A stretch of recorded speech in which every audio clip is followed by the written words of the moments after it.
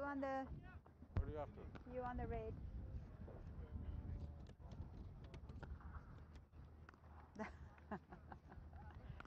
On the red line. And I'm on the northern line. The black line.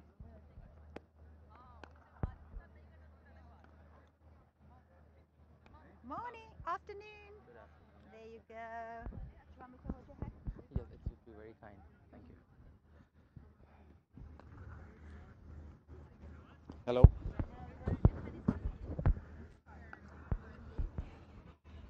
1 2 3 बोल दो. 1, 2, 3, bhai.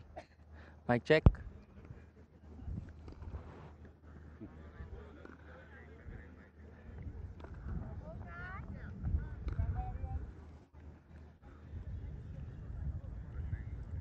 Not been the typical ODI series. It's been tough for the batters this series round. And also, Imam, how difficult is it to play every other day? It's very little time in between.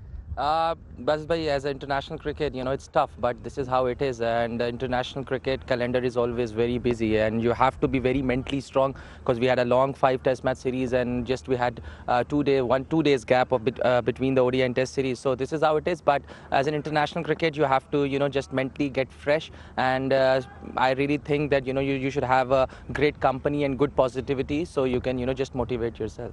Talking about that company, did anybody expect so much turn in these two games? Did you guys feel that it was going to spin this much? Trust me, we didn't know that much turn we had to see in both the games. But I was very surprised in the last match the way the ball was turning. But we cannot control this, and we just have to think positive. And let's see how this wicket will play. But I guess I think when the lights and the moisture, little bit of because of this Karachi rarely have this kind of a winter season. So I think this is the reason why when the lights get on and it's just try to grip and spin a little bit.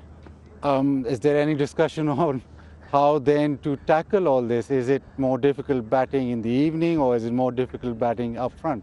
I guess we thought that it's gonna be easy in the night because that's how, if you see the last 3 to 4 series, that's how we are playing as international one-day cricket. We are happy to chase down the targets, but I guess on these wickets, because it's not in our control. I guess the batting first will be like much easier option if we look to the first 2 games, and I guess the first batting will be very important. Thank you very much for your time. Thank you, thank you.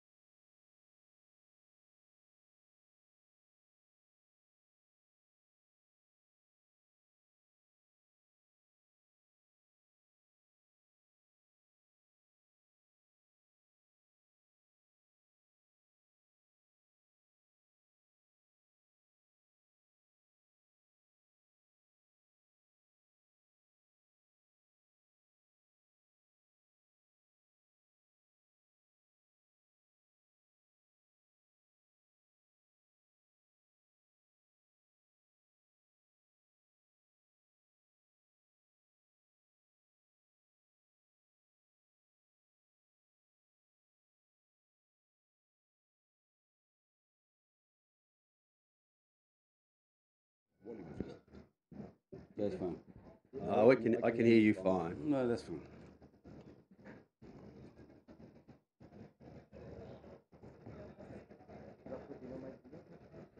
Thank you. So let's run through the Monza. वो इमाम कब injured हुआ था? कल हुआ था injured? Yeah. इमाम कब इंजर्ड हुआ है? I know you want to be a cool. इमाम कब इंजर्ड हुआ है? पहले से ही था। पहले से होगा मतलब। वो कह रहा था कि मेरे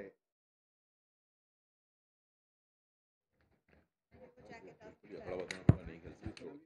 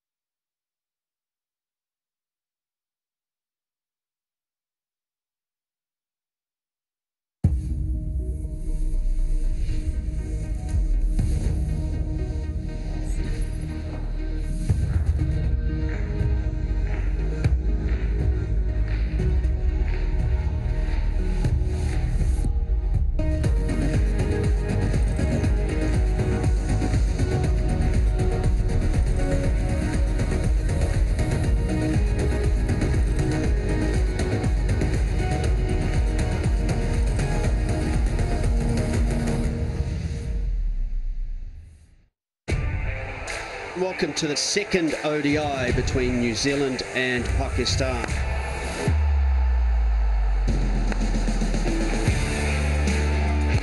Ben Williamson is 41st ODI 50.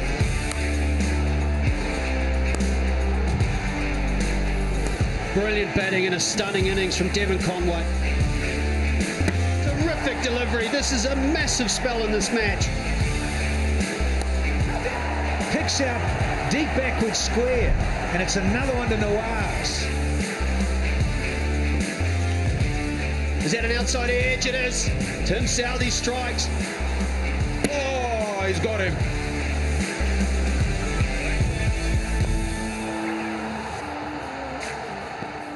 Needed boundary for the home side, courtesy of Bubba.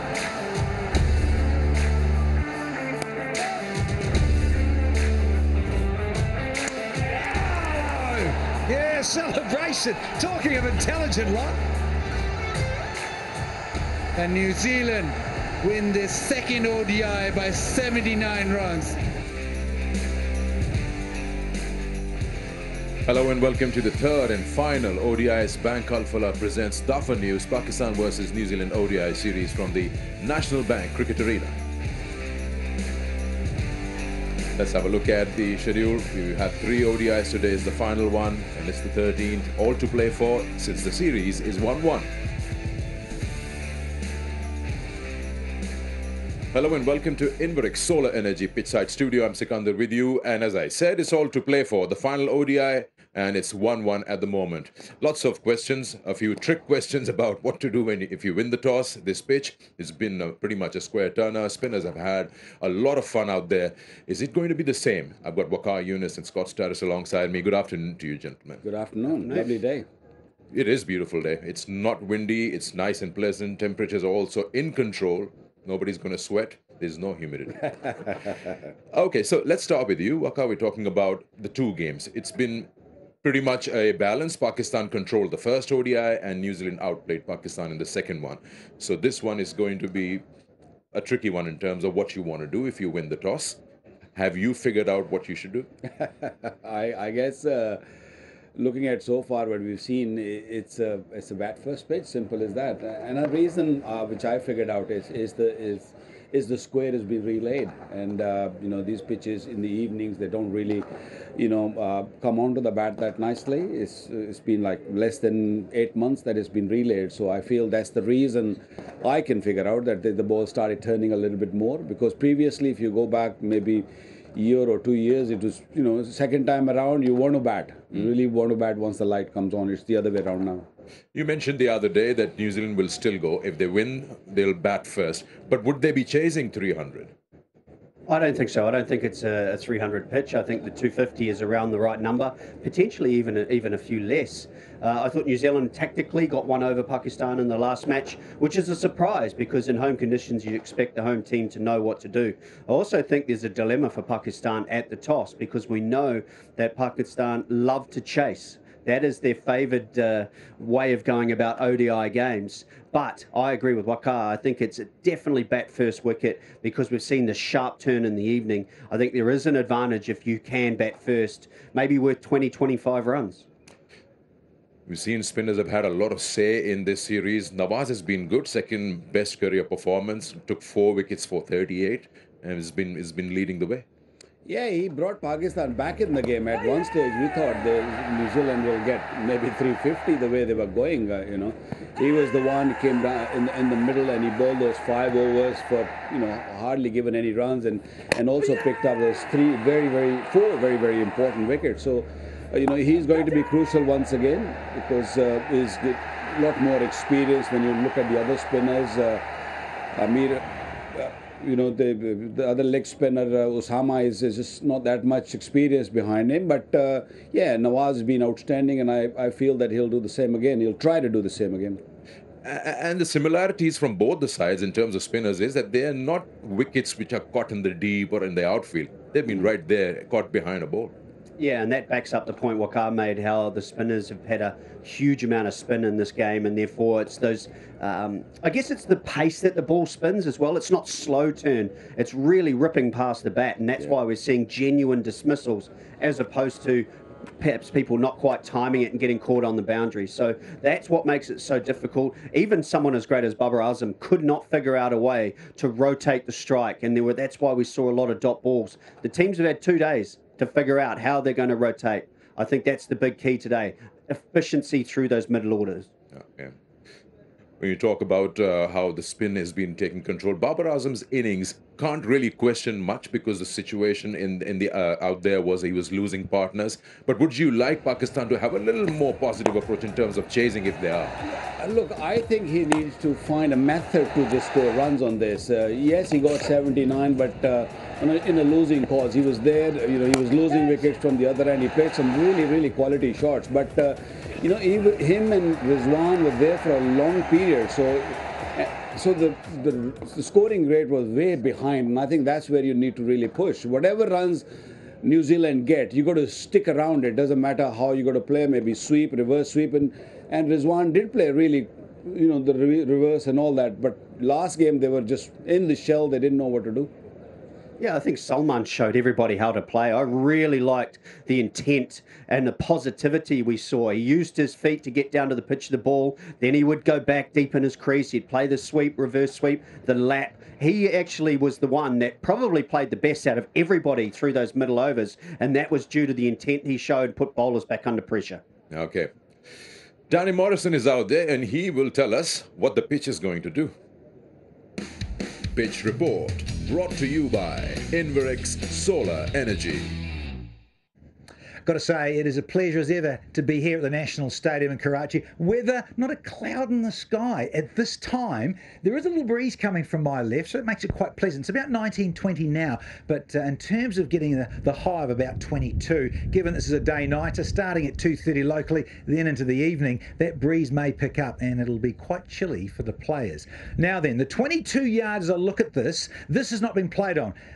Monday, then Wednesday, and now we've jumped back across here they tell me it's pitch number 2, but who cares? Because I tell you what, nothing seems to change when I look at these pitches in the square. They're so devoid of grass. I go down, there is a nice bit of smoothness about it. We know it's very hard.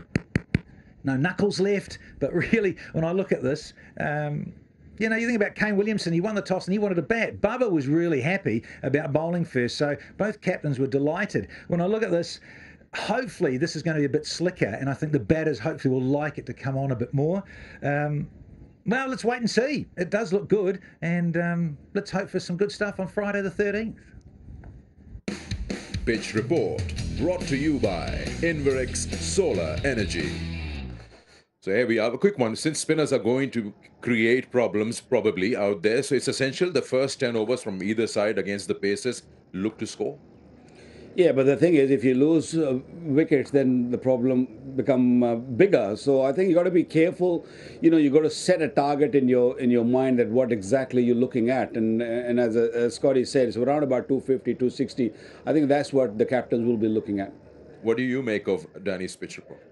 Yeah, I think it's right. It's not going to be any different to what we've seen in the test matches, the ODIs so far. My only question, this is why I can't wait for the toss, is what will Pakistan's side be? Will they resist the change of bringing in another spinner? New Zealand did that in the last game with Ishodi. Will they just keep the same formula with the 3 quick bowlers? A lot to digest, I guess, on this pitch, because I think it will turn later in the evening. You feel Pakistan would play around with their 11? Look, I don't know. We'll find out soon. But I'm hearing there are a couple of injuries around, and they want to rest people also. So,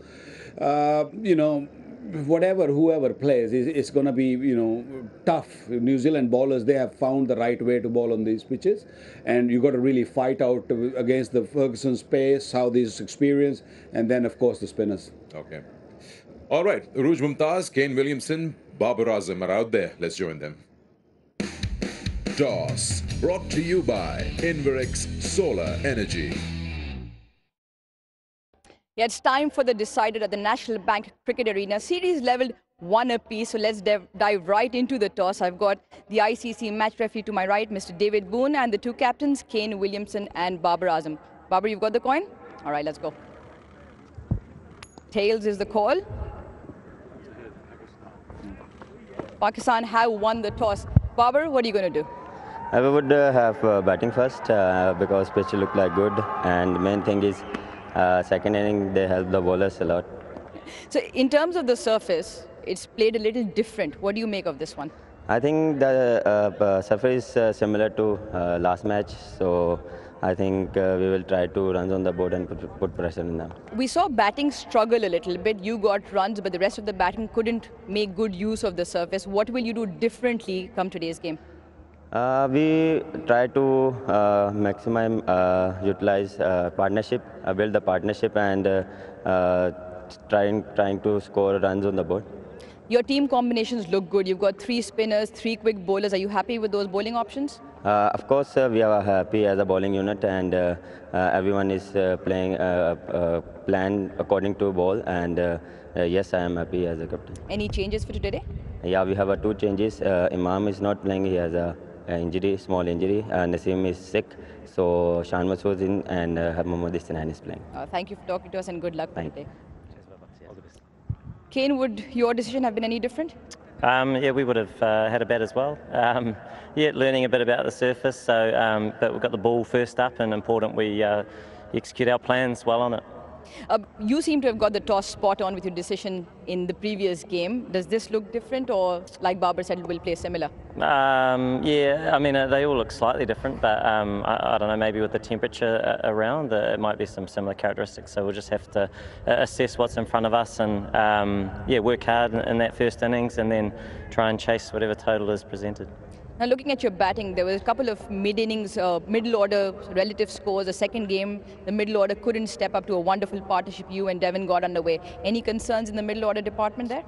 I mean, it was a really tough period of batting as we saw the spin started perhaps midway through that innings. So, yeah, I mean, we want to learn from some of those lessons and absolutely all of us want to come out and do things a little bit better if we can, but it was a nice performance last game, and so doing things the other way around this one, but important we come out and you know, look forward to this occasion as well, a deciding match here in Pakistan. Yeah, decider. Any changes for the decider then? No, we have the same team.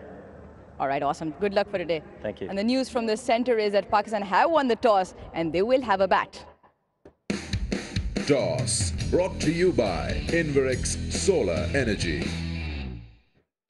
Okay, so we know now Pakistan have won the toss and they've decided they will bat first. You know, surprises, or you expected this happening?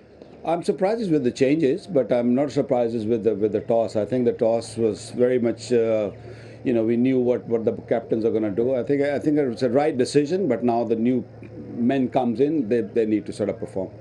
Margin of victories have been pretty big. 6 wickets in the first, 79 runs in the second one.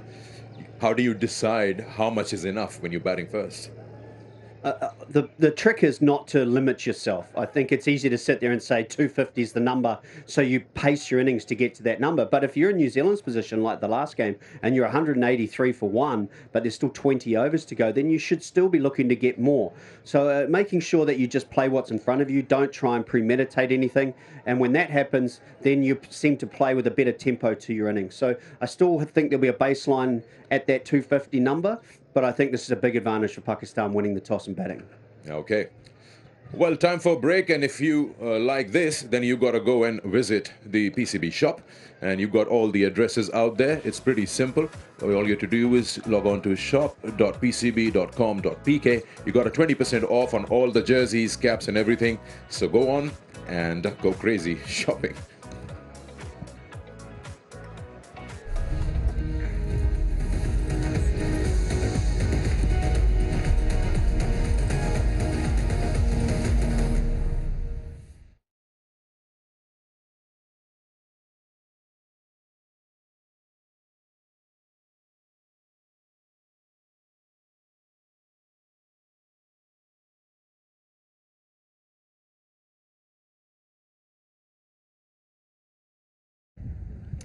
The two ODI so far, spin has had a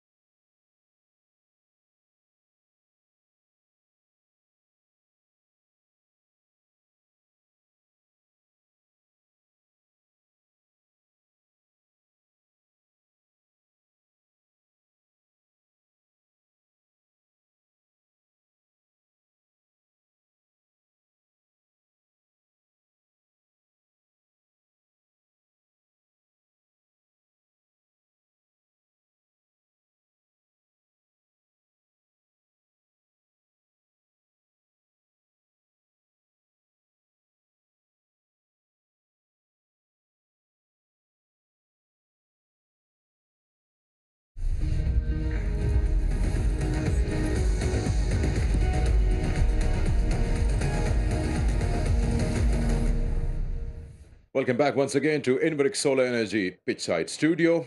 And we've been talking about how spin is bothering the batters. How to deal with it? Let's join the expert advice. Expert advice brought to you by Inverix Solar Energy.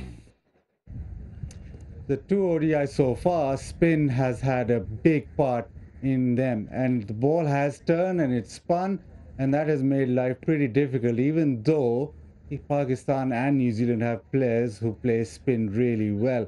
Now, Chris, why is it such a big problem?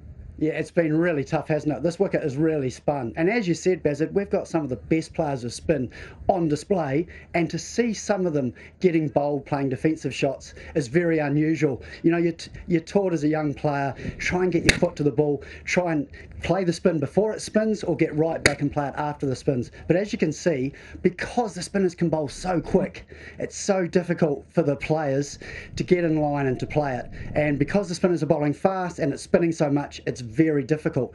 So 2 one-days, it's been very tough. The spinners have dominated, so how are we going to combat that? And there's a great wee package of Devon Conway showing everyone perhaps the way to go on this surface is to look to play sweeps, orthodox sweeps, reverse sweeps, because all these players who are great at using their feet haven't been able to do that because the spinners are bowling so quick and because it's spinning so much. So for me, for the players to be successful on the surface, I think we're all going to have to look to sweep and reverse sweep. So let's see how that works out for them. Go out of their comfort zone. You can't really come down and take the single because, as you said, the ball is turning, but it's also turning pretty quickly. So once it does that, if you miss the length by, 6 inches, you're done. Absolutely. And one-day cricket is a tough game. Not only have these guys got to survive on the surface when the spinners can bowl fast and it's spinning a lot, but they've got to score. And that's been the problem. We've seen lots of dot balls. So for me, the easiest way for them to get off the mark or to rotate the strike or to score boundaries is to look to use a sweep. So I think today, from both teams, we'll see a lot more sweeping. Yeah, and it's just not just reverse or the hard sweep, it's also the paddle sweep. You have to put the spinners out of their comfort zone and make them bowl to you. Yeah, one person that I saw play that really well and use that, not just the hard sweep, but as you said, the little lap just to get off strike, was Tom Latham. So I think when we get to see Tom play today, he'll be a great example. Even from ball one, he's prepared to go down and lap just to rotate the strike, trying to get the spinners to bowl in other areas, perhaps other areas that he wants to score, like the reverse sweep. So there you have it. Go funky sweep, reverse sweep, paddle sweep, anything. But don't come down the track because it's turning quickly. Expert advice brought to you by Inverix Solar Energy. Best way to tackle spin, which has been worrying the batters, is to sweep or reverse sweep. But I'll talk to the batter here. It's not everyone's go-to shot. So is it that easier said than done? No, I've mentioned as well that Salman was the one that impressed me the most because he implemented those sweep shots, but he also stepped out of his crease. It's a combination of both of those things, because what you then do is you mix up the lines of the bowler and the lengths. He doesn't know what you're going to do, so he can't just settle on a good line and length, which is what most of the spinners were able to do to everybody else. So I agree with Chris Harris in the sense that it's the fastest spinners. They're the ones who will trouble the most. I think we saw that with Nawaz, Santner, Bracewell, those sorts of bowlers, because they are able to get more side spin on the ball and bowl quicker and really rip it. Okay, we know Pakistan's got 2 changes, New Zealand same. Let's have a look at the 2 sides who are playing in this final ODI, and we'll start off with Pakistan. 2 forced changes, as we know. Would you like to see Salman just being promoted a little bit? As they say, he's the best player of spin available. Look, I would like to keep left-hander and a right-hander at the crease. There are, quite a good balance in that team where there are left-handers also and the right-handers. So if you can do that, maybe troubles the bowler a little bit. I think that might be a good way to go. But good to see the vice captain coming back in the team. Shan Masood has been given the opportunity. He will make sure that he'll score quickly. And then, of course, Hasnan. That's a big miss for Pakistan. Naseem Shah not playing this match. He has been among the wickets in this series so far. So he's going to be missed big time. Okay, Scott, any concerns from your side? The middle order expect more partnerships? Yeah, I do, but it's we saw both teams struggle through that middle order, so I'm not too concerned by that. Just talking with Waqar, will New Zealand miss the seamer because they are bowling first in the daytime. That's the question too. The spinners bowled well in the second half of the innings the other day. That's when Nawaz came into the game. I expect New Zealand will bowl well in the second half of this innings too. But the big key is how those quick bowlers, how those spinners bowl in the first 25 overs. Okay. All right, so now the moment has arrived where we're going to take predictions from our guests about this third and final ODI. Expert prediction brought to you by Inverex Solar Energy. So since we're talking about spin, so let's put this question to both of them. You talking about Pakistan, if spin has a good say, which spinner do you feel will have maximum say out there for Pakistan? Look, I'm not worried about both the spinners. I think they're bowling beautifully. You know, Osama bowled really well, and then Nawaz, we know that. It's the third spinner. We need to really see who's going to bowl. Salman Agha is you have a choice. You have a choice of Haris Sohail. I mean, Pakistan do have enough spinners in there. It's just the captaincy is going to be tested. How are you going to use the spinners, and when you're going to bring them on? So that will be the bigger test than the spinners bowling. New Zealand spinners, who do you think is going to get more wickets against his name? Oh, look, I think it's going to be the combination of Bracewell and Satner, solely because of their ability to bowl quicker and undercut the ball. Sometimes you've got to get up and over and get the drop and all of that. I think it's bowling quicker, but making sure your line and lengths are right. So I think it's the same. I'm with Waqar on that. It's the way, if you are disciplined with the ball, you'll get the results because the pitch will do the work for you. All right, there you go. Expert predictions. Expert prediction brought to you by Inverex Solar Energy. We've been talking about spinners. Fast bowlers, of course, have an important role to play. We've seen Saudi has done very well, and the quick bowling from Lockie Ferguson, they do apply that pressure, which doesn't allow the batters to score, and then the spinners come and rule it. Yeah, I think it's been an unusual series, isn't it? Because what we've seen is the new ball bowling of the quicks has been what's the key. Because neither team has been in a position to really go hard at the death. We haven't had to see the fast bowlers look at their Yorkers, look at their change-ups. It's all about up front because the spinners have taken over. So that is the big question for New Zealand, having had to bowl first. They've only got the two seamers. So what are they going to do with the mix and match of that? And will they have enough firepower at the end if Pakistan do get off to a good start? You mentioned that minus Naseem, it's a big blow for Pakistan. But if you put Naseem and Hasnain together, you work with them, how do you weigh them as fast bowlers, a comparison between the two? Look, I think Hasnain is a very fine bowler. He swings the ball away from the right-hander. He got good pace, gets his toll, he gets that extra bounce also. I think he's going to be useful, but I guess the confidence is the difference. Naseem was carrying 2 fifers in a very few games he's played. So that confidence might be missing in Hasnain. He's going to really bowl well, especially early on with the new ball. With the new ball, picking up early wickets is going to be the key for Pakistan. Is it easy for a fast bowler or any bowler, once he's been called for his action, to come back and do well and straight away get into that rhythm and recruit? Look, it didn't happen to me, so I can't really answer that. But I'm sure it is not going to be easy for Hasnain. There'll be something playing in his mind. But he has changed his action a little bit. I hope the pace is still there, because he has bowled 155 in the past. So if he can get somewhere 150, I think that'll be good enough. 260 winning total? 100%. That'll be enough. No Nazim Shah. That'll be bigger than we think. You agree with the 260? I think 260 should be the baseline. I mean, if you can get more than that, and if you've got a good partnership, push on. Okay. Thank you, gentlemen. Time for us to now join the action on the other side of the break. It's the final ODI. It's 1-1. Let's see who lifts the trophy.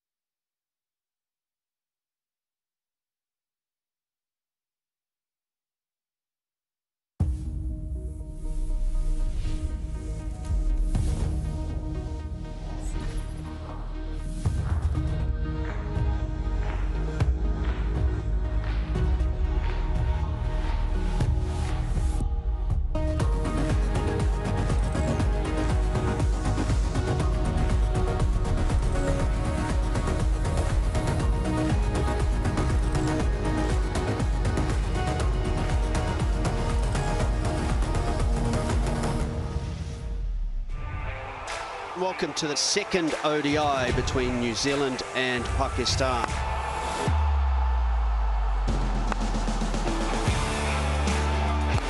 Kane Williamson is 41st ODI at 50.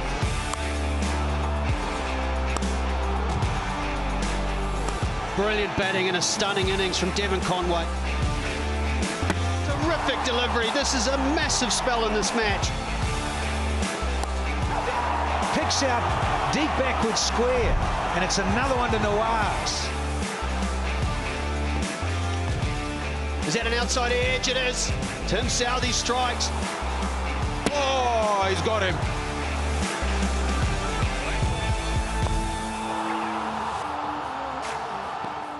Needed boundary for the home side, courtesy of Bubba.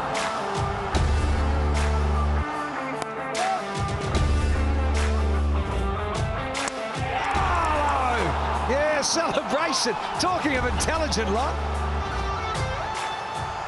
And New Zealand win their second ODI by 79 runs. Hello and welcome to the National Bank Cricket Arena here in Karachi. It is time for the decider as the series between Pakistan and New Zealand. Bank Alfala presents Dafa News Pak Queen NZ ODI series, third ODI. And the series lies level 1 apiece. The first ODI went to Pakistan and they restricted New Zealand for 255 and they managed to get it with 6 wickets in hand. Rizwan steadied the ship and got them through. Come around the second ODI, New Zealand returned the favour. They won the toss. Kane Williamson chose to bat first. And at one point, they thought that they would get over 300. In the end, 261 proved to be well enough for Devon Conway with a century. And New Zealand won that comfortably by 79 runs. Well, what the surface will play like? It's time to have a look because Danny and Waqar Yunus went to have a look earlier. Well, as ever, it's a gorgeous day here in Karachi. It is Friday the 13th, though. Well, a little bit of luck? Don't know. So both teams are going to be playing on a new surface that is here at the National Stadium. I've got the guru with me, Waqar Yunus. Matey, a little bit of history about this square and everything. Look, I've got two histories for you. One is a recent one and one's the old one. When you go back all, maybe PSL or before that even, this pitch used to play really well when you bat second, but it's not been the case because the entire square has been relayed back in March, April, and no cricket at all, not even a first-class game has been played on this surface.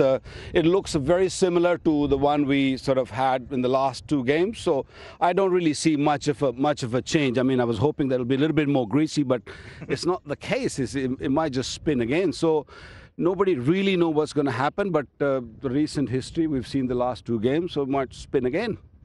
Just what do you think is a good score? I know that's hard to gauge sometimes, given what we saw on Monday and Wednesday and how much it spun a bit. Yeah. Hard to know what a sort of 270, 300.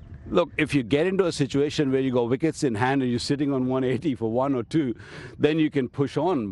But once the light comes on, it is difficult and it becomes very, very hard. So 260, 270, probably a par, and then anything above that will be sort of good for your team. Bubba, Kane on Friday the 13th. Good luck, gents. Well, earlier on, I was out in the middle for the toss.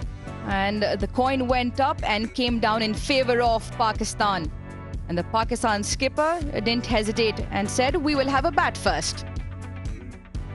And the two teams for today, Pakistan first making 2 changes. Imam-ul-Haq out with a hamstring niggle and Naseem Shah was not feeling well. And in walks Shan, the vice-captain of the ODI side. He will open the batting with Fakhr, Babar, Rizwan, Haris, Salman, Nawaz. Plenty of batting in the middle.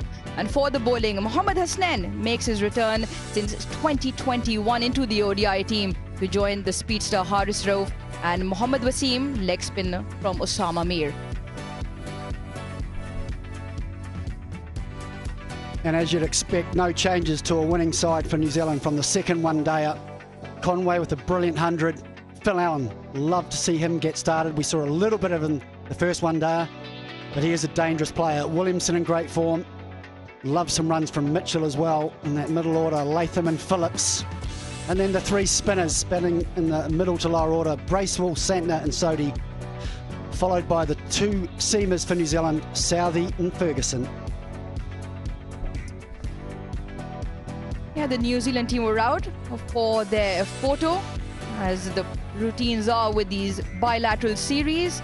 Plenty of smiles, and they've had a good time here in Pakistan. And they'll want to end with a win and everything to play for. Earlier on in the day, it was Bazid Khan who caught up with Imam ul Haq. Not been the typical ODI series. It's been tough for the batters this series round. And also, Imam, how difficult is it to play every other day? It's very little time in between. Bas bhai, as an international cricket, it's tough, but this is how it is. And the international cricket calendar is always very busy, and you have to be very mentally strong, because we had a long 5 test match series, and just we had 2 days gap of between the ODI and test series. So this is how it is. But as an international cricket, you have to just mentally get fresh. And I really think that you should have a great company and good positivity, so you can just motivate yourself.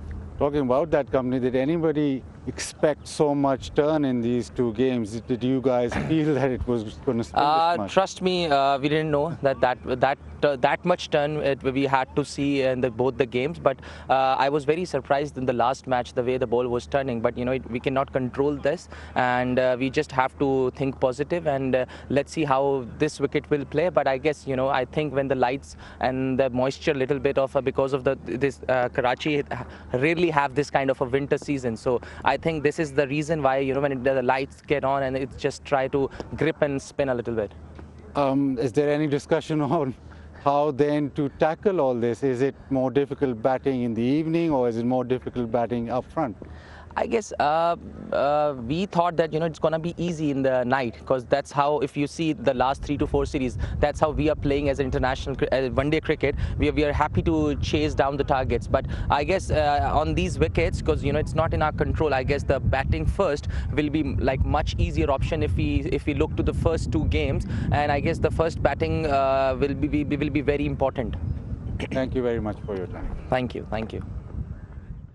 Well, they got their wish, Pakistan, because they are batting first on a surface which is played slightly more different than what Karachi is known for. Fakhar Zaman, he's got a terrific strike rate and a record, 210 his best. And he is slightly short on runs in this series, so he will look to grab this opportunity here first up.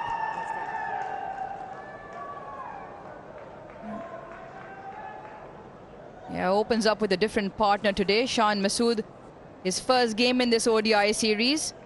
And for him as well, a good opportunity to mount on some runs. Still relatively new in his ODI career. Just the 6th game, has 150. But the story is, batting earlier on the day is slightly better. I've got Chris Harris and Bazid Khan alongside me to start off proceedings. A little bit surprised to see that Tim Southey hasn't got a slip for Zakhar Zaman. We saw in the second one day, got caught behind, going quite hard after the ball. I thought there might have been a slip in place.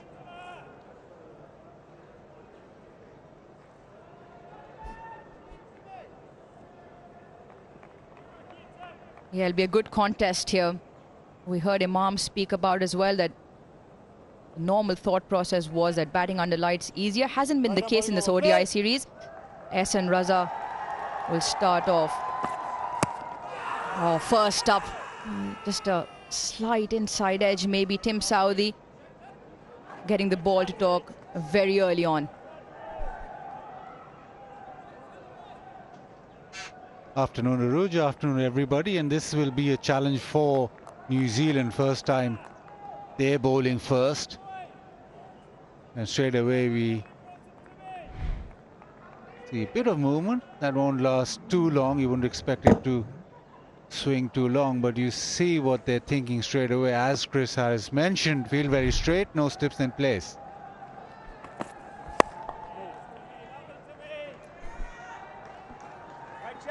But it's interesting the way the teams have looked at the pitch, and Pakistan now have gone away from their chasing philosophy and want to bat first and put runs on the board. And nobody really has been able to decipher what the pitch will do. And Might well be that this doesn't turn, might well be that this skips on when the lights do come on, but as they relay it, there's a bit more to them when the lights do come on. Just looking for that swing back into Fakhar Zaman. He did pick him up for a duck in the second game. Saudi to Fakhar Zaman, just nicked one to the keeper. He couldn't get off the mark and he just nicked one. It was a lovely angle across the left-hander with some good pace behind. Baz, I think plenty of discussion will be around how the surface plays, and it hasn't done what is normally expected of it. So in that regard, the expectation now is that the ball should turn and should be more difficult under lights. So if it goes to that unexpected, it'll play in New Zealand's hands. There's no question in my mind, if New Zealand won the toss, they would have batted first in the group. They seem to think that it spins from a quicker pace or a faster pace in that second innings.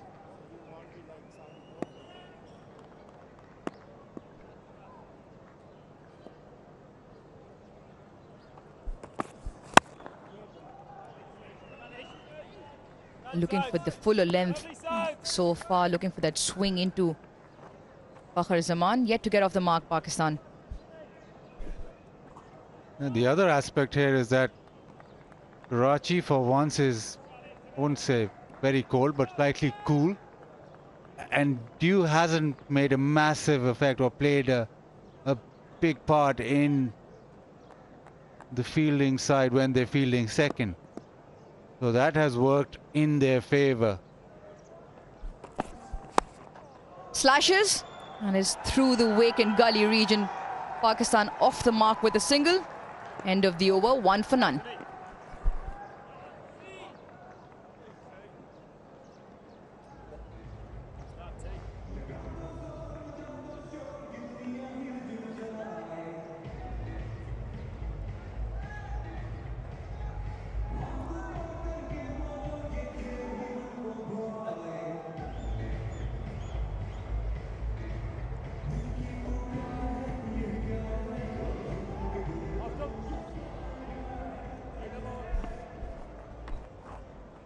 Speed from the other end. Lockie Ferguson, well, he bowled quick. Under lights in the second game, 152, if my memory serves me correct. It was over 152, one of those deliveries. 82 wickets, and Kane Williamson will look for him to make early inroads. A ring of fielders on the offside and bowling with the one slip.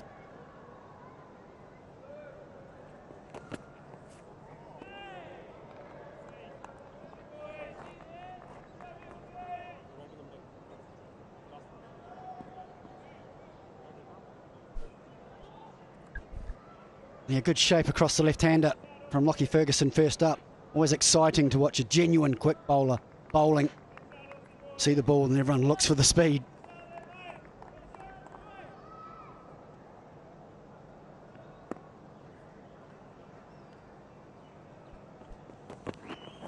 Oh, that's a lovely delivery. Squares him up and through the left-hander. And look where the keeper's taken this also. Excellent carry and bounce. Great shape as well.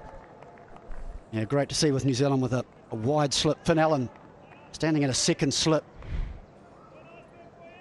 Exactly for this reason. Lockie Ferguson just going across the left-hander and good carry through to Latham. Above waist height. It certainly brings that slip into play.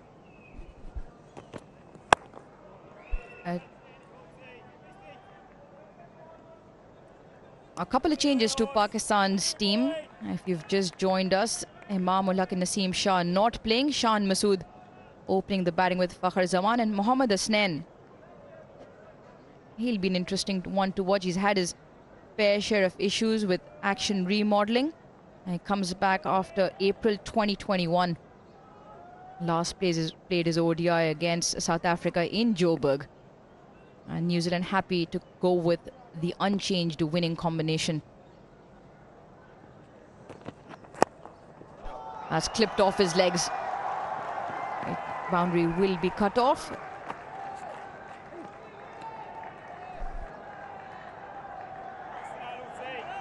Brings Shan Masood on strike. Shan Masood hasn't played a one-day game since 2019, and even before he stepped onto the crease, there's been a lot of chatter. He's been named vice captain in this squad, and there's been a lot of chatter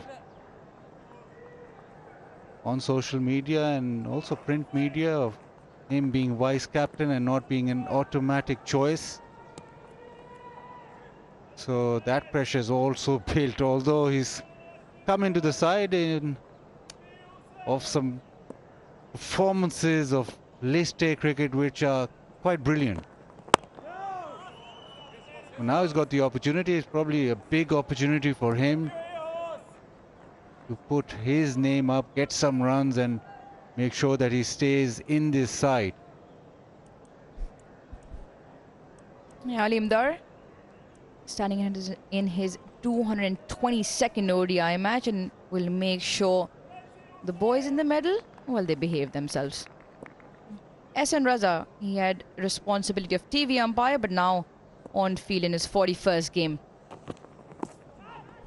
Oh, that's a lovely shape again. Has that carried? Has that come off the bat? Alim Dar not interested. Kane Williamson does have his arms out, asking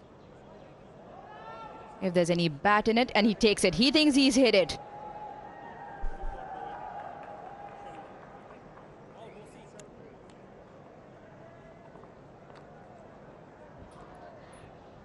TV umpire to director, we have a play review for caught behind. Original decision not out. I have checked front foot. It's a fair delivery. Let's start with the front on spin vision, please.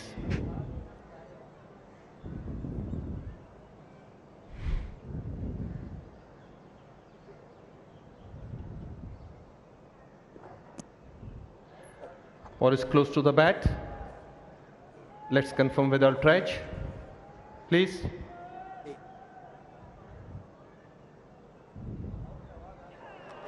Yeah. Just freeze it here. There is a spike when ball next to the bat. Can you roll it back one more time, please? Now roll it forward. Yeah, there is a spike when ball next to the bat. Satisfied? Go back to the on-field. Ali, I recommend you overturn your decision to out. You are on screen now. A New Zealand draw first blood, and Shan Masood's misery with the bat continue. He goes for a duck. A decision was reviewed on a subdued appeal, and it has come good for New Zealand. 2 for 1 now, Pakistan. Shan Masood has to go back.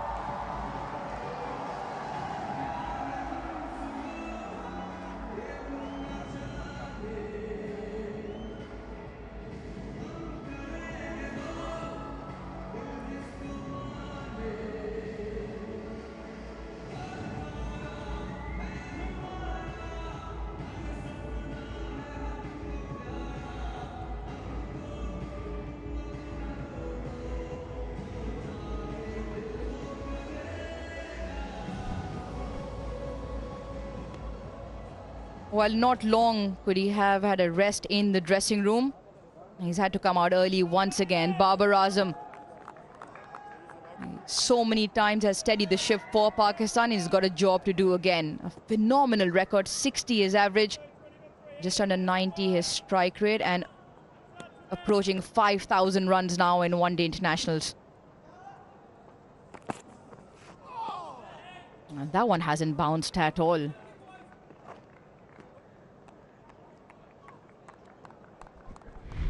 Well, wonderful areas from Lockie Ferguson. The last ball of his first over, perfect to the left-hander. through to Latham, nice and low, stayed down. And just the fainted of edges had to be reviewed. And there you can see the wee spike. A wonderful start for New Zealand.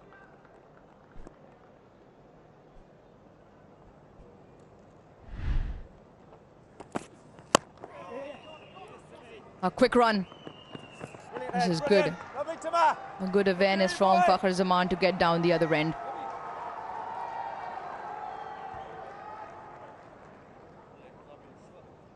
We talk about bounce and why we mentioned that there was good bounce and carry in the first over, and people somewhere in where the ball bounces a little bit more would be like, what bounce are they on about? It's because the ball normally doesn't even get up to waist height, and we saw a reflection of that in the first delivery that Saudis bowled, ankle high to Latham. Yeah, because it's generally stayed down a little bit here. As you said, Rouge, when you see orthodox bounce through to the keeper around waist height, as we've seen on the surface, that's good carry and bounce. And we just saw that first ball of this over from Tim Southee stayed very low. New Zealand realise how big this is with a slip in place now.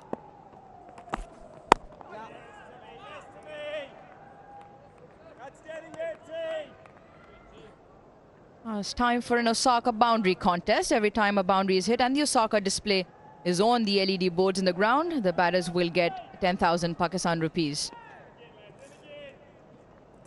Pakistan wouldn't mind some of those. Get a few boundaries away, just break the shackle of the nerves creeping in. I've got the perfect man to do so on the crease, Babar Azam.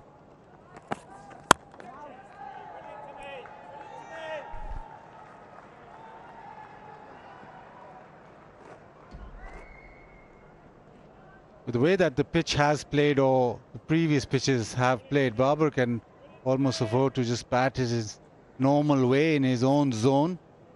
And we know how good he is. But just build the foundation with Fakhar. They can actually take their time a bit.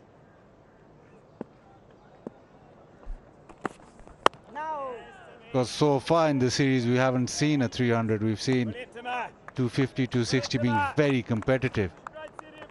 And Pakistan, after having batted first, will be hoping that the same trend continues. And for Pakistan to get to that 250, 60, again, you look at the captain who's been in sublime form. I don't think you can call it form when you're so consistent. It's just the class of the man that it doesn't at all falter. And if New Zealand can get him early, then there's an issue. And suddenly, all that changes. Especially the coin going in his favour. He, looking at the way the surfaces have played, has chosen to bat. So the onus will be on Pakistan to get a good first innings score. Excellent over here from Saudi. 3 done is 3 for 1.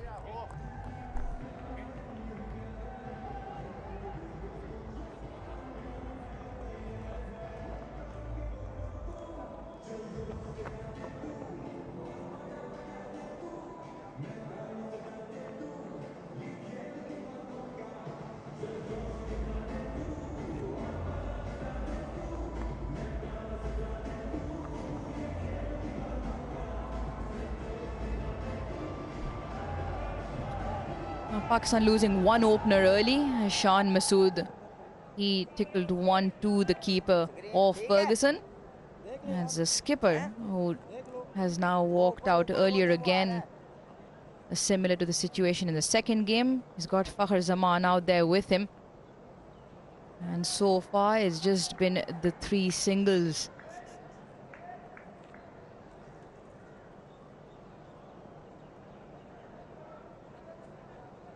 A couple of issues behind the side screens have been a constant concern throughout this series.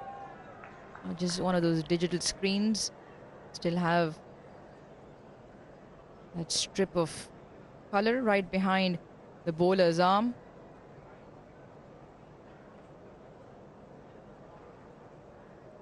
That's how difficult does it become in terms of a surface which we've all known plays in one way in Karachi in traditional fashion. Waqar was down with Danny for the pitch report earlier on, and he also mentioned it. So looking at a good first innings score, it's difficult to predict. Pakistan chased down 255 with relative ease in the first game. 261, well, they faltered by quite a few, 79. What, in your opinion, does look like a good first innings score? No, it is a good thing that Waqar did most of that pitch report. I wouldn't trust Danny with any sort of numbers. But yeah, it's the issue with not only with ODI cricket, with T20 as well. Batting first and setting the target and assessing how much is enough. Off his legs, very strong in that area, Fakhar Zaman. In the outfield, quick enough as well. First boundary of Pakistan's innings from Fakhar Zaman. And probably the first time that Lockie Ferguson has ventured full and just allowed Fakhar to get onto that front foot. It's not a complete half volley, but it's still in that length where he can just lean on it and hit it leg side. It's a good shot.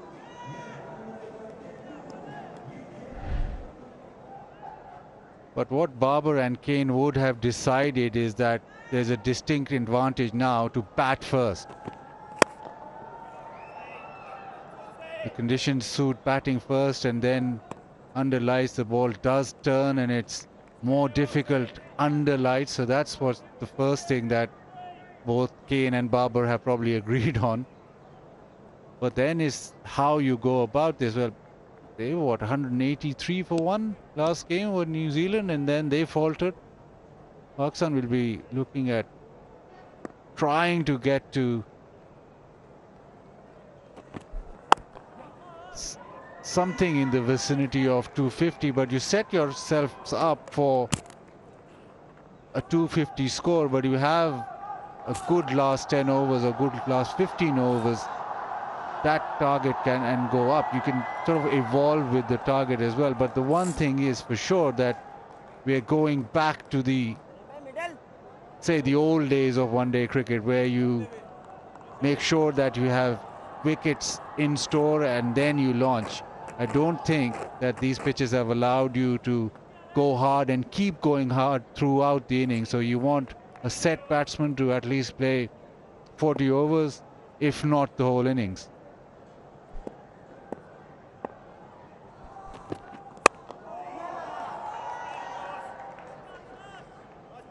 And again, the interesting competition here will be in allowing Pakistan to set. They have to first play Saudi and Ferguson and not let them get on top of the batting for Pakistan. It's not easy when you lose a wicket first up. And that's what you said, Baz. I think it's about reassessing the situation throughout the innings. And New Zealand at one point in the second game looked like they'd get well over 300.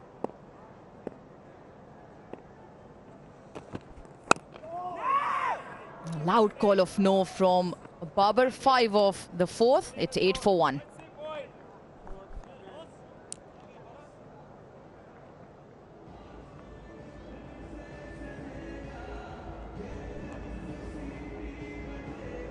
Yeah, Ferguson's bowled quick throughout the series. Chris, he's normally not the one to take the new ball. A different role given to him after New Zealand made the change in the second ODI.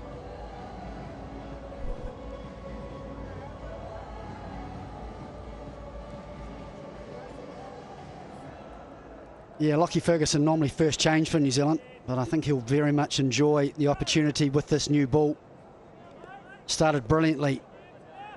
And I guess just carrying on from what Baz had said, the interesting thing is I think both sides would have identified that perhaps one of the best times to bat is with the new ball, with the ball skidding on. We know how difficult the spinners have been, and it's how many risks you take in that first 10 over power play with the field in, and perhaps the best time to bat.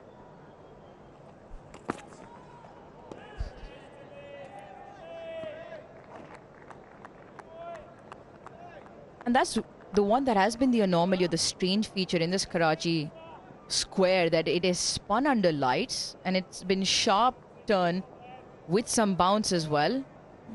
and comparisons have been quite drastic under lights, and that's probably why batting up front, like you mentioned, Chris, is relatively easier. Well, facing spin at the best of times isn't easy, you can see there, but the difference between the first and second innings is quite dramatic.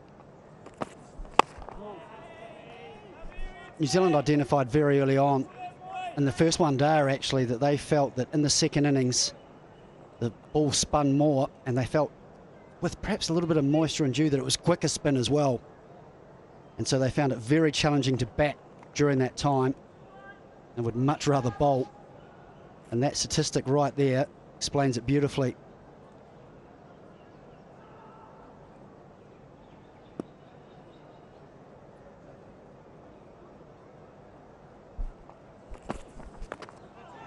It's gloved and it'll sail over the keeper for a boundary. It's a short one and has gone for a 4.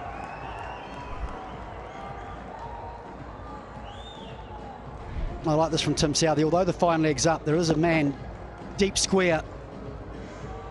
In some ways, man fortunate to top edge that. With that deep square out, they'll feel as though that's a real wicket-taking opportunity.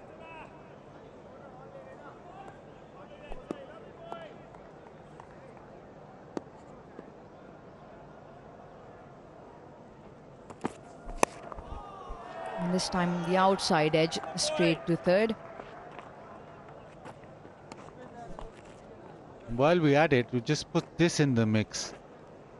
Reverse swing is only happening in the first innings. From the second innings, there's not a lot of reverse swing to work with. Lockie Ferguson maybe at the end of the innings, maybe in the 35th over or later, can use that. Pakistan have bowlers who want reverse swing, but they won't get it because they're bowling second, and we've seen that there has been none. Oh, we saw that in the test series as well, and Vakar talks about that in Karachi. It's later on in the day. Normally the third session, if you compare it with test cricket, that's when the ball reverses, and that's the time, Baz, that you're talking about. So that'll be an interesting phase of the game where Pakistan, again, looking at the number of wickets and runs, will have to cater to that. Yeah, I think that could be crucial at the end of Pakistan batting innings. If the spinners can do their job and get into that middle to lower order of Pakistan, and then you get some reverse swing for Lockie Ferguson, real wicket-taking option. Looking for the single and decides against it, and rightly so. Babar yet to get off the mark. 5 done is 13 for 1.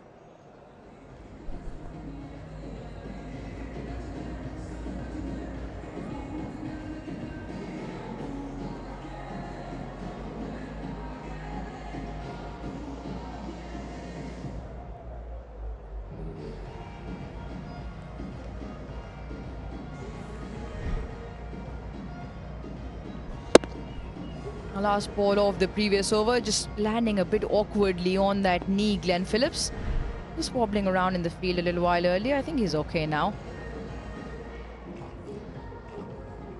13 for 1 in the 5 overs so far. A couple of boundaries, both off Fakhar Zaman's bat. And New Zealand keeping the pressure on and bring in Mitchell Satner to bowl from the pavilion end.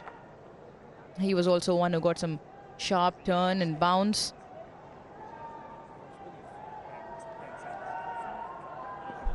Be interesting how Fakhar plays left arm spin. Normally he likes to come down the track or go leg side and make that big shot. And with the ball spinning back in, that's one area that he liked to target. It'll be interesting now because it's still in that initial power play. Does Fakhar Zaman take him on? A deep square leg and deep mid-wicket, both on the boundary for Fakhar.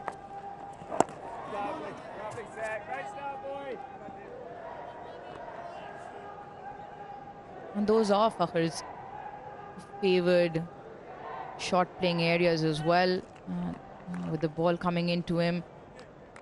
And those are the two men out for that particular shot if he does decide to take Satner on.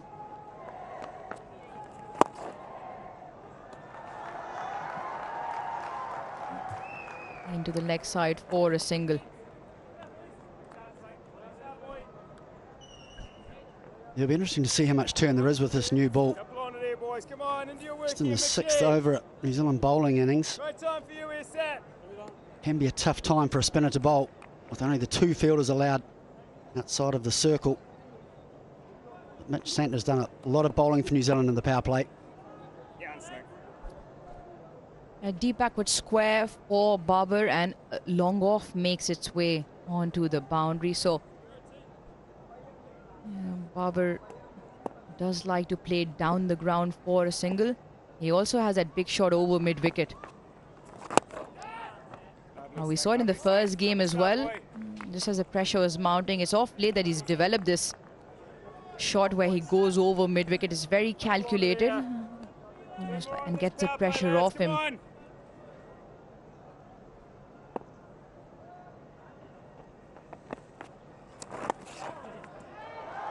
Around his legs, and he's got good bat on this. Babar should pick up a boundary, and he does. Off the mark as well.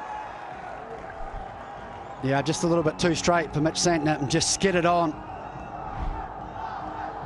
And Babar Azam doesn't need a second invitation when you're offline. Wonderful timing. I guess the other juggling act for New Zealand and Kane Williamson is how many overs to bowl with Mitchell Santner at the top of the order. Where his most difficult overs, or where he can apply the most pressure, is through the middle. Yes, Mitchie. Yes, Mitchie. Lovely boy. Fully set. Up around the late 80s, 90 Ks is where Mitch Santner is bowling. Even in that those space, we saw the ball turn significantly down the track and straight to Bracewell on mid-wicket. That's the area he likes to go. 6 overs done, it's 18 for 1.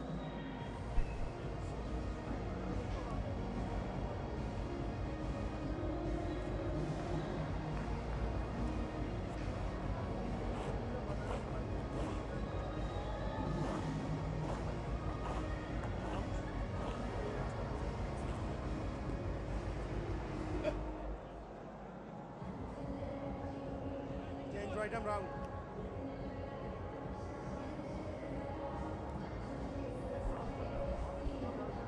18 for 1 from the 6 overs, Pakistan. And they've lost Ashan Masood.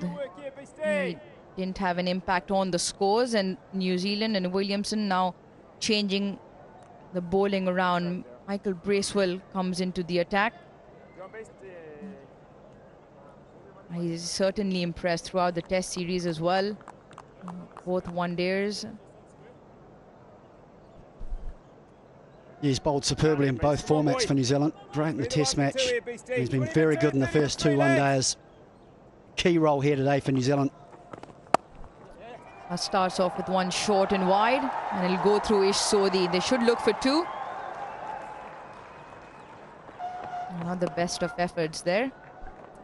The one thing Pakistan can do is attack the spinner straight away, because there's only 2 fast bowlers that New Zealand play, so they'll have to then persevere with spin. If you counter punch, there is an issue. If you just allow them to bowl, then they'll keep on bowling, and this is probably the right time to attack the spinners. The field is up, the ball is new, it won't be turning as much or won't be turning a lot, so the opportunity to just put pressure back on. Pakistan haven't been able to do that through the series. They've been able to knock the spinners around, but they haven't been hit off their length as such. Is it long on, a wideish long on, and a deep square for Babar? Oh, he's stumped. He's picked him up with a great delivery here. Bracewell impacts the game straight up. Well, what a delivery from Michael Bracewell. Perfect off-spinner's delivery. Just thrown outside the off-stump. It's just gone straight on, no spin, past the outside edge, and wonderful from Tom Latham. And Babar Azam looking to defend. For some reason, has just left his crease. Huge wicket for New Zealand. And Babar Azam on his way back for 4. Pakistan now 21 for 2.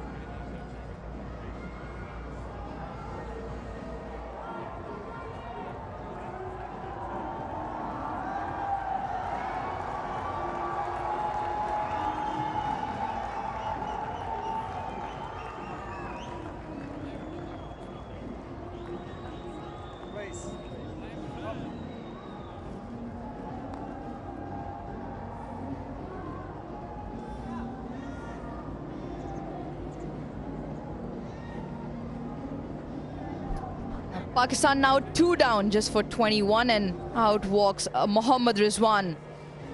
And a real spot of bother here. Pakistan, 52 games, he's got the runs, he knows how to score the runs. And Pakistan need him to do a job here. He strikes it well at 85. And now for Pakistan, it is down to Fakhr Zaman and Rizwan to rebuild, and rebuild is what they need. New Zealand, well, they've got a spring in their step. Yeah, it's the dream start for New Zealand.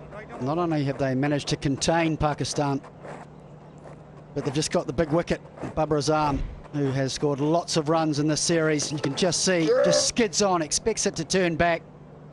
A little bit surprised to see him slide out of his crease, but great work from Latham. I was almost half expecting the ball to turn and turn big because of that previous game. That's just sort of slid on. It hasn't turned at all. It's a new ball. It's a strange sort of shot from Babar Azam. But after 5 consecutive 50s, his first failure. Great to see New Zealand on the attack with a slip in place. We're in this top 10 here, boys. Come on, Beastie. Why not here, Beastie? More responsibility on now Mohammad Rizwan. Lovely, Beastie. Love that, Beastie. Yeah, but just looking at Babar Azam, in the end, almost caught in no man's land. He did come out of the crease, but expecting the ball to turn, and it held its line, and Babar was almost confused himself a little bit, playing for the turn. And there was none there. It was excellent from Bracewell, and so often has been the case where he's impacted the game every time he's thrown the ball. He's asked some really good questions. Starts off well here. Another excellent over for New Zealand. A wicket off it, 7 done. It's 22 for 2.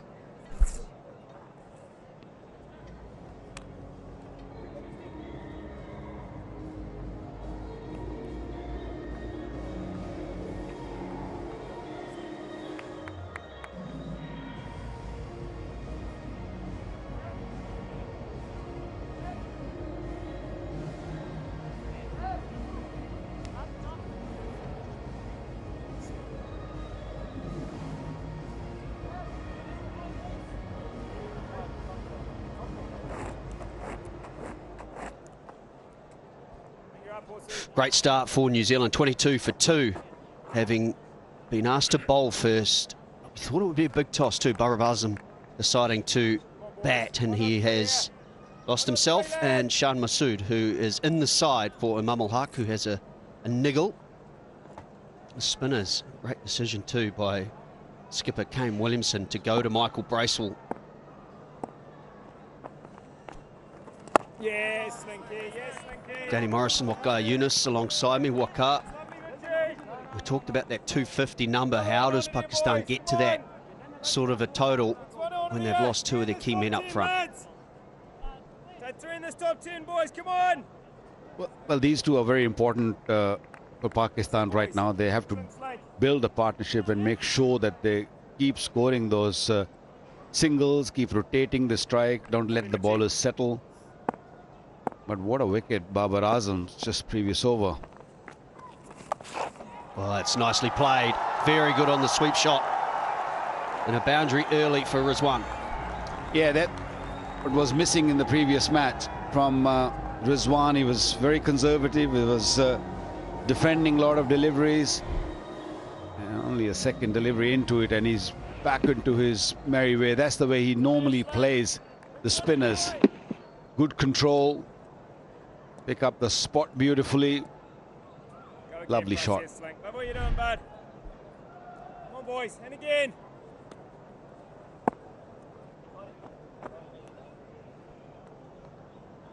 That man at deep backward squares just gone a little finer. It was the line, I think, more than anything from Mitchell Santner. It was on that leg stump with the angle. That's nicely bowled. Change of pace, a little slower. 88 kilometres down to 81. Yeah, he showed glimpses of this, didn't he, in the second match. And in terms of his return, yeah, 1 for 34, liked it.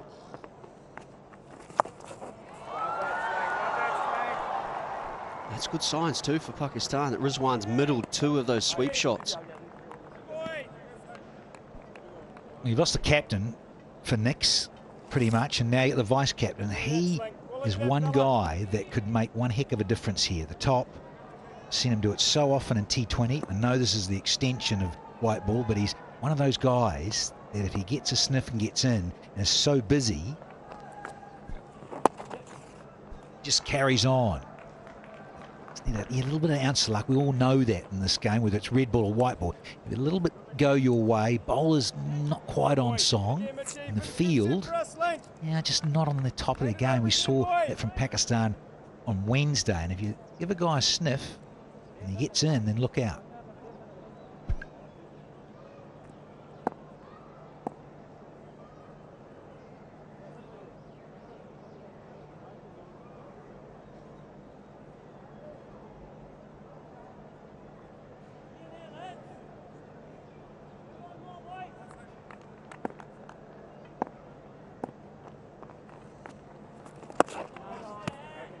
Concentrating around that middle and leg stump line. 8 overs gone, 28 for 2.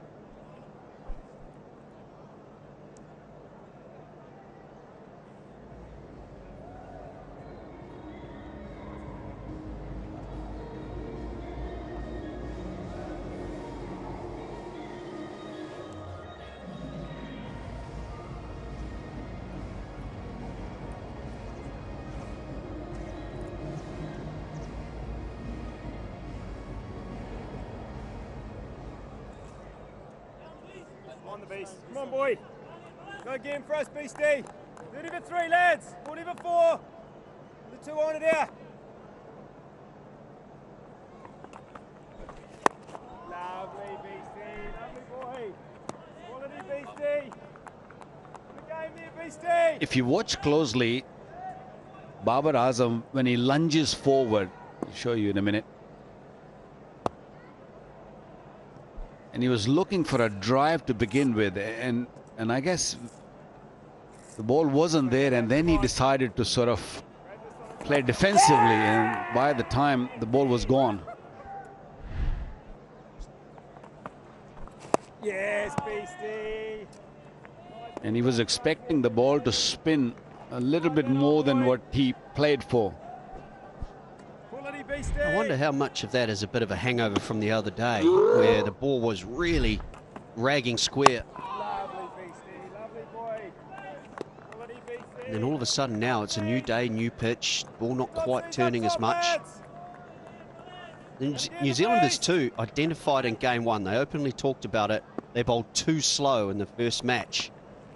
Yes, Beastie. Since then it's been Santner and Bracewell bowling quickly. But if we saw anything in that last over, Mitchell Santner, when he slowed it up, that was when the ball turned and spun away from the bat of Rizwan. Yes, Beastie. Tama! I think it's all to do with the evening session when the lights come on and the ball grips a little bit more, and then you can push it. This is the other night when he really troubled Babar. Babar had no answer to that, and he was expecting the same in this game. Top edge, but that won't carry. Just a single. Another tidy over for the New Zealanders, 29 for 2.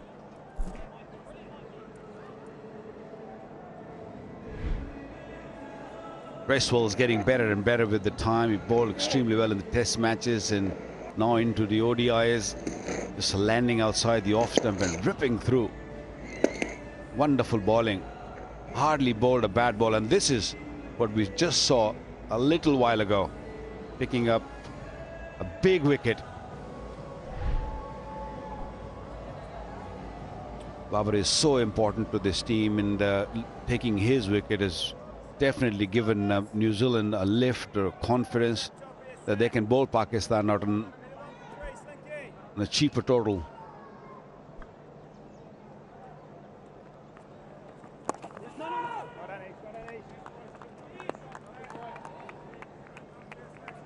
A little warmer than it has been, certainly in the mornings. An opportunity for people to enjoy their Garam chai. Great way to start the day at the Tapal Tea Lounge. Outside edge, that will run away. Exactly what Pakistan need. Fakar Zaman. Those hands, isn't he? Sometimes he's a bit hard. And all the spinners, again, it just shows you that bottom hand of his. Yeah, lucky. Both spinners, I saw Bracewell and Santner having a chat prior to the start of the Santner over. And yeah, good vibe. You can say when guys have got their tails up and their confidence is high, and a lot of communication, good body language, and discussing what's coming. That's interesting. We've already seen Babar Azam dismissed with the ball beating the outside edge. In theory, it's supposed to spin back. Same here with Santner. That edge was on the outside edge, not spinning anywhere near as much as Pakistan's batsmen expect.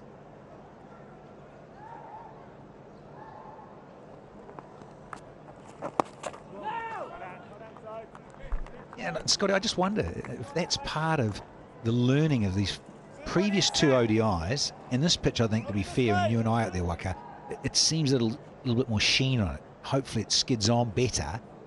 But I just wonder if that's on purpose from the spinners. Yeah, nicely played. Rocks onto the back foot.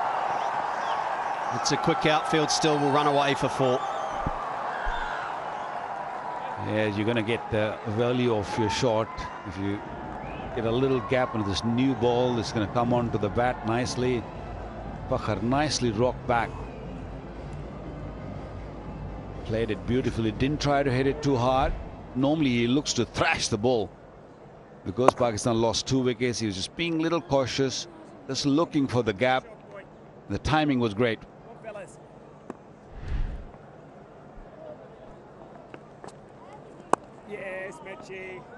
Line and length to finish, but 8 runs from the Santner over, 37 for 2.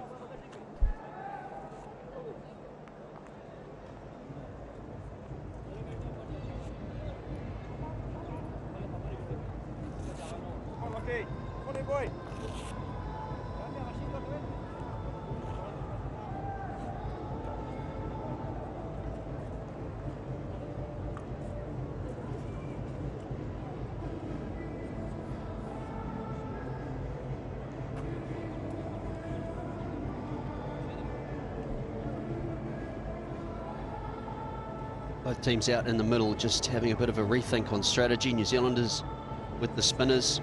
Bracewell picking up that big scalp. Skipper Babar Azam for just 4. A ground that he does so well on, no matter what the version of the game. So now it's Rizwan, Zaman as well. New Zealand spinners have been pretty good so far. Yeah. And not surprising, spin, and more spin. Oh, Bucky, he'll be trying to get in, and you mentioned that he likes to give it a lick and dominate, but he's only striking at 70. You and I are out there at the pitch report. 2 different pitches. Monday, then Wednesday further across. Now we've jumped back across, Waka. Enlightened, because people that may have tuned in did not see that pitch report. and a bit of history, recent history about the square. Yeah, I was having a chat with the ground staff, and he told me that the square has been relayed just recently, about 7 to 8 months ago, March, April. Down, beast. Well done, buddy. Come on, boys. Couple of dots And to see ya. there's hardly been any cricket played on this surface. That's why I feel that in the test matches, the spinners were bowling most of the overs. Yes, beastie. And the ball was turning, but very, very slowly. But I guess only a top layer has been replaced, and that's why it's still not really compact that much. And once the light comes on and a bit more moisture in it, start gripping a little bit more. It totally changed what we have seen about a year and a half ago when PSL was played. Yes, beastie. That's lovely, buddy. There was a lot more for the batters. It used to come onto the bat nicely. Evenings games where 200s were chased down on these pitches. But I guess once you relay the surface or you put a new soil on it, it takes a little bit of time to settle. Yes, beastie. Yes, beastie. Yeah, just as you said, and that was the PSL. And again, that's 20 and people listening. This is 50 over, and so it's quite a different mindset and chess game, if you like. But yeah, under lights, as you say, in T20, 200 was chased quite comfortably a lot here. Lovely, lovely, beastie. Quality fella. Quality fella. PSL's not far away once again, is it, Waka? And just wonder what the service will be this time around when you consider all the cricket they've had just in recent times. Yes, beastie. Quality boy. 38 Great for 2. catch on it, beastie. That's it, fella. Will they be able to give it enough time to regenerate once more? 3 pitches that were side by side out in the middle are the ones they've used in this series. But there's still plenty of other opportunities. Other pitches have got quite a bit of grass on them, so we may see a bit more pace and bounce. Well, I hope so. And also, this pitch in the ground needs a little bit of rest, I think. There's so much cricket being played because of the fog in Punjab. We have not had much cricket in Lahore or Multan. Test match, which the last test match we played is supposed to happen in Multan. Couldn't really play there because of the fog.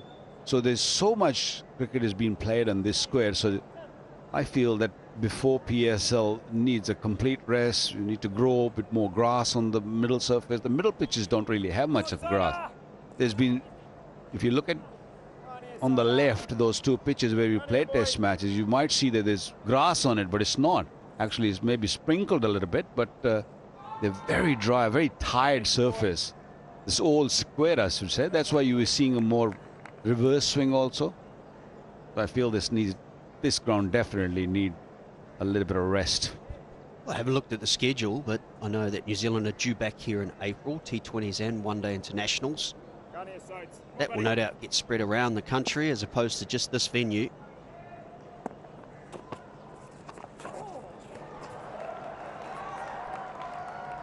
The big difference will probably be from the New Zealanders' perspective.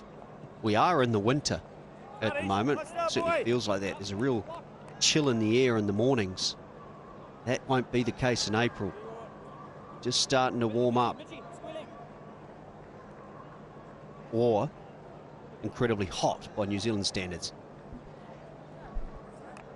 It'll be a little sticky. I don't think it'll be hot, which we normally get here in summer. It gets up to 40 plus. But you'll definitely have early 30s, 31, 32, the odd day of 35. So it'll be a warm days.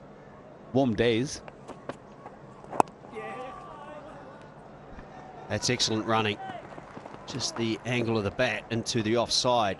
That's the sort of batting you would expect from a top order. Rotation of the strike, use your hands, put the ball into gaps, and try and minimise those dot balls as much as possible. Well, normally it's Fakhar who likes to get on with things. He likes to play those big shots.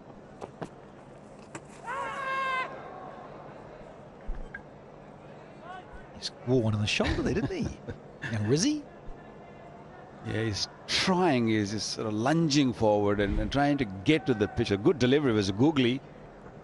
But I've got a little arm and on to the side of the helmet. Is this one of these situations they have to go through a concussion test? Surely not.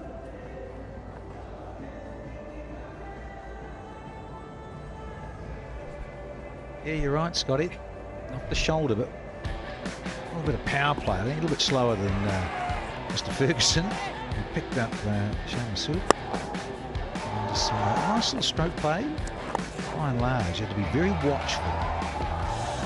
And in this massive moment in this contest. Wicket of Babarazza.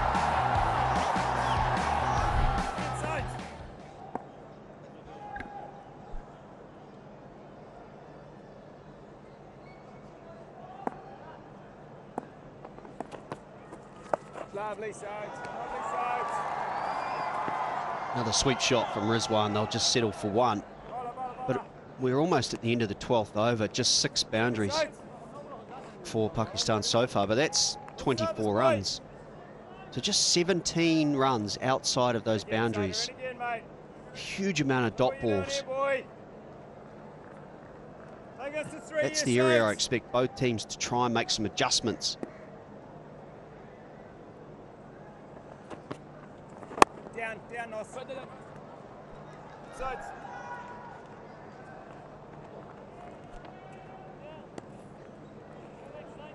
Love this boy.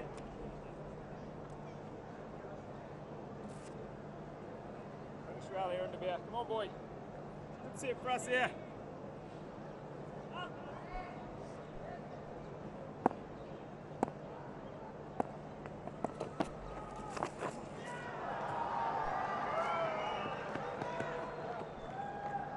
Maybe a sign of things to come. 5 singles from that over, 43 for 2.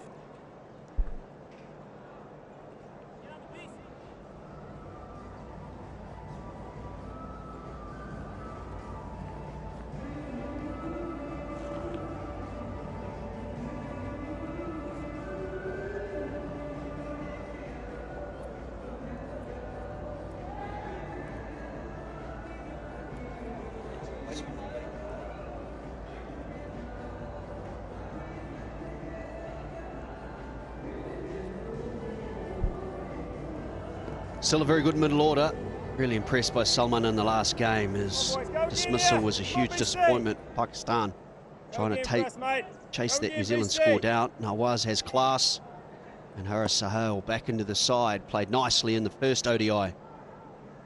New Zealand will continue with the spinners.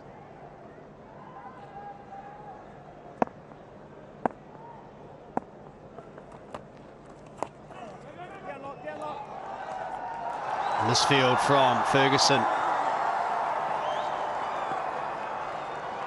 He may well have saved a couple of runs, but that's a bowler's fielding, isn't it, Waqar and Danny? Yeah. See? Good hands, my friend. Put a little dive, get the hands in. Oh, not that one.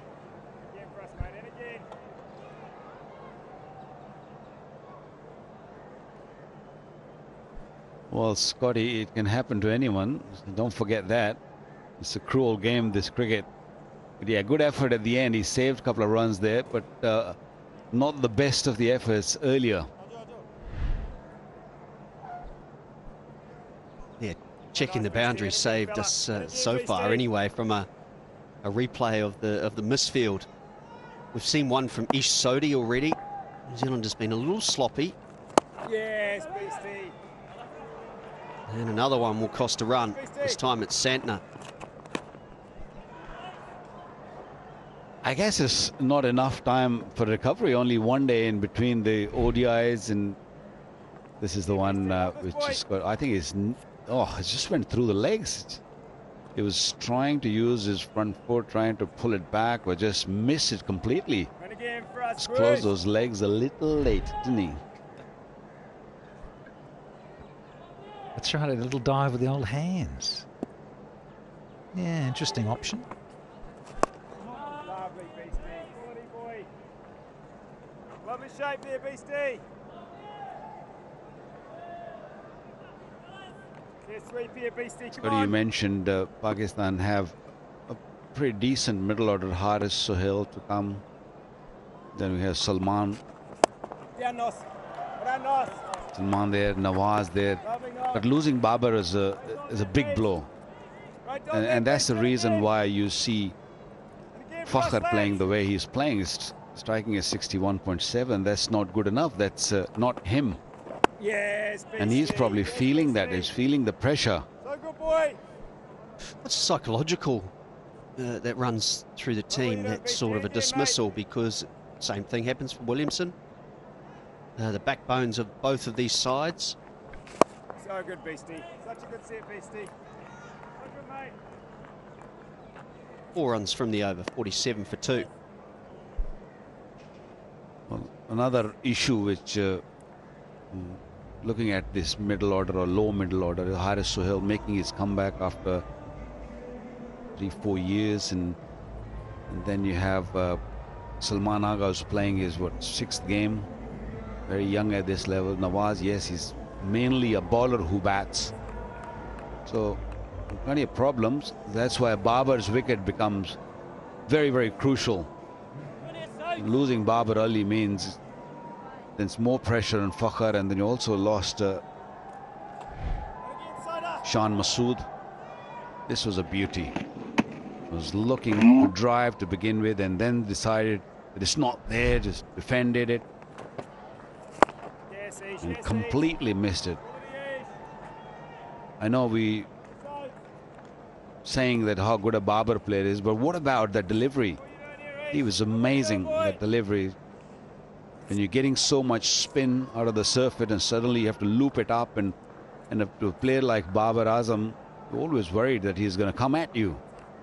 And he has really troubled him, not only in the ODIs, but also in the test matches.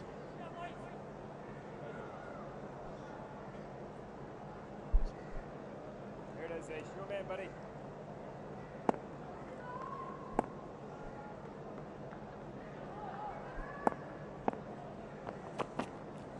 Yes, Ace. That's lovely, boy. That's lovely, Sodes.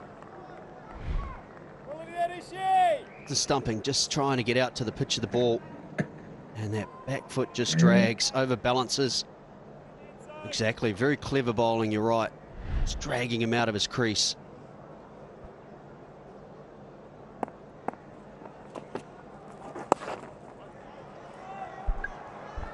Well, and one can't help. Rock and rolling back into the 20th century. Uncle John, I think about similar, but Brace's perhaps a little bit taller. Johnny G, that is, his uncle. And again, he used to bowl a lot like that. He'd deceive a lot of guys on the outside. So Uncle John's had a little bit of work to do with young Michael, and it reminded me of Johnny Brace from the late 80s, beating guys on the outside like that. Oh, slashing, good delivery from Sodhi. All right, the Bracewell family are a big part of New Zealand cricket history.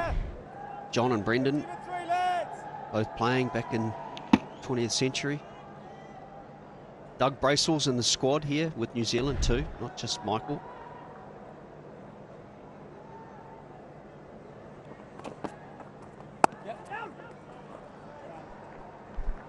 New Zealand, small country, everyone knows everyone there, isn't it? The 50's up.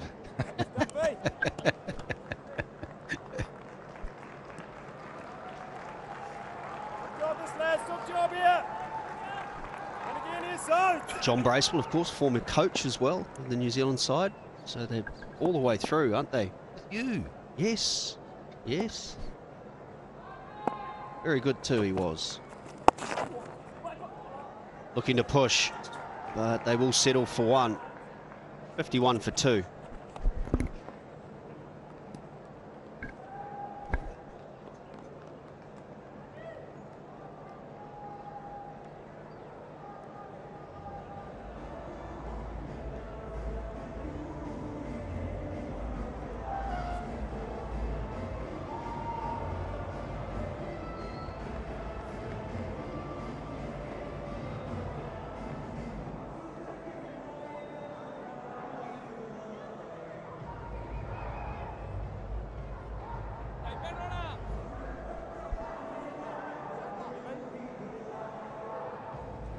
3.64 Pakistan are going at.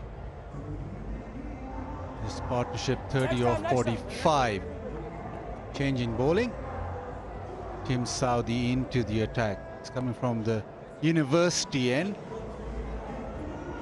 This will be interesting what Saudi comes up with. Are they searching for a bit of reverse, or are they searching for some cutters into the pitch?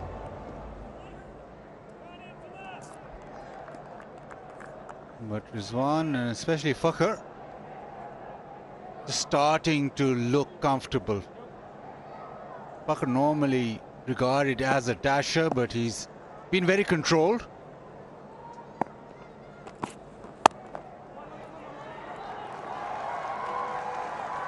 And just the need of the hour for Fakhr is to bat through the innings or make sure that he holds up one end and carries on. We've seen that once players do get in and do spend time on the pitch, it becomes slightly easier, as with every other pitch, but more so here.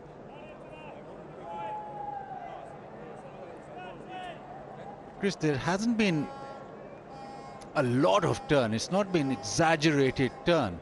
There has been some, but it hasn't been as if the ball's going off the square at angles. No, I think that's what caught Babar Azam out, was perhaps the lack of spin. I've seen it spin considerably in both the Test series and the first two one-days.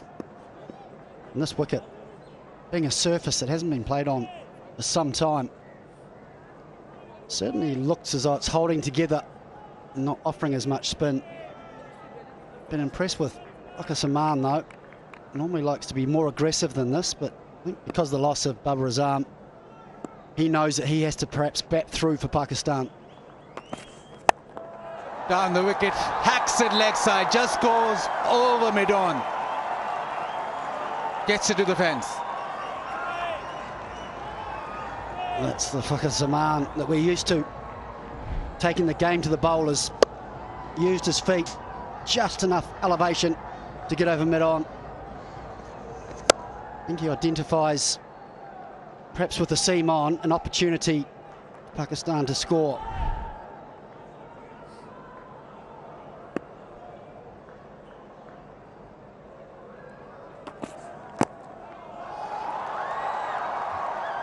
Quick leg side will just get the single.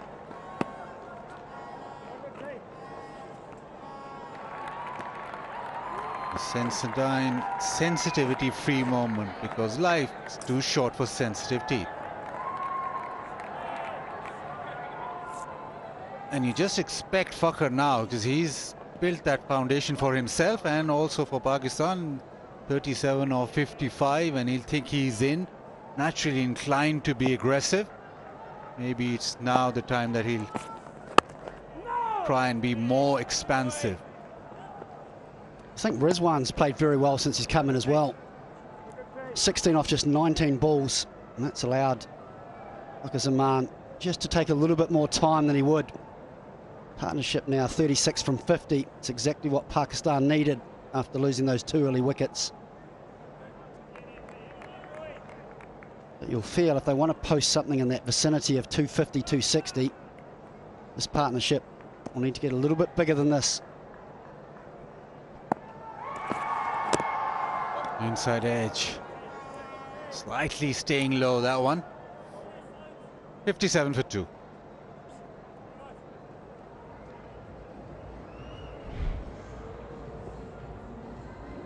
Yeah, pace off. Never really arrived. He's on the back foot.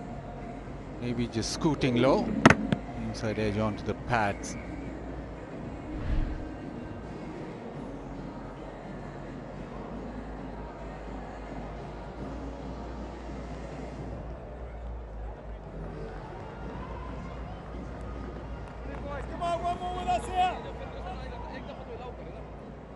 Pakistan will pick bowlers to attack. I think Fakhr realizes ball that is coming onto the bat is pace on.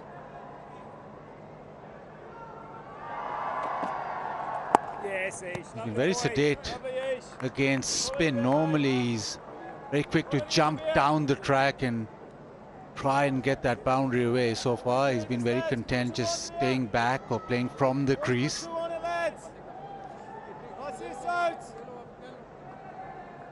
He's resisted for a while, has Fakhr.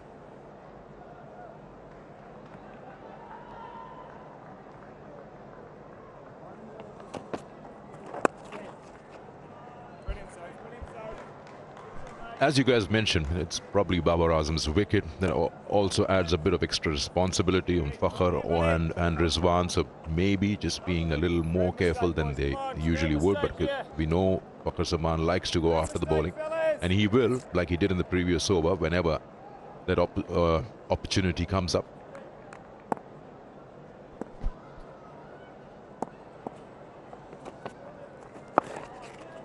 Let's put a bit more pressure or responsibility on you, Sikandar. In your words, it's very cold in Karachi. In your words, not mine, not Chris's, your words, very cold. Will that affect the formation of dew come the second innings? What we saw in the second game, the second ODI, less to do with the cold, more to do with the wind. There was no dew, nothing whatsoever. It's not as windy today, as at least as of now. Oh, it's outstanding, mate. Outstanding sides. But we were discussing about this, that, you know, what do the captains do when they win the toss? We just hope that Babar's taken the right call. And you don't have... Be neutral, stay neutral. No have dew coming around and you say that the batting has become a touch easier later on. But Pakistan will surely need to get that 260 somehow. So dew today because there's less wind. Is that what you're saying? No, I'm not saying there's dew today.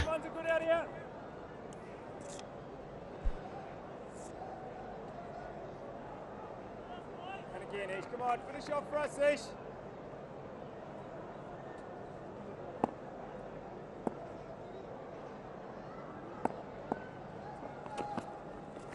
Yes, Ish, yes, Soads. Single down the ground, 4 off that Sodi over. It's 61 for 2.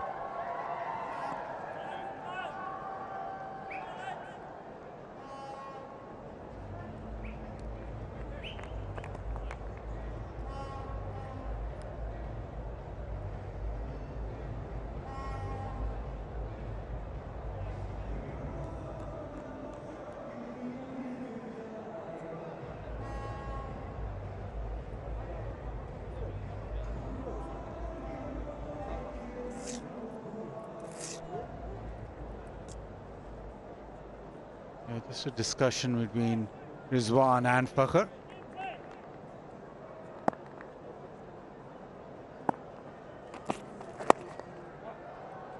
Right now, all very mellow.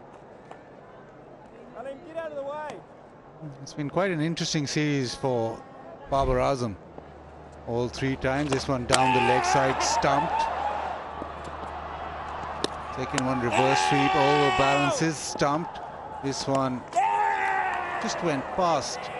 Thought the ball would spin and he got stumped. So 3 out of 3 in this series.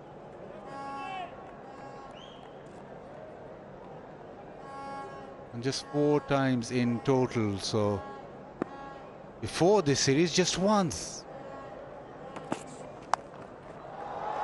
That's hit and hit really well in the gap and races to the fence.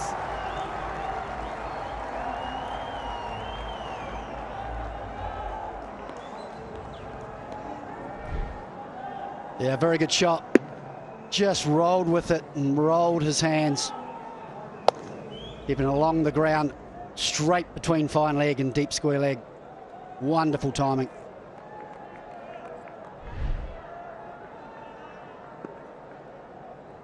And it just seems pace on, fairing Fakhr.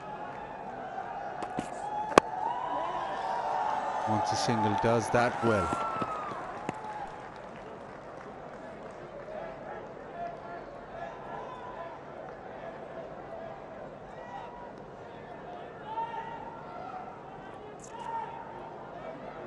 It's been a series that has been played on pitches where it's offered a lot of turn.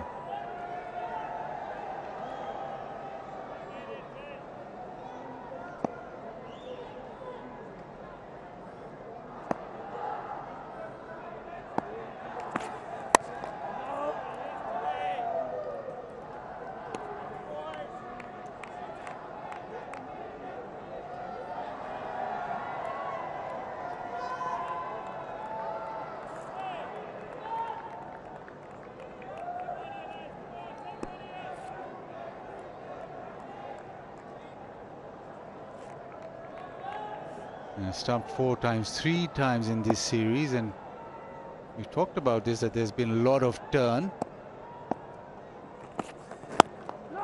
And Chris, we talked about this in the morning in the pre-show as well.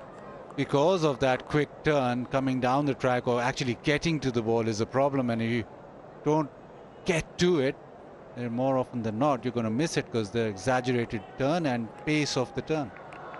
It's a really interesting statistic, that, isn't it? He's got stumped 3 times in this series and only 1 other time in his career. I think definitely the one that went down the leg side. The second stumping was when he just overbalanced playing a reverse sweep. And today, ironically, he was stumped because of lack of spin.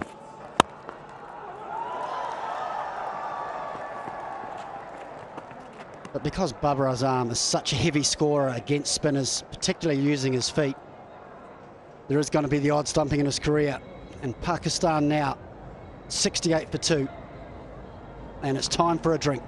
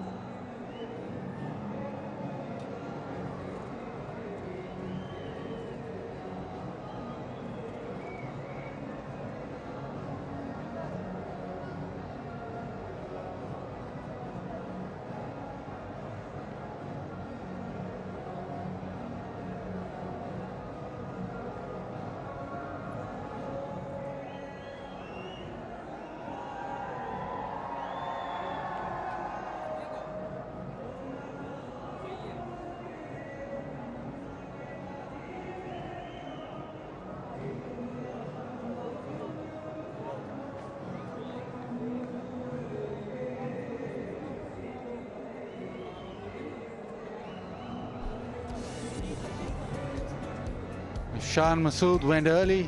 Baba walked past an off-spin delivery that didn't turn, but it's been a good partnership now. 47 this partnership. 68 for 2, Pakistan. Nishan Masood, edge 1-2 Latham on review. It was a superb review, just a slight little edge. And Barber expecting the ball to turn, which it did not. This went past the outside edge. It's been good from New Zealand, very disciplined. Ferguson 2 overs for 6 and a wicket. Bracewell 4 overs, 10 for a wicket. But apart from Satner, nobody's gone over 6 runs and over, and it's been disciplined. They'll be pretty happy with the way things have gone so far. Yeah, last game of this tour and a decider.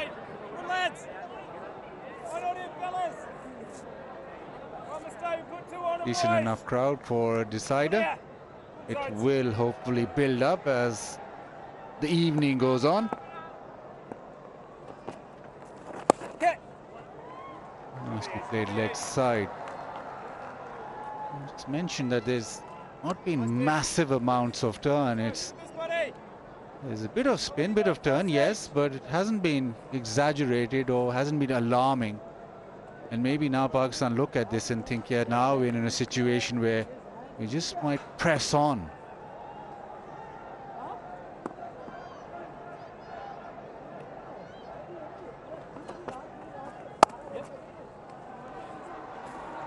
And that's a perfect example. You and I discussed that how much the surfaces had been turning.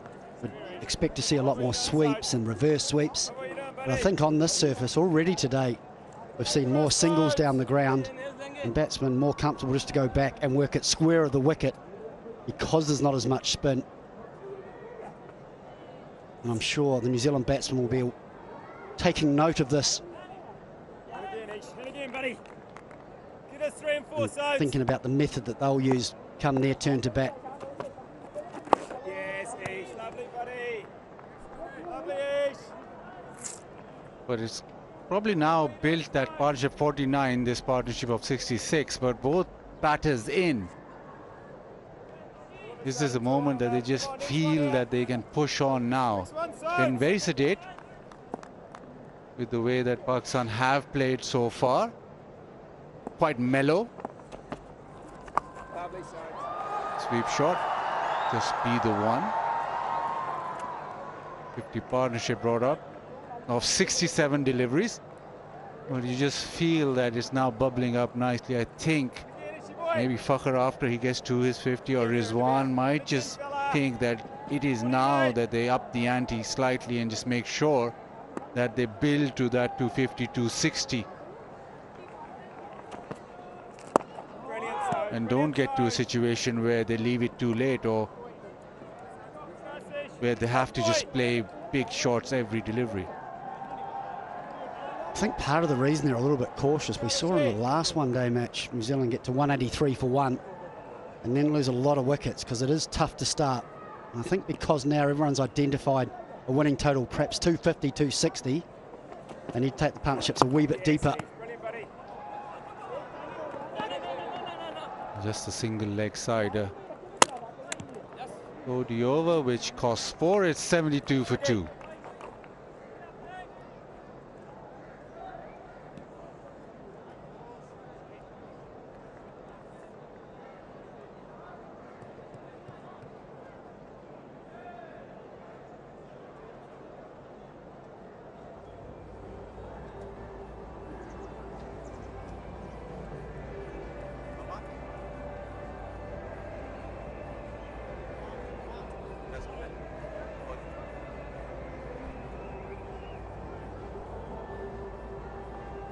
The ground staff, they've worked exceedingly hard. It's been a series which has come back to back. Even the test series had 2 days in between the tests, all the games here at National Bank Cricket Arena.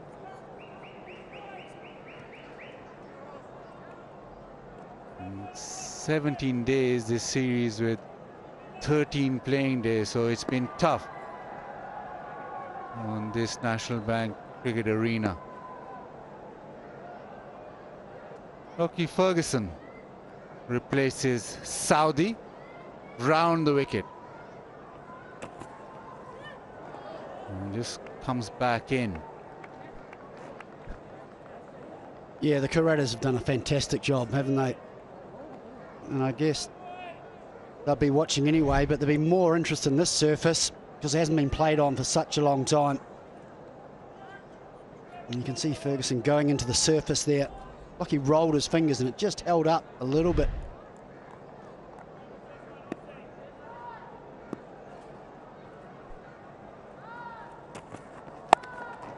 Got ball pulled away. This will get to the gap and the boundary, and that brings up a very classy little innings from Fakhar. He's been sedate, but he's made sure that he's got to 50 and given Pakistan a stable base.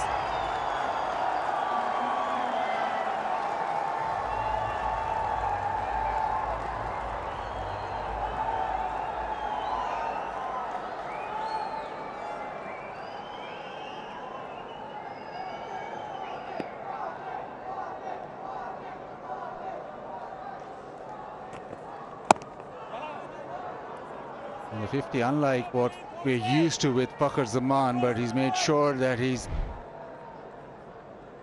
in there just absorbing pressure. That was short and he's pulled it away leg side.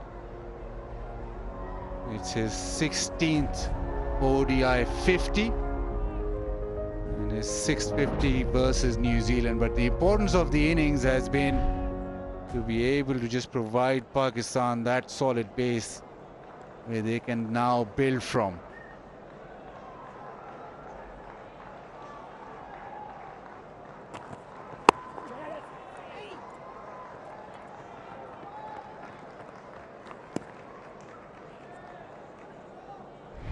And classy shot to bring up your 50 as well.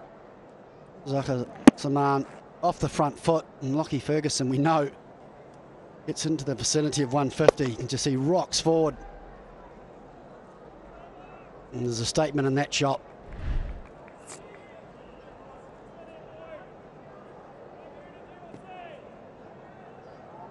And he's not done yet, and Pakistan will hope that he goes further and bats even deeper.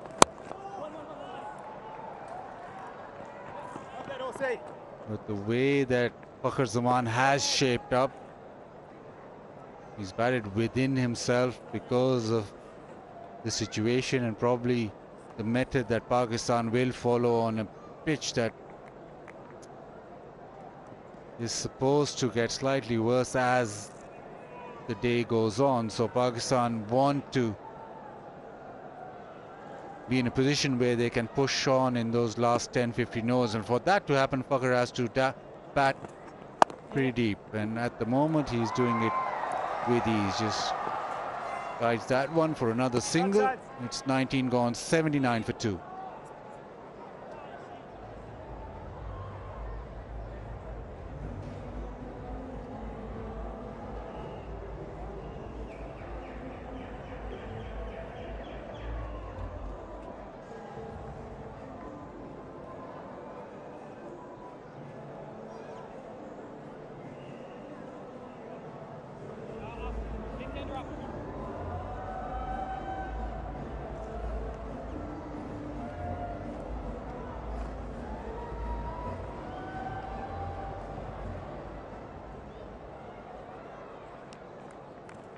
Sodi. So far, Fakhar's been happy just to knock it around, especially against spin. And again, just looking for a single. 2 to 3 a set, boys. Squeeze 2 and 3 a set here, fellas. Come on. Grab that one. We put 2 on it quickly, boys. Time for some garam chai. The Tapal Tea Lounge, always ready with hot tea.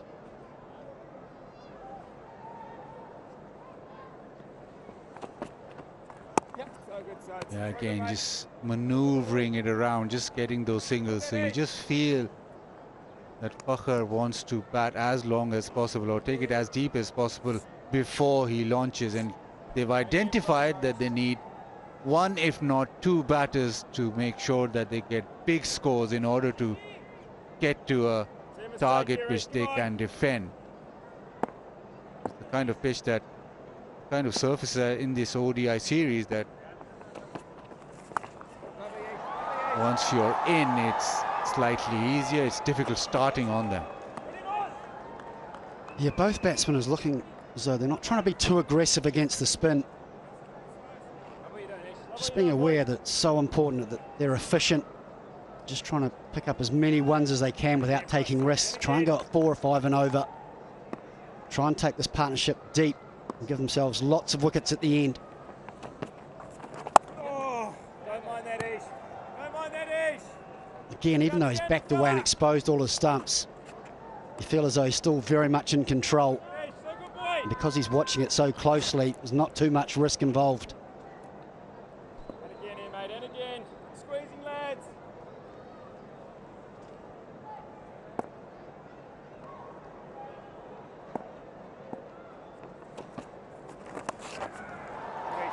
Another sweep shot, another single. This over has been decent for Pakistan. They've been rotating strike. Just the one dot ball so far in this over. 4 singles. This is probably what Pakistan want for another maybe 4 or 5 overs, and then really be able to hit the gaps and get those boundaries flowing too.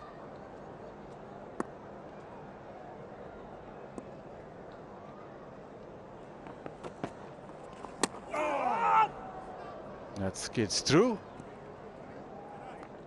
20 done. It's 83 for 2.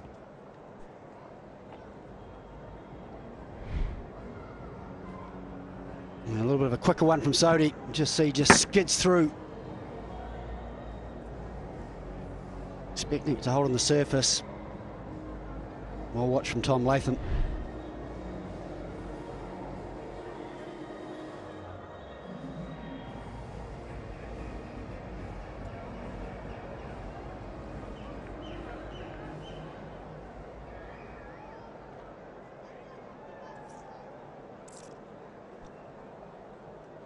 Still Ferguson from the university end.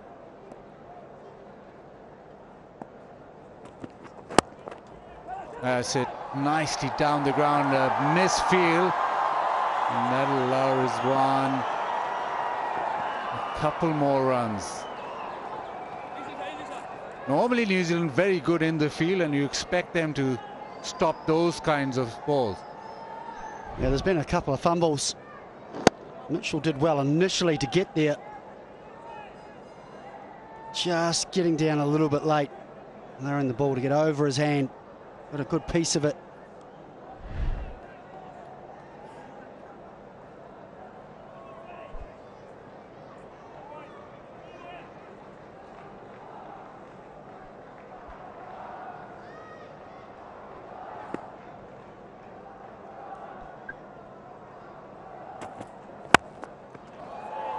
Flies down the ground. Sikandar Fakhar's been quite impressive the way that he's gone about business. Yeah, second 50 in the series, yes. And he's looked good, looked confident. He's taken his time to get to his 54, but now he's catching up. Setting himself in. And probably look to bat long right till the end, especially when Barber has been dismissed cheaply.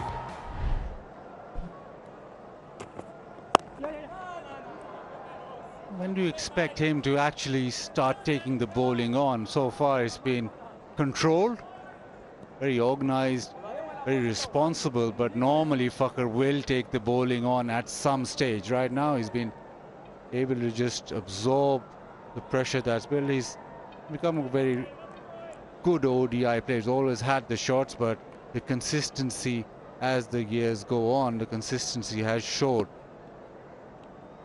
3 innings 55 average this series.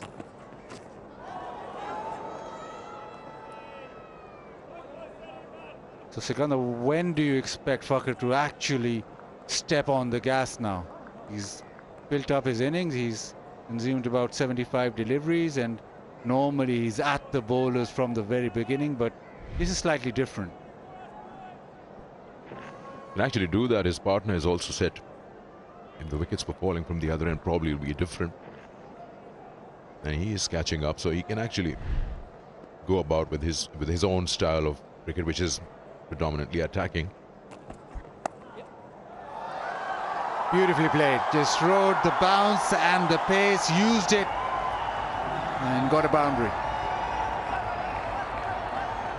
Yeah, this can be the disadvantage of bowling real pace. 150.6 kilometres an hour from Lockie Ferguson, a real effort ball, seam up. And that gives Fakhar Zaman the ability just to run it off the face. It's beautifully played. New third man was wide. All he had to do was beat the keeper, and you can see the frustration on Ferguson's mouth. Yeah, every over in this comeback spell with pace from that end has gone for a boundary, so maybe Williamson will go back to spin. It's 90 for 2 after 21.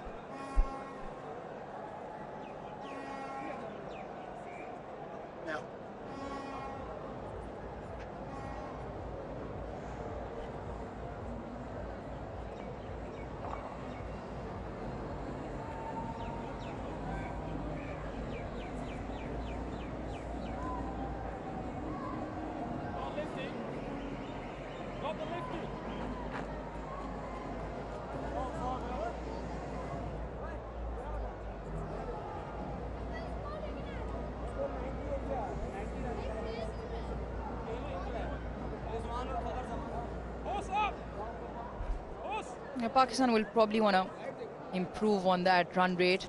There's been plenty of discussion and debate whether what's a good score, and that 264 mark looks like a good one in this first innings, where we've all thought that the ball would turn a lot more, especially later on in the day. Hasn't been the case so far. Mid-Satner back into the attack. First three were slightly expensive. And Pakistan 90 for 2 now, looking good, this partnership. Fakhar Zaman has got on with Rizwan for 69.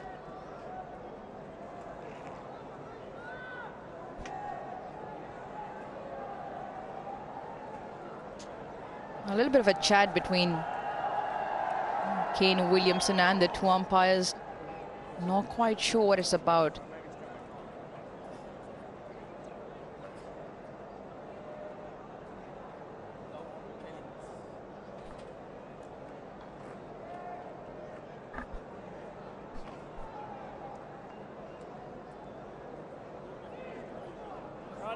Come on, boys. 2 on it here.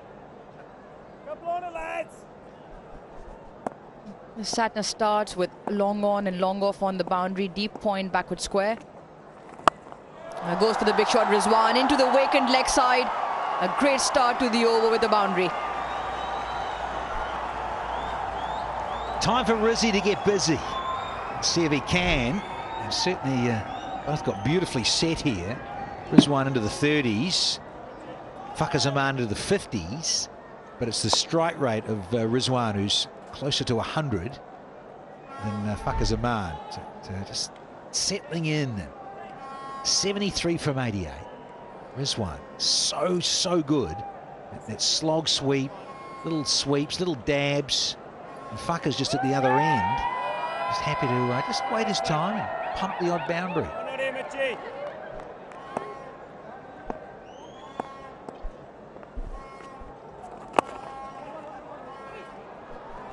A change of field immediately.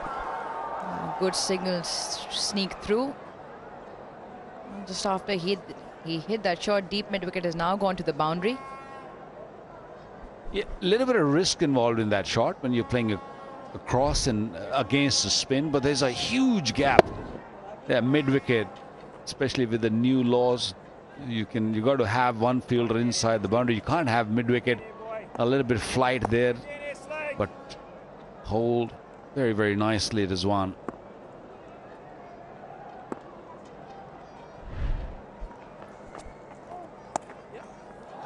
Yeah, off the face of the bat into the third area. Chase is on. Does well, pick up 2 Fakhar. On the other hand, Fakhar is happy and comfortable to sort of play on the back foot, because he's judged the pace quite well now. He's already faced 78 deliveries, got his 50. So he's happy to sort of nudge it around from the back foot. Yes, Mitchie. That's lovely, Mitchie. That's very, very good batting from Fakhar.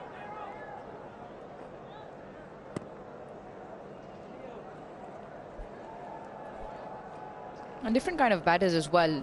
You spoke about Rizwan and his sweep, and it's a range of shots just within that sweep that he has. He can play the paddle, he can play the hard sweep square over square leg boundary, and the one that he hit through mid wicket. So Fakhar on the other hand,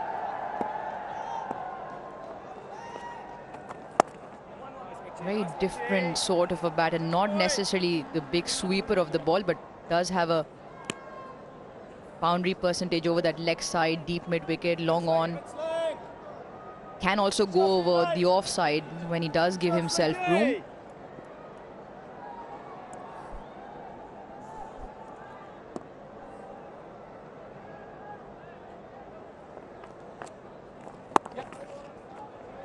Happy to do that with the fielders in the inner ring. Singles are good from Fakhar.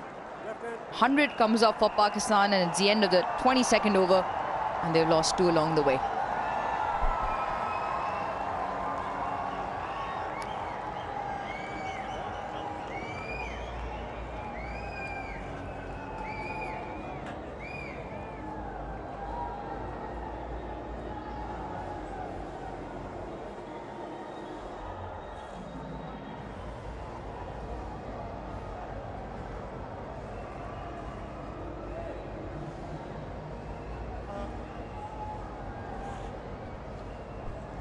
Fakhar Zaman, 62, brings up another half century. Shan, again disappointing for him. His outing didn't last very long, and nor did the skippers. Babar Azam was stumped of an absolute beauty of a delivery from Basewell. Rizwan, well, he's doing a job here. He's got 34 from 37. The partnership as well, a good one. Yeah, nice to see Ferguson getting an opportunity as well with the new seed playing up front. No Bolt. Think about other players in opening the bowling, and Ferguson doing a job as first change. But I'm giving a go here. Speaking of graceful, more of him. He's certainly blossoming as a cricketer, international one. Getting more and more opportunities for those in black. Yeah, it was a goodie. Beating Bubba on the outside. No mean feat. Given Bubba's record. It was more. He played 94 on internationals. I thought he'd gone past 100, Bubba. This shows you how much T20 has played and some Test cricket of late. Lovely, Beastie. That's lovely, boy. Well done, Beast. We spoke about this earlier on as well. There was a comparison with players who made their debut alongside Babar in the number of games because of the way international scheduling is now. Babar had the least number of one-days.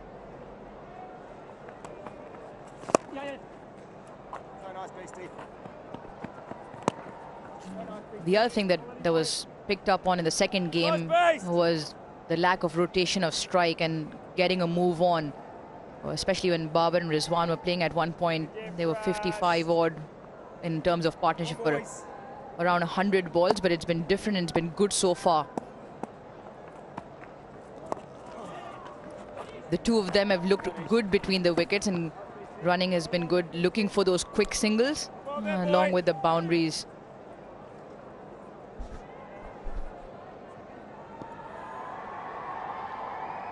Although Babar gone cheaply, but I think he'll be very happy with the progress so far. These two have put on a very good partnership. Oh, big shot through the leg side. Picks up a boundary, Fakhar Zaman. Yeah, he favors the onside and uses his feet nicely. That's what Pakistan missed out in the previous match. He went cheaply. This time around, he's faced enough deliveries to come down the pitch and attack Bresswell. Bresswell's been outstanding in this series so far, but once Fakhar gets going, it's hard to stop him. It's almost hockey-like, isn't it, with Fakhar Zaman? It's unique, that drag. that drag to the leg side. They've had 23. It's 109 for 2. Yeah, just watched him over the years and just watched the last split second, and the bottom hand really does come into play there. And even the twist of the blade in his hand. And he gets the ball in some, well, not quite where he wants it to go, but he still gets enough of it. And that's the great thing. He's followed through and gone after it with some positivity.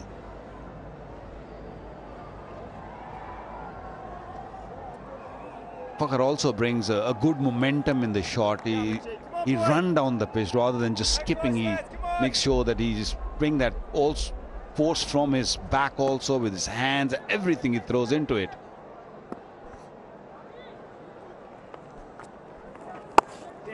And when you put in so much body into the shot, even if half the bat you get it, and if it goes in the gap, there's every chance that it'll pick up a boundary.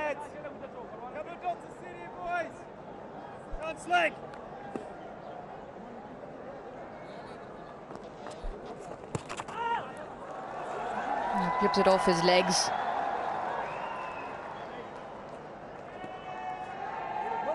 A leg by a single. And we talk about the way Fakhar plays. It's almost you have to have such good hand-eye coordination, because when he does play, bowlers might look like they have a chance because of the positions he gets into, but he's got such good hand-eye coordination, and with his wrist coming in, when he is on song, he can hit good areas and hit the ball a long way.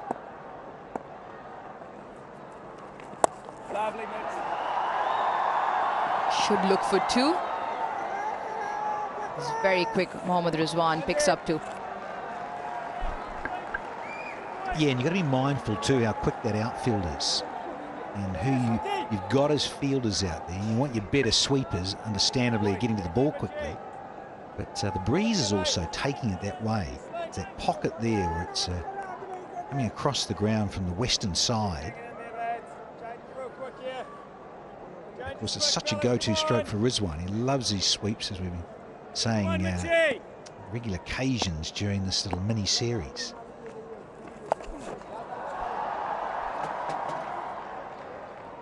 And there's a range that he opens up with the kind of sweeps he plays, Rizwan. It's pretty much the entire leg side, from just from behind the keeper all the way to in front of mid-wicket. You know, I can't help going back to that T20 World Cup match against India, and he shadow boxed and went through the whole repertoire before the game started out in the middle. And he's so good at it. This time, Bakar Zaman wants to have a bit of fun. But yeah, as you say, Rouge, he hits in front of mid-wicket on purpose and gets there slightly early with the hands, and then goes almost, like I say, different parts of around the clock on that leg side.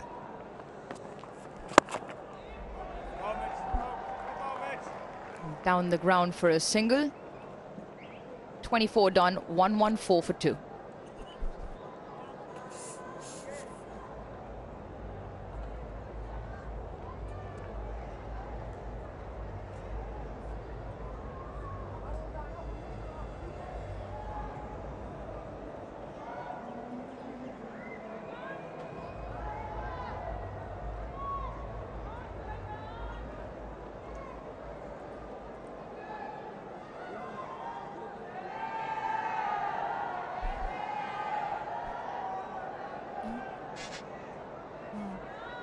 The action at the National Bank Cricket Arena for Pakistan, and the White Lions tell you they've got a good partnership going. It was much needed after the loss of 2 early wickets. 21 for 2 Pakistan was. Shan Masood and Babar Azam, the 2 wickets to fall. Come on, fellas. One loose shot here. Yes, Beastie.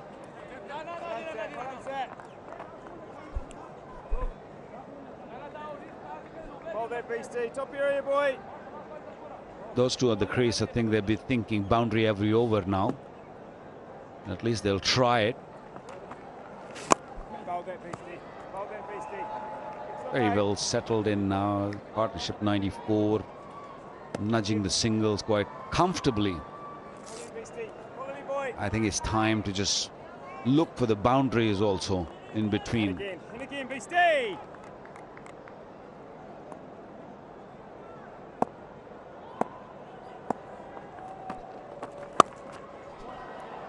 So far, no real threat from the spinners. Hardly seen anything sort of spinning the way we have been seeing in the last two games.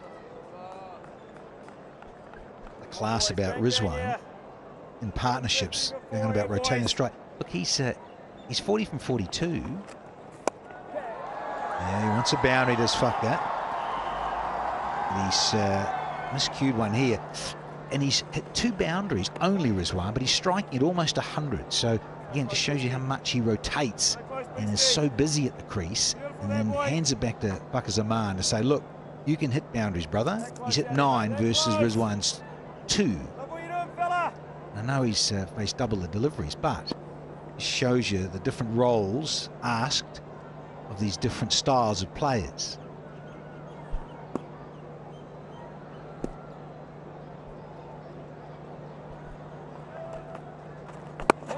Just giving himself a bit of room, Fakhar. Staying leg side off the stumps, trying to open up the offside is where he miscued the previous delivery. And they complement each other really well. And at the moment, I think the partnership 98 of 110 is exactly what Pakistan needed.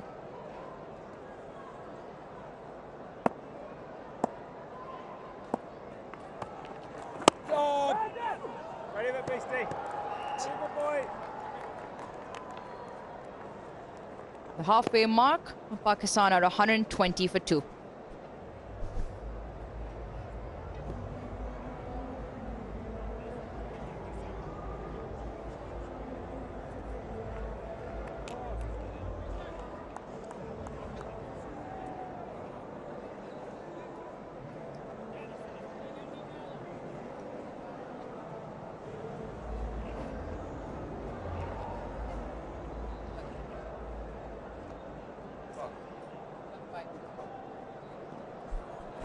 A beautiful day in Karachi.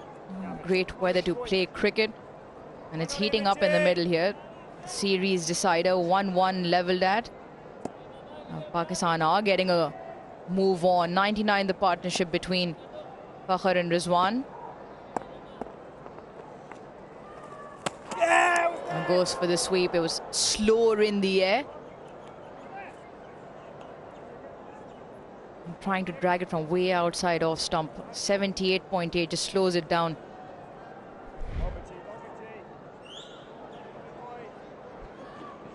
It's a beauty, actually, in terms of the flight and Santner. In between, just the odd one. It's just been frustrating because he just allows the odd bad ball to get picked off here. He's gone for 34, yeah, 34, and he's had just over half his quota. Yeah, this is the 100 partnership now. Held it back so much in terms of pace and lovely little length. He knows what Rizwan's about and trying to do. There's a very good partnership. 3 figures in 113. And they kick on. Can they really kick on when New Zealand couldn't? When you had a lot of Williamson and a lot of Conway, and they put on, I think it was a big 100 partnership, the 183. I just couldn't kick on from there. They're 183 for 1, and they lost their way a bit. But a century stand from those two. New Zealand couldn't quite convert enough. I think from Pakistan's point of view, Haris Sohail, Agha Salman and Mohammad Nawaz, you just feel that explosive firepower not there in terms of a genuine finisher. So this partnership and the rate that it's going, Pakistan will want for it to go in slightly more deeper. And like you mentioned, Danny, they've done it with quite some ease. There hasn't been a lot of risk taking. And they've run well between the wickets. So 5 and 6 from every over has been the case generally by just running between the wickets. Yeah, what I mean is just going back a stage where Williamson and Conway, yes, they won comfortably in the end. I just think when you get in that position, you're 1 for 183. You really do to make a big difference. A little shimmy from Fakhar Zaman. Bank Alpha La maximum. 1,000 USD to the flood relief, you better believe it. 26 done, 129 for 2 now.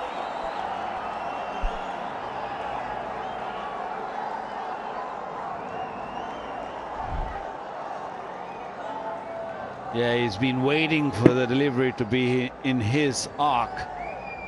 And he dealt it beautifully. Got under it nicely, judged the pace beautifully, and hit it long way. He smoked it, didn't he, Danny? Know how he loved that.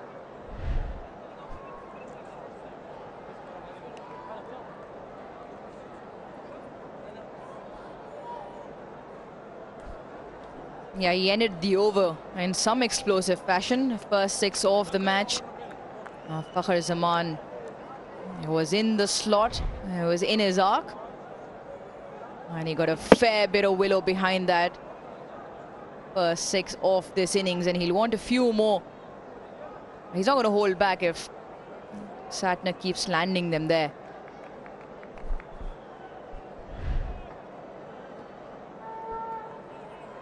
Sometimes Fakhar loses his balance when he's looking to hit leg side. He falls over a bit, but all of that happens after the connection.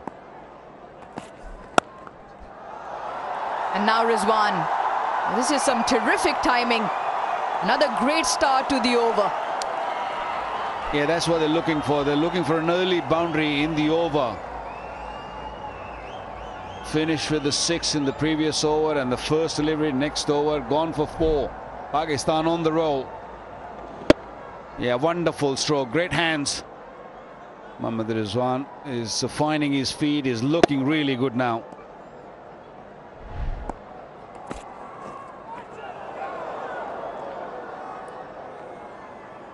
And no wide signal, so he's probably got something on it. I don't think he was anywhere close to the pad. If there was anything, there was maybe a little bat on it. Rizwan's not happy with that.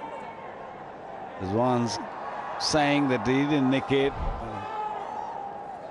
I thought he was far away from the pad. Yes, it was. Anything hit it, it was be bat only.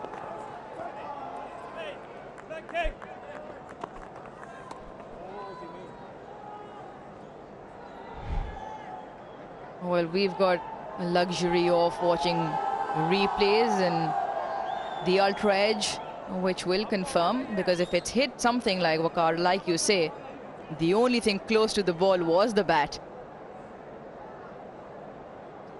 Nothing on that either.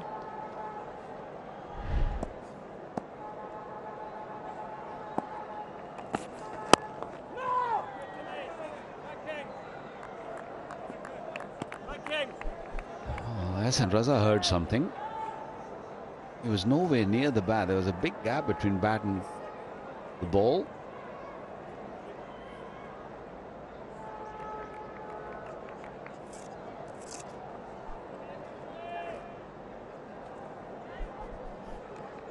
A good comeback. 3 dots after the boundary.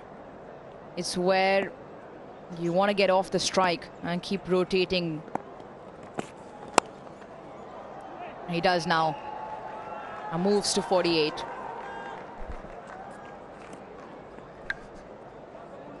Yeah, he's good. Free chicken all round. They know it. That KFC football bucket challenge. I wasn't here, but Chris Harris, he got amongst it, didn't he? Yeah, first test. He was right up to the challenge. I think it was Waqar and Dooley alongside, and Chris Harris. Harry, a bit of a chicken fiend. He was hungry, was he?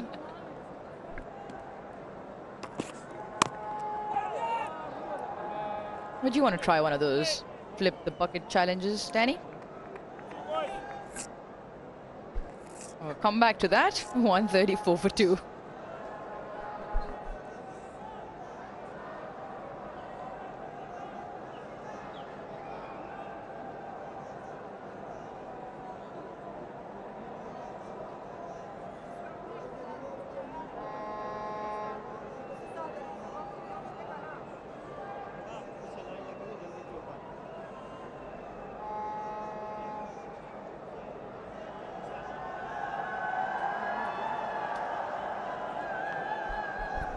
The crowd's been good, especially during the one-day series. Came out in numbers in the second game. There's already a good crowd building up.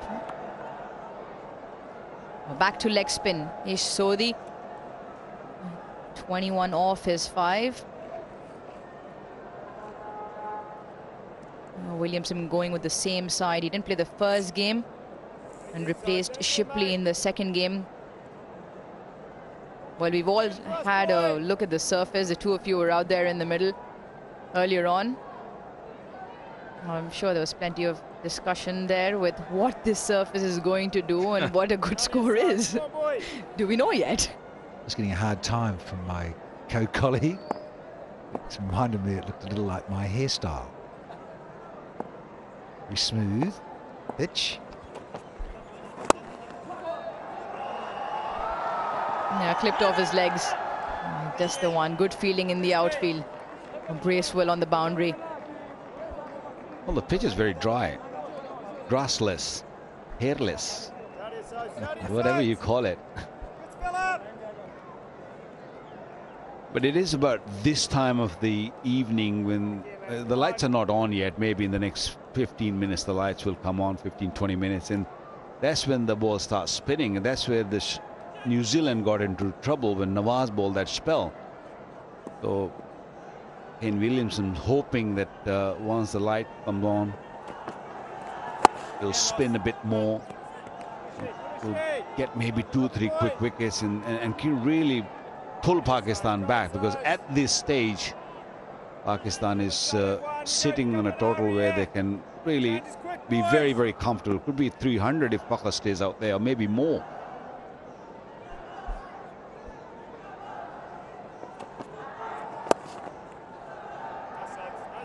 Yeah, looking at the rates at the moment, and if the two of them stay there, they're just batting at under 5 runs an over, and if they go anywhere around 7, that's where 300 comes in between those two figures there, and it looks really likely and on the cards.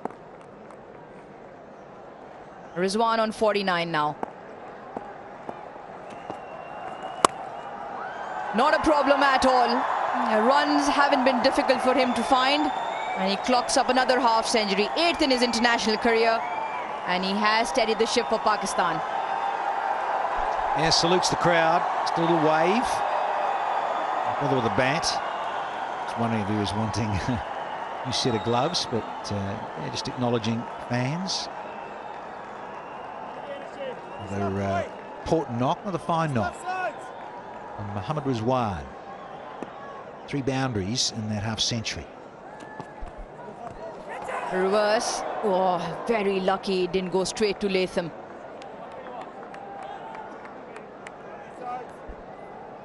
Well, he was trying to scoop it rather than sweep it.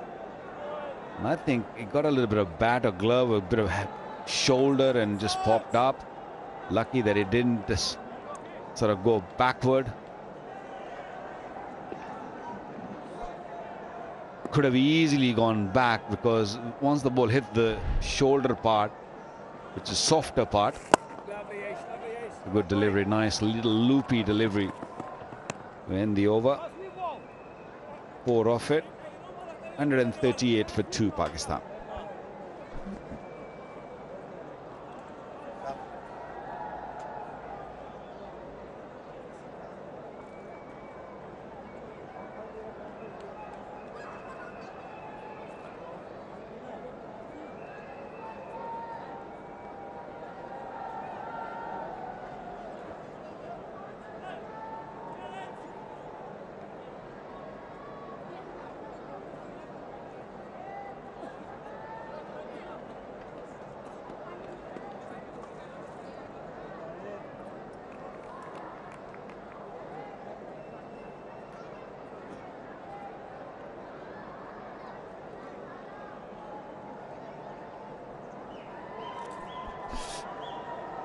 Tim Southey back in the attack for New Zealand. A few problems behind the sight screen. This is a wonderful partnership, 117 of just 129 balls. Pakistan looking to push past the 250, 260 mark we were talking about earlier in the day.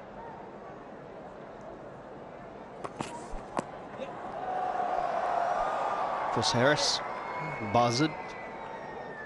250, 60 looks like old news. I think they're trying to look at 300. And the way that Rizwan and now Fakhr have shaped up, it is well possible that they'll push on and try and get to 300 or even further. Because the last few overs, there's been a momentum shift in the way that they batted. They've got boundaries as well as there's been an impetus in the innings. You think as well, Chris Harris, that at the back of Pakistan's mind was what happened a couple of days ago when New Zealand had that one big partnership and then it all fell apart. Absolutely. I still think, though, with these two in the middle, 118 from 131 balls, that they'll still be looking at 300 as a minimum. That'll be their par score now. But you're absolutely right. New Zealand got to 183 for one and the wheels fell off. Ended up getting through to 261. And I'm sure Pakistan would have learnt from that experience. Should pick up a couple. Rizwan is quick.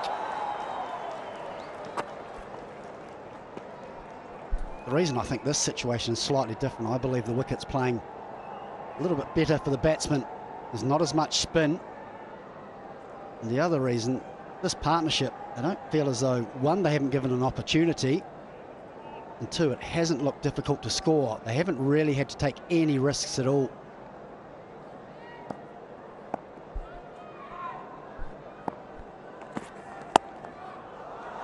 That's a nice stroke once more. They're both finding the middle of the bat.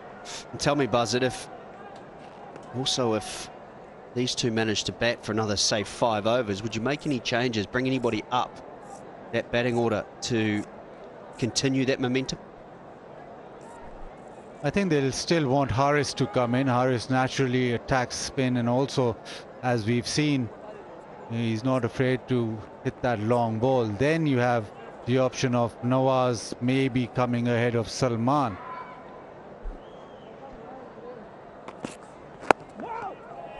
But then again, that depends on if the spinners are on, and if they fancy Nawaz, then striking that big ball. I still think that whatever the situation, next in will be Harris, because A, he's very good against spin, and B, he's the type of player that will attack the paces as well and look for big hits. The conversation then will be either Nawaz or Salman. That'll be the decision that Pakistan will take.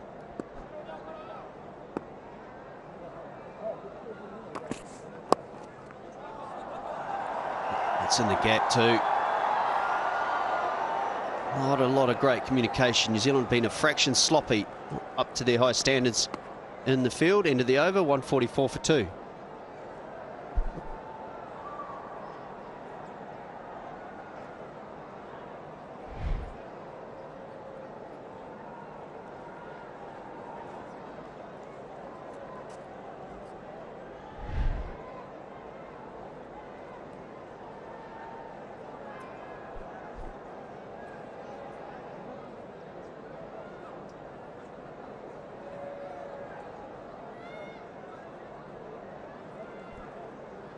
Catching a breather, these two.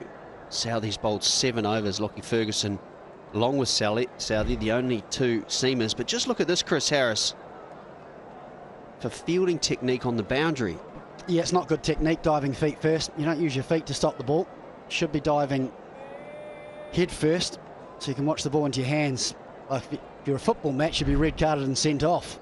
And the other thing, if both of them going feet first, big chance of a bit of an injury with their spikes up. Not a good look. Ferguson's already misfielded one by going feet first without trying for the hands.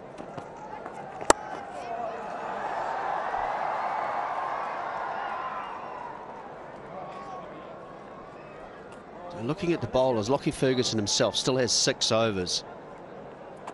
Maybe now that Southee with 7 will sit out of the attack. At the moment, it doesn't matter who New Zealand bowl. These two are just playing well. Initially 2 buzzed, they took their time. The early loss, surprisingly, with the way he's been playing at this ground. Babar Azam not getting going.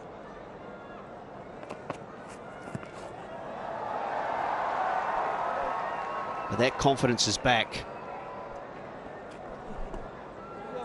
And also I think they were a bit tentative because of the uncertainty how the pitch will play. There's expectation that maybe will be more turn, which I don't think there has been massive amounts of turn.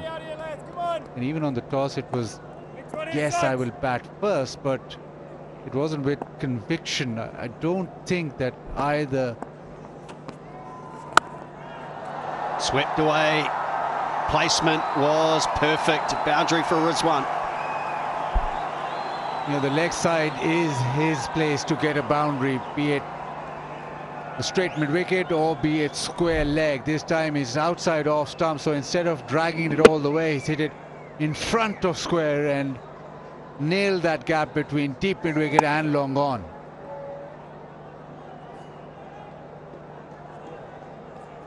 So maybe when they batted first, there's also this little tentative nature where they thought just to build these innings up, don't lose wickets up front. And now I think that these batters are in and they know exactly that the ball's not turning much, so they can express themselves, and they're doing so with ease. A bit of a slip. But the other part of the conversation is that maybe this is one of those old style Karachi pitches which become better under lights, which remains to be seen. Gap again, geez, timing it through that leg side. 2 more already, 8 runs off this over.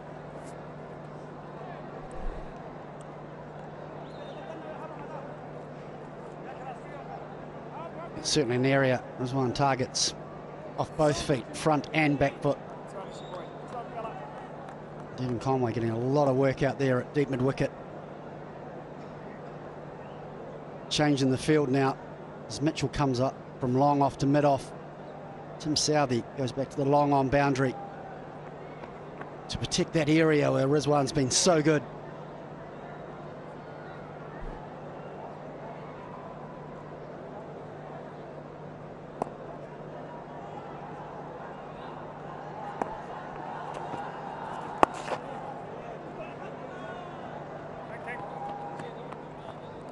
Nine runs from the over, 153 for 2.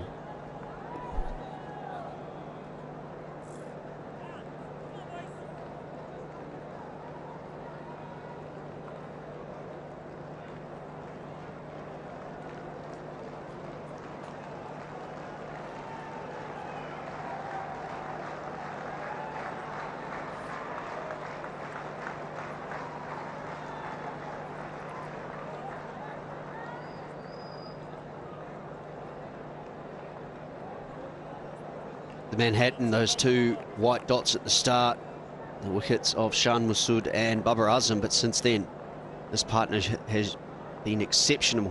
132. New Zealand will make a change. Lockie Ferguson will come back into the attack.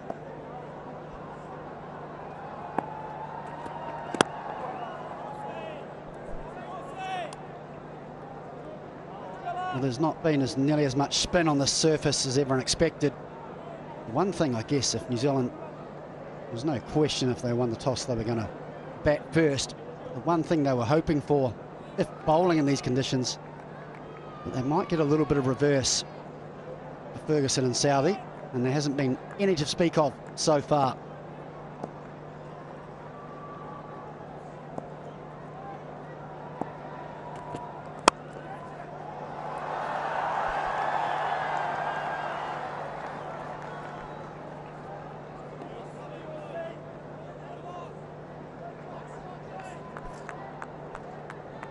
Well, the options that Kane Williamson has at his disposal, the 5 bowlers have been used. In the last match, they went to Glenn Phillips.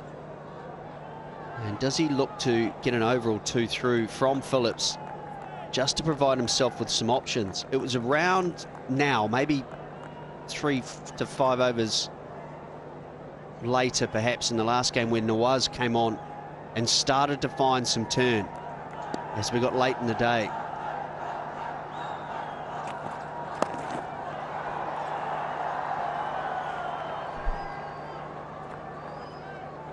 The other option where Cam Williamson's got up his sleeve that hasn't been used so far this series, if they don't think it's going to spin, is perhaps Daryl Mitchell for a couple of overs in the middle, just to give him some options at the end.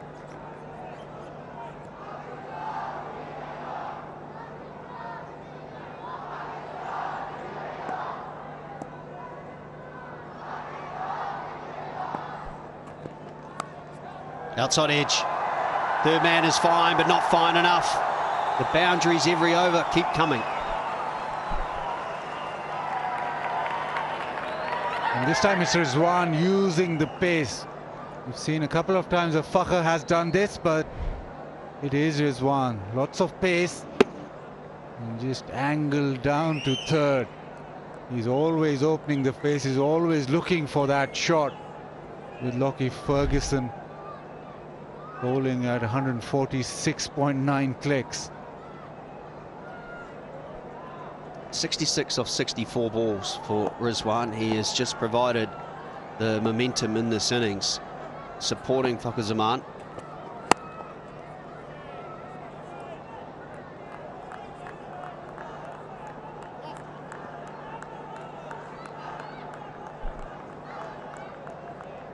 You just feel it's come to that stage where New Zealand need a game breaker, need a wicket, need something to go their way, because this partnership now 138 of 146, and if it carries on for another 3-4 overs, then 300 or more will be on the card.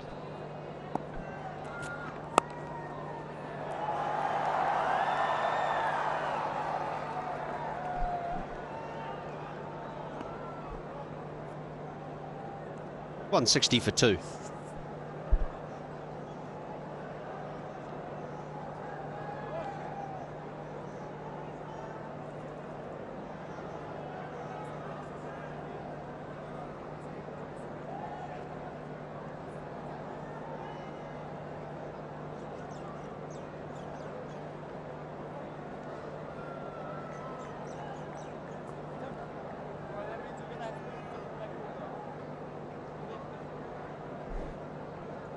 Williamson, the skipper, and Tom Latham, who's done some captaincy himself for this New Zealand side, just running through a few options. That's the side for New Zealand today. Glenn Phillips is the one, Daryl Mitchell another. Both of those guys have spent an infrequent amount of time at the bowling crease. And under pressure, Williamson has decided to stick to his 5 main bowlers. One on their sides.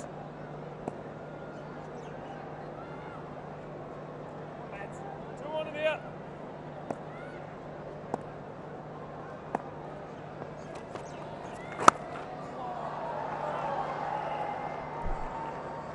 I'm sure in Williamson's thinking it'll be who's the best bowler to break this partnership, because it's becoming very dangerous from New Zealand's point of view. The longer these two can stay together and keep building on their 140 of 148 balls already, will just allow them to accelerate earlier on the innings than New Zealand would like.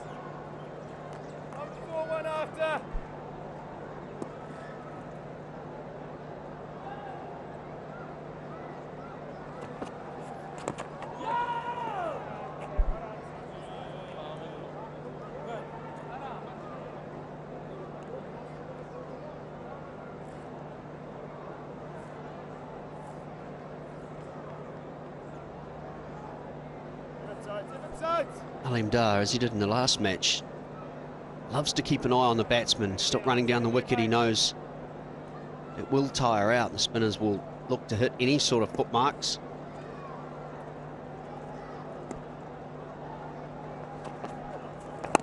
So good that is. So good that is. That's lovely, buddy. That's lovely sides.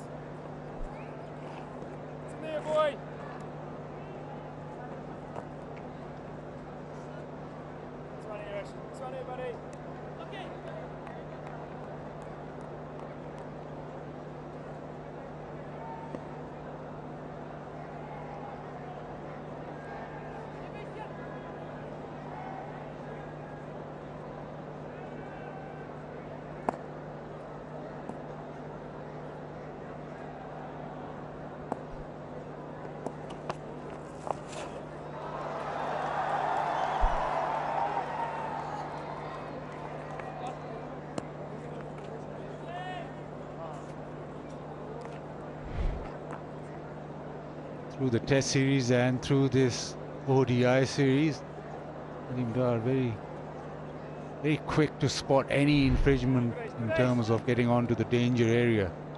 Tucker was so far down the leg side that he had to come on the danger area.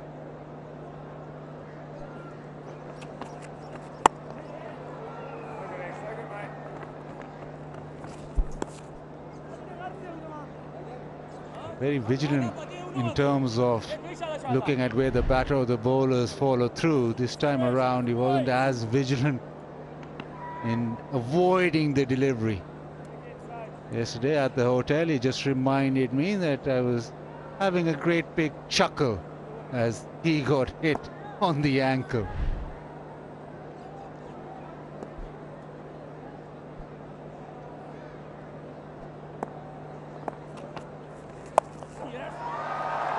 Work for deep square.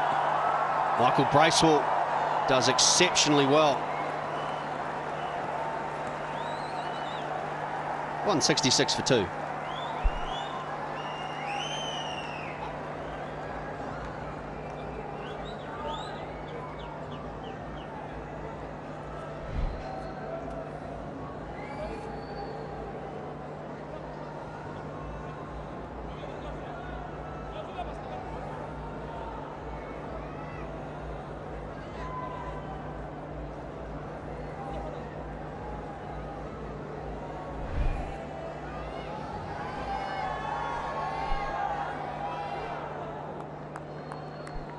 Lot for that man to ponder.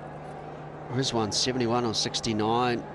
Fakazuma 90, looking for that 8 one-day 100. There's the left-handed opening batsman.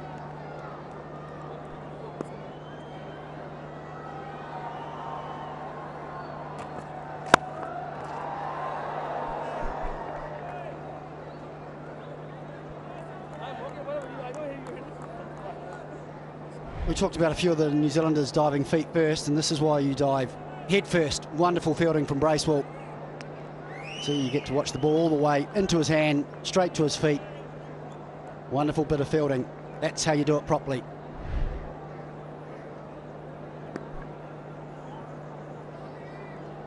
So take it you're not a fan of the shin first. I've never seen anyone dive shin first, pick it up with their shin and kick it in.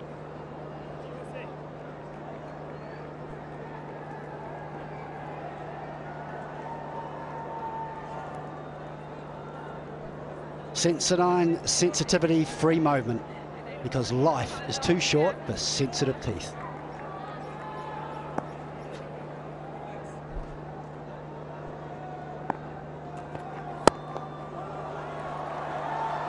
No, another misfield. That'll disappoint New Zealand management. This time it is the skipper. Usually very good, but great stroke as well from Rizwan down the ground. Yeah, a few mistakes creeping into the New Zealand fielders. Brings up the 150 partnership between these two as well. It's been exceptional. Williamson will be disappointed. It's a poor effort.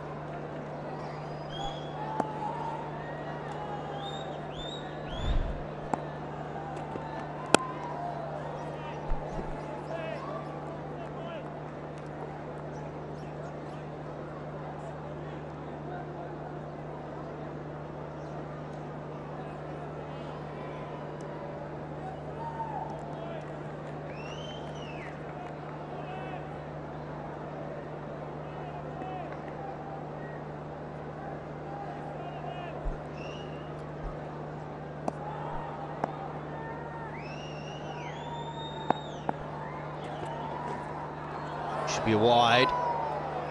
Was that a hint of reverse swing? If it wasn't huge. Not a happy man at the moment, Lockie Ferguson. He feels, I think, it just clipped the pad. Yeah, he has convinced it touched something. Certainly didn't look like it from up here. I think that's why he was signalling to his ear. You not hear anything?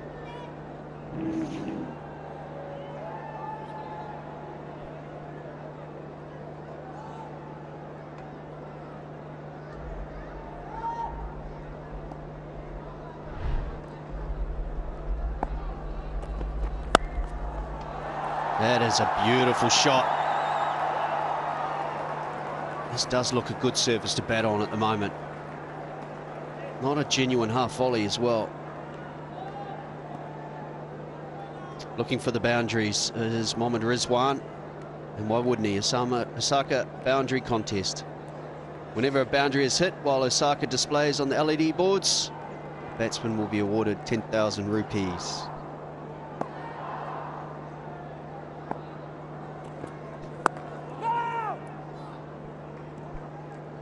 .174 for 2.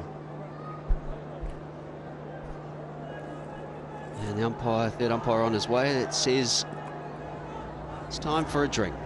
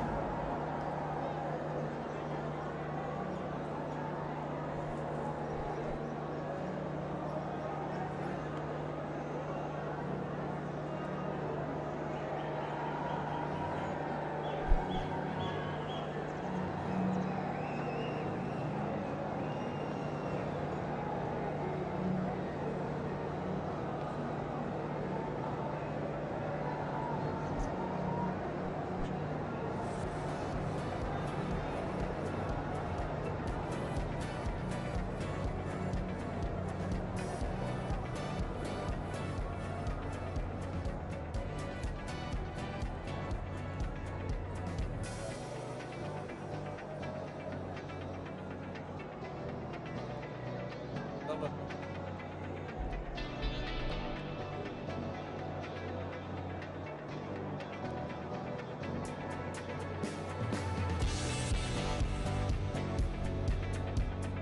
.33 overs into this third ODI, and Pakistan going along nicely. 174 for 2 on the back of Fakhar Zaman and Mohammad Rizwan. After those 2 early wickets, and Chris Harris at Pakistan with 21 for 2. And then it's been all the left and right-hander and their abilities, particularly against the spinners. Yeah, it's been exceptional innings from both these two. What a wonderful partnership. Fakhar Zaman a little bit more controlled than normal, but Rizwan's gone on a run a ball, and then we see signs of the old Pakistan man taking them on. Just been some wonderful cricket shots from both of these players. And from New Zealand's point of view, they need to break it. Southey's been good. Ferguson a little bit frustrated. Mitchell Santon has been a little bit expensive, but Bracewell and Sodhi both been economical. But work to do for New Zealand. And the good news for Kane Williamson is he still has lots of options. It will be Ish Sodhi to continue. And is there a bowler you think, Buzzard, who Pakistan will look to attack with 17 overs to go?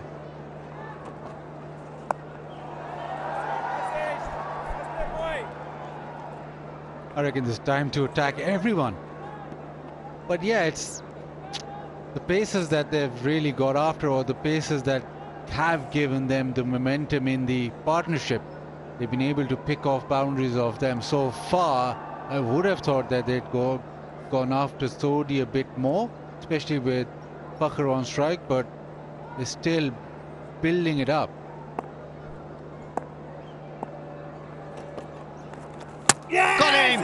Googly. Brilliantly bowled from Ish Sodhi.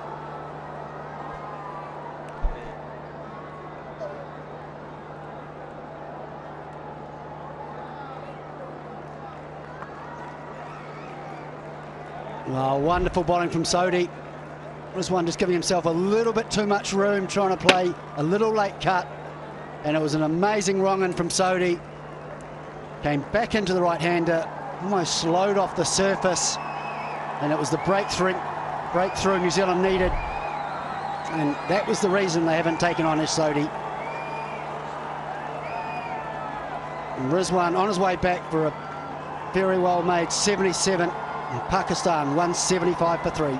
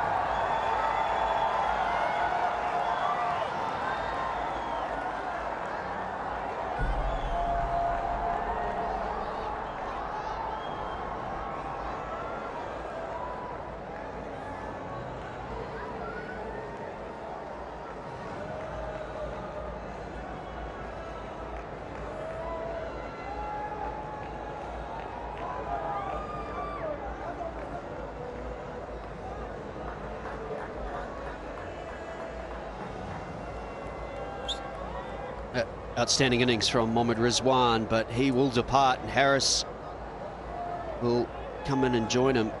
2 left-handers at the crease. Very good average and strike rate. You often see that over here in Pakistan. The only thing, and the reason why I asked you that question, Buzzard, was the left and right hander works so well in that partnership. There is now 2 left-handers. Maybe it allows Williamson to go back to Michael Bracewell to get the ball turning away if he can. But it was an exceptional delivery. You're quite right, Chris Harris, from Ish Sodhi, the googly, getting through the defences of Rizwan.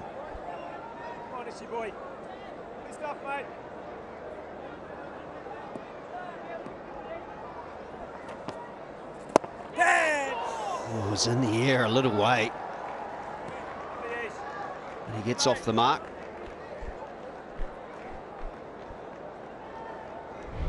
It is the googly, but it's bowled really slowly. It's actually the lack of pace that has done Rizwan. Rizwan probably wanted it to just skid on, but it's arrived really, really late, and he was in position and then had to just wait for it a touch longer. I think he'll be disappointed. I know he got 77, but I think he'll feel like he's thrown away 100. Just watch how the head goes down. Everybody's obviously disappointed when they get out, but an opportunity lost.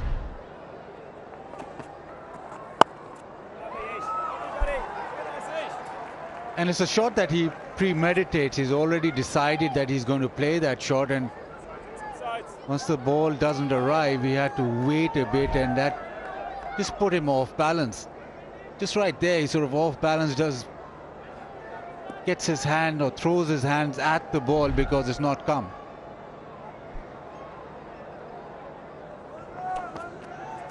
Yes, Ace, that's lovely, boy.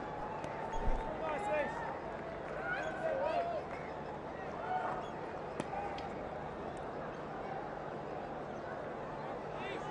Yeah, wicket this stage sort of just brings that launch which Pakistan are bound to do a little later, just buys you a couple more overs. And they want wickets to be happening every, say, couple of overs so that that launch gets deeper and deeper.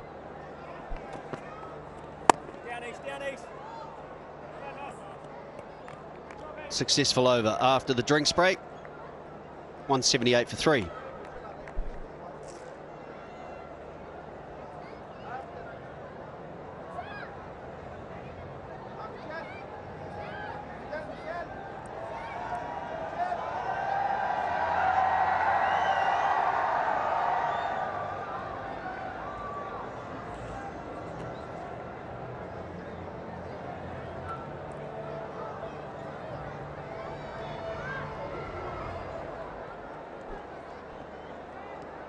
A lot of powerful strikers still to come in that Pakistan batting order. Right left-handers as well, so many options. And speculated in the last over whether it now allows Williamson to go to Michael Bracewell because of the two left-handers at the crease. And that is exactly what he's done. Coming round the wicket. Come on here, Beastie. Why not here, Beastie? Why not, boy? Yes, Beastie. The other thing in terms of pushing Pakistan's opportunity to increase the scoring rate is the fact that Fakhar Zaman is coming up to 100. And sometimes at the back of your mind, you don't want to think like it, but that personal milestone, 7 runs away, just might pull you back inside your shell a little. You want to get through, you deserve 100. Well done, Ace. Well done, Ace. Great job, boy. In that previous game, Conway did it beautifully. He went reverse sweep, reverse sweep, reverse sweep, and got to his 100 in a flash. Obviously then got out, but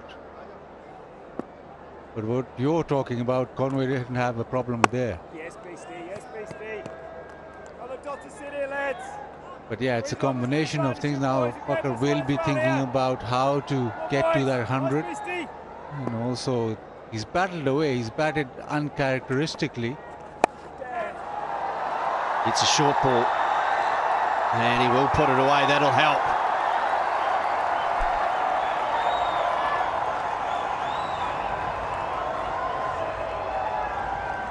You could just feel the pressure building. A couple of good dot balls from Michael Bracewell, and then just a little bit too short. And Fakhar Zaman to get back on his stumps and hit into that vacant mid-wicket area. No risk involved, bit of a gift. 10 U's now, boys.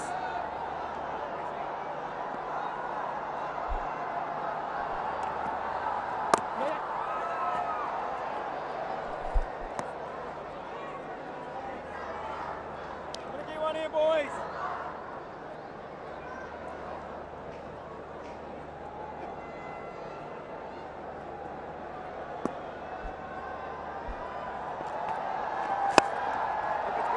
Good use of the feet. Just a single off the final ball, 184 for 3.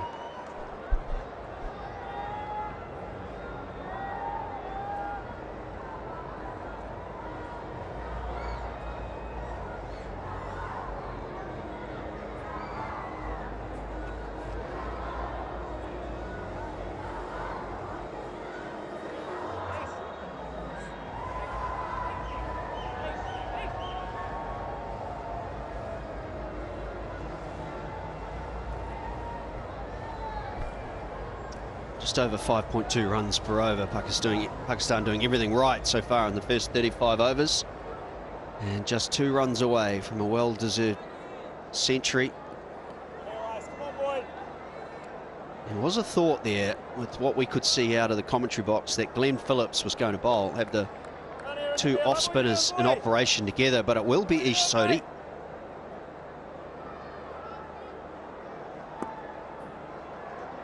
Final over of his 10 overs.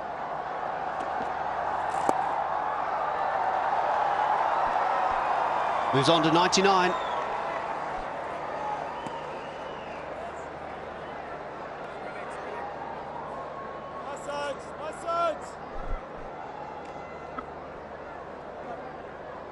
You talked about maybe Pakistan promoting Salman Agha with the right hand, left hand, but Haris Sohail against New Zealand averages 45.58, strikes at 83.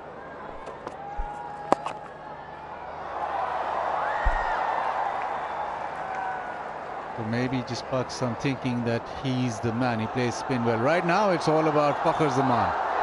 And the crowd knows it as well. It's arguably the biggest crowd we've had in this series. And they're well educated. They know he's sitting there on 99. Tom Latham and Williamson just having a chat, trying to slow things down, build that pressure up a bit. Do you think it's worth New Zealand perhaps thinking of bringing mid on up inside the circle, trying to force him to play a big shot? Well, they will make one change. Short fine leg will move to square leg. That's Mitchell Santner. As he looked to play the lap with the googly. There it is in the gap.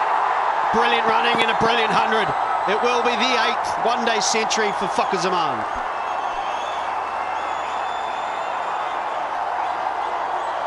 Yeah, superb from Fakhar. He batted conservatively to start off, absorb the pressure, but he's made sure that that start did count, and balcony happy. And he just set it up nicely for Pakistan. His 800 is first against New Zealand, but it's been a real responsible knock from the left-hander. Yeah, that was the key for this innings from Fakhar Zaman. The control, particularly early in his innings.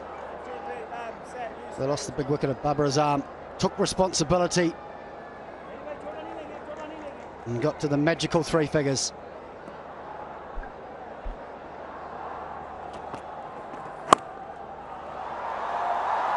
It's good use of the feet. And we'll settle for one. Not the quickest between the wickets, Haris Sohail. Reminds me of his namesake.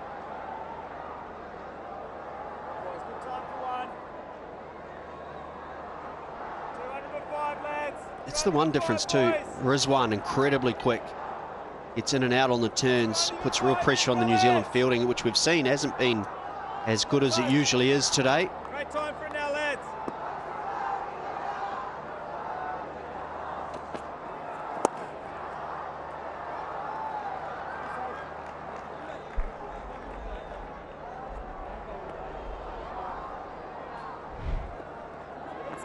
As he's done all innings, just knocked it around.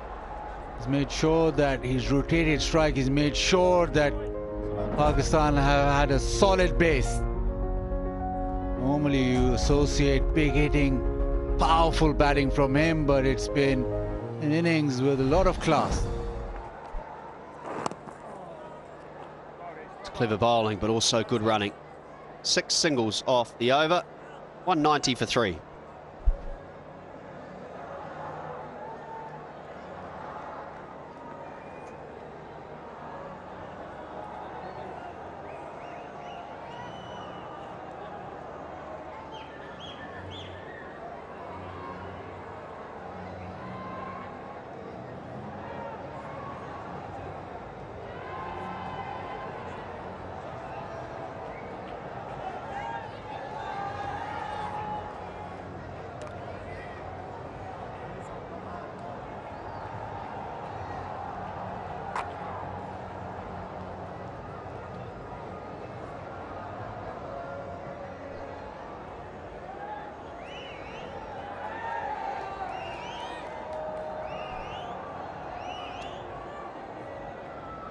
Standing out at the top of the tree there, Fakhar Zaman. 101 from 121. He lost his mates Shah Masood and Babar Azam rather early in had a ally in Mohammad Rizwan. And so now he's got Harris Sahel alongside. Yeah, got a fist pump from Tim Southey. And well compiled. Few little plays and misses early on, and of course getting himself established and settling in. And then all of a sudden branched out with Rizwan.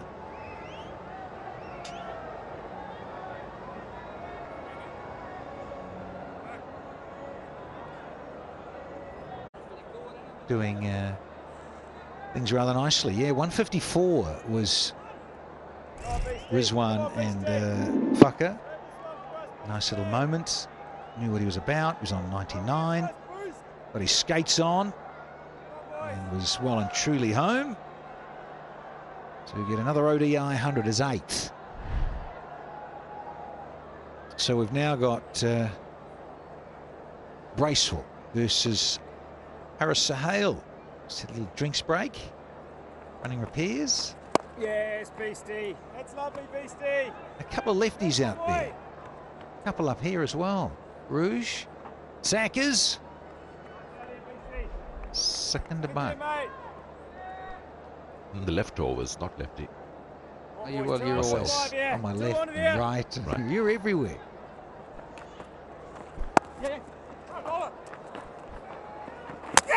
Oh, that looks out. He's been struggling since he got that 100. Bit of a limp. The ball hit his ankle, I suppose, at that time, and that has caused the struggle.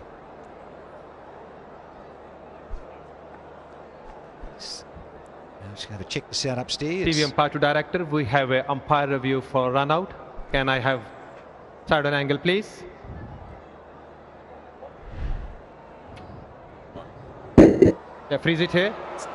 Batsman still short of crease, bails off. I'm ready to make my decision.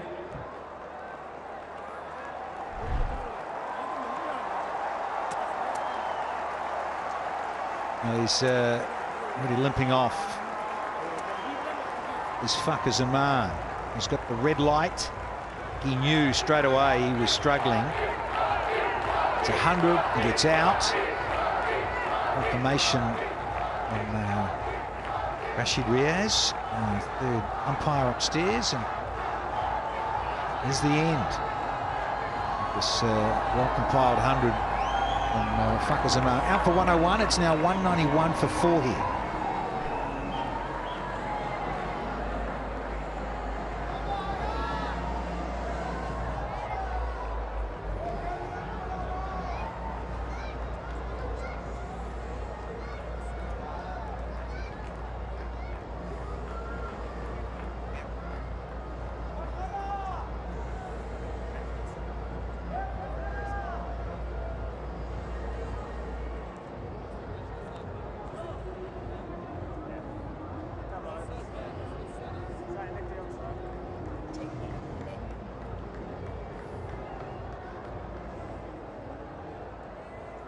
Keep taking him now.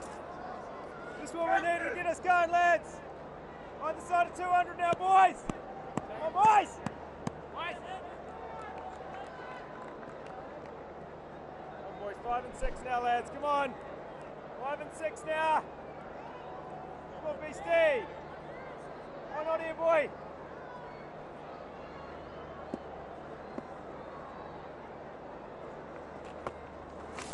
Lovely Beastie, lovely Beastie. Bracewell. Good boy.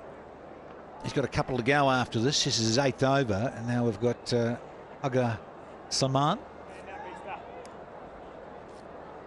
We saw this just with New Zealand, didn't we?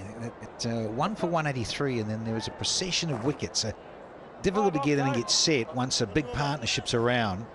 Come on, the Beast. Come on, the Beast. Getting on in years, as some would say.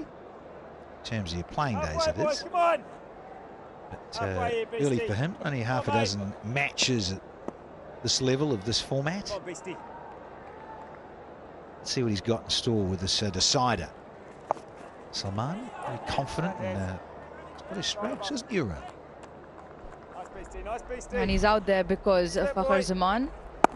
Hit one to the fielder, ran straight away, but it was before that. The run, when he got his 100, he rolled his ankle and was struggling.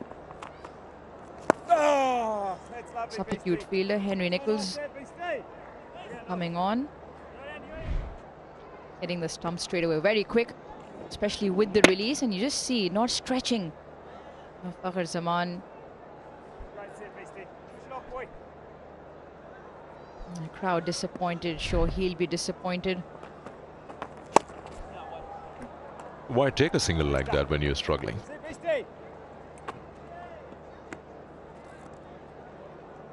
194 for 4.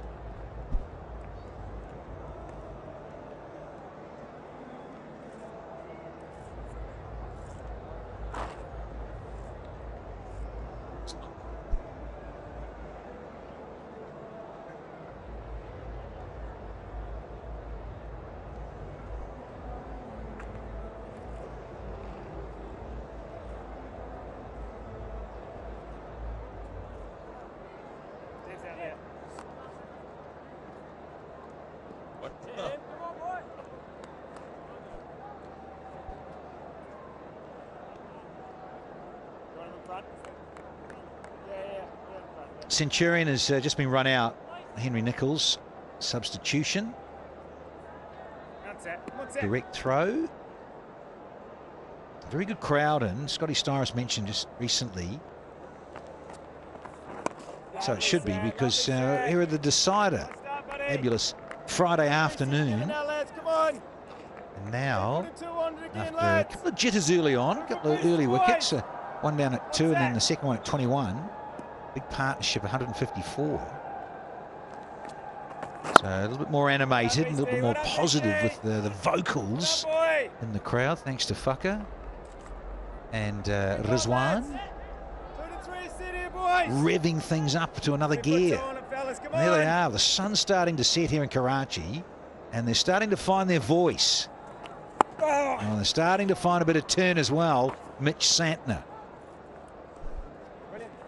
It was a similar time in the game in the second one day a couple of days back, where Nawaz bowled that really good spell and got the ball to turn in some dramatic fashion. That's where they held up the New Zealand scoring rate at 183 for 1, and then last 9 went down for 70 odd runs. That's why this partnership now, they need to keep rotating strike.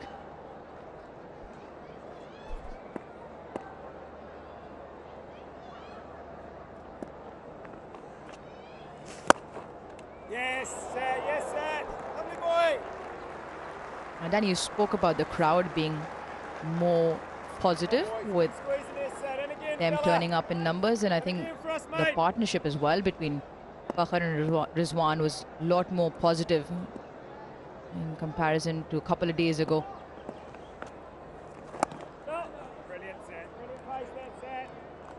That's what's kept the scoring rate up, and even though they've lost the two men, Rizwan and Fakhar, who had that good partnership going, I still feel Pakistan is on their way to a relatively big score here.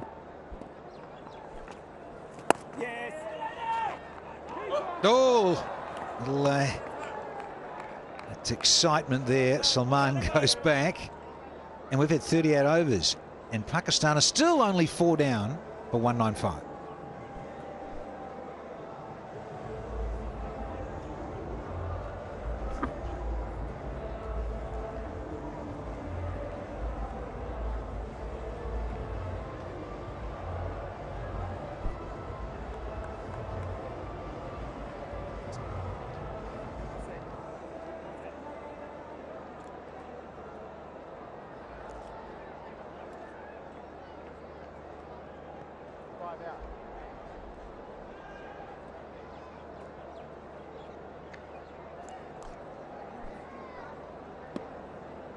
Be disappointed if they don't get 300.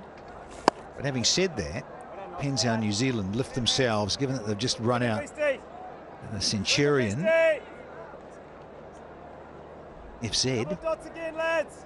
Now we've got Solomon, who's intent on being enthusiastic, busy. We know that about his cricket.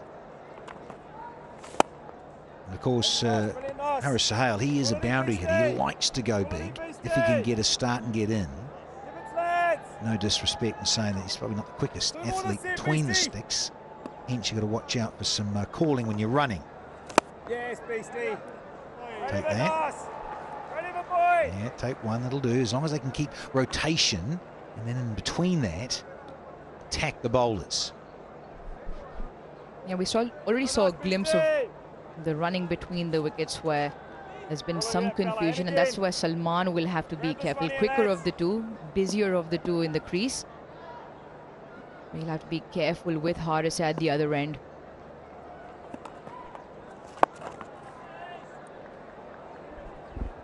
Also with the big score, Danny, you just talk about it. Yes, it's on the cards, but Salman still new to this format, still new to the international stage. Haris Sohail making a comeback. Yes, he's played 3 in a row now.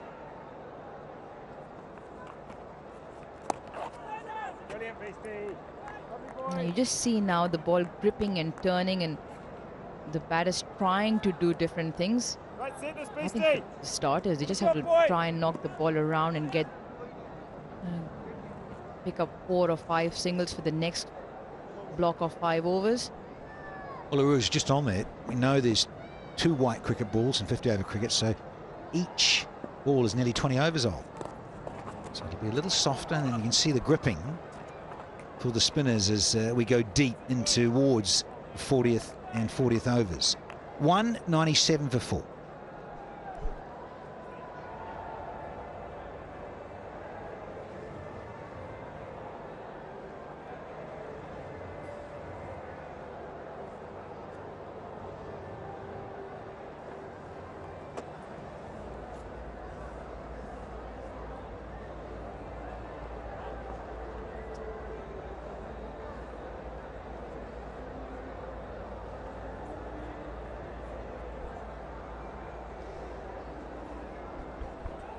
It's just the wicket of Fakhar Zaman at this stage allows New Zealand to just get their foot in back in the game, because that scoring rate will slow down a touch.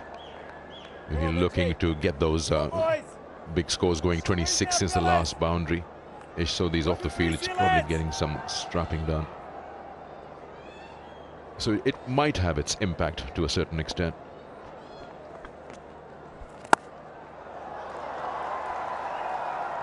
There's just a little bit of width, but in terms of Santner, when he gets it right, that subtle variation in flight and pace, and that's what's been so effective when the spinners have got that right on these pitches. Dougie Bracewell in sub-fielding. See another Bracewell connection here. All linked up. Does love a tattoo. Big fella, strong. Tries a catch, and luckily there, Haris Sahel didn't quite go through it, just checked it enough. Yeah, just looking at projections, at 9s you get to 300, but still a long way away. And in 50 over cricket, the mental side of the game, sort of chess, if you like, or cat and mouse of just trying to get settled and get in. Because as we've all said here in comms, difficult to get a start, feel comfortable, and then play your strokes. And you also got to give kudos to the opposition bowlers, how they're going and how the fielders are supporting them. New Zealand have just been a little off the ball with the fielding at times. By and large, you need guys who can fat it and get hold of it. Bank Alphala. Another 1,000 USD, and it was much needed. Salman, well, it doesn't take 2 invitations for him. He thought it was in the arc, and it surely was. He spit it away over mid-wicket. One of them straight up, lads, come on. 98 meters, that had some distance on it into the crowd. The bankers are loving it. Yeah, flood relief victims, fantastic. Great initiative. CSR, every 6 is 1,000 US. Big boundaries here. That is the challenge for batters. Now he's keen as Salman. Good to see. So bring up that 200 in style with a biggie. And in those projections, going at 9s, around there, get over the 300. So it's time to get a wriggle on, says Salman. Oh, well bowled. A lot slower through the air, just a bit of hang time. So 9 off the 40th, it's 206 for 4.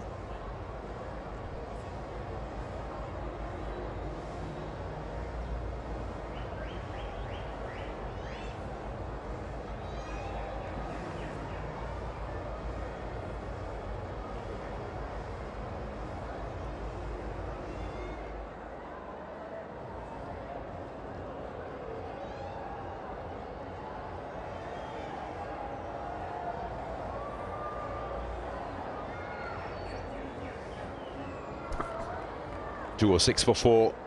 Got exactly 10 to go from here.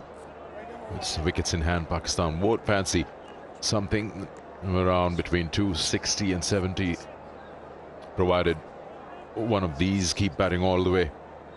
Signal for weak power play. Last 10 overs. Ferguson with his bristle and menace. That's the pace right. Santner can't gather.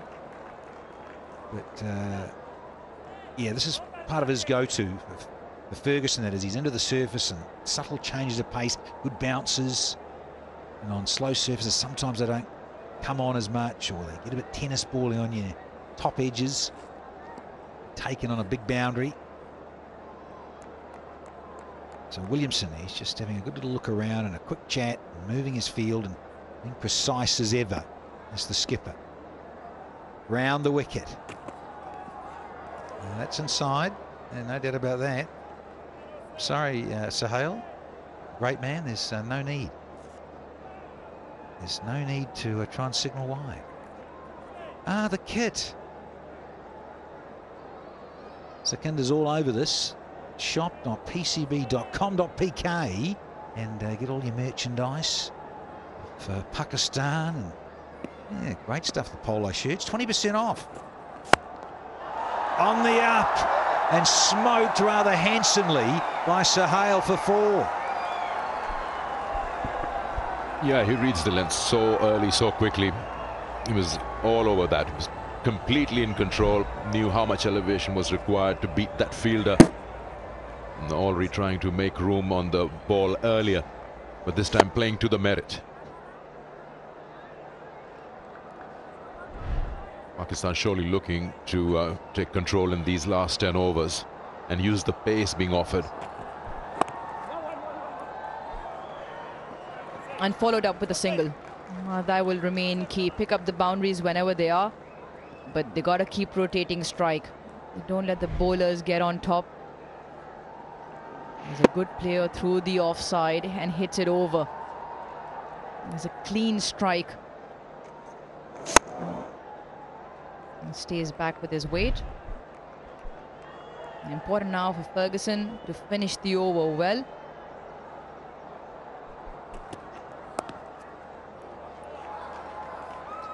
Yeah, smart cricket. Just use a bit of the pace of Ferguson. Like you said, Aruj, he's a good striker, Harry Sahel. Good to see him back in Pakistan colours, and important innings, this one.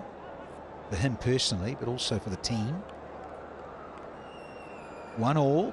He's the decider, and he's got a little start. He's got in. Last ball of the 41st. And he says, I want another chunk of you, Ferguson. Got some good fielding. Phil Allen got a hand on this, so just the 2. 9 off, 2:15 for 4. Yeah, big man Finn Allen gets his fingertips of his right hand just to slow the pace down.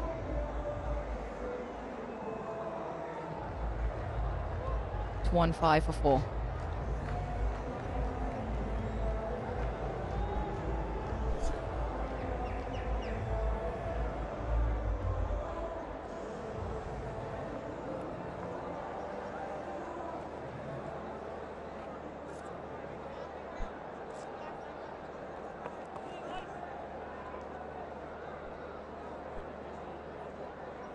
superb as ever. Having the drone cam. Wonderful vista of National Bank Cricket Arena here in Karachi. It used to be National Stadium, Karachi. Just thrown in a bit of sponsorship there. National Bank. Hopefully you hear them maybe spending a bit of money on the ground. Here's Bracewell's last.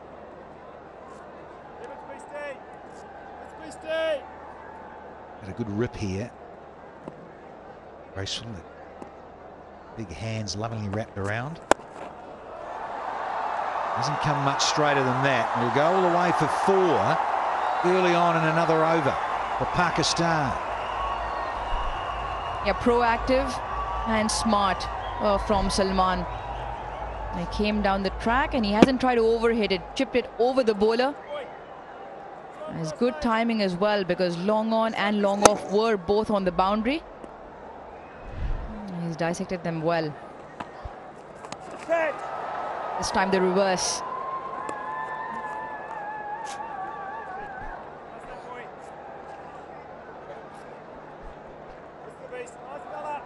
Just having a look on the leg side here is Salman. It's well populated with the 3 men on the fence on the onside. Wants to hit with the tide. No, he decides to get inside out because it's a little bit fuller. Wants to, but I tell you what, Harris Sahale doesn't. And would have never, ever been in the frame if he'd come back. Harris Sahale, that is.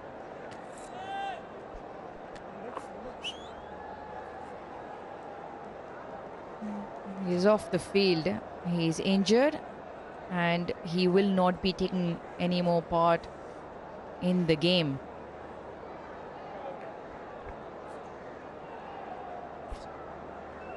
Yeah, injured himself out in the field. There we go. Let's have a little look. It's the turn. Oh, just on the ankle, lower down. Achilles, maybe. A little chip here from Sahale. Rotate things and give the strike back to Salman. 1 to go in the 42nd. At a boundary and a couple of singles. Can Salman make this one disappear? Finish it well from Pakistan's perspective.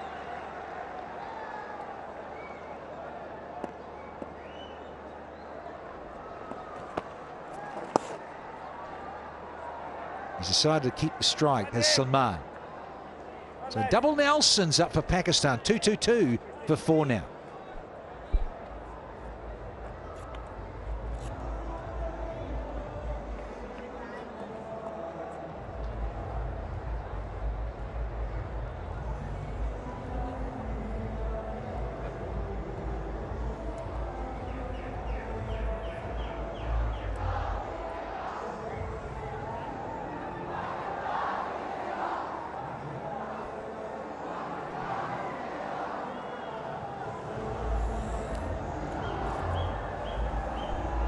Eight overs remain for Pakistan. Let's see what these two can produce. Those in green. And conversely on the other side, black caps. Ferguson's got 3 up his sleeve. See if he gets through them all.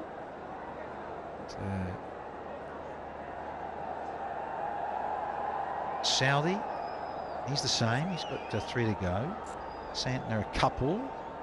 Bracewell, Sodhi. When Sodhi say he's bowled out, so there's no point trying to have him out there fielding with a bit of a niggle. Well bowled. There is the change of pace, and Latham can't hold on and create a dot ball. Another useful rotation of the strike. Yeah, clever bowling, and also grabbed him up for space, so just keeps following him. Even the keeper gets hit on the half volley. Not a bad ploy when you know that the batters at this stage are trying to swing at everything possible. Just keep it as close as possible to their body. It's a big clunk. We're going to have the physio come out. It really is hit him flush, and I just wondering if he's okay. It made a horrible thudding noise with the cricket ball on the helmet. Yeah, through the protocols of just going to check the helmet. So Hale's all right at the moment. But I promise you, yeah, it's a big ringing and very disconcerting as a player getting clocked that hard and that flush.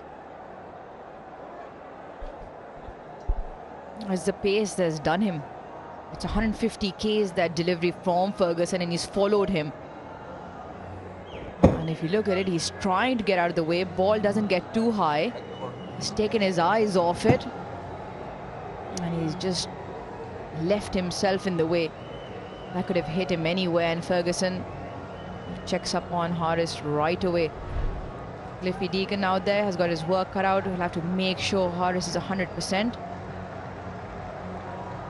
It was a bad hit.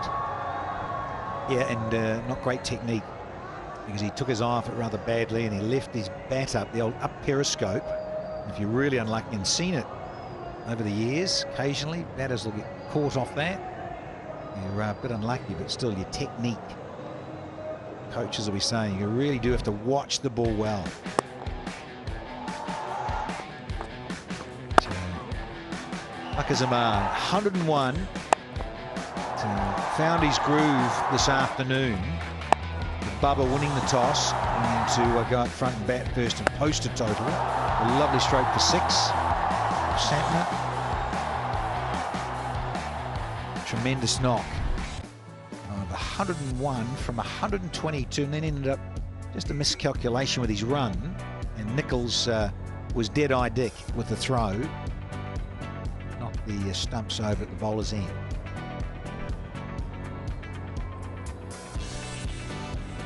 Rizwan 77 too, don't forget about Mohammad Rizwan. It's to fall. Yeah, it was a little mellow up front. New Zealand went up. Umpire wasn't interested. They took the review, and Ultra Edge confirmed that Shan Masood had a tickle on that. And this one to Babar. He played for the turn and was stumped. It was excellent length from Bracewell to drag Babar out of his crease. Rizwan trying to be innovative.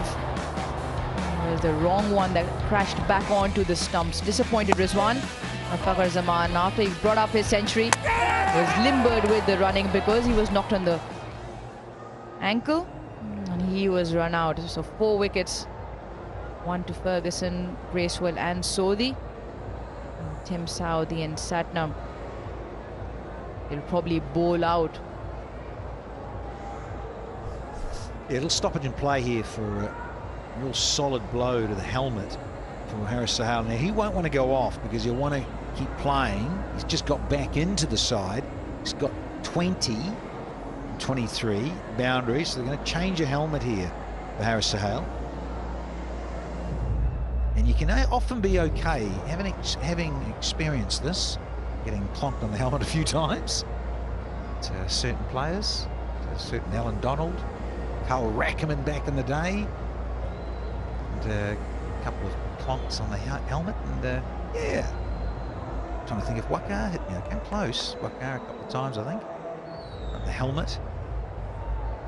Waqar tended to hit you in the shoulders or on the toes, not your nose. Yeah, don't worry about that. Worry about your toes. But this one, for Haris Sohail here now in 2023. Yeah, big solid thud. And it's probably the after effect too. It's probably a few hours later that suddenly you get a really bad headache. And crunch like that from a rocket of pretty much 150 Ks from Ferguson. It's fractionally under it, but still. And right arm round, different angles, closing you down. It's quite disconcerting. I think, again, the opposite scenario. You get a left-hander versus a right-arm quick, or a left-arm pacer to a right-handed batter, and they come left-arm round.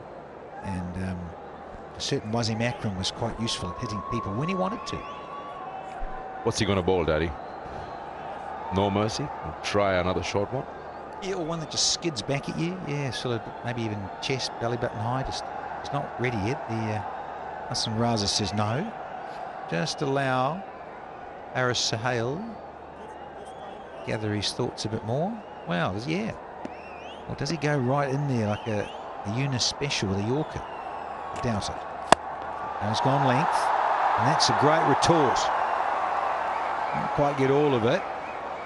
There was some positivity, no doubt. Yeah, he followed him again. He's good at this inside-out shot. Just plays it over extra. He's got good command of that.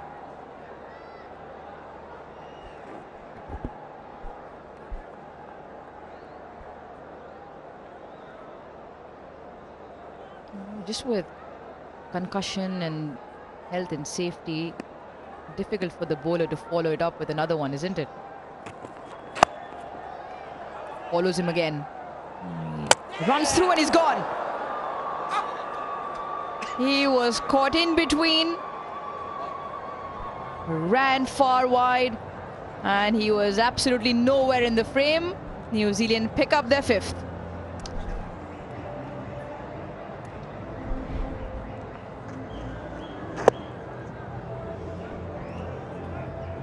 I don't know whose call it was, but the start was very, very unwilling. There you go. He's nowhere. He knows he's gone. He had given up long back in that single. Goes for 22. Pakistan 225 for 5.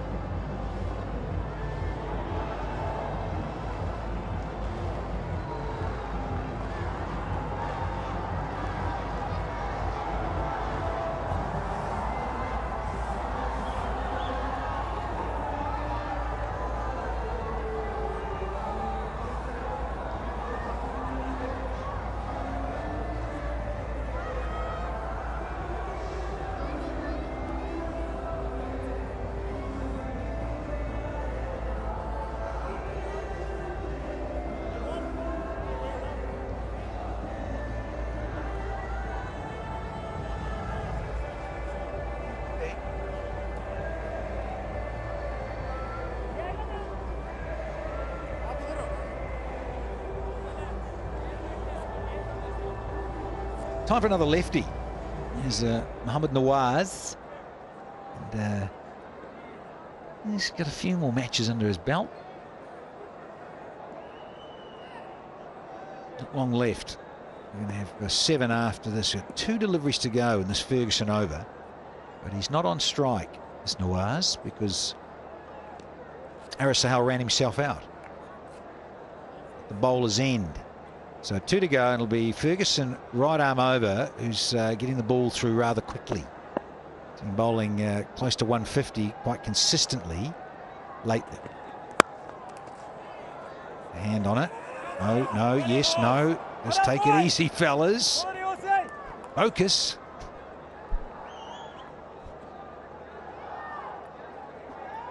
Yeah, we did speak about the fact that running between the wickets could be an issue. He was pushed on the back foot, so momentum was never with him, and I just felt he could have said no. He wasn't even in the frame.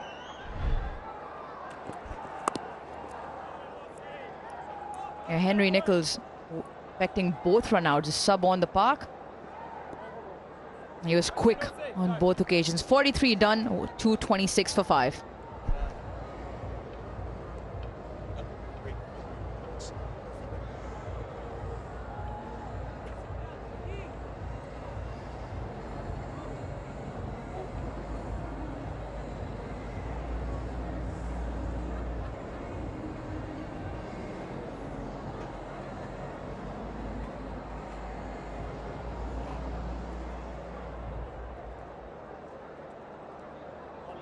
Squeeze here, boys.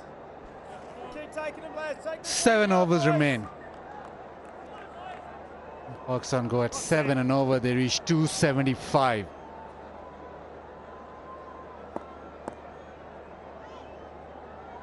Satna slowing it up, really tossing it up. And just a couple of run-outs has just set Pakistan back. First Fakhr, then Haris Sohail. It's set up nicely for Pakistan, though. They still got 5 wickets in hand. Nawaz just joined Salman Agha. They would have really wanted another wicket in hand, or one of those 2 runouts not to happen, but still,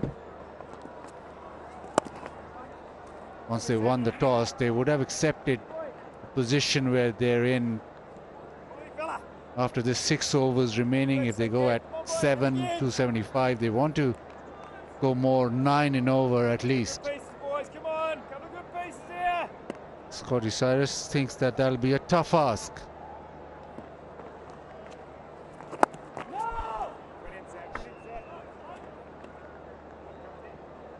No chance. No chance of 9 and over from here. You'll be surprised, Scotty. Just wait. Off the back, but no run. He's definitely bowled a lot slower in these final few overs as Satner, just floating it up. Well, one thing is for sure, this pitch has played much better than the previous game. Another one really tossed up, but it's outside off, so slightly away from Salman.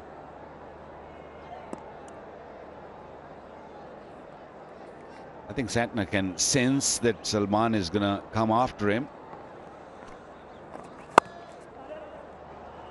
Hits it into the offside, just a single, just 3 off. 6 remain, 229 for 5. Well, let me be clear, I don't think you're getting 9 and over, but I think this is a very good score for Pakistan. I think, yes, that it is a better batting surface, but we're already starting to see under lights the ball will grip. Question is, will it grip and turn as fast as what we saw in the last match? I think it goes without saying that Pakistan, due to playing in these conditions, should be better at playing spin than what we see the New Zealanders.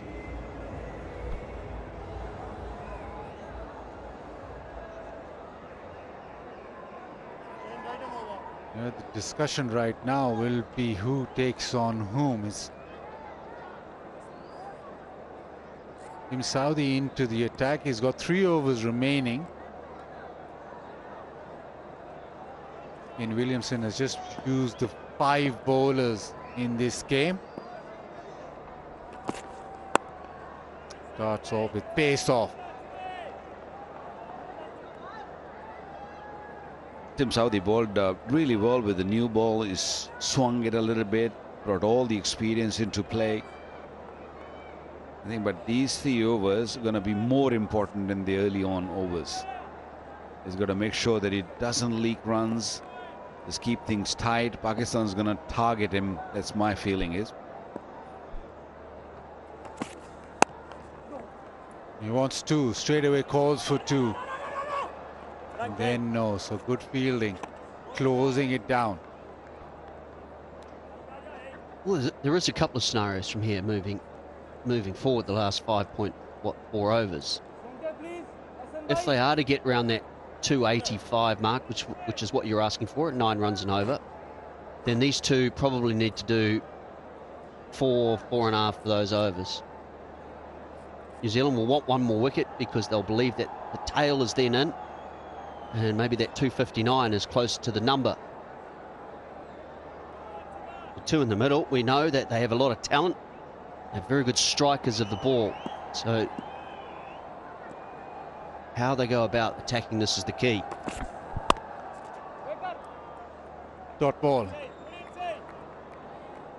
The other thing is that because Williamson hasn't bowled any part-timer or the 6th bowler at all, Saudi has to bowl these 3 overs. He has to complete his quota. And then there's Ferguson and Satner. He's not given himself any sort of space because of the fact that he's just used 5 bowlers.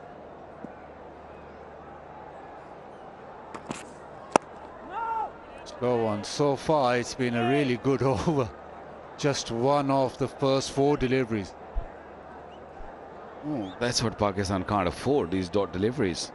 They have to really push on. They've got to look for at least single, if not any big shot. thought delivery is going to really leave Pakistan behind. They got to at least get to 60, if not 280 or 270. Change in field. Protection leg side. Goes wide down leg. Yeah, I think why this is a problem potentially for New Zealand is that if these two can get away and start finding the boundary against Southey, where does he turn to? As a batsman in this stage of the innings, you're looking for predictability. You want to know what's coming down at you. And how many variations does Southey really have? Once you've seen it a couple of times, you can start lining him up.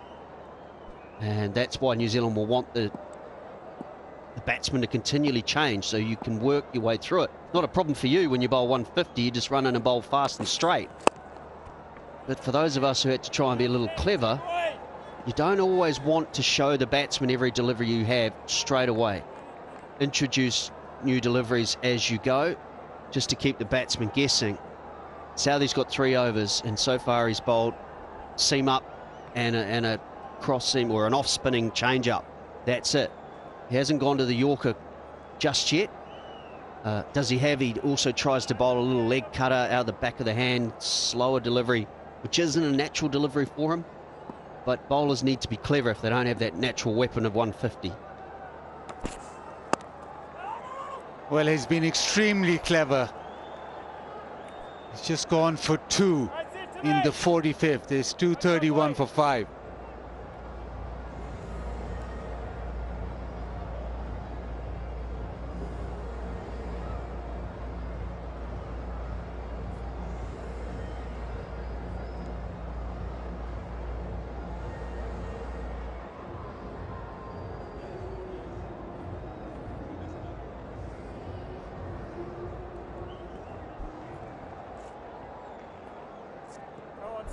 Come on, boy.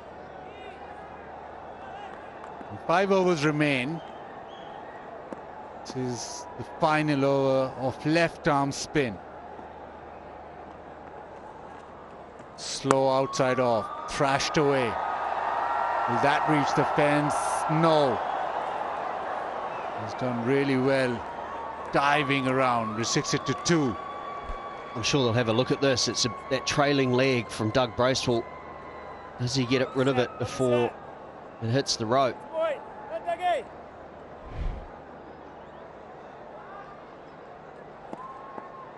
Brilliant fielding.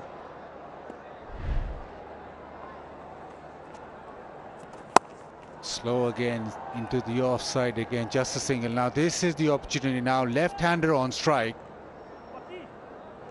I don't think Satner can now bowl slowly because Nawaz will target that leg side. There will be protection leg side, there will be all those 3 deep fielders, but even so, this is the matchup that maybe plays in Pakistan's favour.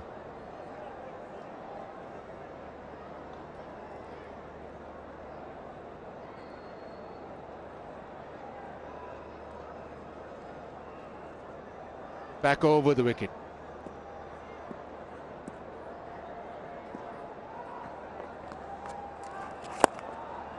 Again, very slow down the track, just a single, so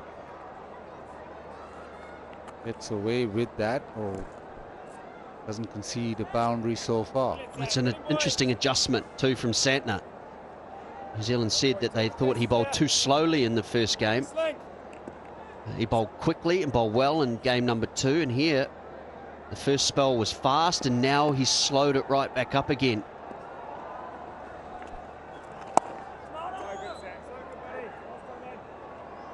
But again, just 4 off 4. Previous over just went for 2.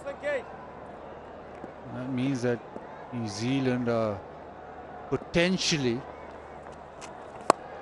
That's a beautiful shot. Slightly quicker from Satner, but what a classy drive over extra cover. Excellent use of the feet. Although ball was not there, but he went through with the shot. He made sure that he swings it hard. Lovely shot, beautifully played.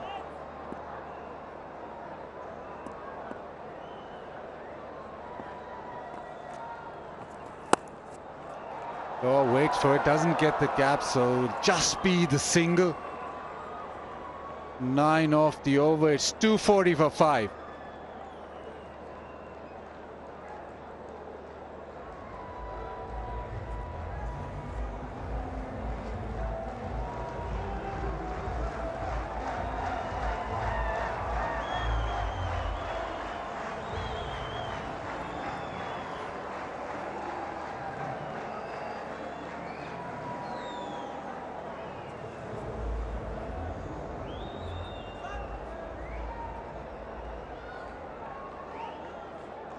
That time off the innings where you need to go and get a boundary each over or more. Pakistan have set this up nicely. 100 from Fakhar Zaman. That means that they can now launch down the track. Clever from Saudi, follows him.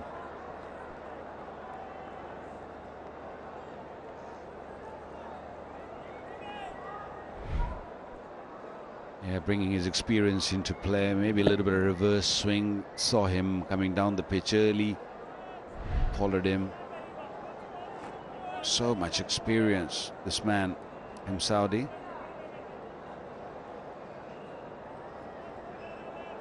Over the years, he's lost a little bit of pace, but all these variations, all those cutters, the odd bouncer. Straight to the man.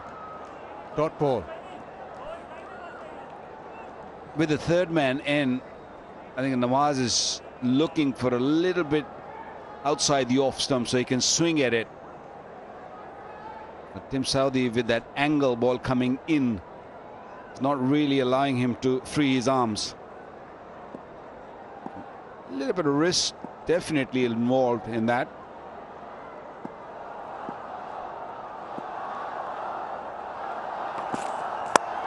Slow one launches it down the ground, over the fence, maximum.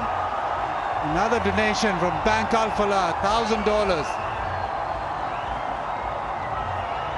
Wow, that was brilliant. I think it was a slower delivery. It read it very well by Nawaz. They had full control over it. Full swing of the bat. Great shot.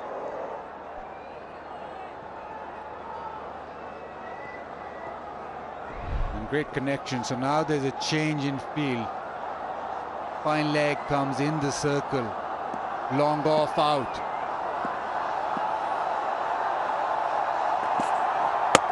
Slow one and knocks him over. Hits off stump. Pace off works. Great comeback. Great revenge. Pushed him back onto the back foot. Slow delivery. Targeting the stumps. And Nawaz wanted to cut that one from the stumps. Yeah, definite rolling the fingers on top of the ball, slowing the pace. And Nawaz not happy with himself. Gone for 8 after hitting the beautiful 6. It's 247 for 6 now, Pakistan.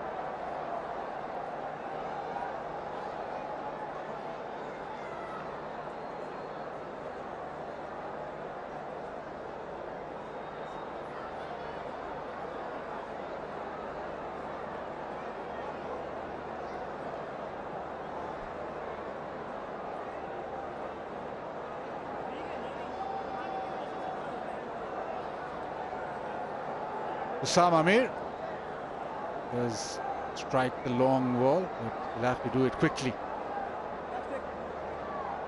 But a good start to his international career in terms of bowling. Well, we've seen him hit 1-6. He does have the ability to clear the fence, but from Saudi, after being pumped down the ground, has knocked over Nawaz. Fall and hit over the top and over the top of point, and that carries all the way. What a shot that is! What a start. Osama Amir comes in and he swings it back from the word go. Very first delivery. I thought the man down at point was in the business, but no. It was hit hard. The timing was good. Traveled all the way. What a shot. First ball 6, 250 raised.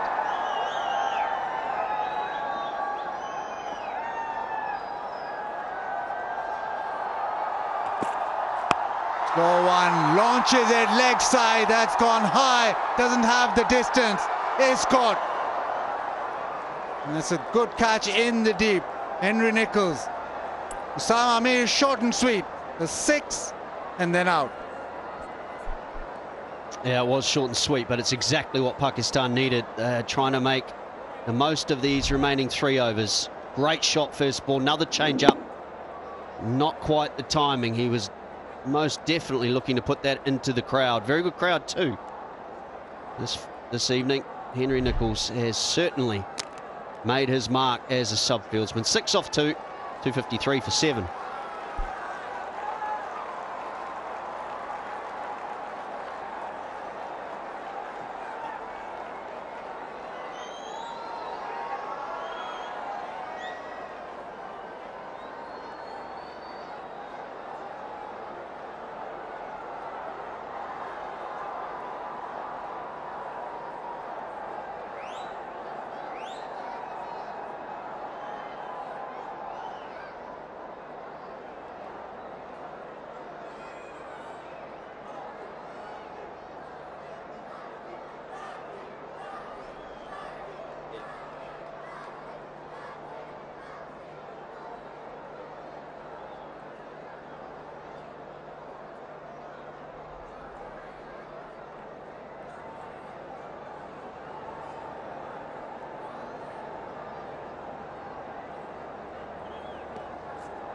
Mohammad Wasim walks in. He too can strike the long ball. He has power. And he doesn't mind going over the top. This is exactly what Pakistan need. Boundaries. Lockie Ferguson. Into the leg side. Wants 2, will get 2. That's good running.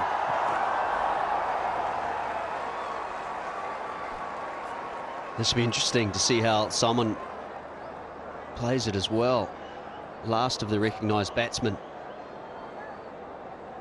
1s into 2s. Another link delivery. 6 or out theory. Out on this occasion.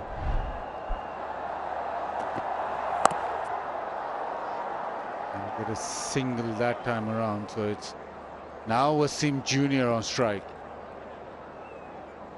He does like hitting down the ground. He's got immense power, but he also likes those fancy little ramp shots. Salman Agha doesn't mind batting with the tail. We've seen it in test matches that he quite enjoy it.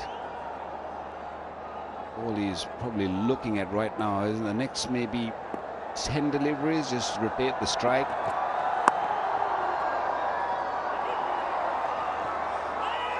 Just the one, so Wasim has rotated strike. We'll go into the last over and look for a big one and get to somewhere 270 plus. Yeah, I like the strategy. Just take 2s and 1s in this over. Get through to, say, 8 off the over and then look to launch off Southey. The pace will certainly suit Mohammad Wasim a little more. Backs away. Get down to 3rd. He'll come back for the 2nd. 6 off the first 4 deliveries. Well, it's never easy with one-day break, isn't it? Playing back-to-back one-day matches. T20, I still feel one-day gap is fine, but when you're playing 50 over game and then one-day break and then you have to come back again, it's never easy on the field. That's why you see all these niggles and few injuries and cramps. Slow one bowls this well, no pace. Yeah, this is a really good delivery from Lockie Ferguson. Just watch the way he rolls his fingers down the left-hand side of the ball. And it just grips. He's got the same fast arm action. Watch this. Here we go. Down the left-hand side of the ball. The batsman is expecting, due to that quick arm action, the ball to arrive a lot quicker than it does. Well, it's an ideal delivery on this sort of pitch. So short, just picked it up leg side. He wants two. He'll come back. So Wasim will be on strike for the next over. It's 261 for 7.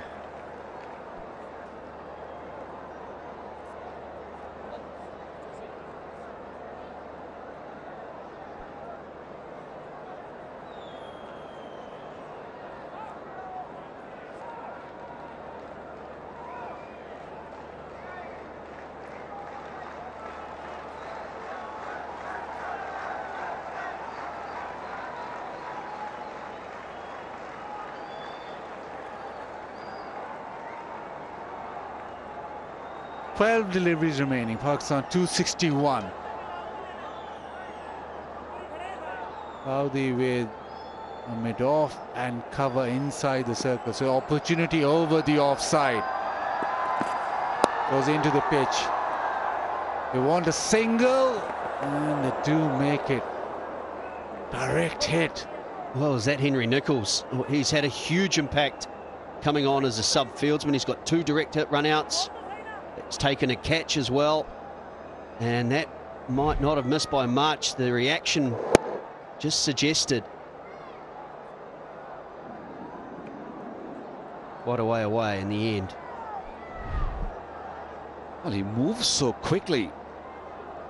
Get to the balls so quickly and then releases very. Brilliant fielder he is. Normally plays test match cricket. Oh, one drives it beautifully behind point. That is an exceptional shot. Wrists into work and he's placed it brilliantly. Yeah, he waited on it. Allowed the ball to come really close to him. Read the slow delivery nicely. And to play behind that fielder, that's quality. That's proper. And Salman is the one who's been there for all 3 of Tim Southee's death overs. He knows it's just 1 of 2 deliveries at this point. It's seam up or that little off cutter, that slower one there at 114. So he can set himself for both those 2 deliveries. Tries the ram shot and does connect. Another boundary. Well, Salman Agha is playing an inning which gives Pakistan an edge here. Is looking good and is putting Pakistan in a position where they will put a serious pressure on New Zealand. Excellent shot. Good timing off the ramp shot. It's never easy on a slow track. Playing over the wicket keeper. 9 of the over already. Come on now, Waka, give me a bowler's perspective. 2 slow balls in a row that have gone for 4. What do you do as the fast bowler? Looking at the field with 3rd man up, with final leg up, I've got very little choice. I'll stick to my slow delivery again, I guess. If you can bowl a leg cut, it'll be even better. Score, and he's hit it deep square leg, right down deep square leg's throat. Doug Bracewell with the catch, but a cameo from Salman Agha comes to an end. It was a brilliant innings, 45 off 42, exactly what his team needed. And New Zealand once again getting benefit out of their sub-fieldsman. Doug Bracewell was a very good athlete and an outstanding fielder. And he, along with Henry Nicholls, have played their part. Safe and easy catch. But Salman Agha, outstanding. 45 off 43 for him. 270 for 8. .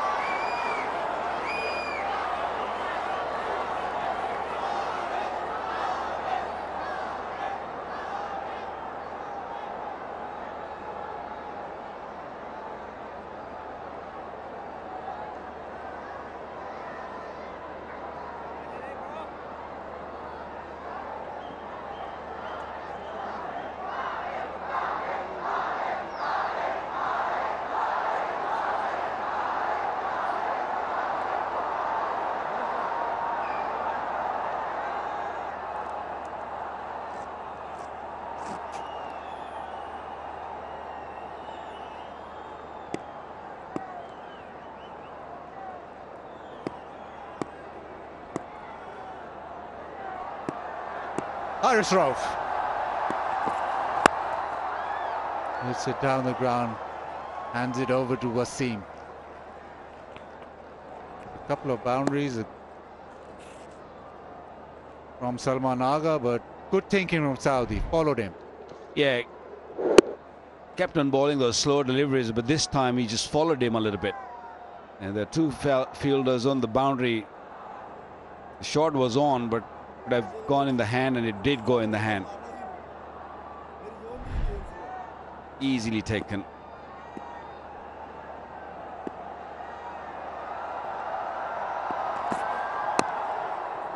Wants the strike, turns it leg side. Just a single. Wasim keeps the strike. 49 done, it's 272 for 8.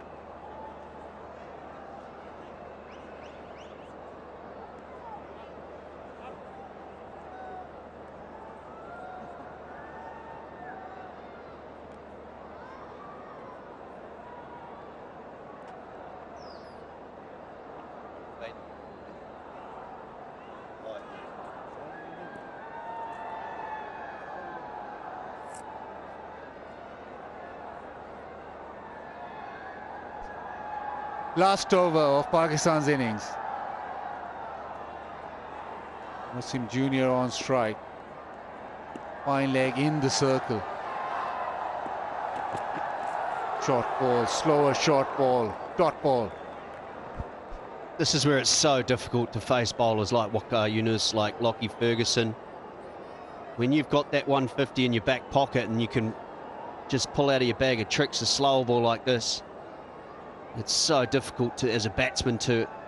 You can't cheat. You can't sit there and think, right, here comes a slower ball, because your stumps are going to get blown away at 150 if you don't. You get it wrong. This time pace on, hit leg side. Come back for the second.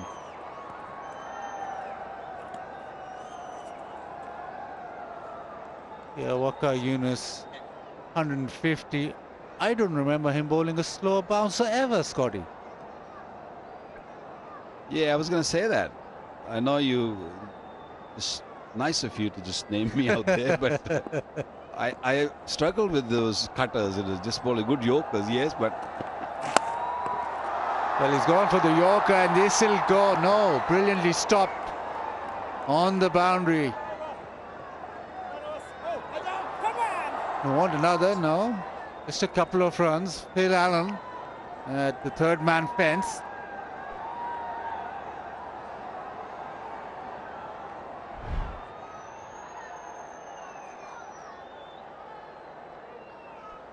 It's more outstanding work. New Zealand, I thought, were pretty average in the field in the first 25 overs. The second 25, they've certainly picked up their intensity. 280 is the goal, I would imagine, the last three balls. On the bottom of the batch, that has gone straight up and is accepted. Kane Williamson with the catch. Wasim trying to do the right thing, but no execution. Yeah, the ball was there to be hit, but couldn't really get a good connection. Hit the bottom part of the bat, and the weight was on the back foot. Williamson at mid-off in the circle, quite a comfortable catch for him. And Pakistan losing their 9th wicket.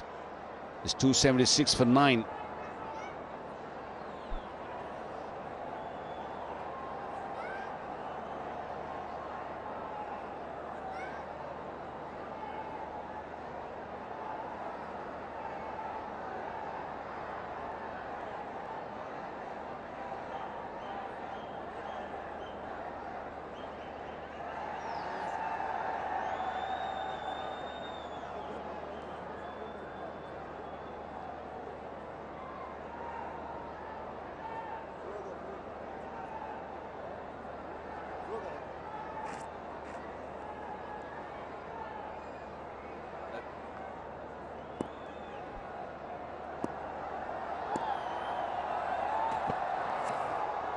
Slower into the pitch, another dot ball. This is a good last over from Ferguson. Mohamed Hasnain back into the side, and this is so difficult to hit. And I think it's probably a good delivery to go to again. I'm always a fan of using your weapon against your main weapon against the tail. And that would, for Lockie Ferguson, would be his pace. But this wicket is so slow, it's not coming on. And he just rips it into the surface. Pace on, and that has been smoked down the ground. One bounce into the fence, and Pakistan get to 280. I'm not sure what he was thinking, Ferguson. Yes, Hasnan played a beautiful shot right at the end. Although Midon was right on the boundary, hit it nice and straight. And that boundary will do him good with the ball in hand to begin with. Pakistan scoring 49 runs in the last 30 deliveries. That's good going. Yes, they lost 4 wickets, but I don't think they mind that. Well, they got to the 280. That's what suggested a few balls ago. Lockie Ferguson will be disappointed.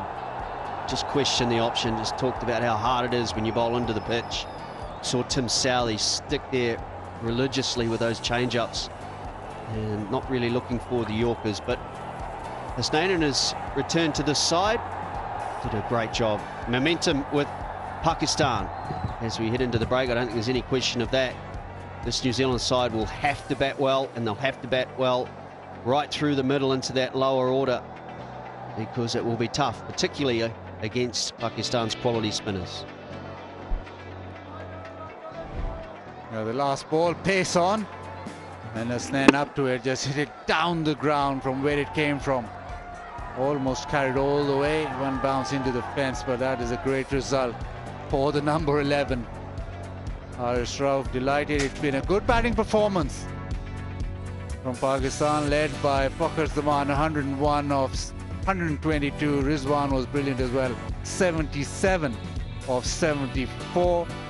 Salman Agha, 45 of 23. But overall, Pakistan will be well satisfied with their batting stint. 50 overs, 280 for 9.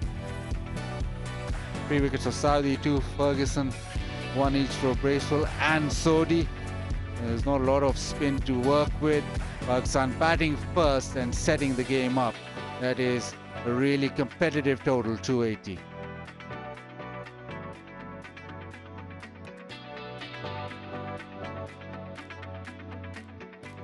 And we'll just go downstairs to Sikandar. Thank you so much for joining us.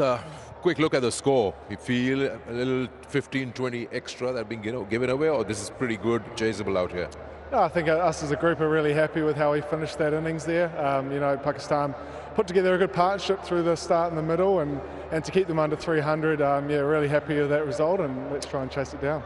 What do you make of the surface compared to what you saw in the first and the second ODI? Not that much turn out there, or you feel it's pretty similar? I think it's very similar in many ways. Obviously, the new ball is probably the best time to bat, and then as the innings goes on, it becomes a little bit challenging at times. But for us, it's about building partnerships early and trying to take the game as deep as we can and try and chase it down. All right, good luck. Sweet, cheers. Shan Masood edged one to the keeper on review. That was given out. A little tiny edge on that. Then just one outside edge, past the outside edge of Babar. Babar stumped 3 times, and then the googly, which didn't came off very quickly. Rizwan deceived by pace or lack of. Fakhar after his 100 wanted a quick single, brilliant throw right on the stumps. And another one, this time from cover. Direct hit, a couple of runouts, and that will set Pakistan back. Was hit 1-6 and then got knocked over from Southee.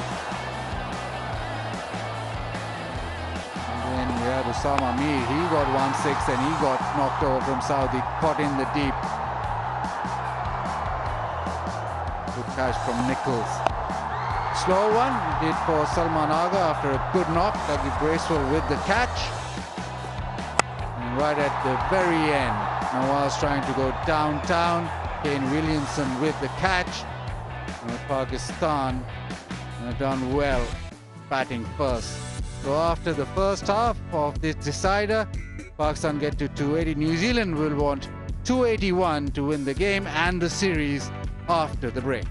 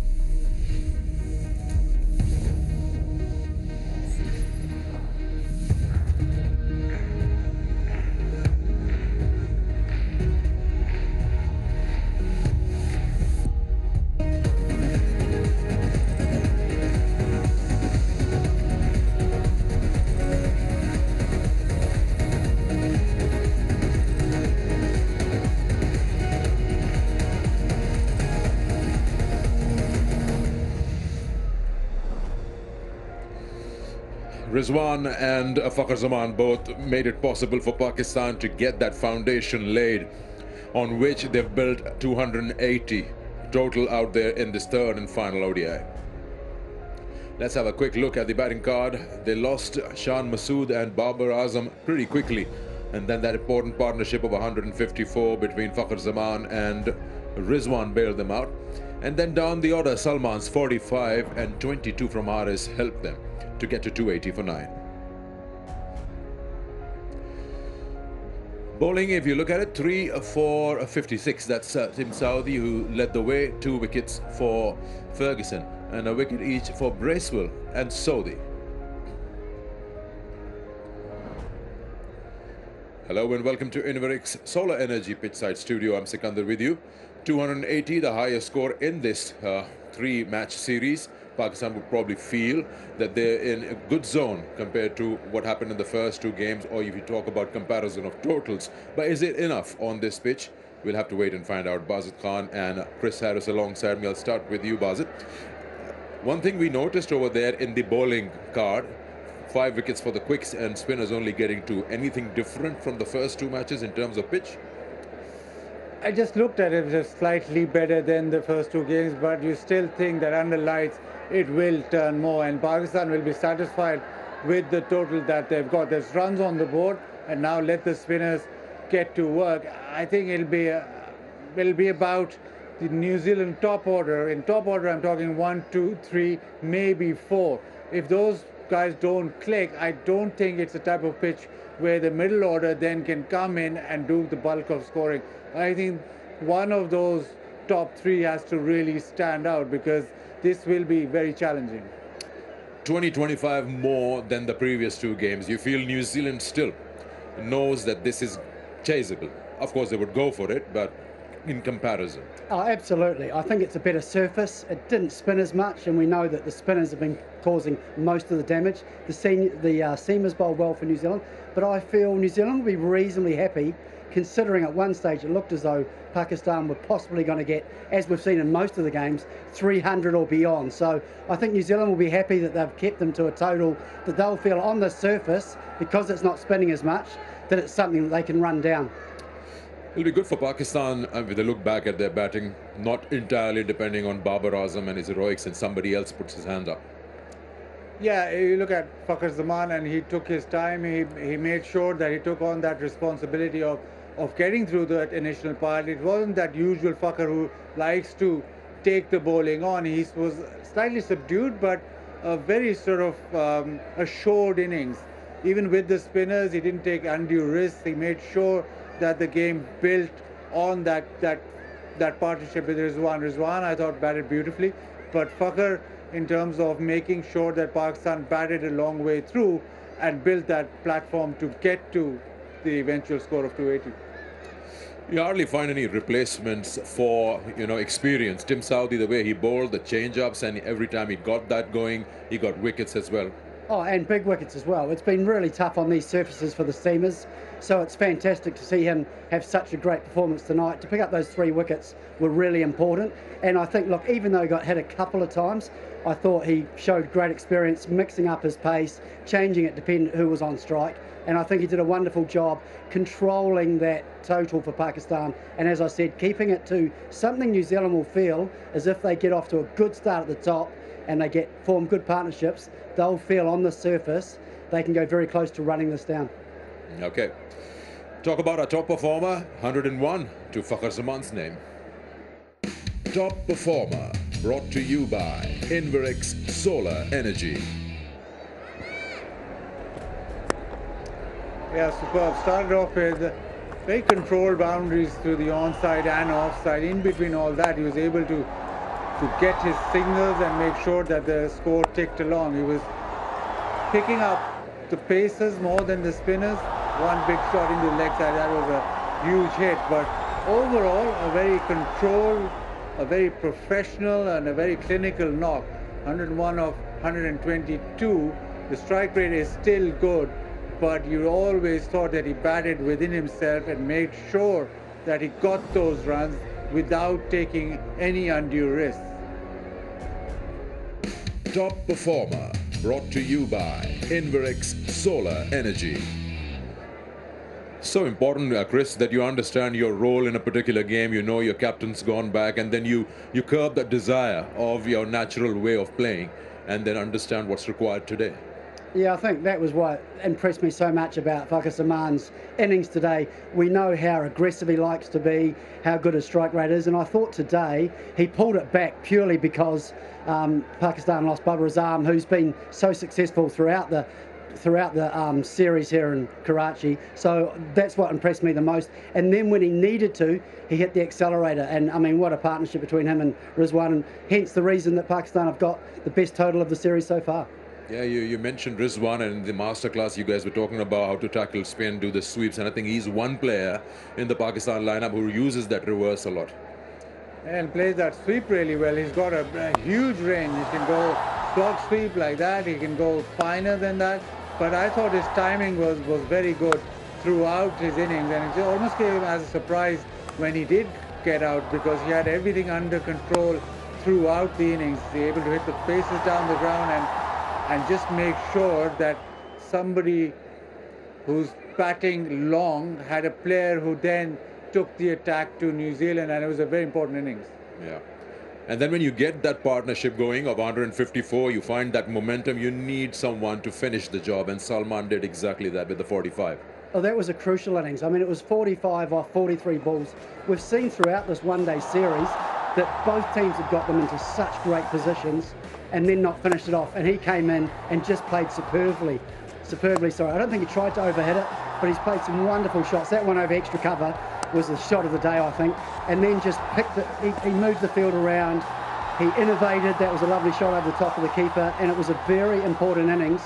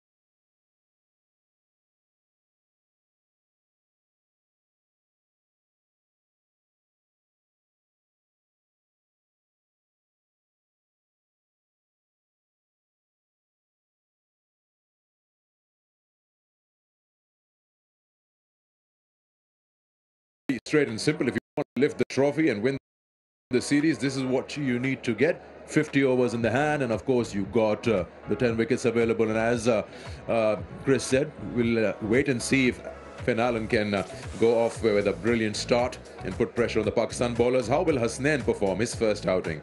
All coming your way after the break.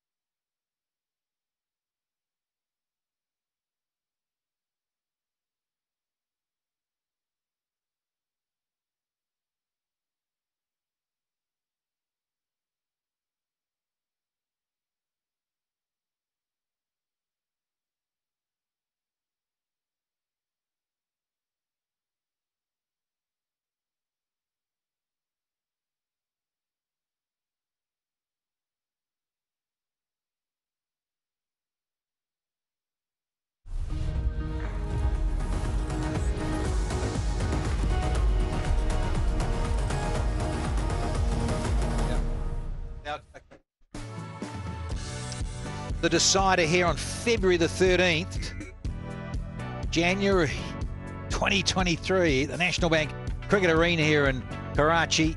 And Bank Al Falah presents the DAFA News Pakistan-New Zealand ODI series. This is the decider, and 280 has been posted. And I'll be very confident, those in green, given that Bakr Zaman got 101. Muhammad Rizwan got 77, and a nice little cameo from Aga Salman with a 45 from 43 helped Pakistan get to 280 with 5 extras. Successful bowlers, look at that, 3-2-1-1. Southey and Ferguson were useful up front now at the death. Spinners Bracewell and Sodhi were successful. Santner, just at times, loose deliveries here and there that disappeared.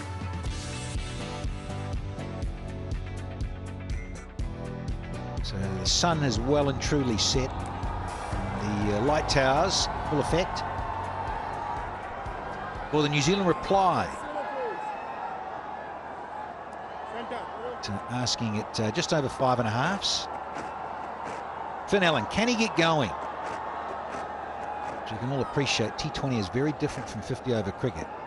So he's just got started, this young man, in terms of his ODI career. Really useful. And his partner, Devon Conway, fresh off 100 in his last outing, that 101. So Fakazama got 101 today.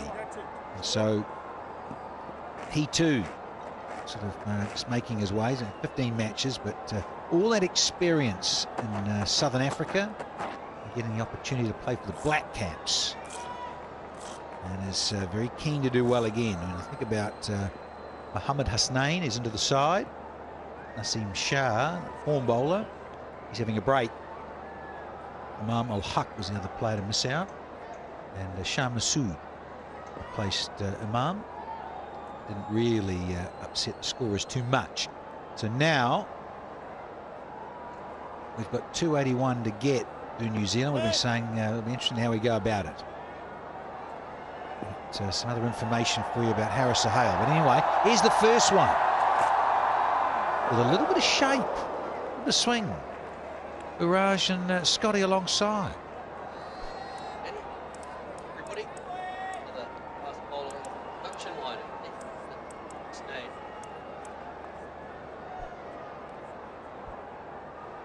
Evening, Danny. Evening, everybody. It's another fast bowler off the production line here in Pakistan. Has the ability to bowl quickly as well, up around that 90-mile-an-hour plus. And the beauty of what he can do is swing that new ball as well.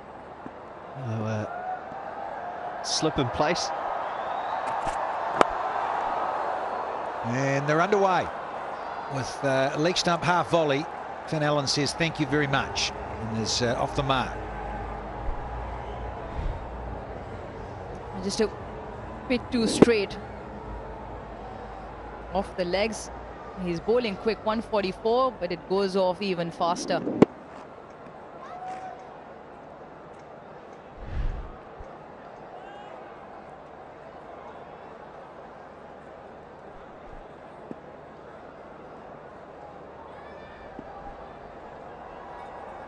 Can he settle in here, Finn Allen?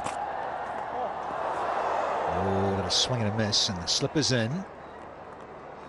There was comments made by my colleagues in terms of the batting about perhaps going a bit too hard, too often, too soon. Feet don't go.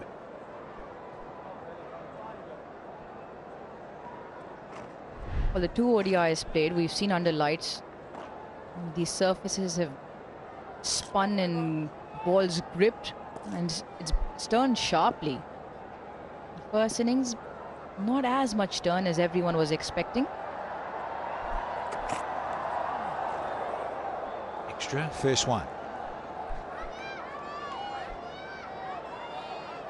For Mohammed Hasnain's sake, he's back into the ODI side. Last he played was against South Africa in Joburg, April 21. And he's had his fair set of issues with his action being called. He's had to remodel. Probably would like to keep an eye on his pace. The toughest part when you remodel your action like that is what happens under pressure. And you strive for a little more.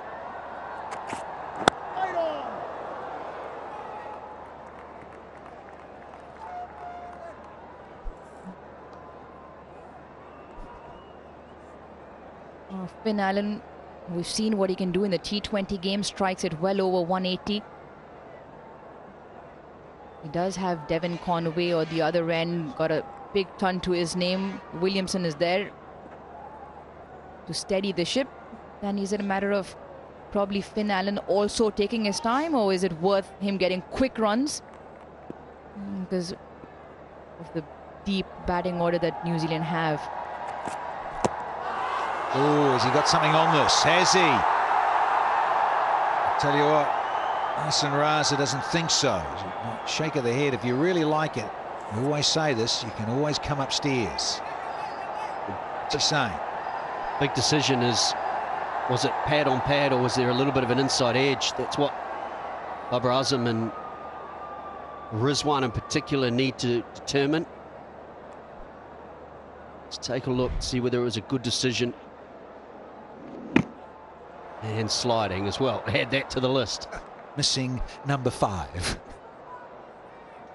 The old Mambo number 5 stump. Look at it. Yeah, I'm afraid so, bud. Up, and there's a thick edge. There's that flashy blade. Finn Allen, but he gets away with it. We've had one, and it's 6 without loss.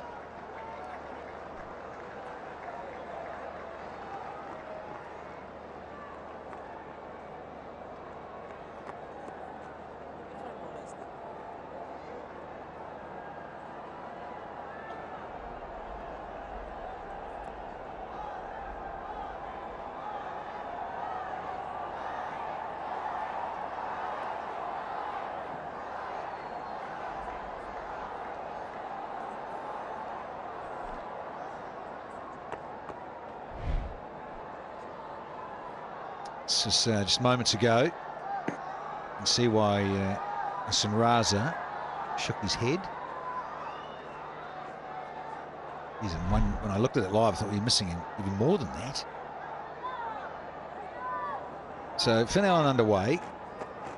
And he's kept the strike courtesy of that thick edge to third. The last ball.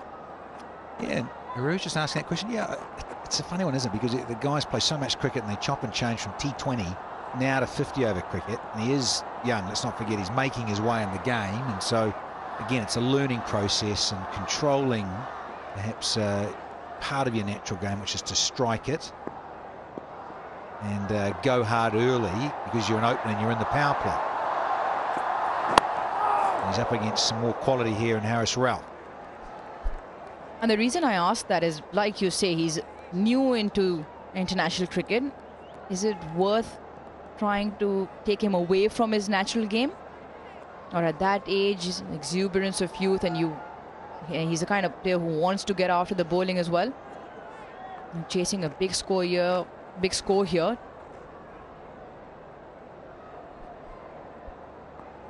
Yeah, it's one or the other, isn't it? You try and bowl to a strength or a weakness, but if it's a strength, you need to support it with the field.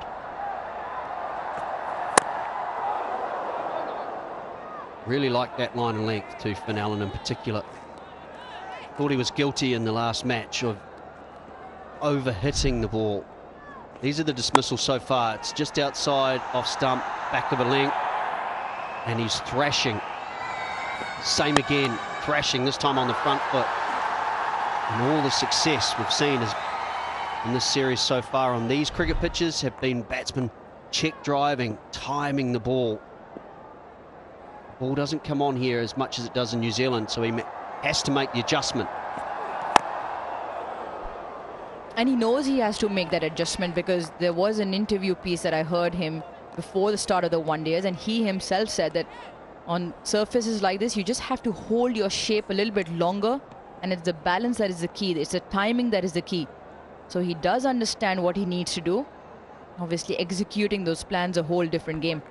Yeah, the tough part for Finn Allen is people like us sitting up here saying he needs to take his time a bit more. Well, that doesn't mean defensive shots or leave the ball. You don't want to take him away from the ability to punish bowlers and get New Zealand off to a good start.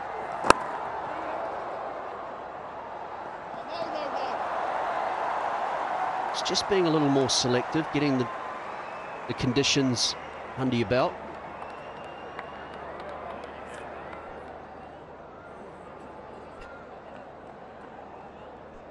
Yeah, 100%, Scotty, in terms of allowing guys to do what they do, and that's their role and their natural instincts.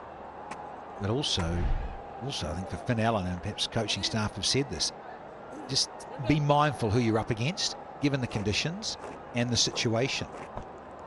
He only has to look in the first innings. Fakhar Zaman is a player very similar in terms of talent, his ability to hit with power and punish bowlers, but yet he seemed in control today. He waited, he put the bad balls away, picked on the right bowlers and went after them, and that's the experience he has. Finn Allen's still learning that.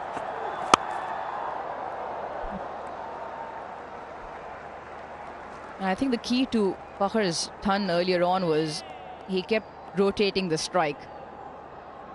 He kept looking to nudge the ball around, pick up ones and twos.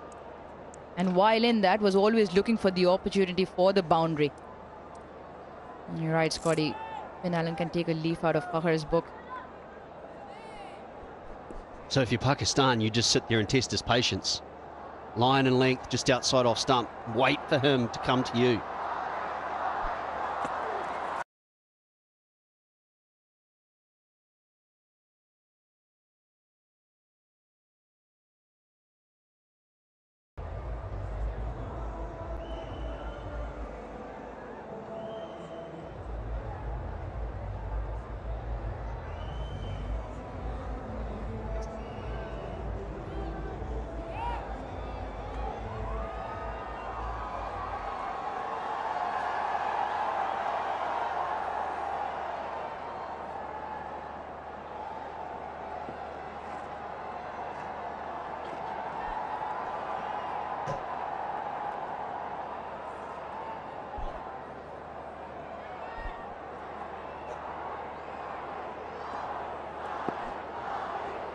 Hasnain to resume his duel with Finn Allen. Slides down the leg side. Yeah, to remodel action, you're chatting about Rouge, and of course injuries too. He's a share of injuries, this young fellow. Steams in and bowls with good gas. So he's another work in progress as well.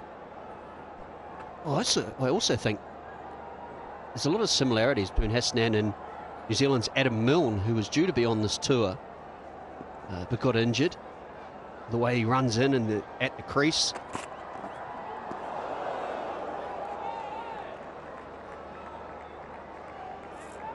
You can always see the athleticism, I think, in the run-up in particular. And it's something that Brett Lee talks about all the time, is just a nice, smooth, natural running style. And it's something I think Hasnain does really nicely. And I do like the comparison with Adam Milne. Pace-wise, very similar.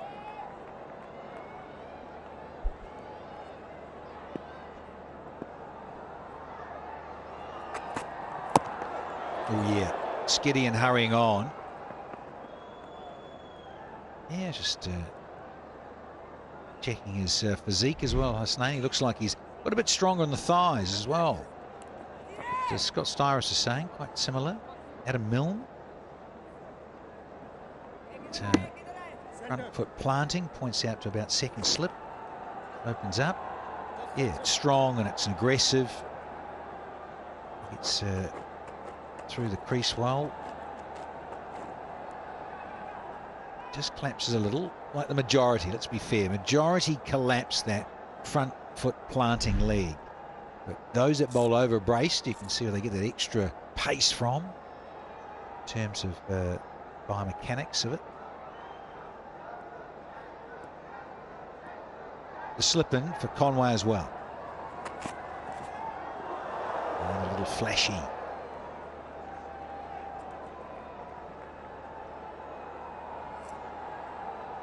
Now, you mentioned Scott Styris in terms of perhaps some pace into the surface of New Zealand. They've been big on that, haven't they, the last sort of 15 years or so, getting that right, getting the balance of grass that doesn't do too much but gathers pace for the cricket game, whether it's aiding batting or bowling.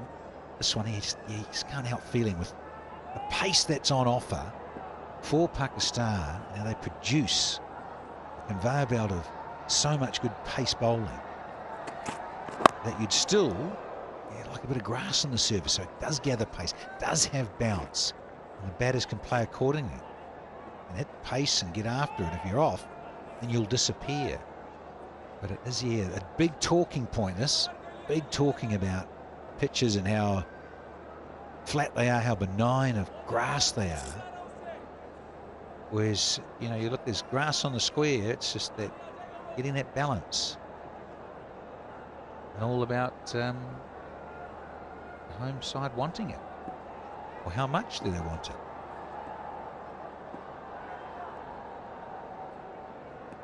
All points of conjecture around the 22 yards.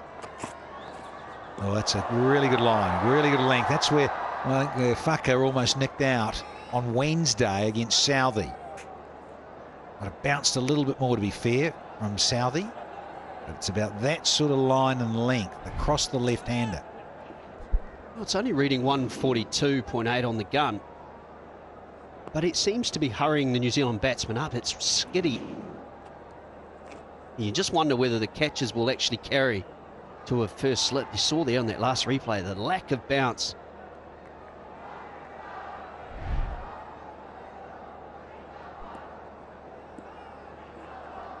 Yeah, only the wide and a single so far. Could this be the last ball? Yes, it is. But it's been threaded. Conway. Lovely bit of timing. Oh, unlucky. Good effort. To no avail. We've had 3 and it's 13 without loss.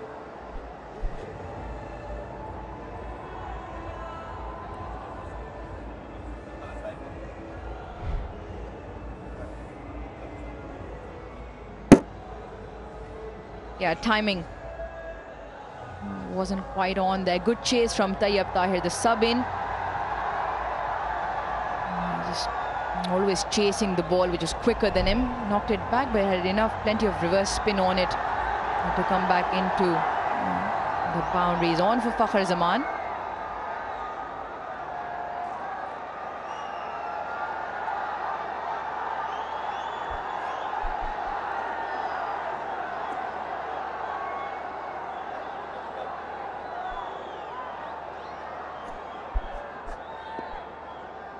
Time for Ralph again. Pavilion end. Here at the National Cricket Arena. Starts with another goodie.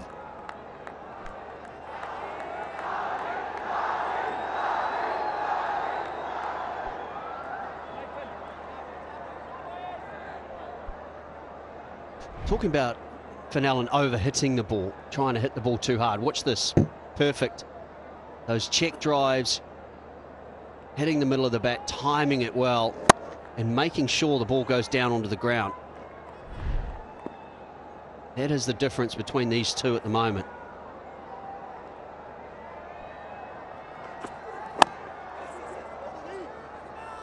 It's a good run because he so desperately wanted to get off strike, try and rotate it, given that Harris Ralph is just doing a job here, closing down angles and keeping Finn Allen at bay, as it were.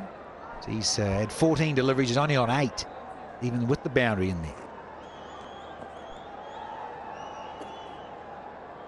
Pakistan have a couple of substitute fielders on. Kamran Ghulam is on for Haris Sohail, a concussion replacement. And Tayyab Tahir, who chased the previous delivery to the boundary, is on for Fakhar Zaman.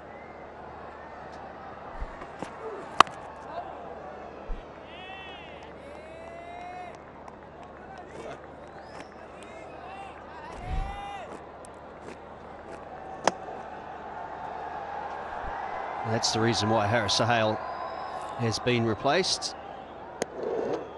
And Fakhar Zaman as well has been replaced with a leg injury. Just rolls his ankle.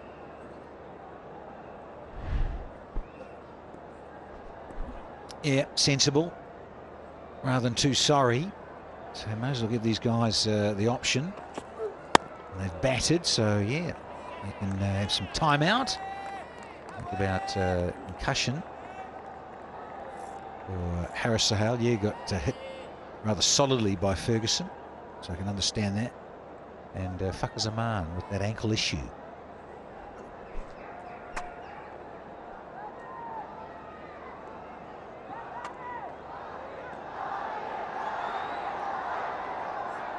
Asking rate in the modern era, very comfortable.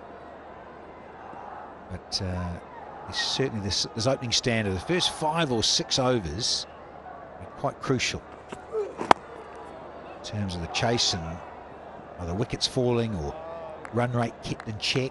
All very fascinating. Been a very good start though from the bowlers, I think, other than that one leg side half volley. that Fenelon put away for 4. They have been on the money, good lines and lengths, given nothing for anyone to hit away. Conway with that boundary. Other than that, he's 0 from 8 to take away the 4. So that's the pressure that's building. And when you believe in this second innings that the spinners are going to be the ones who are hard to hit, getting off to a good start, taking down a couple of these seamers is important. Yep. The series up for grabs. It's 1-1.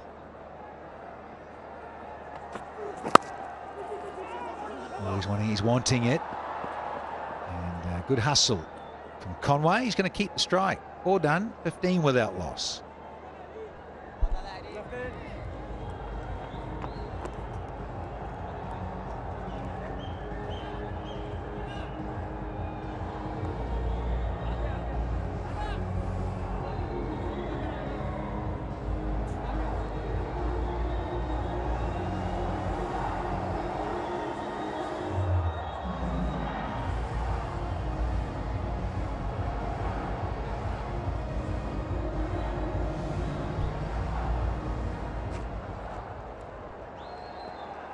Great energy in the crowd. Understandably the biggest of the 3 matches, given the state of the series. Bit of a breeze in, so it is quite chilly tonight here in Karachi. Hasnain probing. Once again, the ball not carrying through really. Tough for Rizwan, who's wringing his glove.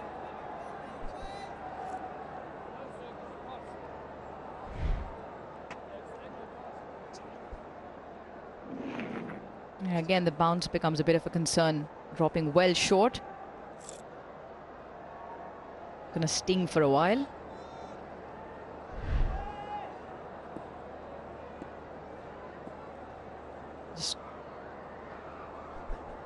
Yeah, fully taped up keepers.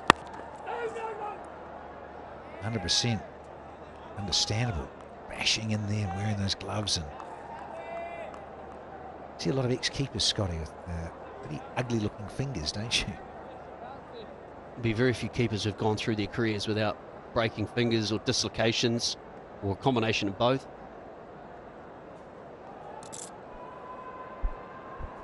A little bit like fast bowlers and their toes. Similar, Danny. Yes, some of us have enjoyed a wedge resection or two. A big toe. Delightful. Oh, lovely. Straight as an arrow, and it'll run away for 4. Lovely stroke again from Conway. So what he's renowned for. It's the timing. Even in the previous game, plays the ball late and doesn't try to overhit this. It's over pitched and he's timed it. Excellent from Conway. He's in good form.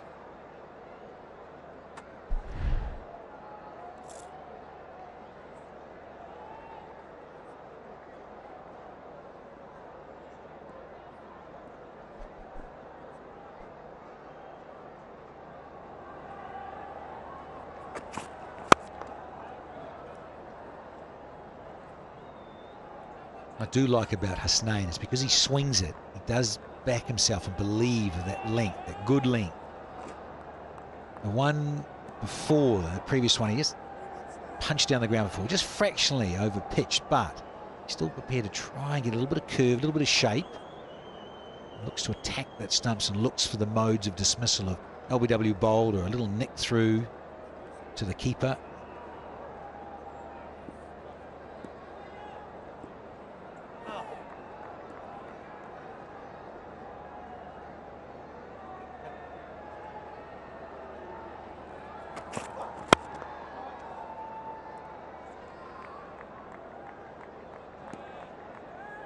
Oh, I love a hot teacup served with the Tapal Tea Lounge.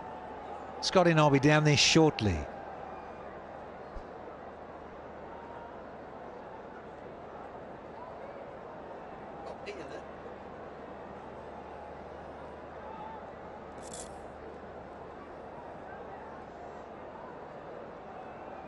It's certainly the season for it. I'd say that breeze has picked up a bit more again today. So, yeah, cup of Tapal tea. Brilliant. So handsome through there. It really is a trademark of Devon Conway. We've had 5, and it's 23 without loss now.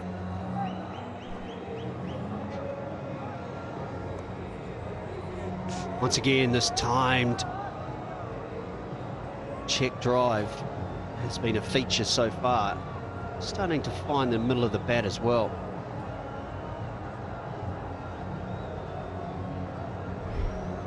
Once more, not looking to overhit the ball, pitch the ball, transfer through it, and a beautiful extension as well.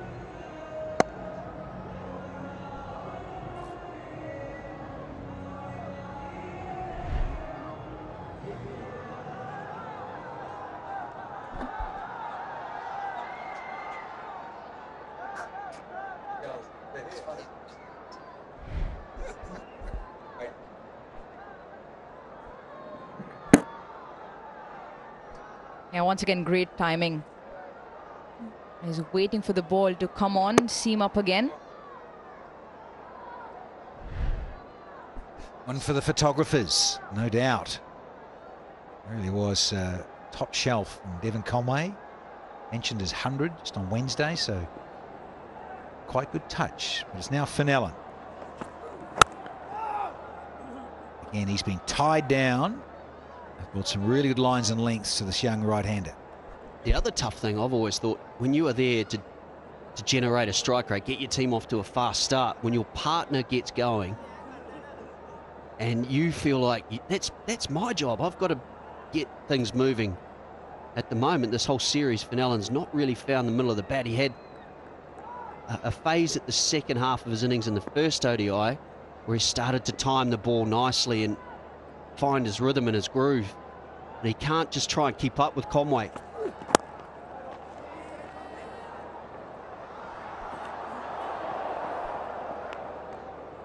And it's the way Conway is doing it. It's timing. It's not trying to muscle the ball. It's not trying to overhit the ball. And that's what Allen needs to realize, that he needs to let the ball to come to him a little bit more and time it through the gaps, whether that's along the carpet or even if he's trying to hit in the air. The surface is not as fast as what he might be used to playing on. So Conway giving the perfect demonstration of to Finn Allen. And he doesn't need to match up. He doesn't need to play at the same strike rate as Conway, as long as the score keeps ticking along.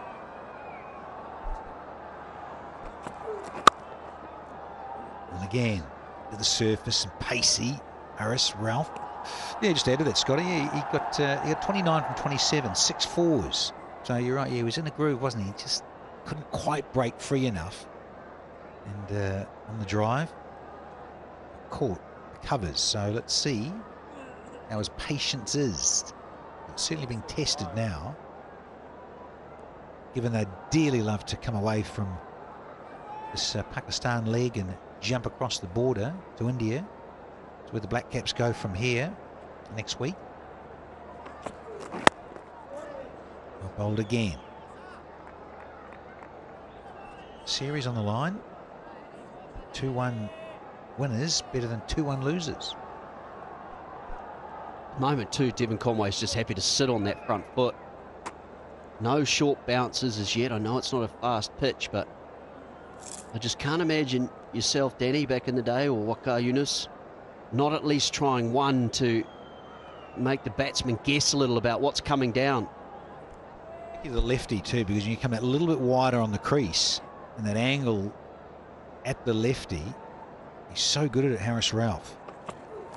Now again, he decides to go back end of a length, and Conway, he punches another single.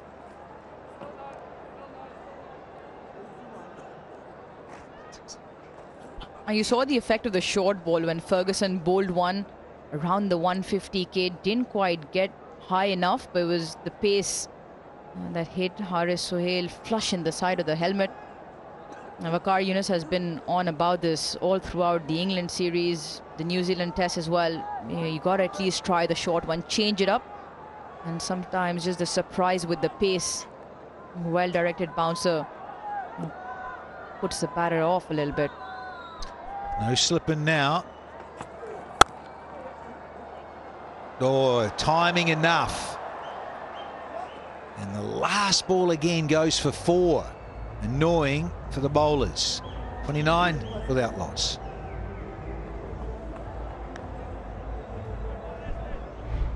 This will just relieve some pressure.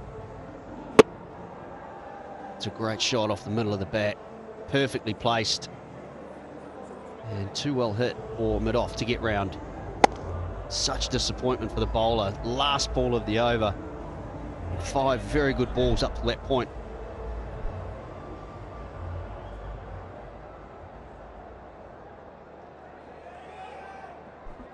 Now, Black Caps only 252 from 44 overs.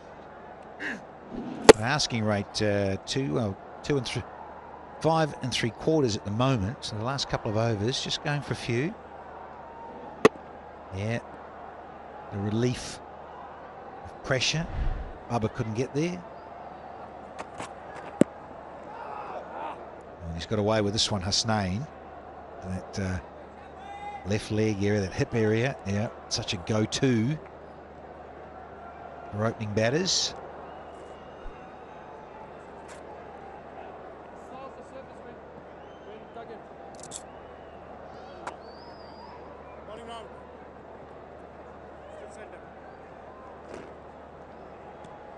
Wonder what he's going to do. He's maybe thinking about coming round.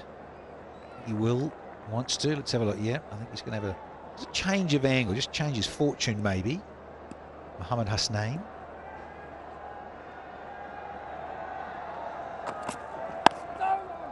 And starts with a goodie from round. Interested to see who he goes to next. Bubba with the bowling in the department. You've got Mohammad Wasim Jr., but just thinking about the spinners, just thinking about options. Given that 6.2, 50 over cricket now. Power play's not done and dusted. It isn't T20, but of course 10 overs in 50 over cricket.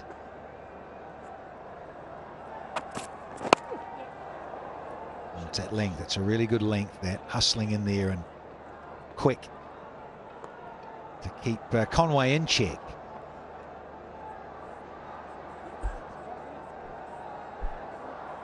Well, Nawaz can bowl with the new ball. We've seen that in the T20 format. He's one option, but I think he will throw the ball to Mohammad Wasim Jr. from one end. Whether he wants to continue with his Hasnain for the 5. But if he does throw the ball to spinners, he likes to get the first 10 out of the way with his seamers. But if it does come to that, he'll probably throw it to Nawaz from one end for a couple.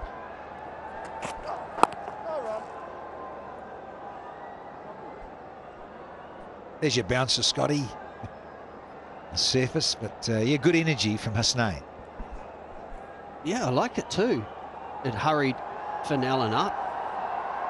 There was no thought of the pull shot, so he's basically telling the batsman you can't sit on that front foot and just hit through the line. It's good bowling.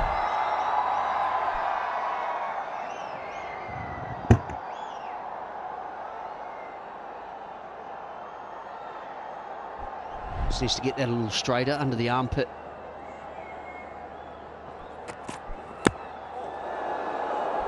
Follows up with this wonderful little 2-card trick. And back into the surface. Hurried up Finn Allen, and now Finn Allen's just checking out his blade. A little crack in it because the old sand shoe crusher almost took out off pole. Oh yeah, that is serious. Did well to not even chop one on there. Oh, that's quick. And it's also gone through the gate. He could have very easily clipped the toe end of the bat and the ball. So often we see ricochet back into the stumps.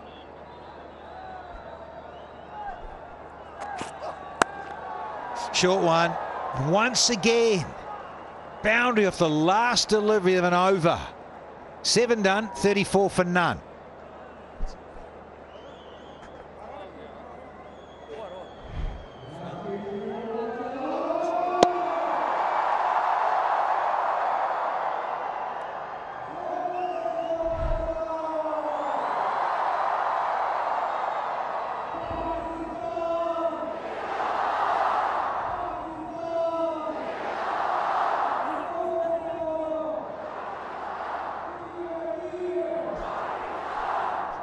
"34 of the first 7.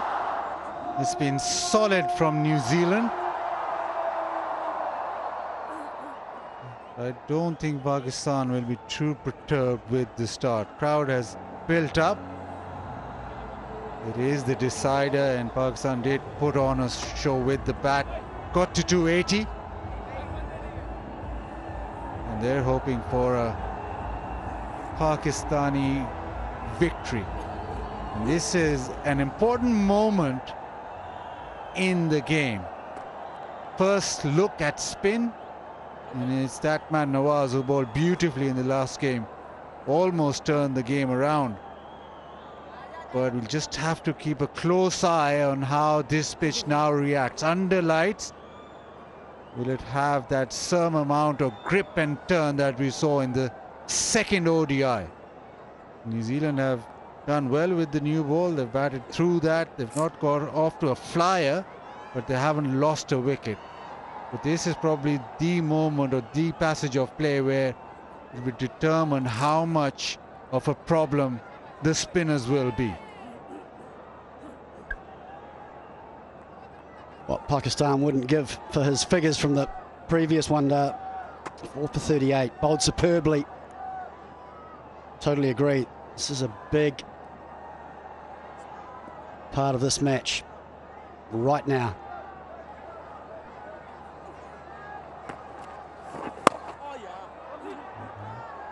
Newish ball, that one just hit down the ground, single. How does now New Zealand play this? How do the openers play? Do they just have a look? Or do they apply the pressure and think that this is the moment with the newish ball just to get on top of the spin straight away? Oh, this is the interesting battle for me. Finn Allen hasn't had the chance to face spin yet in Pakistan. Hasn't got through the seamers in the previous 2 one-day internationals. So I'll be really intrigued to see how he approaches this.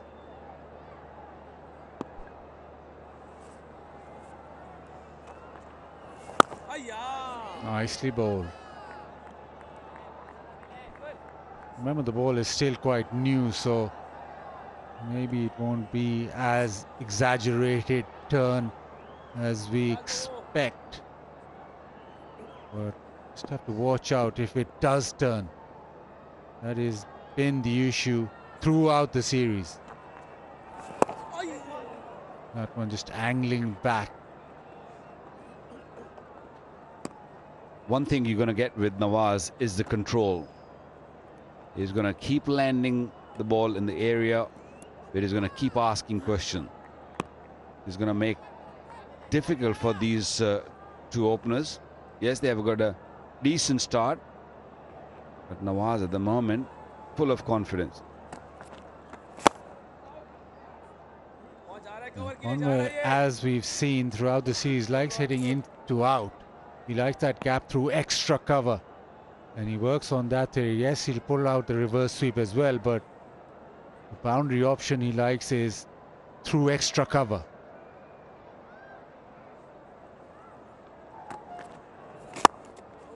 Nawaz just bowling to that. He knows that he'll go into out, and he's trying to entice him with the ball outside off. Shows his confidence in the surface.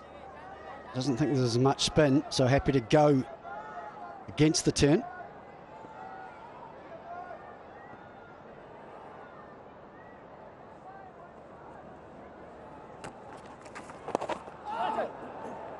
Nicely bowled, saw him coming. It's a very decent first over. Just 2 runs off is 36 without loss.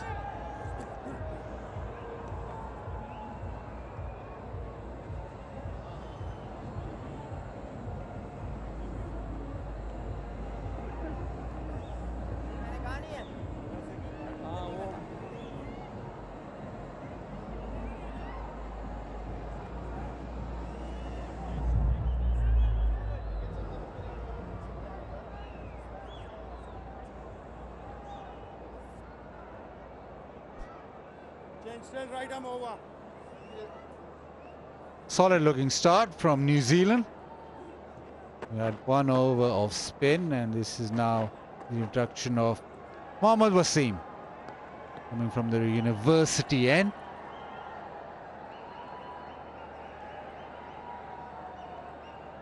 Couple of overs to go with the power play, the first power play.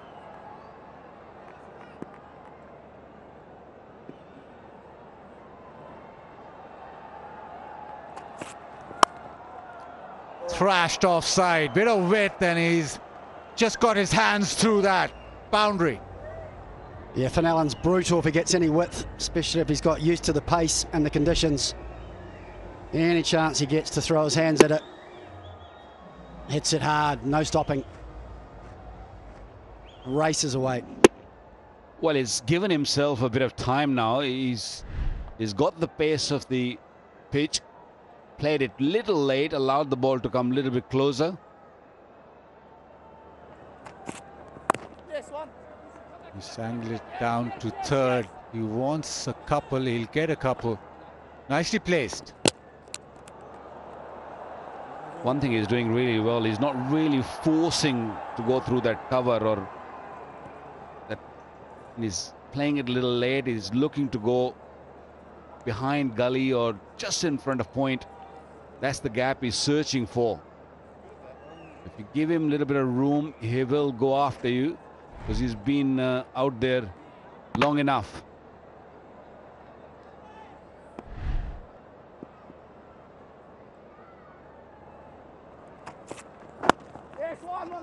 And slightly straighter, so just a single into the leg side.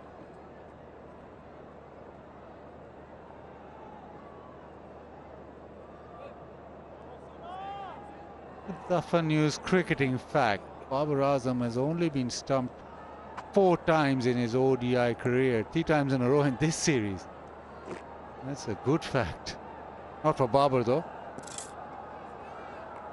Well, it's a decent recent problem with Babar against the off spinner.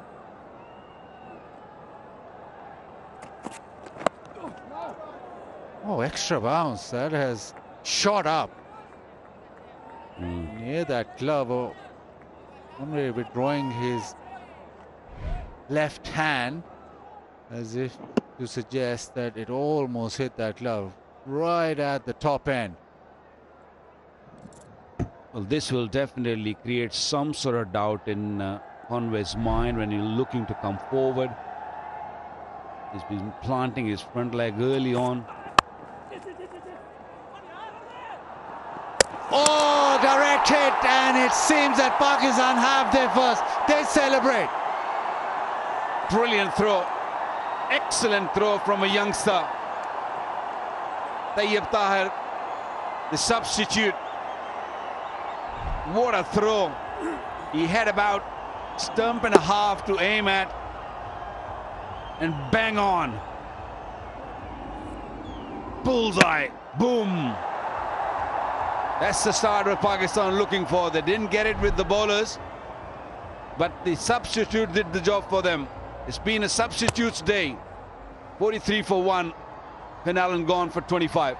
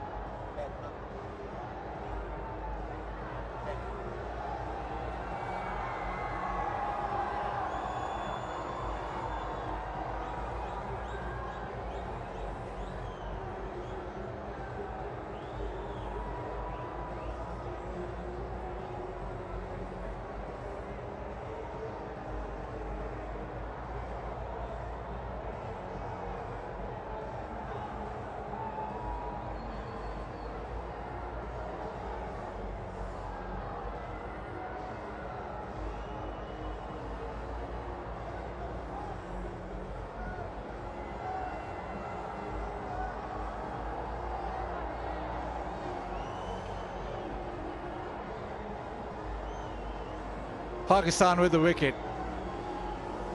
Ken Williamson at number 3. Fabulous record. Loves playing against Pakistan. 47.8 over 161 matches. Well, that is some record, but he'll have to bat as well as his stats suggest today, because it's a tough ask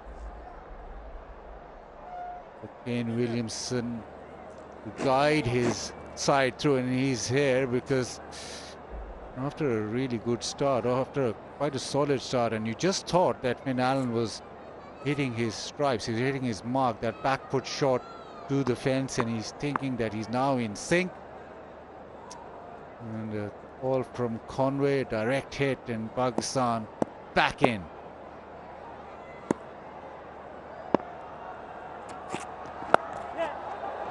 Wants a single, no, Conway sends him back. An interesting over, wicket for Pakistan through a run out. It's 43 for 1.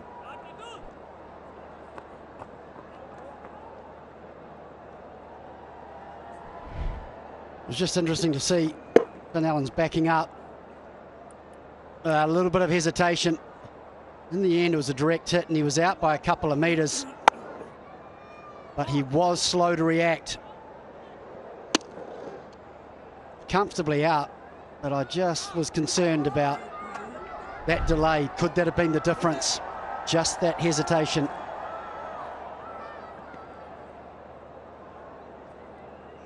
Brilliant from Tayyip Tahir. He is a good fielder. He comes with a reputation of being very quick, and it showed.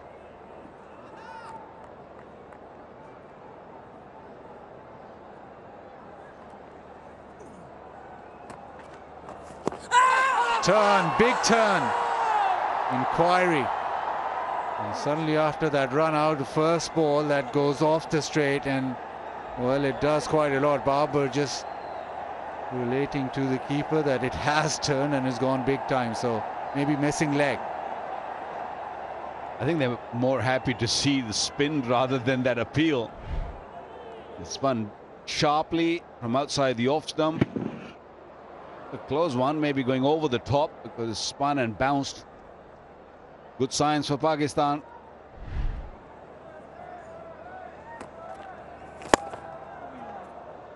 Herein now lies the challenge.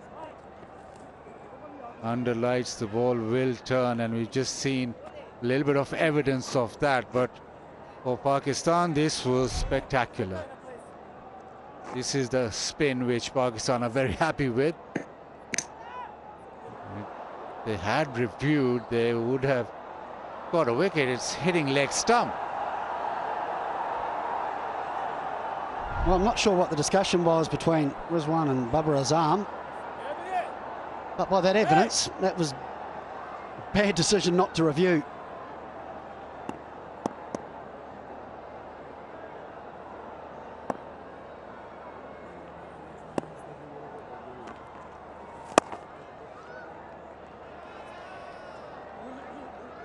Nawaz got Williamson in the previous game with a lot of turn. Yeah, now Babar just thinking about that review.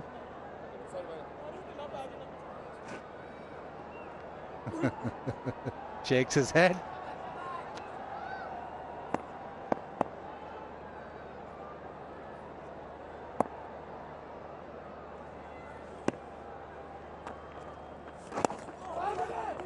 Just searching for that turn. That one just goes on with the arm. The new ball, there'll be a few of those deliveries just angling back.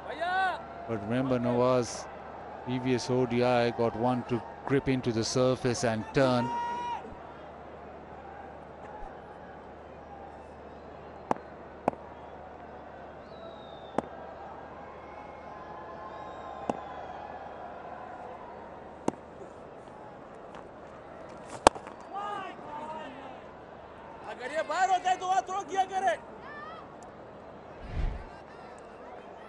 Here's that delivery. It's spun sharply. It's come back in. It hit him on line and going on to hit leg stump.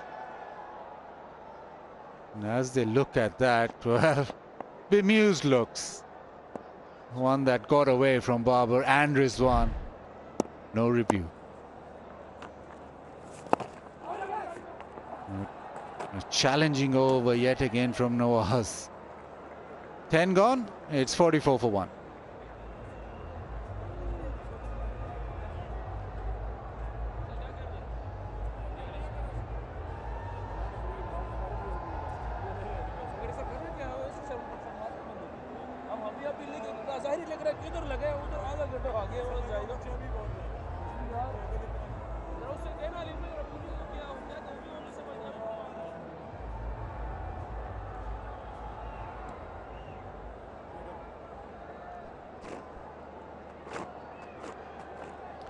End of power play number 1.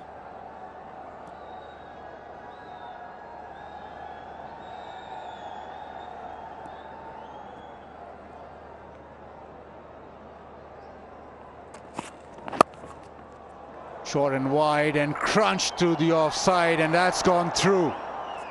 It's Tayyip Tahir patrolling the boundary. He was brilliant with the throw. This time not so brilliant in cutting that off.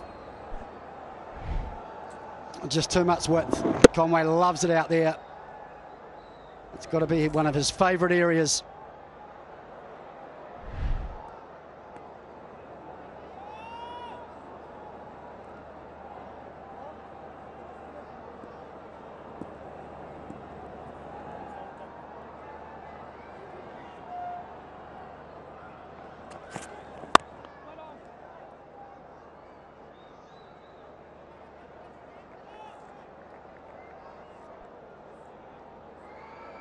Now it's very important, crucial for New Zealand that Conway bats a long way and makes sure that he gets in and stays in.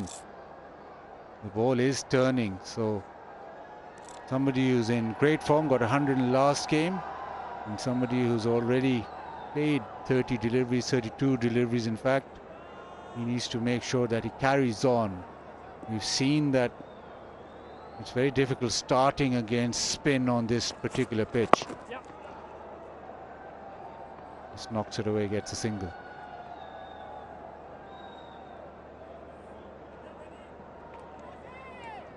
The substitutes have made an impact, but it's the ODI debut for Kamran Ghulam. Concussion substitute. Wouldn't have wanted it this way, but I don't think, well, he won't bat. Maybe can bowl a couple of overs, but this will be counted as his ODI debut.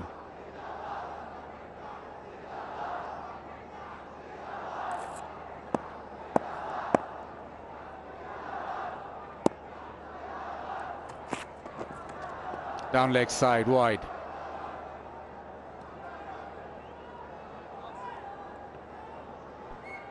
But the substitutes, the fielding, Henry Nicholls, Tayyip Tahir, even Doug Bracewell. Hence the reason they're substitutes. They've been exceptional, haven't they? Henry Nicholls in particular. What an important run-out this was. Like a Zaman. And then Harris Sahal was also very dangerous from side on.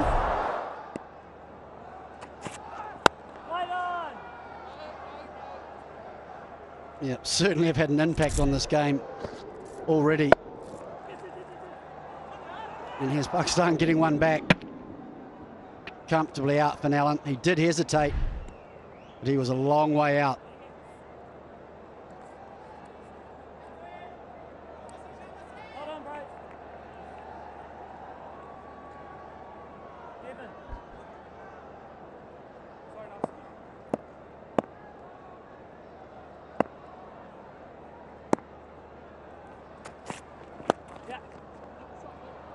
Turned away, it's in the gap. Nicely done. Sliding stop. Williamson gets back for 2.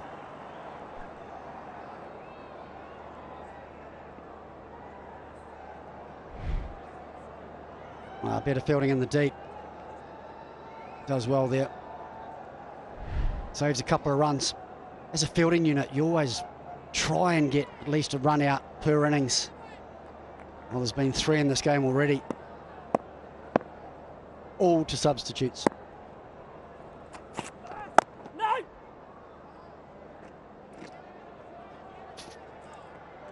52 for 1.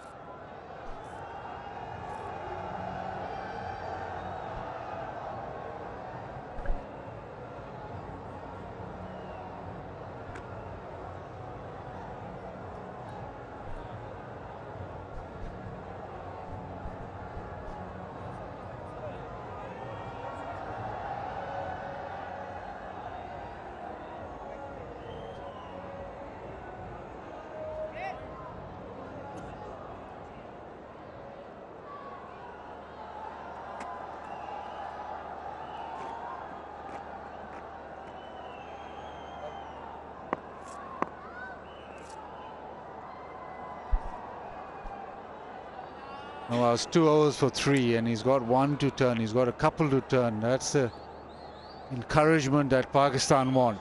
Over the wicket to Conway.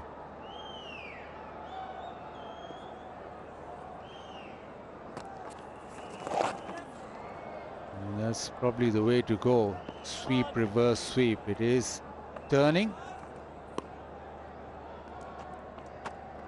In the previous game, it was Nawaz who dismissed Williamson with a beauty. Just probably pitching middle leg, hits top of off.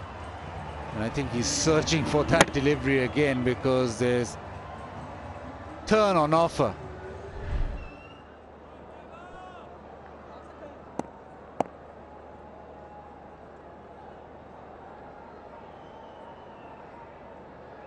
Just long on, coming in into the circle.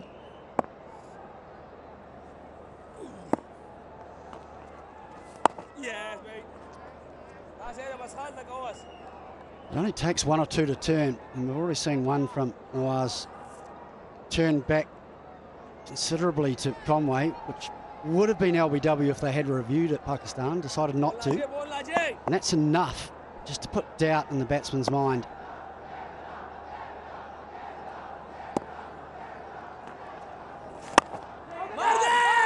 Goes straight away.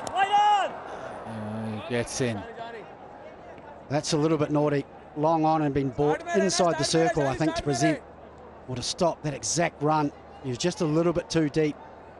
Asnan, I'm not sure. If you're going to be up on the 1, you've got to be a little bit closer, especially to Williamson, trying to create some pressure.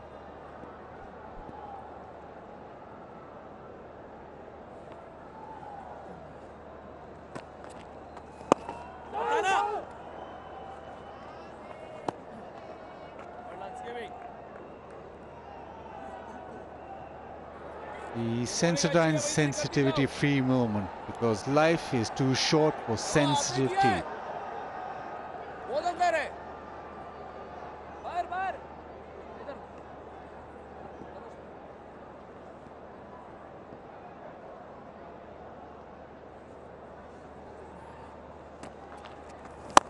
Down the track, and he's hit that really well, exceedingly well.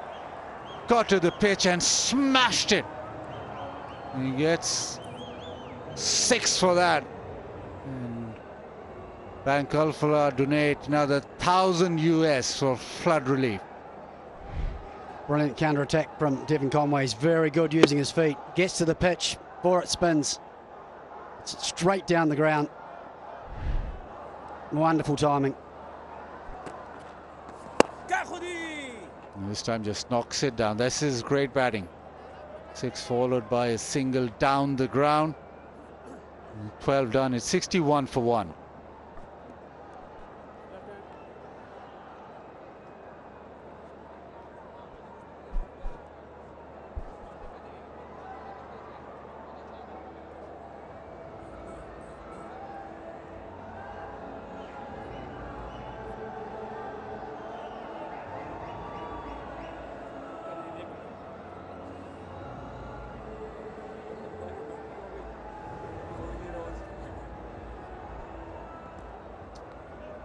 Right now, New Zealand's worm looking pretty good, but they have to maintain that for quite a while. And the threat of spin.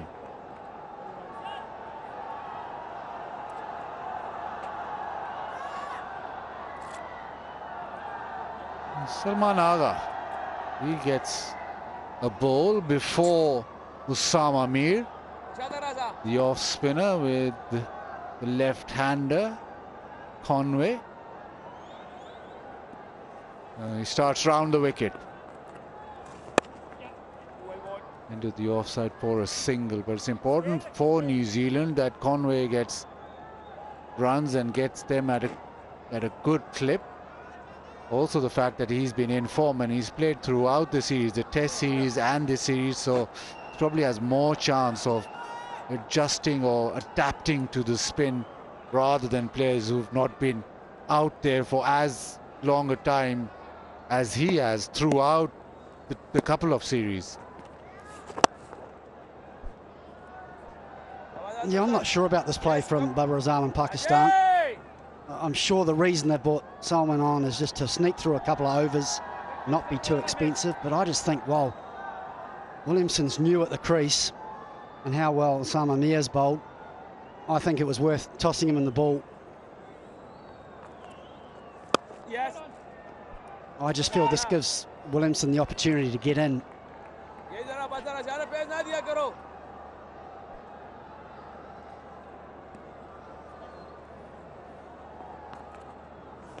इधर है well bold या good ये चलिए तो चलता रहता है सही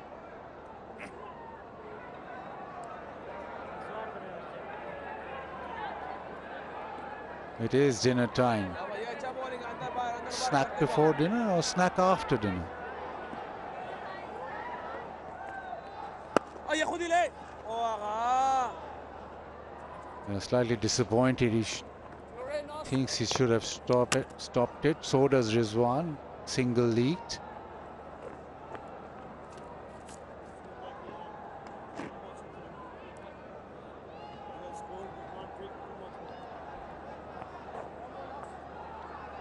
इसको तो बिल्कुल वो नहीं देना बिल्कुल ये किया करो इसको ये आगे आते हैं ना कि वास्ता को जाइए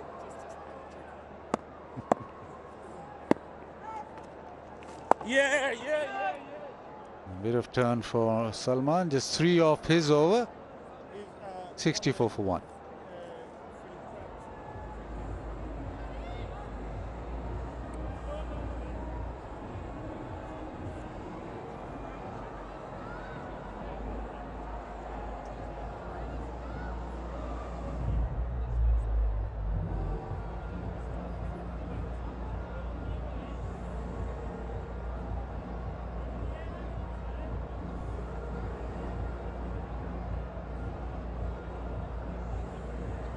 These matches almost back to back, very little rest in between, so hydrating as much as possible. It's been a tough tour.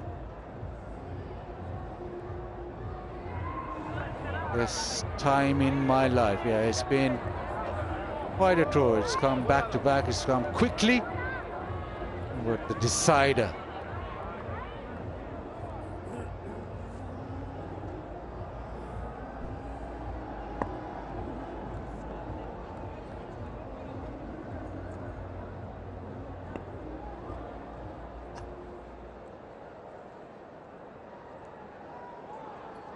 Nawaz continues his 4th over.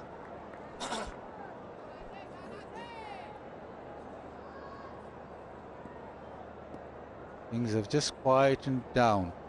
Spinner's introduction, not a lot of risk being taken.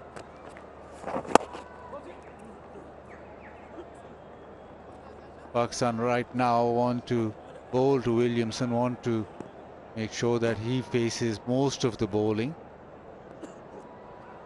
And the ball spinning away.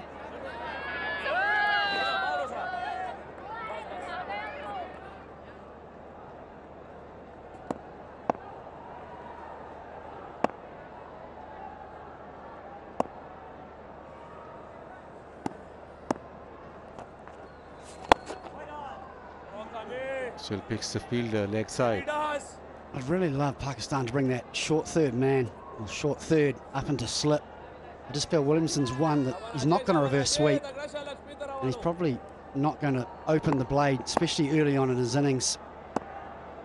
And just think it adds a little bit more pressure bringing that third into slip. Full toss, this time he gets the gap. Long on was up in the circle, so Williamson gets a boundary through mid-wicket. Yeah, wonderful use of his feet. Nawaz just a little bit too much air. Williamson gets there comfortably on the full. Missed out in a previous over, and this time he gets the gap. That'll make him feel a lot better about things. 8 from 14 now. A change in field now, more protection.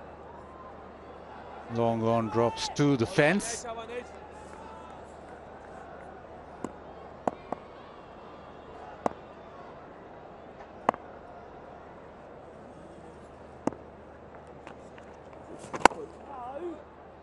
But it's been good from Conway. He's 17 of 14 in this partnership. The partnership is 26 of 30, so he just allowed Williamson the time to actually settle in. You have to work in partnerships, and this partnership just building slightly, but for Williamson to just ease into the innings, it's been Conway who's allowed that.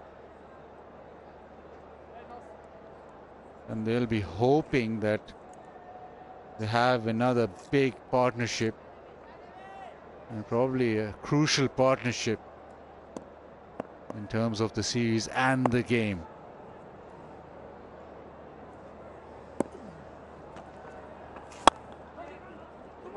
Down the ground, he wants to, but oh, a little fumble, and that allows the second run. So slightly sloppy there. 14 done, it's 71 for 1.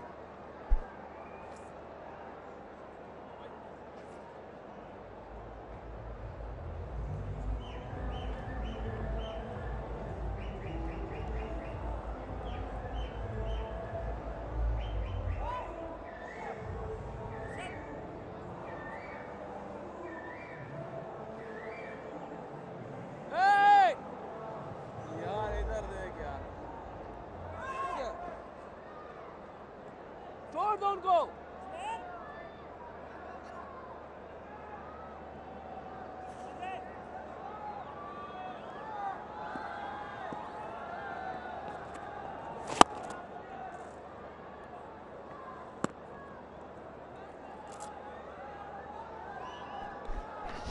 $71 for 1 into the 15th now.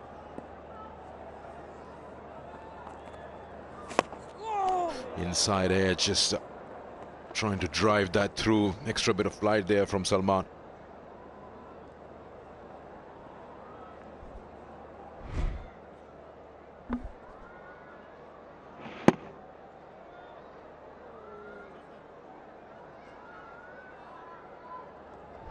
Getting it on the inside part of his bat.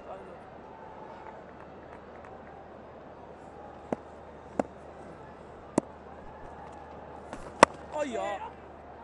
Go. Not really that big day for the spinners today. 2 wickets for spin in the New Zealand bowling, 5 for seamers. And here, of course, just that 1 run out as of now.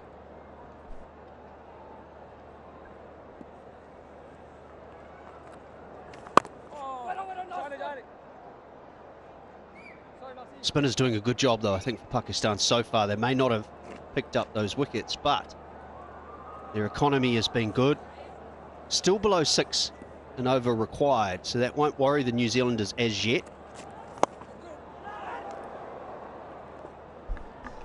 Twice in the over, he's made use of his feet, but hasn't really reached to the pitch of the ball. This time again, getting it on the inside part of the bat.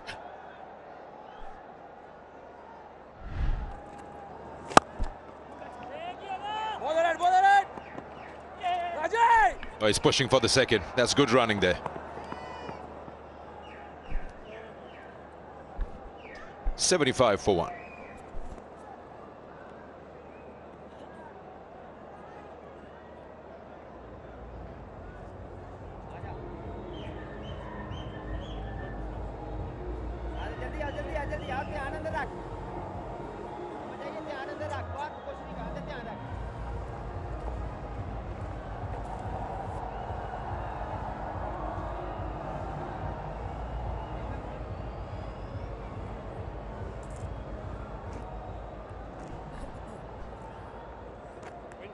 Conway with his form that he's having, 36 of 47.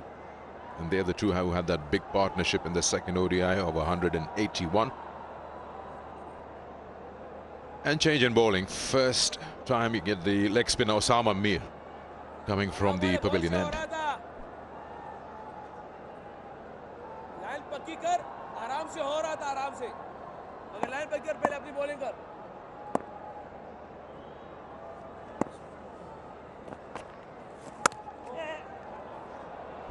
That's such a good shot. Finds that gap. Boundary to Williamson. This is a high quality stroke. He didn't get a lot of width. It was not a bad delivery, but it's all about the placement. Gets back, sinks low. It is just high quality. It's really good from Williamson. See it there, Scotty, side on. It's actually not that short, is it? Just amazing how he, as you mentioned, gets low. Again, I keep emphasising this in white ball cricket. You get a boundary or a six off the first ball of an over. And watch this. How full of it. Pitched well and truly inside the frame, and then bang.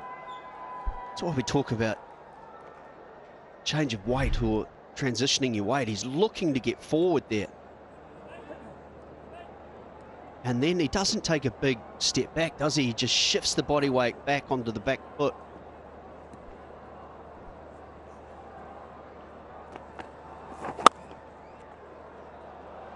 More runs here, and maybe 4. Again, brilliant placement. This time it's Conway. What's going to intrigue me, and I think we've all touched on it, is how much under lights will this spin? How much will it go? Given what we saw on Wednesday, but now we're on a different surface, just subtly. And how much the Pakistani spinners can have a say in these middle overs, given they're defending 280. Once again, this time the fielder will manage to cut it off. 2 more added to the total. Just watch the balance of Williamson. Looking to get forward. The whole little press there looks to go forward, but then it's just a slight shift back. Gets into such good position. And that little shimmy back allowed him to get that width and knock the ball on its head into the gap.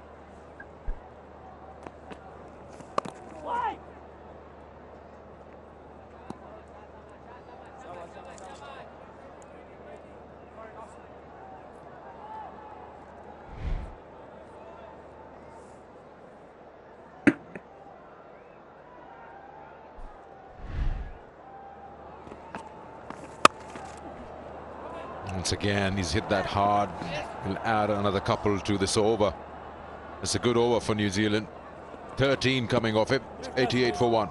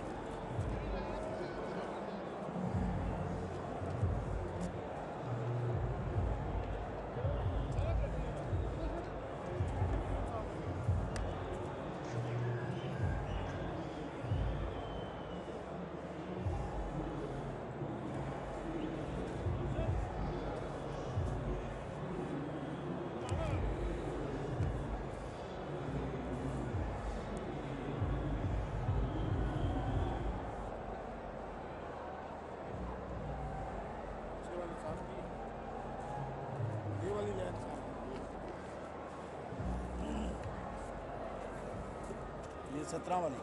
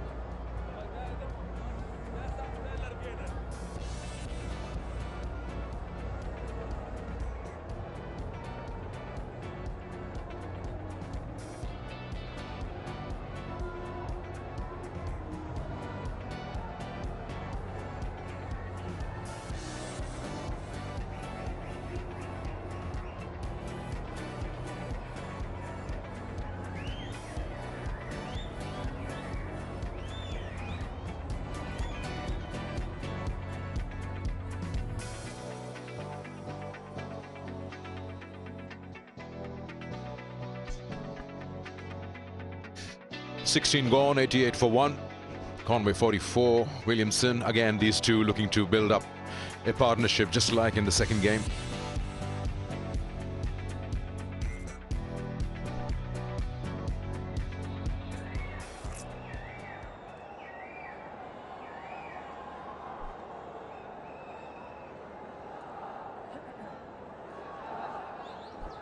Salman Aqab will continue from the University Road end.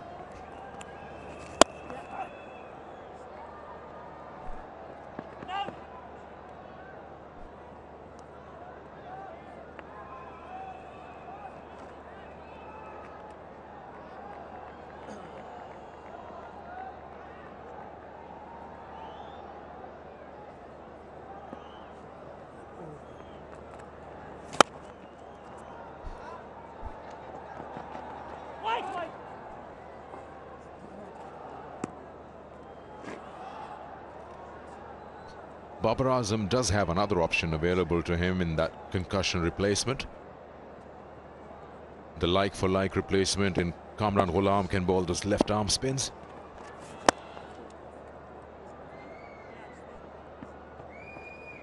Yeah, so important for Pakistan to break this partnership, isn't it?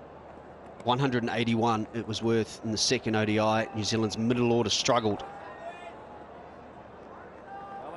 And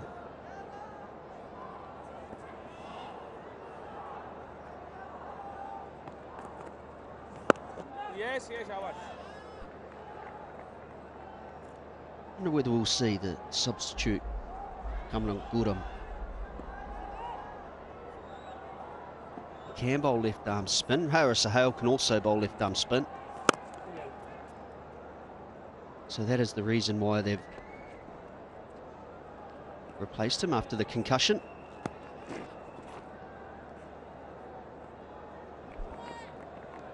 जो slow कर रहे हैं आराम वाले में जो तेज होते हैं वो मुश्किल होता है खुद हो जाता है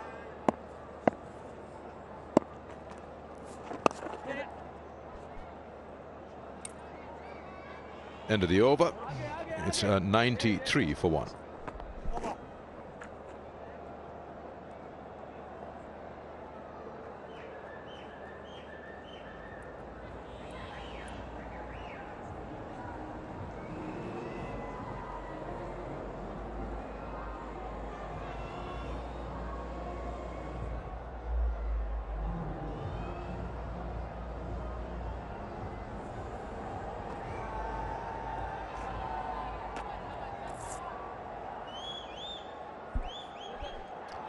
That's the third and final ODI summary as of now. 280 for 9. Pakistan winning the toss, deciding to bat first.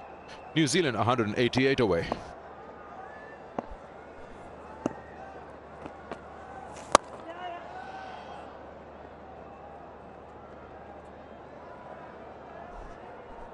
In terms of comparison, Pakistan's nowhere close. They were 69 for 2 at this stage, whereas 94 for 1 already. It's interesting, isn't it? New Zealand felt like this pitch was better to bat on first. At the moment, they've got the advantage. But Pakistan were in the midst of their terrific partnership themselves. Pakistan with that outstanding 100. Rizwan, they complement each other really well. Left and right hand combination. You've got the power of Fakhar Zaman, you've got the ability to play the hard sweeps that Rizwan could do, so the bowlers could never settle. And we may just have, no ball, is it?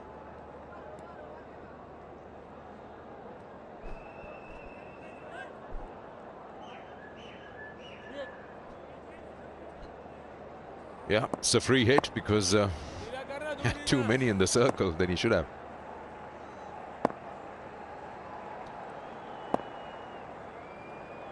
Should have 5. Feels he's missed out on an opportunity here. Fine legs inside the circle. As he what? He hung his head back.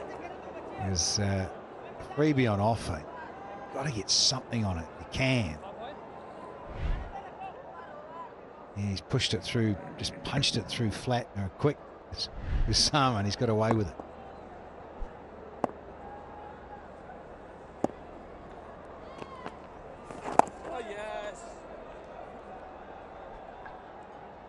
Of course, the old free hit came around a good 2 or 3 decades after you played, Danny, but I can tell you it's not as easy as you think, a free hit, because you step up and you try and swing it so hard.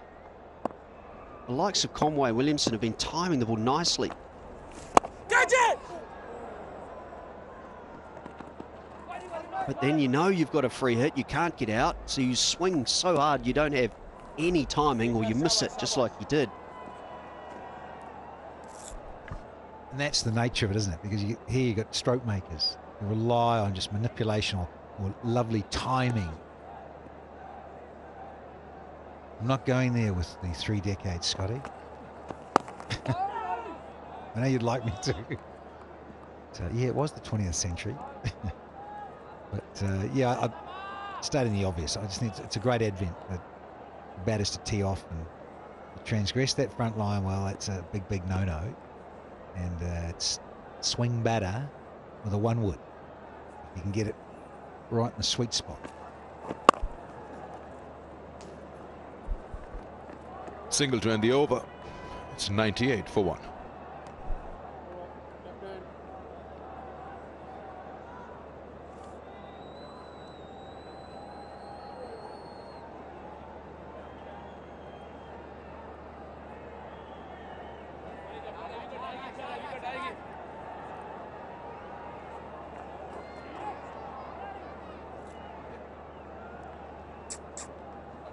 Hey!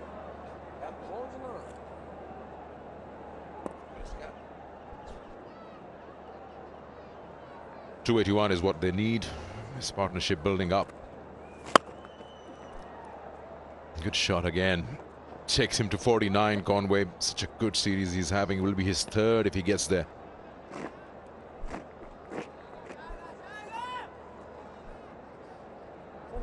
You're talking about free hits and full tosses at times. You just cannot put them away, as easy as it may seem, or someone calls it. Yeah. So करी जाओ, दूर करी जाओ बस ये. आगे ना फेंको.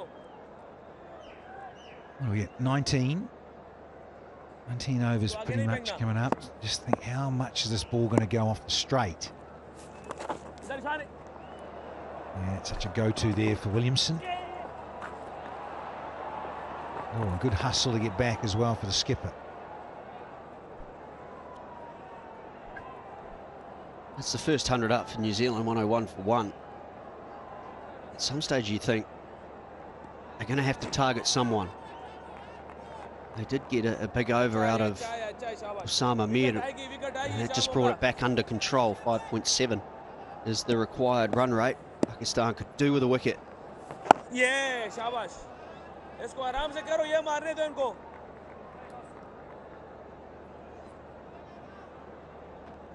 Don't seem to think that is he going to get in one of those, like he's been knocked over middle, then off with 2 really good deliveries. Yeah.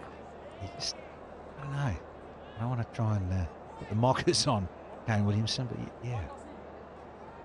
Really hurt him in a way. He was bamboozled. He was a bit annoyed with himself and looking back down the pitch that he should have perhaps kept out that second one he felt. First one was an absolute beauty from Usama. There, he's quicker on his feet now. 101 for 1.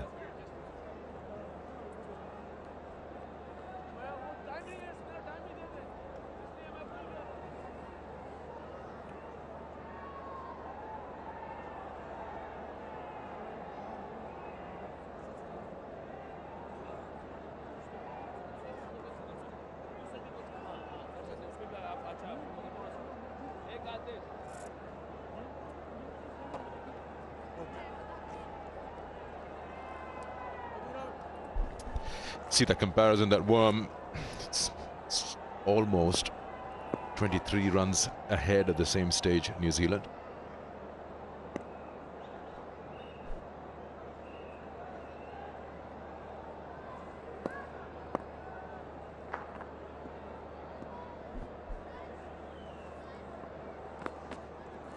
Yes, bowling, shabash. Yeah, odra. आराम से जगह पक्की करो. इनको मारने दे. कोई हल नहीं होगा रिवर्स स्वीप और टॉप एज के चांसेस है इसको यहाँ से. They do miss Naseem Shah. What is it, 8 wickets for him in this series? He's often made the early breakthrough too. ठीक है, कोई बात नहीं इसका. 50 up for Devon Conway. Another very good innings. It's his third ODI 50. 200s to go along with it. That is some record. Yeah, 150 in this series out of the 200s that he has against his name. After that failure in that first ODI, he's had no looking back whatsoever. It's played a key role in getting New Zealand off to good starts. Full toss. There you go. Yeah, just as you said, wasn't it? Not easy. You're expecting it to bounce and turn, and then all of a sudden you get the big knee-high full toss, can't put it away.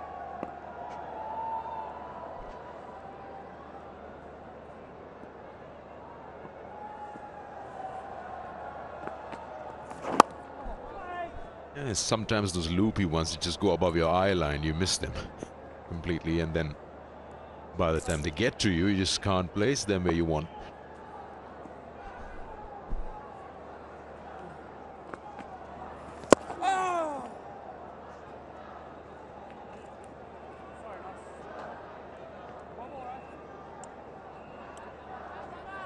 Sense of being patient here, Pakistan.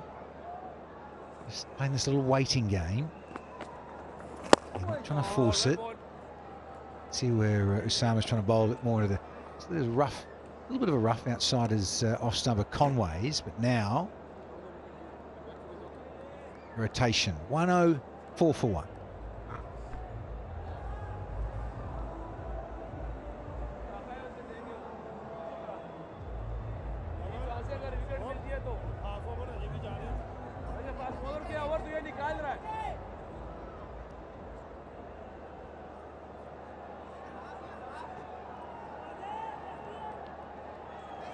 काफी है बहुत हो जाएगा. 2 minute.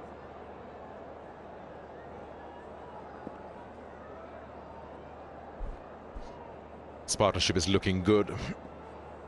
61 between Williamson and Conway. Oh yeah. It's a good call from the non-striker. Very good call in completing that single. Do you feel that Babar Azam is probably having a heavy reliance on this spin to get him that breakthrough, whereas it's not much happening in terms of wickets for spinners? I think the captain there will feel like he's got this under control for now. Salman's doing a good job, number 16 into his 5th over.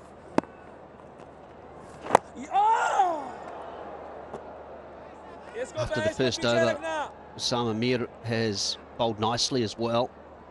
Rate getting closer to that, 6 runs and over. So at this stage, I don't think he's panicking in any way. He's not going to any unusual plans or bowling strategies. Does well, comes out and plays it on the onside. Another couple added to the total. You're right, the spinners are doing their job and doing a good job, and probably Baba won't be feeling panic, but these two batters also not finding it tough as they were in that second game. They are working the ball around and getting those odd boundaries in.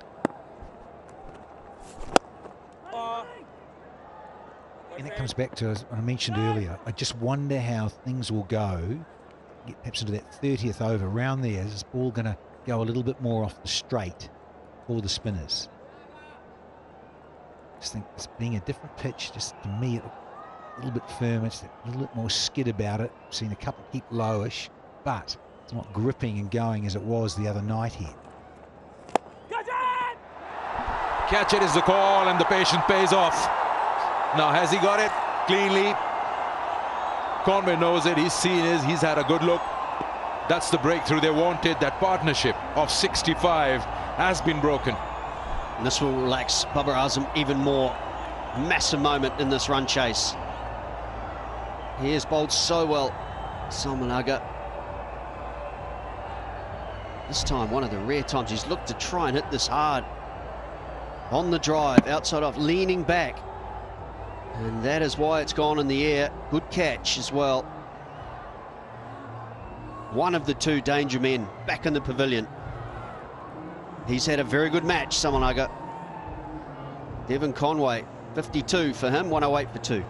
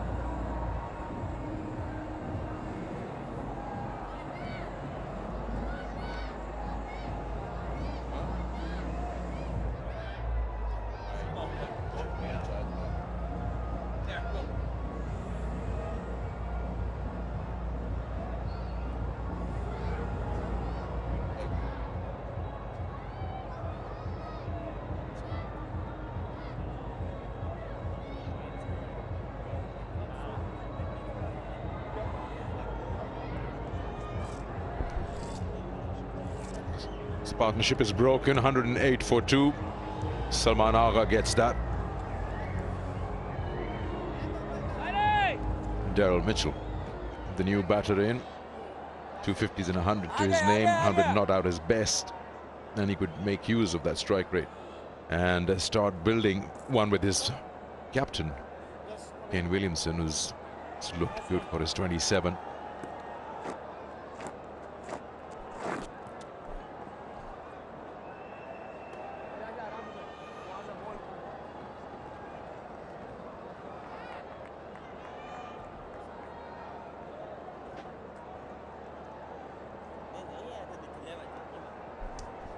Pakistan can also use this opportunity to slow that run flow down to whatever extent they can, as New Zealand is 28 runs ahead at the same stage.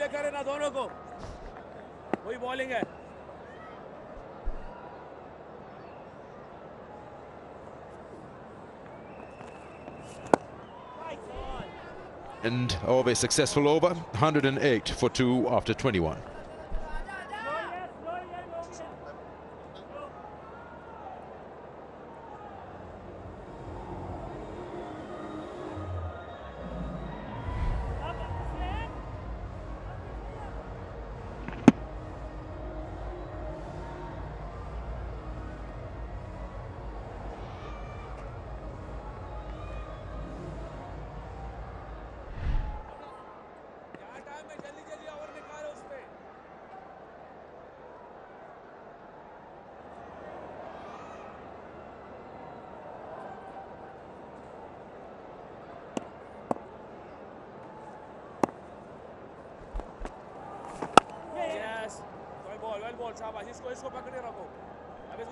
Yeah, previous over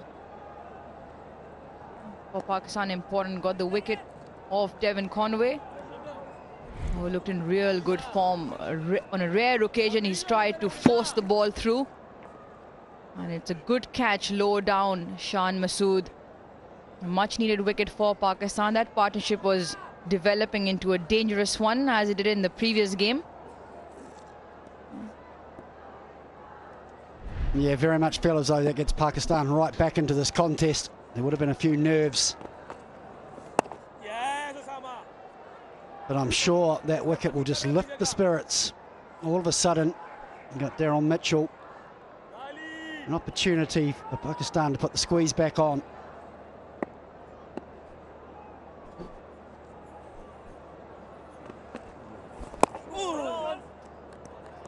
Oh, they are chasing a big target in comparison to the 3 games, but they've kept up with the run rate. Important for Daryl Mitchell, he's been short of runs in this series. I got a start in the first game, not in the second. So it'll be important for him to rotate, strike and put the boundary opportunities away. Williamson also still building in innings here.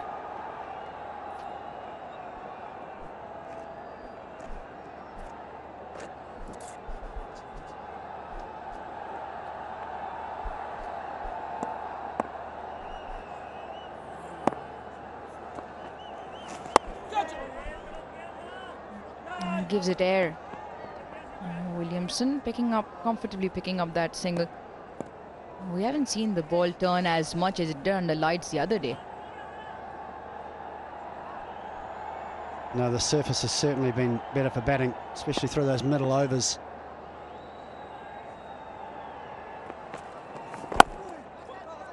Hence, that's the reason I think New Zealand has been able to keep up with this rate, able to rotate the strike just like that.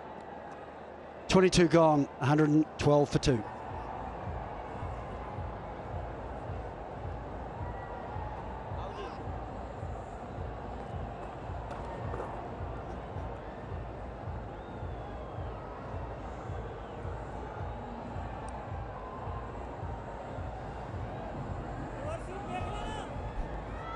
He loves this opposition, Williamson. Pakistan averages the most against them, 56.8, over 1,000 runs in the 21 innings. That's a phenomenal record against Pakistan. In all formats, loves them against Test cricket as well. Well, that's a phenomenal record.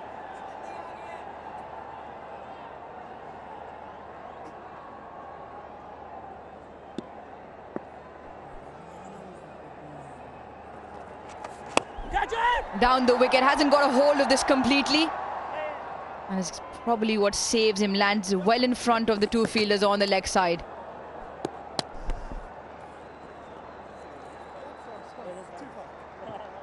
Mitchell trying to put a stamp on this game.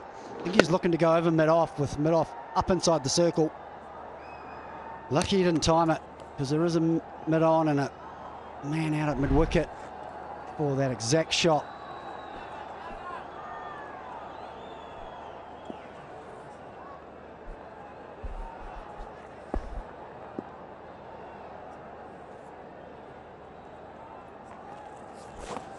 This time the reverse. He's also gotten out to that shot we've seen through the Test series and doesn't deter away from it.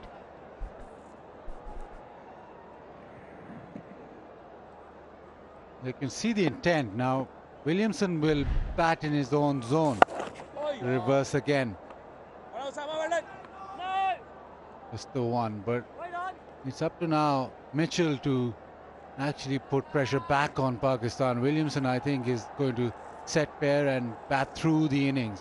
The batters around him will try and make the move or make their mark in getting the runs down or scoring at a quicker rate. Now, at the moment, it seems as if Darren Mitchell has come in and he's going to take the spinners on. So you've got players like Latham, like Phillips, even Bracewell, who will take it on. So batting plan seems as if they're going to bat around Williamson as long as he's there. Yeah, I like that plan from New Zealand as well. There we've seen Tom Latham in next. Very good player of spin, very good on the sweep, which will be good on the surface. Phillips hasn't really fired this series, but also good against spin. So I like the tactic from New Zealand, if that is the case. And Daryl Mitchell generally likes to be positive.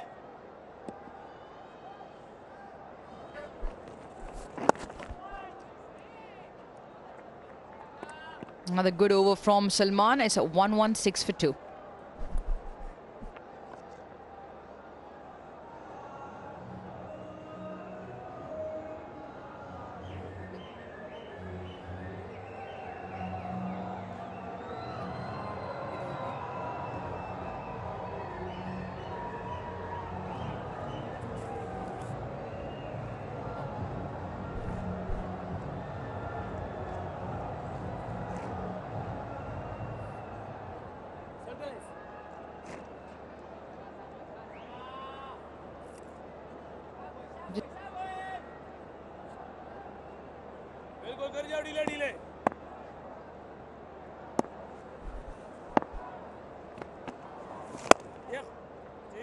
ठीक है थोड़ा और कम करेगा. Also in terms of the turn off the surface, yes, it's been a point of discussion throughout this series, and the toss and earlier on in the day was a reflection of anticipation of that turn. Hasn't turned as much as we've seen, especially in the second game under lights. It over 4.3 odd degrees of turn. It's nearly double of what it was in the first game. Well, I think those first two surfaces were used wickets or used pitches. They've been used quite a lot, whereas this one's brand new, hasn't been used for quite a few months. Good turn.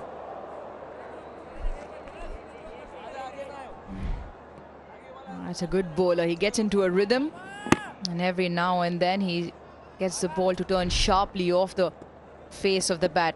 He's already got a ripper to Kane Williamson. You remember that for a long time. Down the track. And gets it past the fielder. He just had a few yards to move to his right. And the timing on that one really good from Mitchell. Yeah, very good from Mitchell. Loves to use his feet to the spinners. Loves to hit straight. Initially when he hit this, thought it might be going to long off, but he got it straight enough.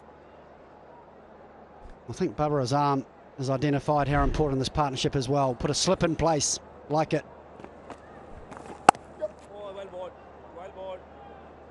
And gets off the mark after the boundary. This is good from Mitchell. The fans have really enjoyed themselves along with the cricket.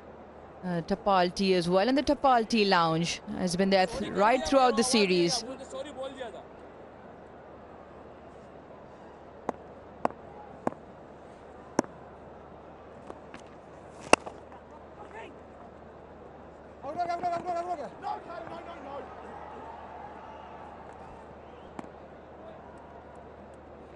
And the strike rotation, that will be key. Yes, keep picking off the boundaries, but don't get bogged down at one end. And it's probably the lack of turn from the other two games in comparison is allowing the batters to take away those singles easier. Watches that go through. 7 off the over, 123 for 2.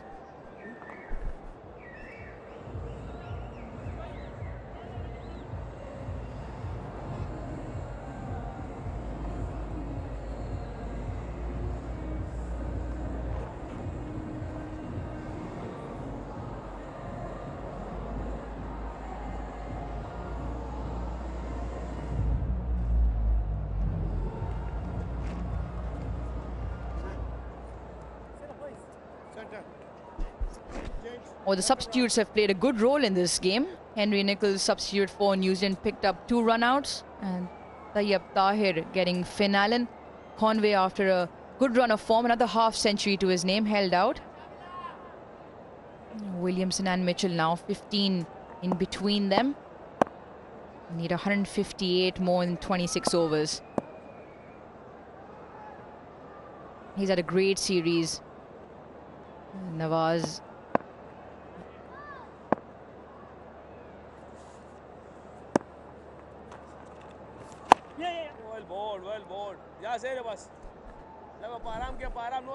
Important spell this for me, for Nawaz. Solomon did a terrific job. It's up to Nawaz to continue that pressure in the university end. That's what he's done so far this series. 5 wickets at 19.2. Very, very good.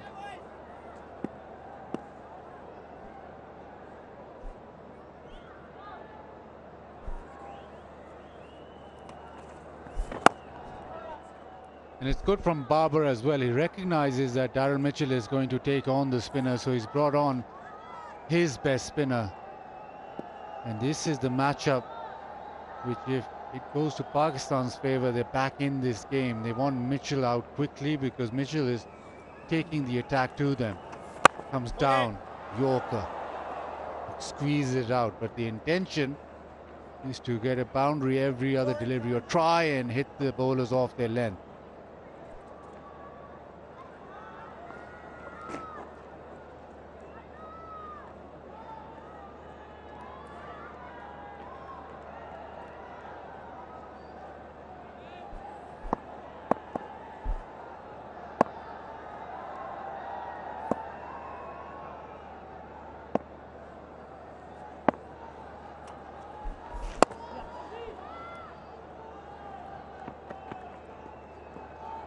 Yeah, Williamson's been good.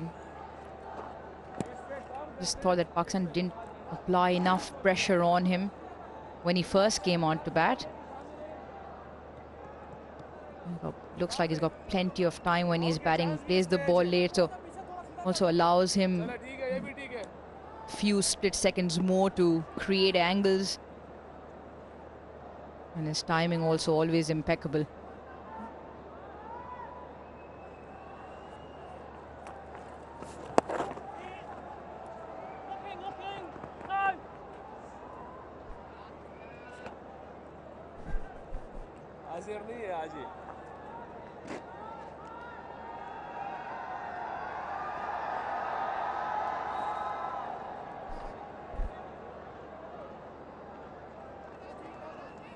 At the moment, content knocking it around. They've got 4 singles to the over. Williamson 34-43.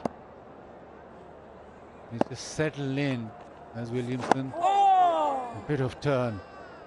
And that trips in the surface. 25 done is 127 for 2.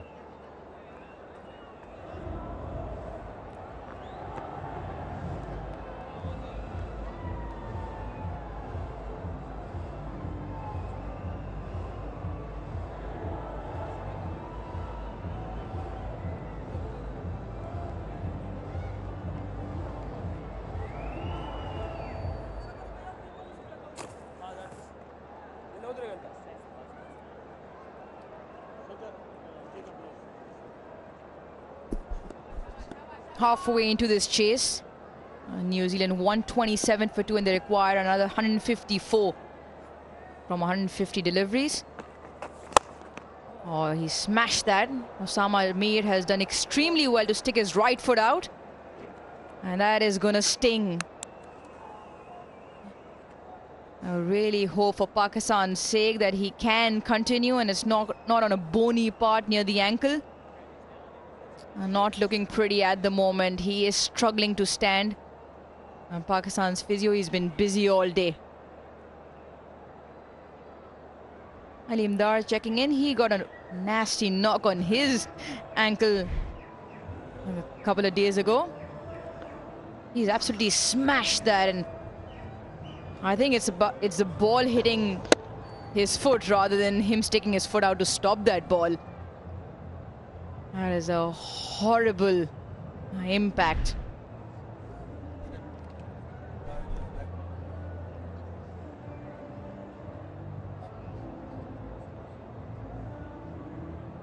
It's really hit hard. It's been absolutely drilled back from Darren Mitchell. It's smashed back. Ali Imdad had already moved away. He's very quick to react, but ball doesn't find its way to him, so he's just having a look. Quite concerned with what has happened to Osama, but that is painful. And the reaction that Osama straight after getting hit didn't look good at all. Still wincing. Pakistan do not want a situation where Osama can't complete his quota of overs. They want the leg spinner to be able to bowl his 10 overs and to be able to bowl them in top form, because it isn't simple for either team right now. 154 or 149. There's a bit of spin on offer, a bit of turn, but not massive turn. And on the other hand, you think that a new batter come in it's a bit of a struggle. So it's delicately poised. Pakistan, a wicket here, can get back, but they want their premier spinner to be back on his feet. Well, while we got a little bit of a break, we can remind you that Pakistan won the toss and chose to bat, and they put up 280. Centurion Fakhr Zaman 101 to his name, and Rizwan was good, 77. Salman at the end provide a bit of a finishing touch with a quick fire 45. Saudi with 3, Ferguson with 2. He bowled quick. And New Zealand now in reply just over the halfway stage, 127 for 2. As a bottom line that everyone has their eyes on, 154 from 149 is what they eat. So pretty even Steven at the moment. And let's revisit some magical moments from Fakhr Zaman's 101. He timed the ball well, and that was a feature of his innings. Whenever the boundary opportunity was there, he put the ball away. And then all throughout, he kept knocking the ball around. A couple of big hits. And it's been good to see him back in form. Good to see him get 100. Earlier, this is what Pakistan did to get their 280. Up front, lost Shan Masood without troubling the scores. Babar Azam was stumped. And it was then Rizwan and Fakhr Zaman who put up 154 between them. Haris Saul took a run out after he was hit on the head for 22. And Salman Agha came in 45. Tail, they got a few amongst themselves. Good news for Pakistan fans, Osama Mir is back up on his feet. He's got a job to do. He's bowled 5 overs, just the 1 ball in this over. And they've played him well so far. He hasn't picked up any wickets.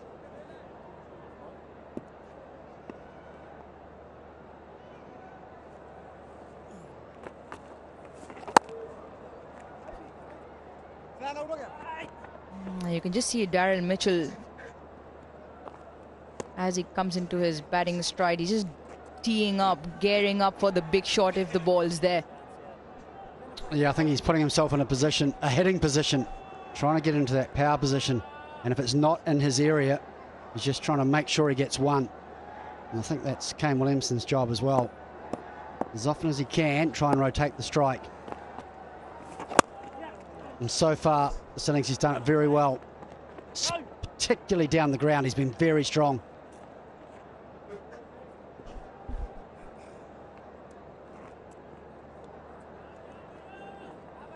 It is a big playing field, National Bank Cricket Arena, especially the straight hits.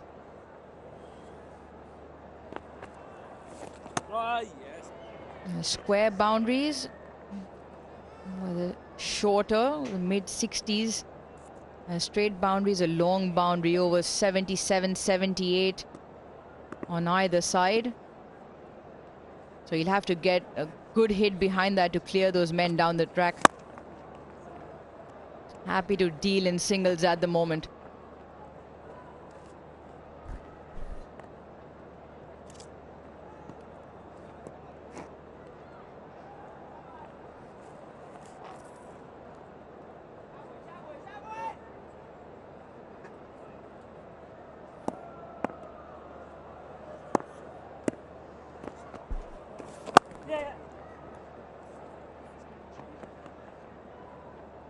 Four singles of the Osama Mir over. It's 131 for 2.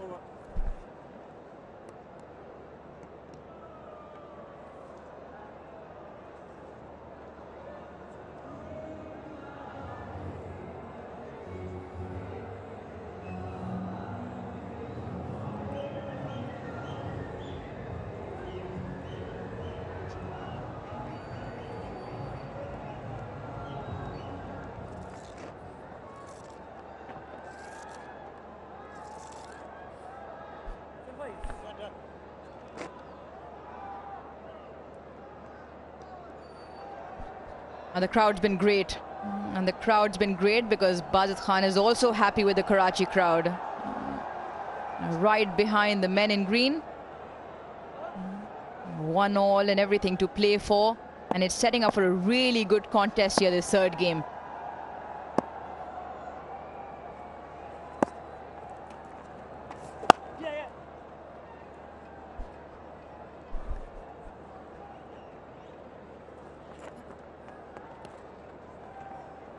So it's taken 3 test matches and I'll say 2 ODIs. In the third ODI, the crowd has come. So in essence, about 17 days to build this crowd. But thankfully, it has come.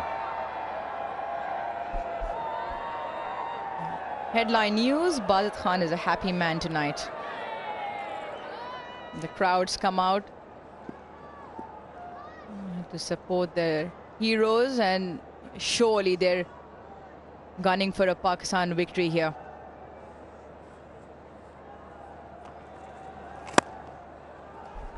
Rouge with the breaking of trend, and This was yesterday, where there was a dinner hosted by Mr. and Mrs. Rouge. I don't think you were invited, were you? Scotty, I can understand why he wasn't invited, but you, I don't understand. But there was discussion there of breaking of trends. So Pakistan in the first game won the toss, won the game. Second game, Kane Williamson won the toss, won the game. Third game, Pakistan has won the toss. But is that trend going to be broken? We all like trends to be broken, like the crowd coming in. That's a trend broken in Karachi. They want a trend to be broken, won't we, for New Zealand's sake?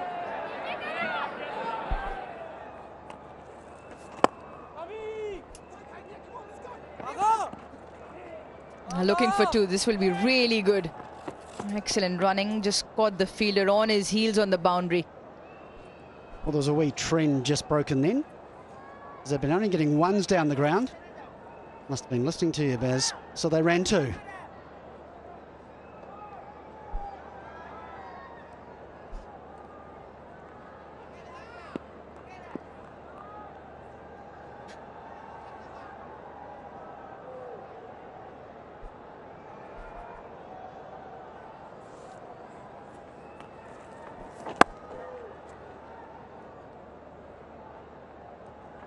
It's been a good over so far. 4 runs off it. He's got Daryl Mitchell twice in some absolute wonderful fashion. Both times he was all over Daryl Mitchell. Got the ball to turn sharply. Especially the one in the first game. Completely outfoxed him.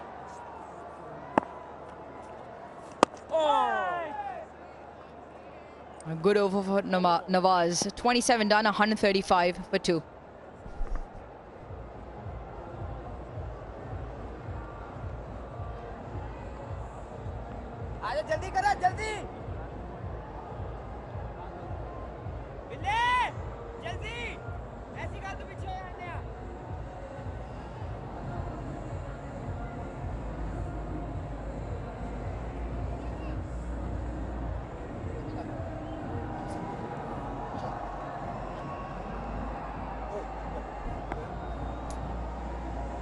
Nothing in between in terms of comparison. Pakistan were 134 for 2. New Zealand just 1 run ahead, 135 for 2. Well, speaking of trends, as long as that trend continues and they'll run ahead at the end, everyone will be delighted. Well, except for the crowd. Well, there was another trend broken last night at the dinner that Baz is mentioning, the one that Chris, you weren't invited to, unfortunately. Reasons for that will remain untold. Only just stopped crying about an hour ago.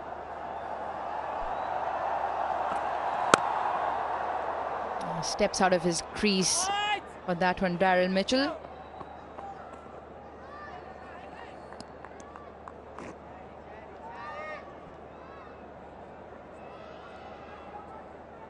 The action going around all over the world, and you can catch the action live anywhere you are. PTV Sports in Pakistan, Widley.tv live stream, Sky Sports in UK and New Zealand, Fox in Australia, Flow Sports in the Caribbean, and radio partners as well. So if you're not, then well, quickly tune in, because this match looks like it's going to go down the wire. Oh, could have easily gone back onto his stumps. And Babar Azam has brought Haris Rauf back into the attack, searching for a breakthrough, a wicket here. He's been good so far. Just 10 runs in his initial spell of 3. Kane Williamson looking to play the ball late, and in that ball getting the inside edge off his bat.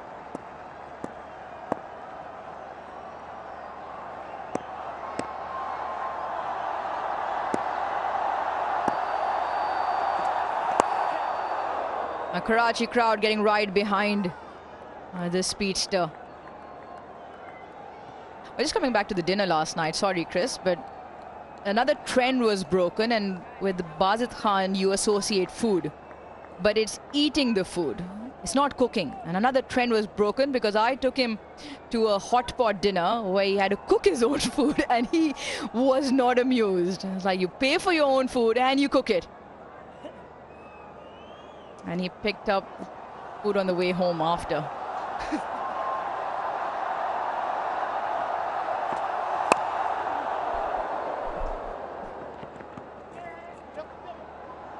Come back 4-2. Yeah, it's interesting that Aruj mentions that. He says, you go to a restaurant, obviously you go to a restaurant to eat, you don't want to cook your own food. Yes, I know that I can't cook my own food, but I had a discovery yesterday too, that Aruj herself can't cook food. So the trend is not just me. She also went to a restaurant and had to cook her own food. It was the first time, I can tell you, her husband was so happy seeing her cook her own food. Up in the air, and it goes all the way. Daryl Mitchell turning the heat up here in Karachi. $1,000 from Bank Al-Falah as well towards the flood relief. Wow, what a counter punch from Daryl Mitchell. Harris Ralph being brought back to break this partnership. Daryl Mitchell, wonderful shot down the ground to the biggest boundary on the ground, 78 metres, and it cleared it comfortably. A wonderful shot.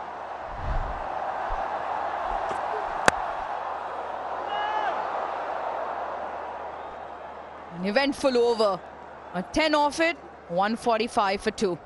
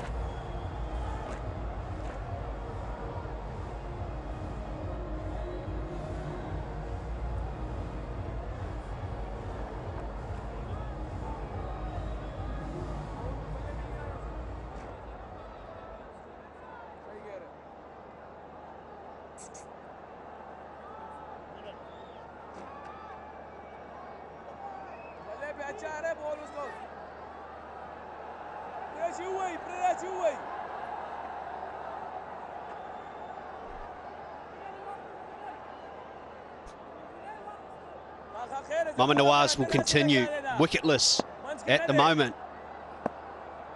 His partnership is looking dangerous, 37 off 43. Oh, yeah.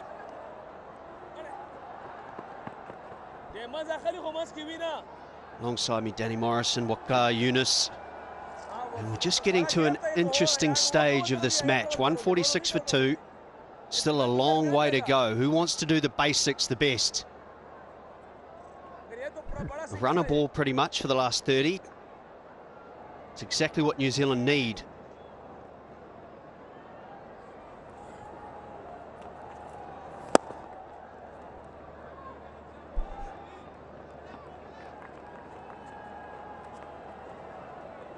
Both these batsmen are very, very careful against Nawaz in special. They're making sure that they get right on top of the delivery and they're pushing for single. They're not going for a big shot against him because they both have lost wicket to Nawaz previously.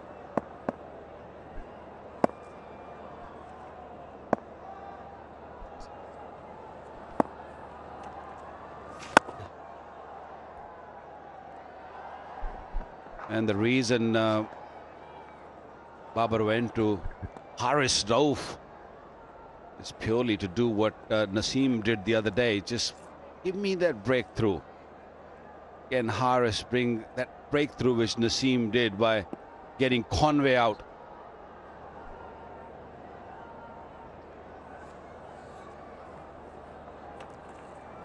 Oh, yes.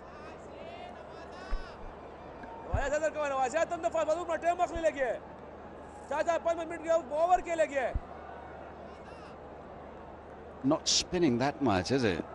Well, I mentioned that a little while ago when I was on Scotty and Rouge, and even with Sackers. Just not gripping and going.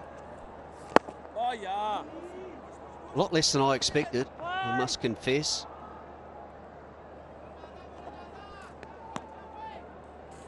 I don't think Babar Azam did the wrong thing at the start when he decided at the toss to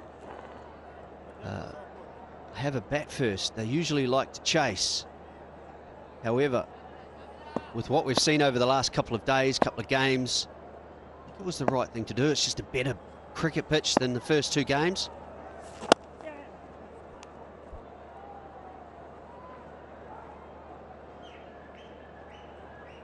$150 up at the end of the 29th over. It's 150 for 2.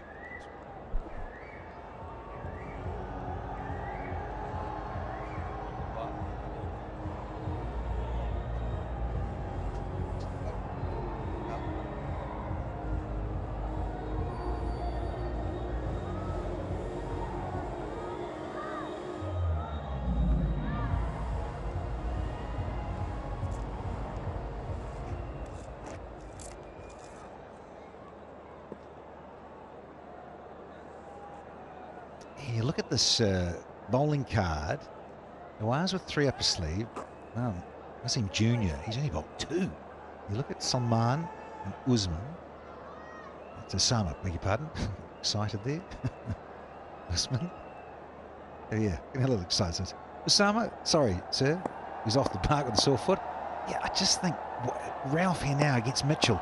Mitchell prefers the ball coming on. Just think I would have gone with spin. I know Osama's off the park for a bit with a niggle, yeah, with one that came back at his boot, but I just think that perseverance and that patience a little bit, particularly with Mitchell, trying to start, trying to get going, and they've maybe missed a trick a little bit. Yeah, you bang on. For those who haven't seen a lot of Daryl Mitchell in this part of the world, he's certainly more proficient against the pace bowlers. Kane Williamson, though, can rotate nicely, and that's the balance that you have to find as a captain. It is pulled away. They should get a couple.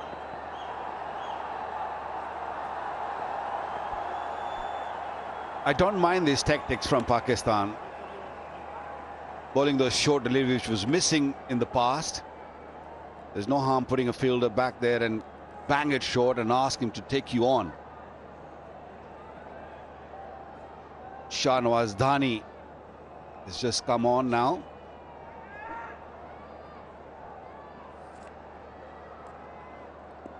Two men back on the hook as well, but they're well behind square. It's a slow surface.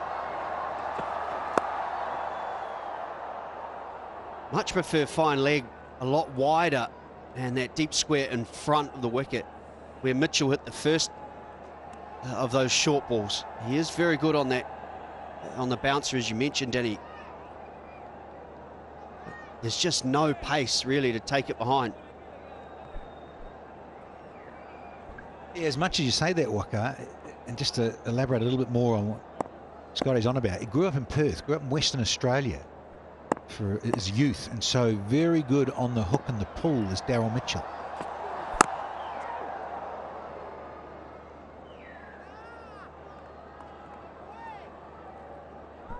Now, speaking of teeth and all things cold, yeah, Sensodyne sensitivity, a little moment, and it's free. Life is way too short not to cut loose and get into an ice cream or two with Sensodyne.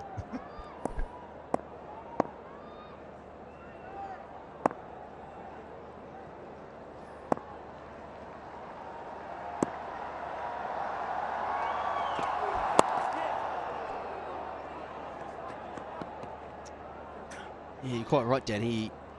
Daryl Mitchell grew up in Perth, so the faster, bouncier wickets, but originally from the city of the future, even though we're currently in the city of lights, Waka Yunus, where the city of the future is where he originally started and where he played his cricket up till last season. Hamilton.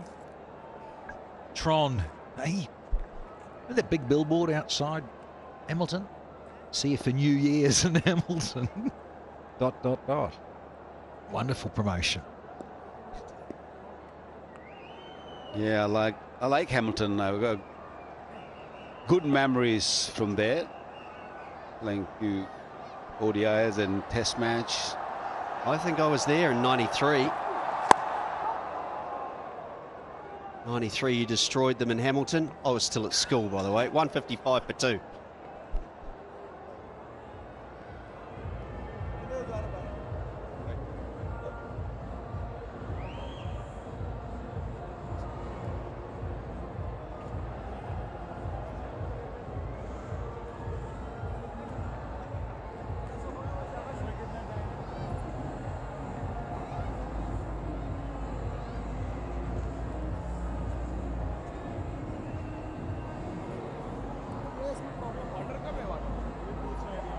.20 overs to go. New Zealand need 126 to win if they want to claim this series. Pakistan need 8 wickets. They are set for a terrific finish. Haris Rauf has come in and tried a bit of the short ball barrage. Tonight, only 3 degrees of turn. The smallest of all 3 games, or the least. So with that knowledge, do you think that both captains got it wrong at the toss with what they expected? Or is it just a case of this being a right bang smack in the middle and perhaps the best pitch on the whole block?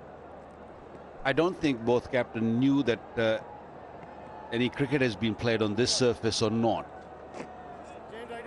You look at the other surfaces right next to it, where we're sitting at, on its left. All those pitches being used. This pitch has not been used for any sort of cricket. So maybe that could be the reason, or maybe the cooler weather might have just kept things together. Surface being not really that abrasive. Nawaz to continue his 8th over. In fact, it will be Salman replacing Nawaz. And I think this is a good move. He's been the most economical of the bowlers. He's done a terrific job, had a great match. He was fantastic with the bat in hand. And going at less than 4 runs and over, you cannot ask for more.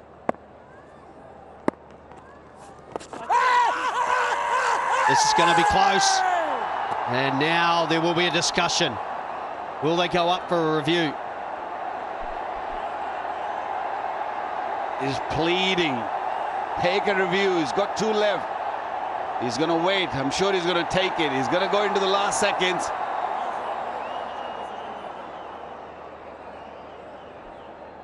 Well, I think they have gone upstairs.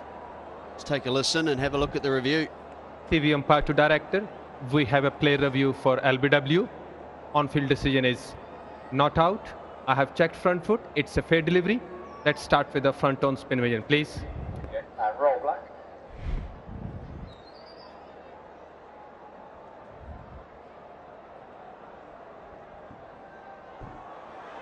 Appears to be no bat involved. Let's confirm with Ultra Edge.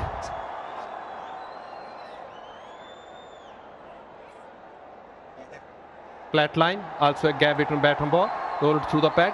Satisfied, no bat involved. You can move on to ball tracking when it's ready. Original decision not out.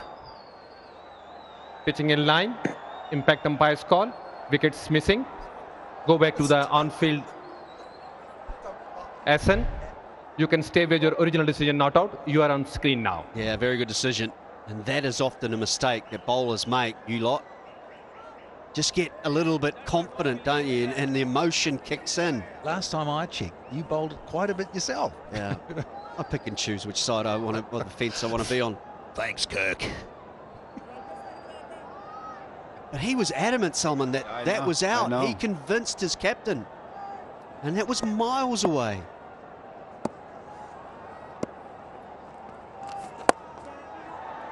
That is chipped in the gap, but quite far enough. Mitchell will try and get back.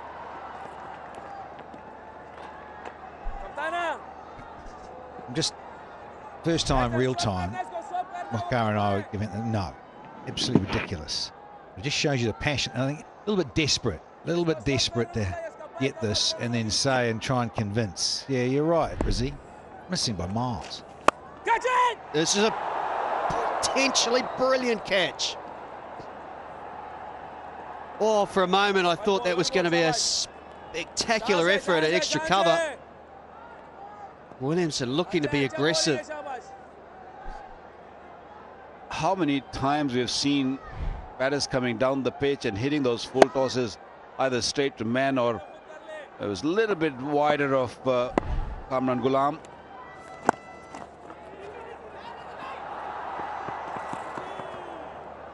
Yeah, the timing's still missing, it's not there. But this partnership's getting a little dangerous for Pakistan. It's 52 now. This was the chance. Chipping in the air, little bit. He gave it a good go. Little bit too far.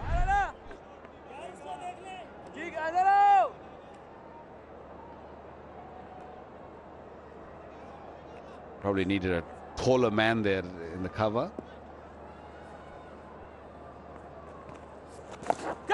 It's a chance. This could be simple.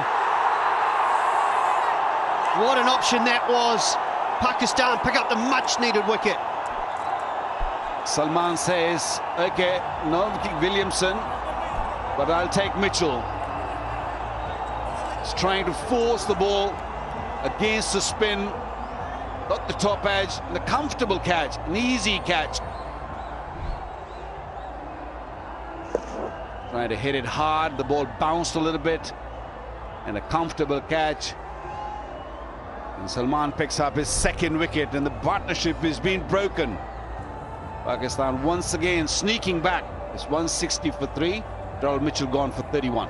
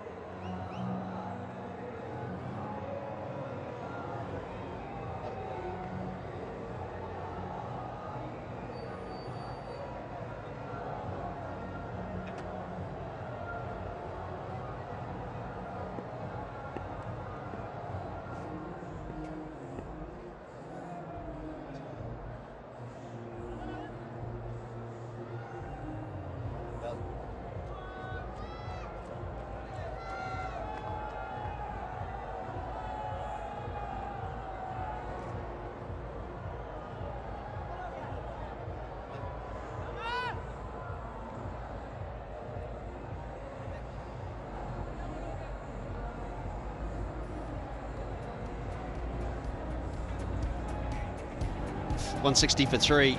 Mitchell, the last man dismissed. Salman has picked up his second wicket to go with the runs in the first innings. But there's still plenty of distance between New Zealand and the finish line if they're to get the 281. Williamson going along nicely, just shy of another half century. But where will these overs come from? That is the question. 6 bowlers have been used, although Sama Mera has gone off the field, and he will most likely come back and finish those overs. He did take the blow to the foot, but just 2 overs for Wasim Jr., Hasnain and Ralph. The quick bowlers not doing a lot so far. And that's where we stand. 121 off 114 balls came Williamson. Just like Babar Azam, a lot of the expectations of both these teams rely on their shoulders.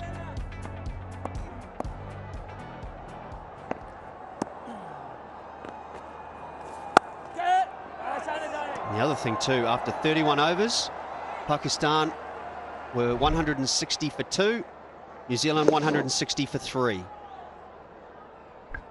It's amazing, isn't it, the game of cricket, particularly white ball cricket, where things match up. This is the departure of Daryl Mitchell, which was somewhat disappointing. Really was, given that he got in and just got 5 off the over and just want to shut the over out. Nothing silly. And going about Mitchell learning and adapting and playing against spin. Yeah, I'm not a big fan of the option, to be perfectly honest. They'd got 5 runs off the over. You need 6 and over to win the game. Take your single. You've done exactly what you need.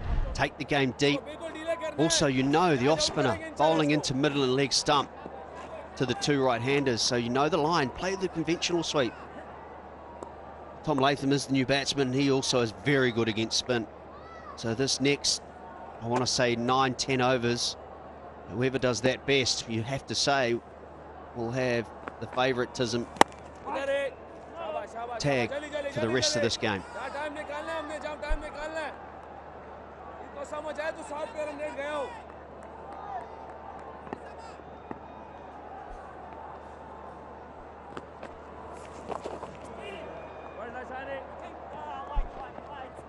It's not going to be that easy for an incoming batsman, a new batsman at the crease.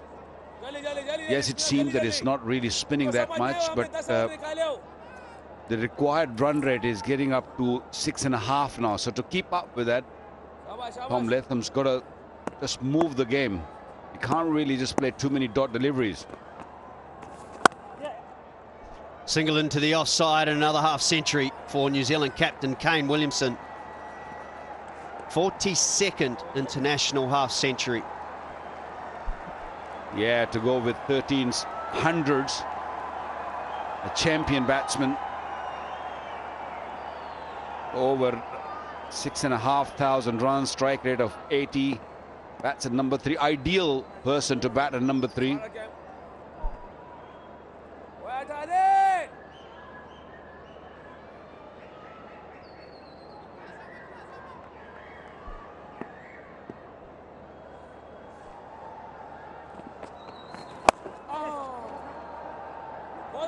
He'll come back for 2. It is placed well from Latham.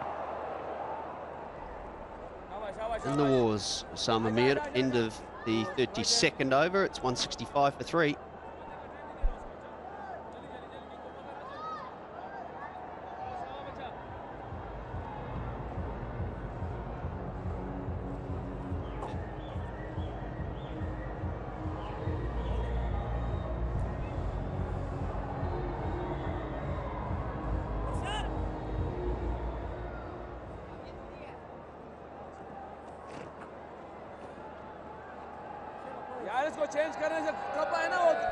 There's a few New Zealand supporters in the crowd, but it has been a huge increase as well, I must say, in the spectators in the ground for this deciding match of this 3-match series.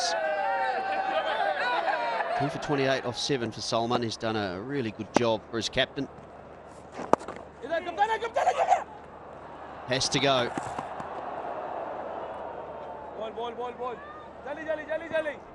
The emotions of being a bowler in international cricket. That was the LBW shout. That was the catch at extra cover. And then later on in the over, he finally gets his reward. मैं थोड़ा इसको बाहर करता हूँ और वही करो अब इतना तगड़ा इसमें मार दे यार इनफील्ड में खैर है कोई मसला नहीं आप अपनी बॉलिंग कर यार लियोन आउट हो जाएगा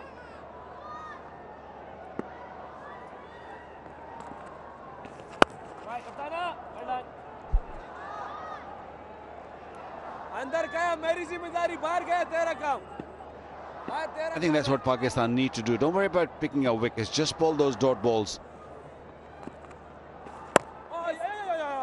well bowled. Because you need to create that pressure by just bowling dot deliveries. Take that required run rate up to 7 or 7 plus. Pakistan still have fast bowlers who have to bowl, who have to come in to do a big job. Maybe at the end. Yes, Salman Agha is doing a wonderful job right now. Picked up 2 wickets for 30. Add to that too, Glenn Phillips, who's due to come in next for New Zealand, went off the field with what looked like a knee injury. I want to say with 10, 15 overs to go. So,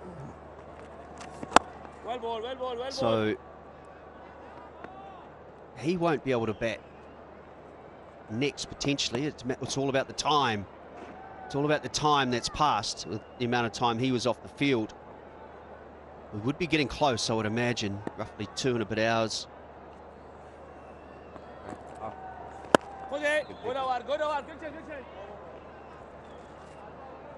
Very good over, 168.3.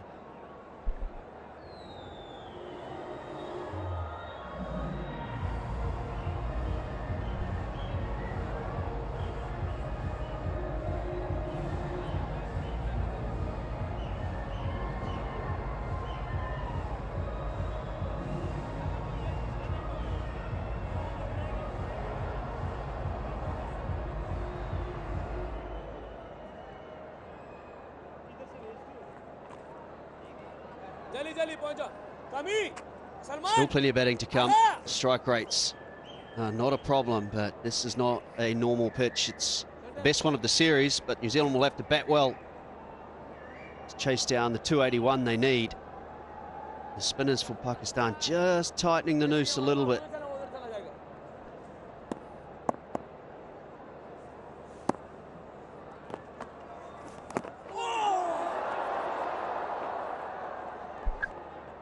Just a little mindful here, Williamson, because I saw a couple go from Osama just a little while ago. There's a previous over that. Oh, yeah, you're sort of feeling and groping, and even some of the best in the business. Little Lancey, given his dismissal on Monday and then Wednesday with Nawaz, and here again against the leggy. Question is, did it hit him in line? Alim Dar, unmoved. They'll have another discussion. Will they go up for the review? Barbara is asking Rizwan, help me, help me. He's not getting any help right now. Rizwan's not even looking at him. I think he was just turning too much. Might have hit him outside the line also, but yeah, he was just going quickly. I'm with you. Think about the angle too, with the right armour coming around. If it's hitting, it's got to hit him outside the line or it's going to go down.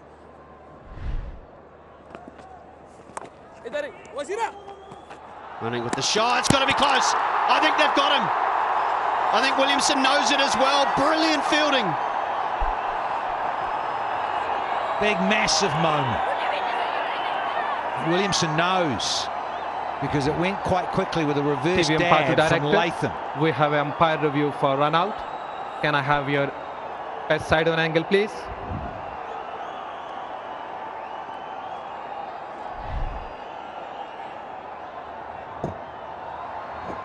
Just freeze it here. Batter still short of crease. Bails remove. Ready to make my decision.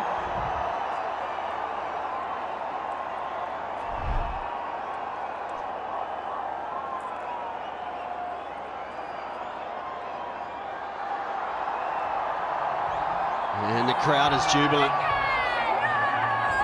Two new batsmen at the crease. Kane Williamson, the big scout, walks back. But what fielding it was an absolute frozen rope from Mohamed Wasim. Got a bullet on him right next to the stumps. But Williamson, 53, 169 for 4.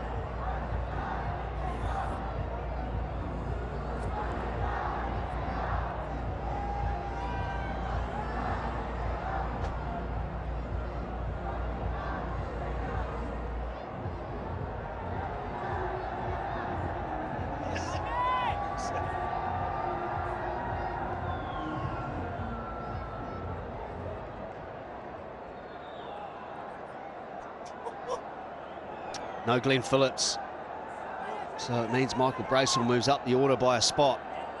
And he has a huge job to do. The numbers are impressive, but can he do it under pressure in foreign conditions? He's got better as the series has gone on, from the test matches to the one-dayers with bat in hand.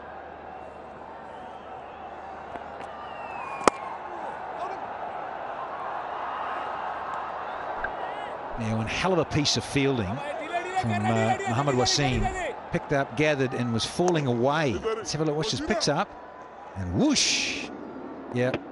The frozen rope, Scotty Styrus. A good baseball term. It's a beauty. This could be another one. Close. New Zealand imploding. What's going on, guys?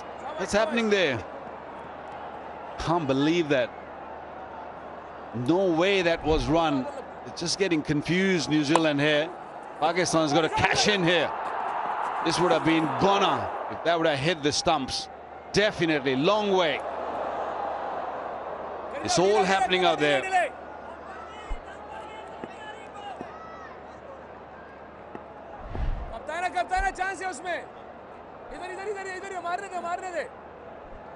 Shan Masood with the fielding effort. Well ball, shabash, shabash.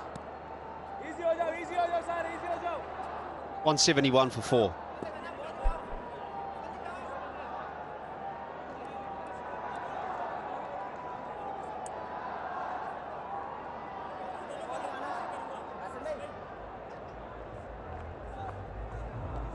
Tana!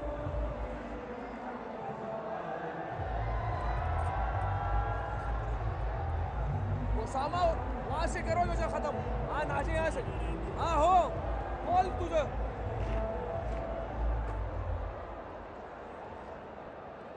16 overs to go, and the spinners doing a great job here for Pakistan.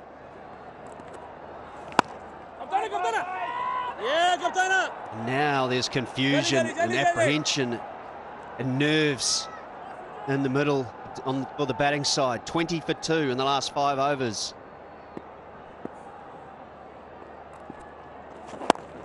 Well done, well done.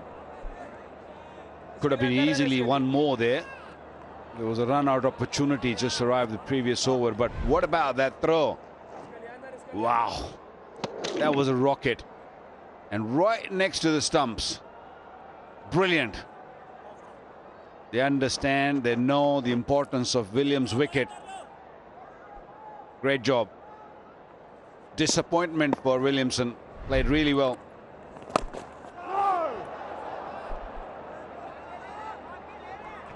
I just love this game. White ball cricket. You guys in, a little bit of tension, and Brace was going right back to that.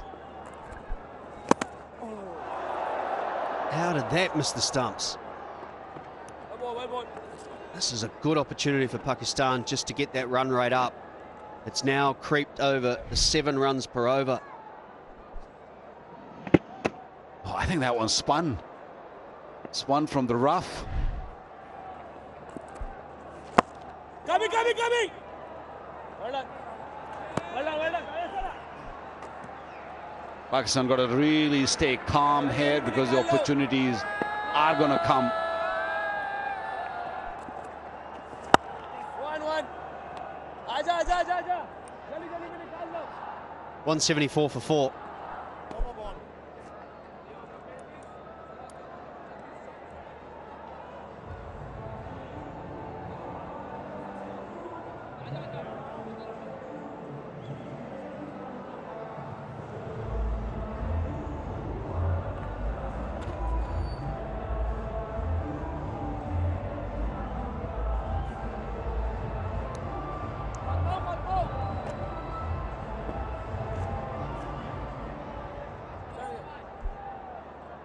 After 35 overs, Pakistan have just crept ahead. 184 for 3, plays 174 for 4.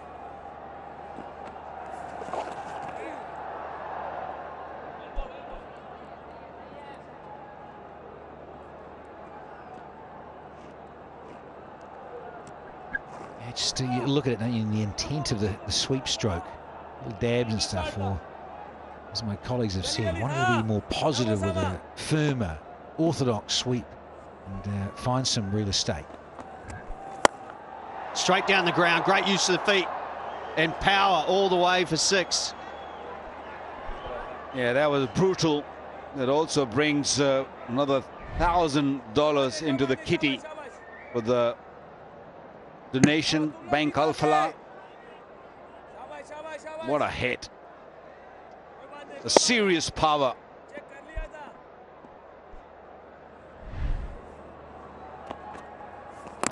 Got him!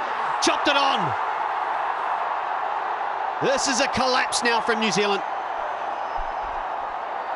Yeah, you can sense it, can't you? You really can. In terms of a run out of the captain, a little bit of hesitation, feeling a little bit antsy about things. He's gone back there to dab and has paid the ultimate price. Bowler loves it. He's just been pumped for 6 and says, I'll have you, Michael Bracewell. And Osama picks up the 5th wicket. In and out, gone for 7, Bracewell. 181 for 5 now.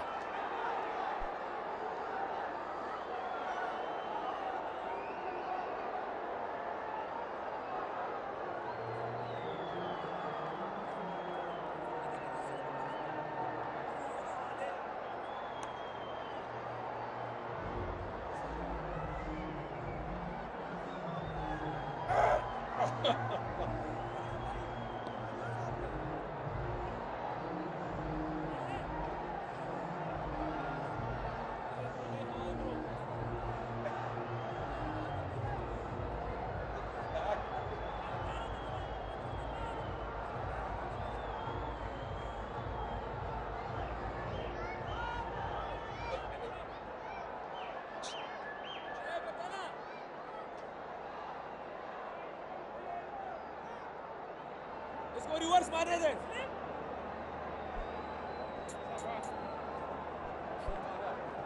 So Glenn Phillips will bat at number 7. Even though he was limping around with the knee, we're actually hearing it was an upset stomach. ये slow करवा रहे हैं आप लोग slow नहीं करना Still early in his career. Most of his matches for New Zealand have been at the T20 level. He's got a big job to do, and Babar Azam is going on the attack. Slip in place. New Zealand still need 100 runs exactly. Pakistan 5 wickets. आप लोगों ने सिर्फ काम ये slow करना है बाकी नहीं काम जल्दी करेंगे Plenty of chat from Rizwan. There's a slip there. They're looking for wickets. And New Zealand are providing all those opportunities. Was that an edge? Was that an edge? He's straight up. Yeah, I think the good thing Osama is doing is bowling a little slower. The last delivery 81 kilometers an hour. Nice and loopy delivery to a new batsman. Got to slip in. That's pressure. That's pulled away through the mid-wicket region, a rare loose delivery. And his name won't get there. I should have dived on that, to be very honest, because it was in the arc. He should have stopped that. At least he should have given it a little bit better effort. But not the best of the deliveries from Osama's ball. Really went throughout the series.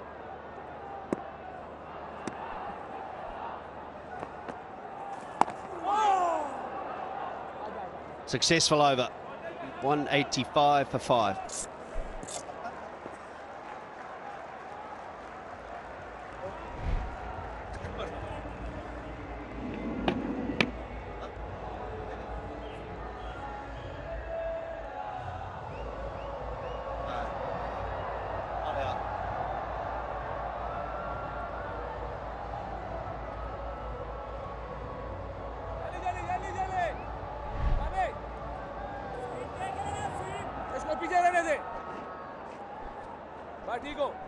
From 160 for 2 to 181 for 5. Now New Zealand 185 for 5.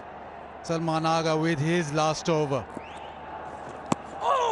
Reverse. Trying to reverse with the back of the bat. Pakistan have come charging back into the game. Inside edge onto the stumps. And suddenly the momentum shifts. All Pakistan now. Too close to cut. Inside edge onto the stumps and collapse. Half an hour ago it was all looking really good for New Zealand, and suddenly there's been a massive change. Comes back for the 2. Makes it.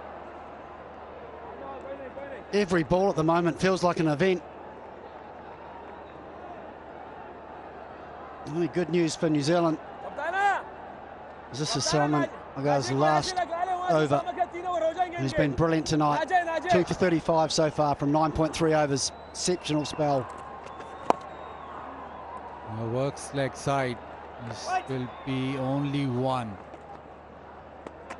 Yes, this is Salman's last over. Nawaz has 3.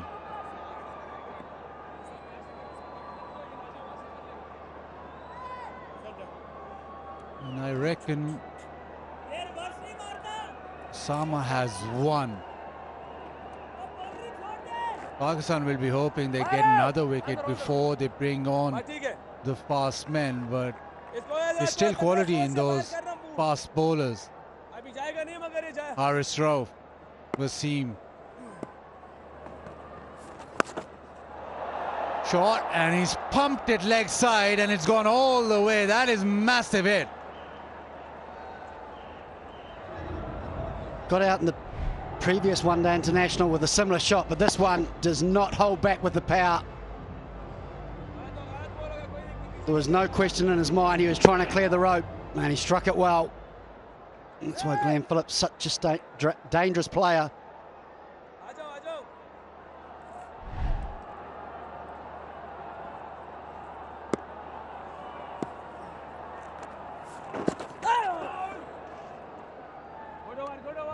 Salman Agha spells 2 for 42, 37 done, 194 for 5.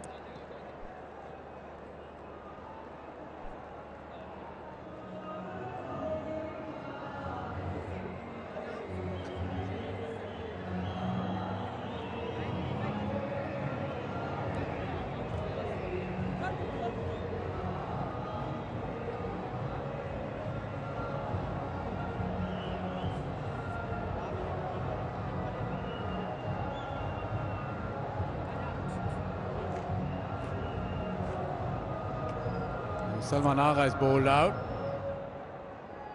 Spin options. Nawaz, he has 3. Also got 1 from Osama Mir. So 4 overs of spin up his sleeve. It's Mohammad Nawaz right now. Mid-off in the circle. Boundary option is extra cover or mid-off. Nawaz over the wicket to Latham.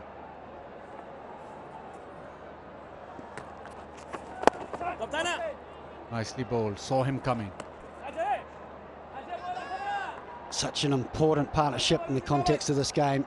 Feel as though Babar Azam will use his spinning resources to try and break this partnership and rely on the seamers to deal with New Zealand tail.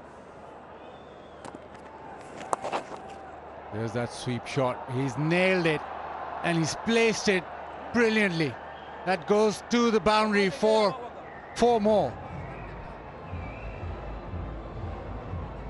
A wonderful placement by Tom Latham. Just gets his front foot outside off so he can get the ball behind square. So good at that shot. Wonderful timing.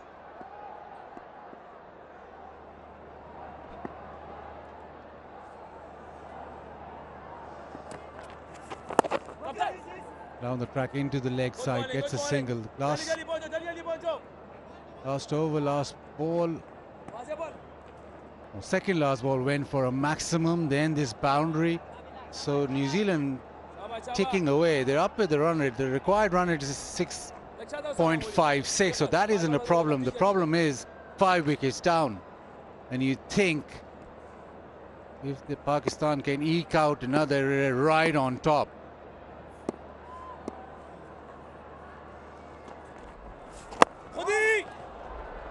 They've lost quick wickets, yes, but they're not shying away from getting those boundaries. Phillips got a big 6, a boundary here just now in this over by Latham, so they're keeping that run flow coming. 32 in the last 30 balls.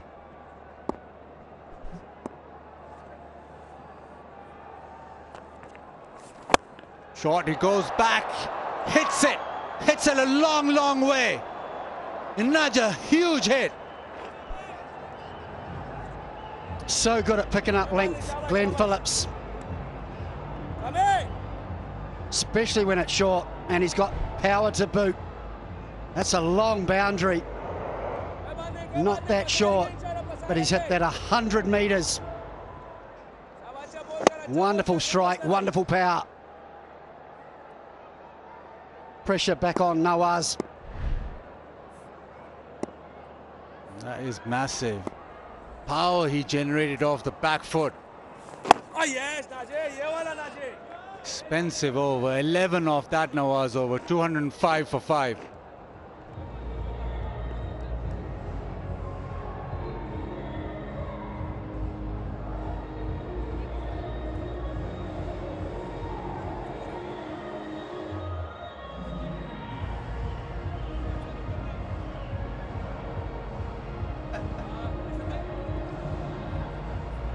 Twelve overs remain.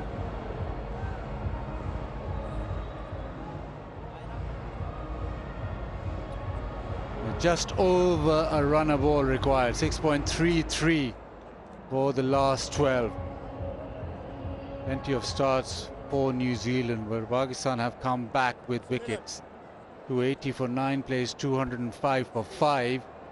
New Zealand 76 runs of 72 deliveries.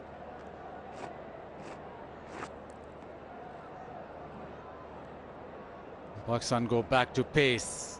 Wasim Jr. just bowled 2 overs. Left-hander on strike. He gets the ball to tail back in, especially the old ball. Latham on strike, so the ball probably angled away from him. Shot and is bowled in the inside edge. Pakistan yet again pick up a wicket. This time it's Wasim.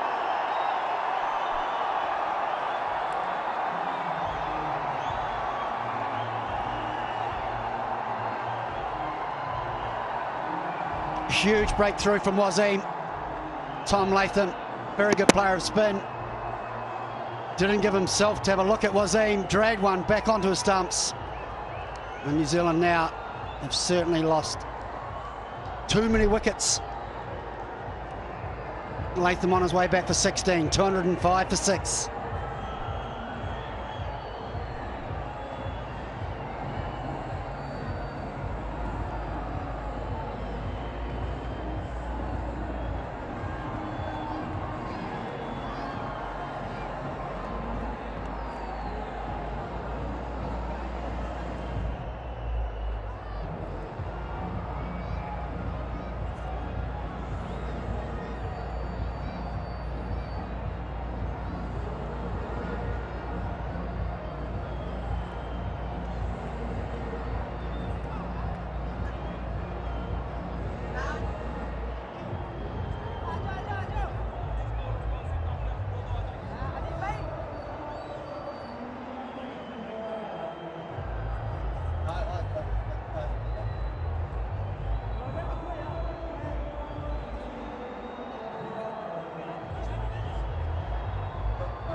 Zealand keep on losing wickets.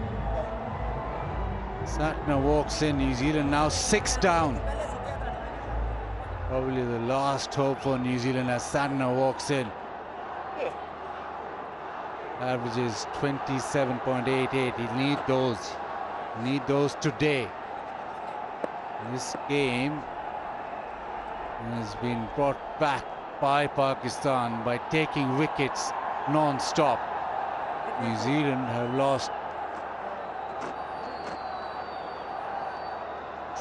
4 for 45. Still the required rate well under control, 6.42, but it's just that Pakistan keep on taking wickets. Round the wicket now, Wasim. Oh, outside edge. Runs away to third. But just as it looked as if New Zealand were arresting the assault, Pakistan come up with another wicket. Looking to score every ball, this time trying to pull that. You're right, Chris. Very first ball that he's facing from Wasim Jr.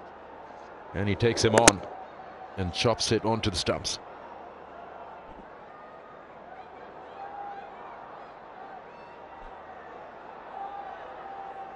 Phillips so far 16 of 8. He's hit a couple of huge hits. Now he's up against Wasim.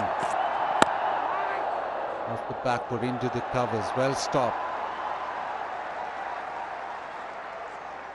Yes, the way that Glenn Phillips has come out and played, Pakistan will still have a few nerves. They've seen how dangerous he can be. That was one that he didn't quite time, but he got for 4, and then that was the first of his 2 sixes, and then this one was a magnificent shot that went 100 metres off the back foot.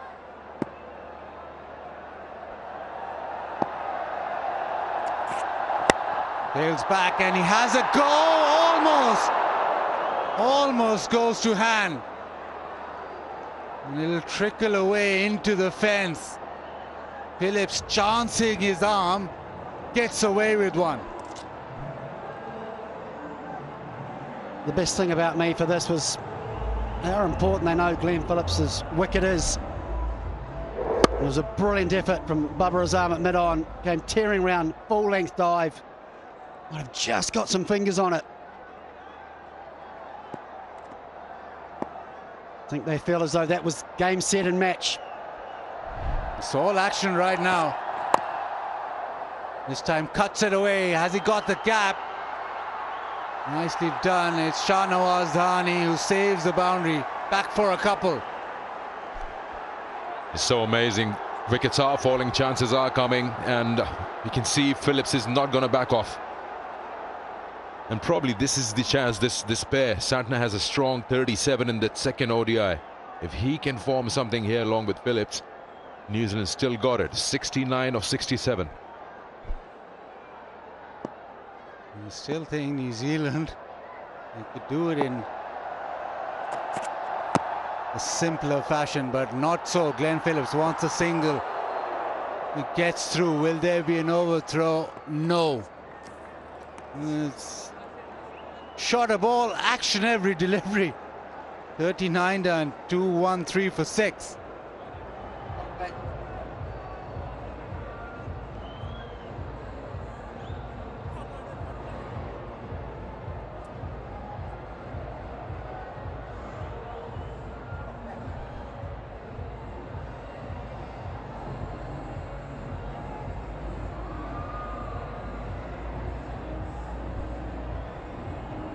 The worms together.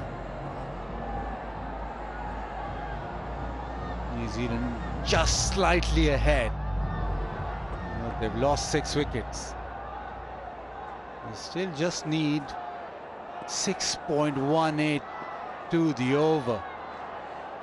Last over, it seemed as if it was all action. Every delivery there's a shot being played. Every delivery something's happening. Now Pakistan want Haris Rauf to get something going. He's very good with the old ball. Watch out for reverse. And this will be a challenge if Phillips keeps on taking the bowlers on. It's Haris Rauf. Glenn Phillips on strike. And he goes leg side and he nails that. That is massive. He's batting on another pitch, is Phillips.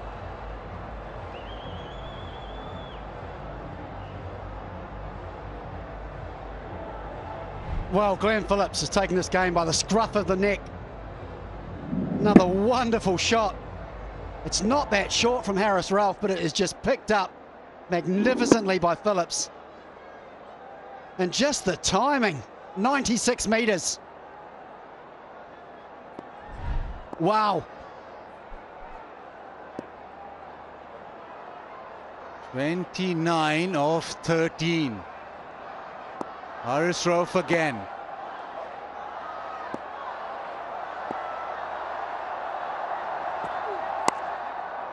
This time just into the offside. A bit of an anti-climax with the single. I like that from New Zealand's point of view, though. It just shows that Glenn Phillips is still in control. So easy to get caught up with the adrenaline and just keep swinging. That was the ball before. The stadium almost wasn't big enough.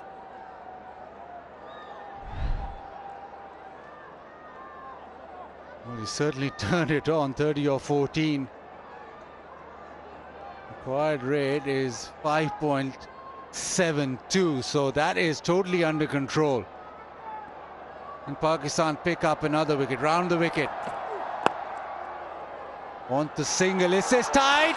Oh, he misses the stumps. What's going on here? Chances every delivery suddenly. That was tight, to say the least. It doesn't seem like that they need less than a run a ball at this stage. What this hitting has done is that 3 overs ago, Pakistan and New Zealand were at the same stage, at the same score, but now they've got 22 runs ahead. Talking about action aplenty, every ball is an event. Tight single, almost run out. It's all on. Oh, a dot ball, finally. And 60 needed of 63, and you'd think they just calm down, but the situation here is that it's just up the ante a bit, not only with the power hitting, but it's all panic stations everywhere.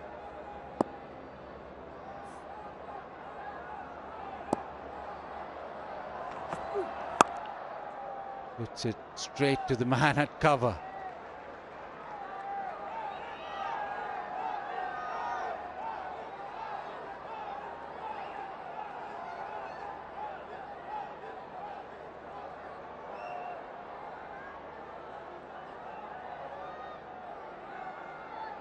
Striking at 187.5 at the moment, Phillips.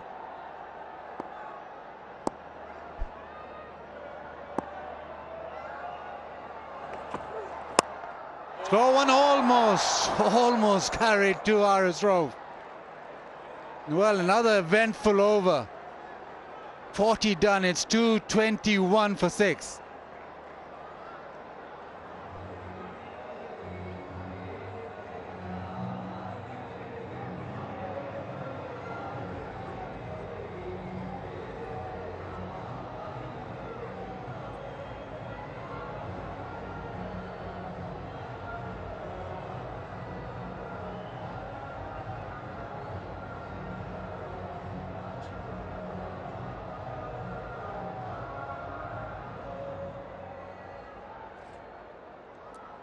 And 6 and over required. A runner ball.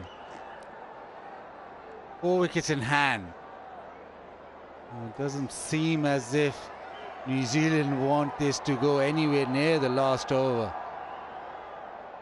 Ben Phillips has his way. He wants to get this done early. And Pakistan in with a chance with the wickets that they're getting. And dot ball from round the wicket. Last ball, last over, pace off, the little cutter, almost pushed back straight to the bowler. Brilliant effort, very difficult as a fast bowler. on your follow through to get down. Great effort from Harris Ralph. Gives it everything in the field.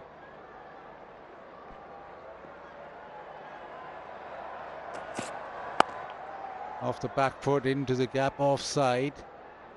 That's probably all New Zealand need. Just knock it around. Absolutely. All Santner's job is to get Phillips back on strike. And watch the excitement from the non-strikers end.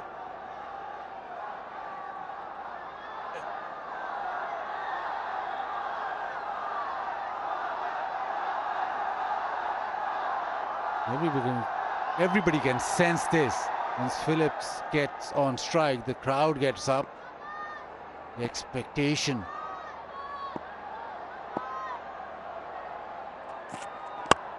Oh, nicely done. Straight full, just angling back, almost the perfect Yorker.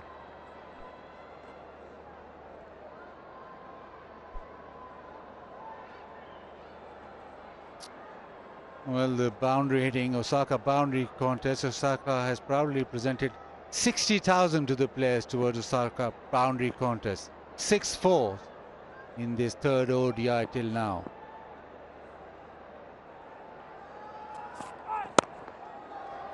It's good bowling, angling back, but yeah, just calm things down. Normally when the batter goes on the attack, it's the fielding team that gets flustered, panics, but it's almost affected both teams. And us here as well. It's all happening, and even brought the crowd alive. I like what Wasim's done though for Glenn Phillips. We've seen any length. He's happy to deposit into the stand off the back foot. I think Wasim looking to bowl fast Yorkers. Well, slow one, and this has been launched high, wide and handsome. That has gone miles into the air and out of the ground. Well, I thought he had sorted it out. Bowled a brilliant Yorker the ball before to Phillips, but this one back of a length, and he's seen the likelihood was how much he loves that length. It was a slower ball from Wasim. But for the fourth time, deposited by Phillips. Yeah, full this time, wants a single, run straight away. No overthrow, just a single, 10 off the 41st. It's 231 for 6.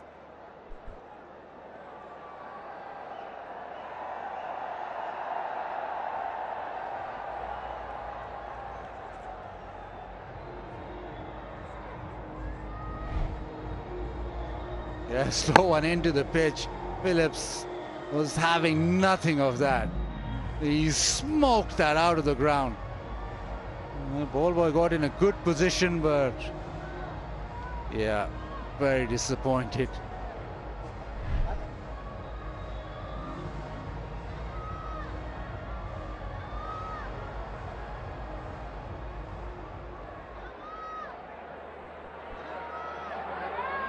$50 or 54.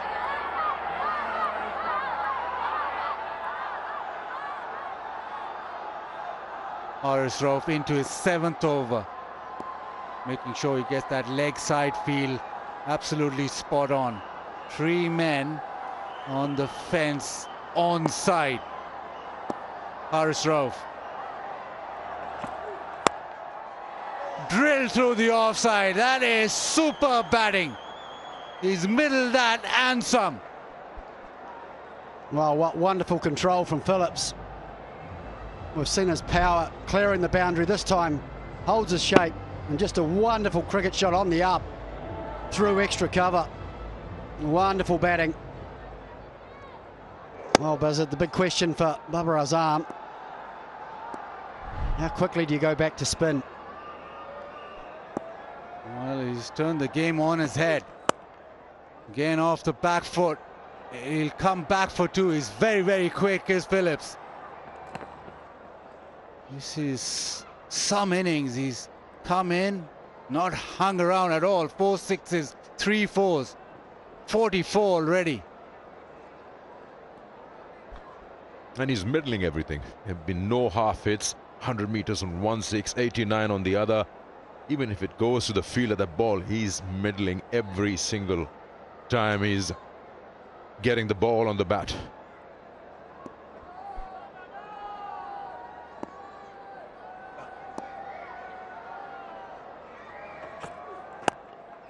And this time just pats it to mid-on, gets a single. That's all he has to do now. He's got everything back to New Zealand, 43 of 51. They just need 5 and over from here on in. But it has been the power hitting that this man has done. And you just see the impact that he's created. But you feel that he's not going to just pat it around and get New Zealand home. Yorker, terrific, well kept out.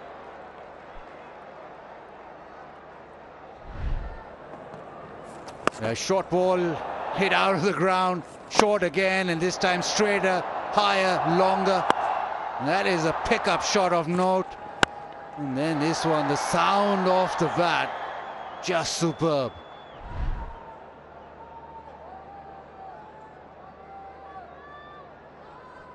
And the crowd's gone slightly silent.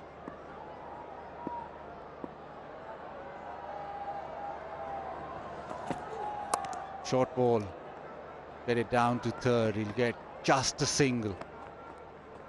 You just feel that that's all New Zealand have to do, but Chris, I reckon Glenn Phillips is not seeing it that way. He's thinking 4, 5 boundaries and we kill the game right here. Yeah, I just think he's playing each ball on its mirror. If it's anywhere near in his zone, he's just going. He's got momentum. But I still think that he's in control, which I like. Controlled into the onside. He'll keep the strike. That is 42 done. It's 240 for 6.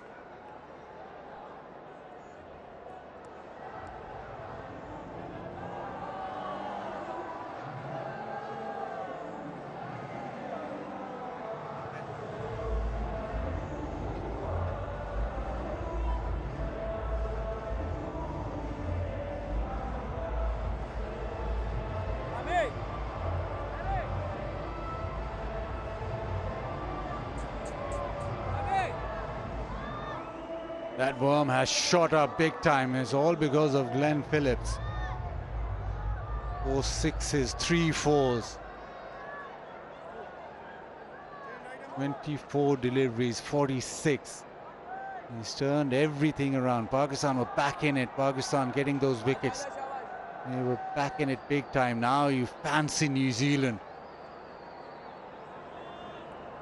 And Babar Azam has to go back to spin. Osama Mir with his last over. He wants 2. Call for 2. Satner turns. Comes back. Good throw, but he's in. Glenn Phillips, his highest ODI score, 48 now. Great running from Mitch Santner. Look at that strike rate. He's turned this game on its head.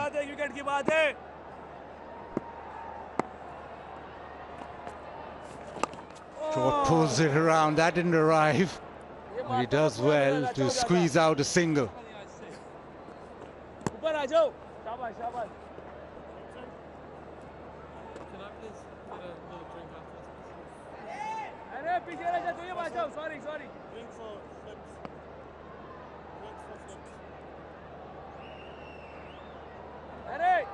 The crowd can feel it. Crowd can feel that 3 more overs from Phillips and the game's going away. Satner so far has done a good job pushing it back, getting the strike back. This time into the offside. Another single.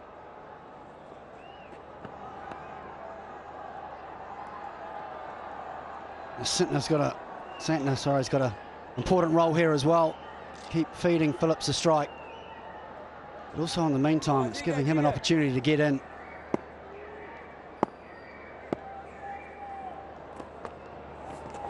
Oh, beautifully bowled. Slowed it up. Got Phillips forward, got the ball to turn. It's lovely bowling.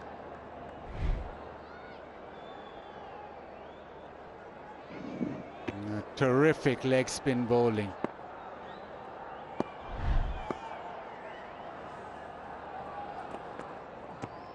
And again, slowing it up. Played through the offside. He's timed that well. They want 2 and will get back for the second. That is 50 for Glenn Phillips. 50 of just 28 deliveries. His first. But what an impact this has created. Turned the game completely on its head. Special innings that from Glenn Phillips. 3 4s, 4 6s. And it's his first one-day 50. And what a time to bring it up.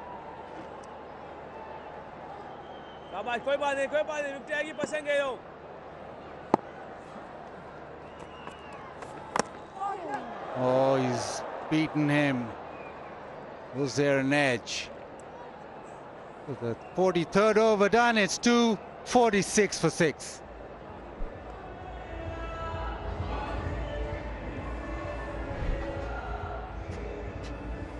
A bit of extra bounce. There is an edge, and that is a drop. Maybe that's the game for New Zealand. Huge opportunity.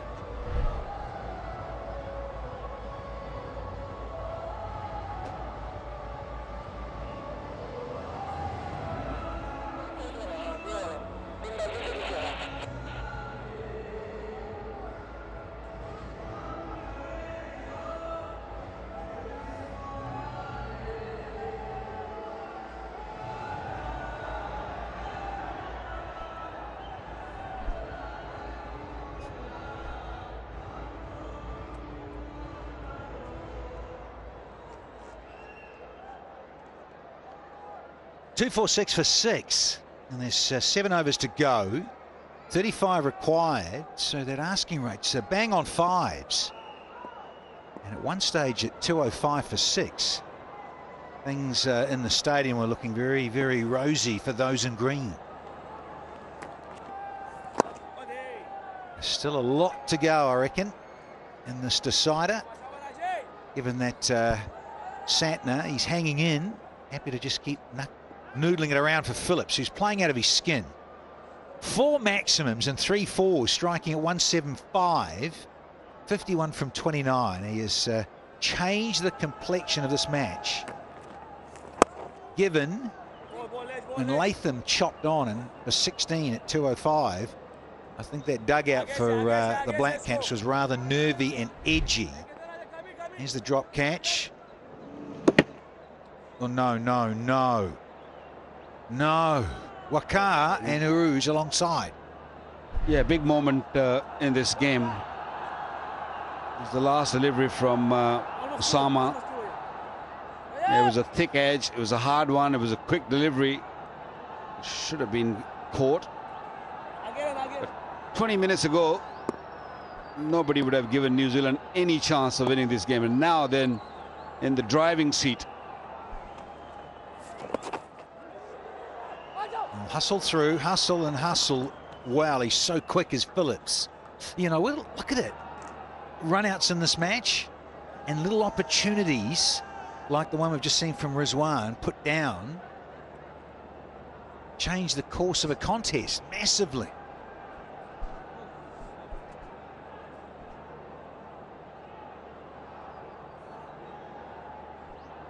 .33 from 39.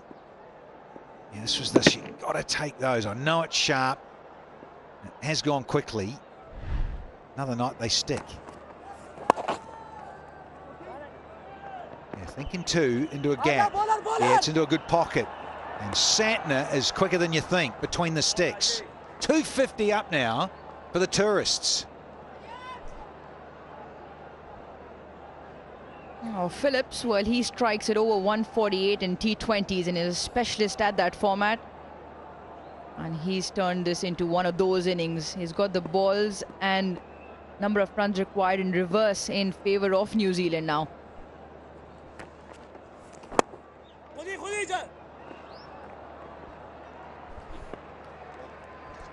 The other thing, Satner's quick, Phillips is electric. He's probably one of the quickest going around in the modern game.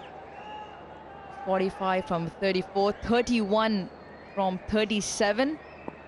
And for Pakistan's sake, maybe one more wicket here will change it again back in Pakistan's favour. Big call of no from Santner. Good call. 44 done, and New Zealand are 250 for 6.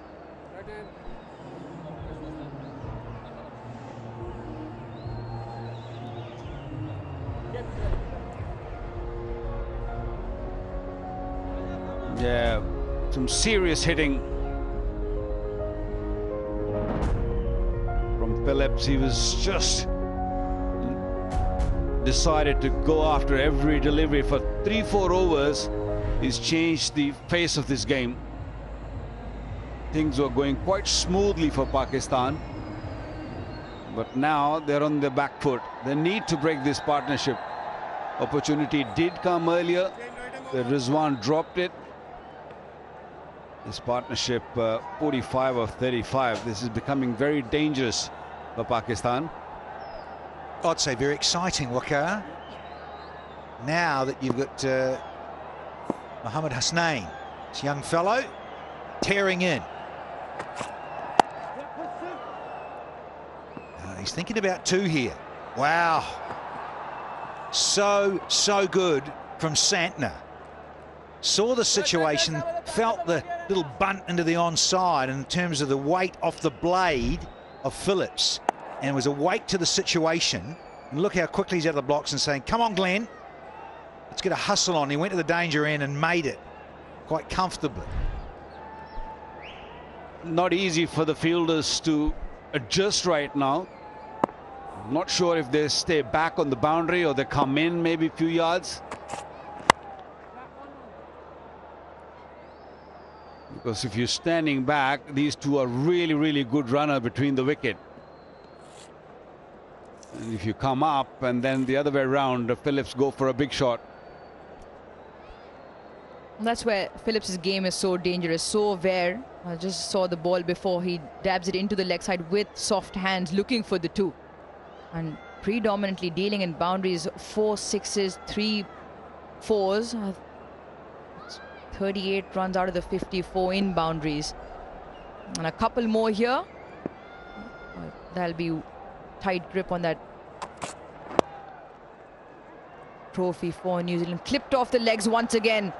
That's a very laboured chase from Osama Mir. Another boundary for New Zealand. Well, a bit of kudos too to Mitch Santner, because the angles from Hasnain coming around the wicket, and he got a little too straight. That's all it was. And pace on. And he's just so good there. Look at that. Classical. Didn't try and overhit it. He said, I'll leave that to Glenn Phillips. Different running shoes on from Osama required. Well, he almost had a foot on the ball, didn't he? Could have just given a better try there. 100%. Again, just a little dab. Had the boundary. So you get 7 off and then just take the single. 8 off now, 2 to go. Every run matters, and unless he's carrying a niggle, not good enough from Osama Mir. This match will go down the wire, and the effort needs to come in. Well, at the moment, Pakistan is out of this game. They need wicket. The only way Pakistan can come back in the game, yes, they need to have they need to stop every run, but they need to get a wicket. Otherwise, this game is over.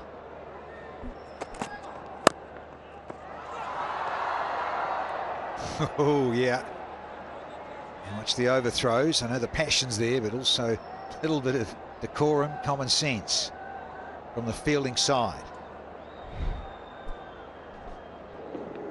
And the nerves, it's all heating up in the middle. Has to be careful. 8 runs off the over, 1 to go. Hasnain will want to finish this off cleanly. Yeah, just with that throw from the bowler, all they had to do was probably clip the pad and deflect. Patience. Up and over. Talk about classy to finish off the 45th. A dozen off that over, and it's now 262 for 6.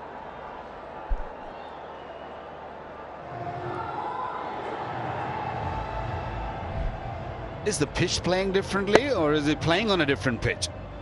I'm not sure. He's tonking it all over the place. No respect for the pace, no respect for the faster men or the spinners.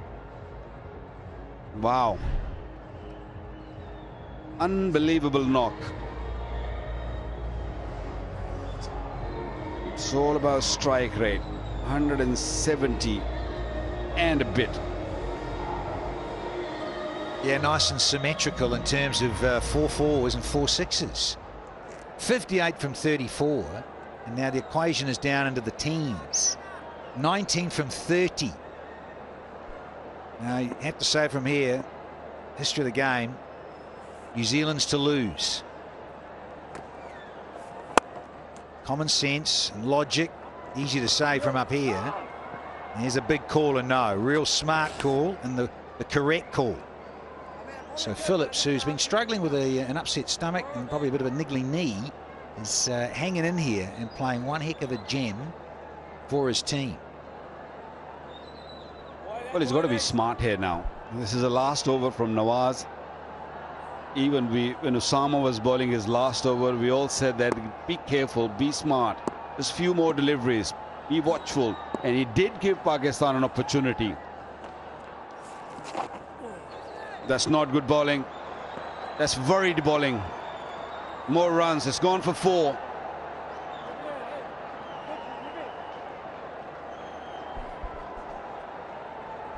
It is not going Pakistan's way. 5 runs, boundary off the wide, and that puts New Zealand dramatically in front now. 13 of 29. I don't think Glenn Phillips has to do anything exciting anymore.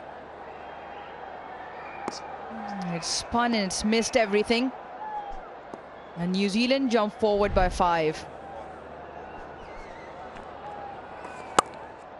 Yeah.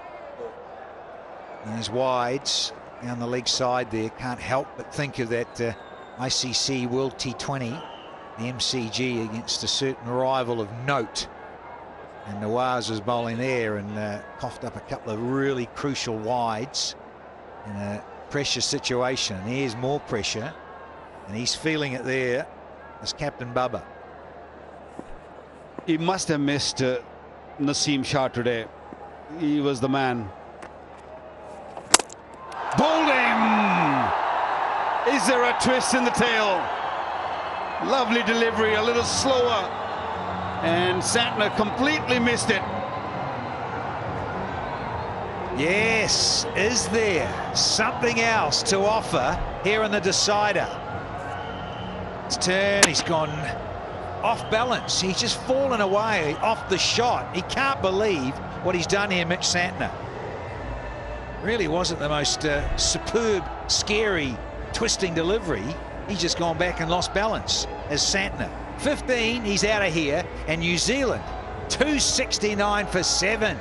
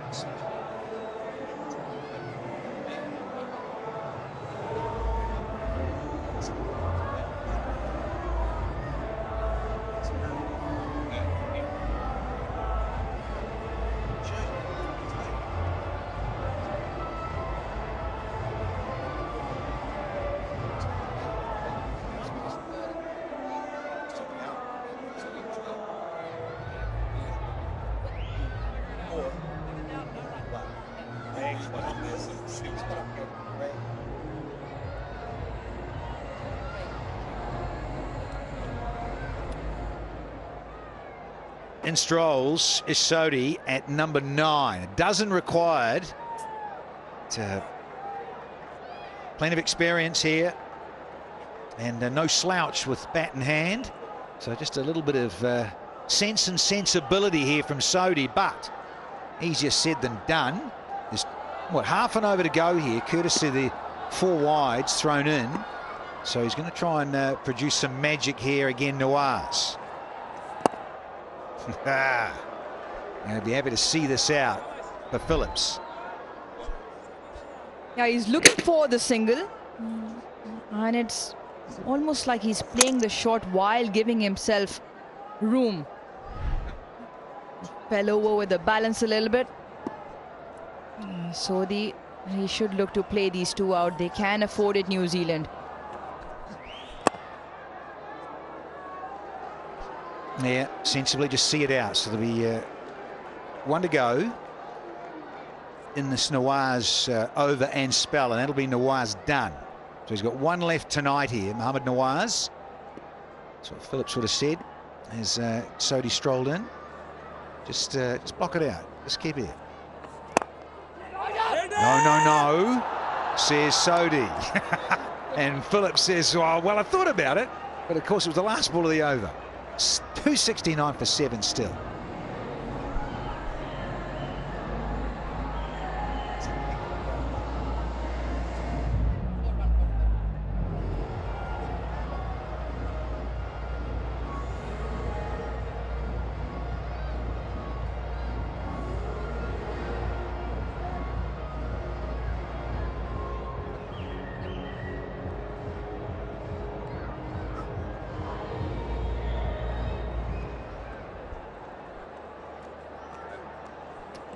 So we're down to 24 balls, 12 required.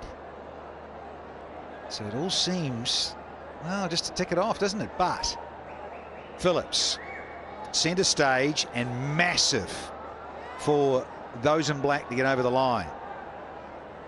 See if he can see it home or possible rush of blood.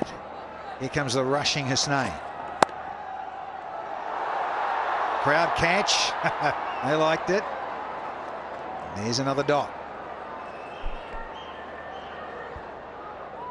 So, Ruj, what is Phillips thinking right now? Should I go big or should I just nudge it around for singles and wait for maybe another couple of overs, bring that to 5 or 6 runs before he go big? Or is he going to go big now? Well, the way he's played tonight, it's 2 big hits for him, isn't it? But I think he can afford to just take his time here. Oh, yeah. There's that muscling and rush of blood.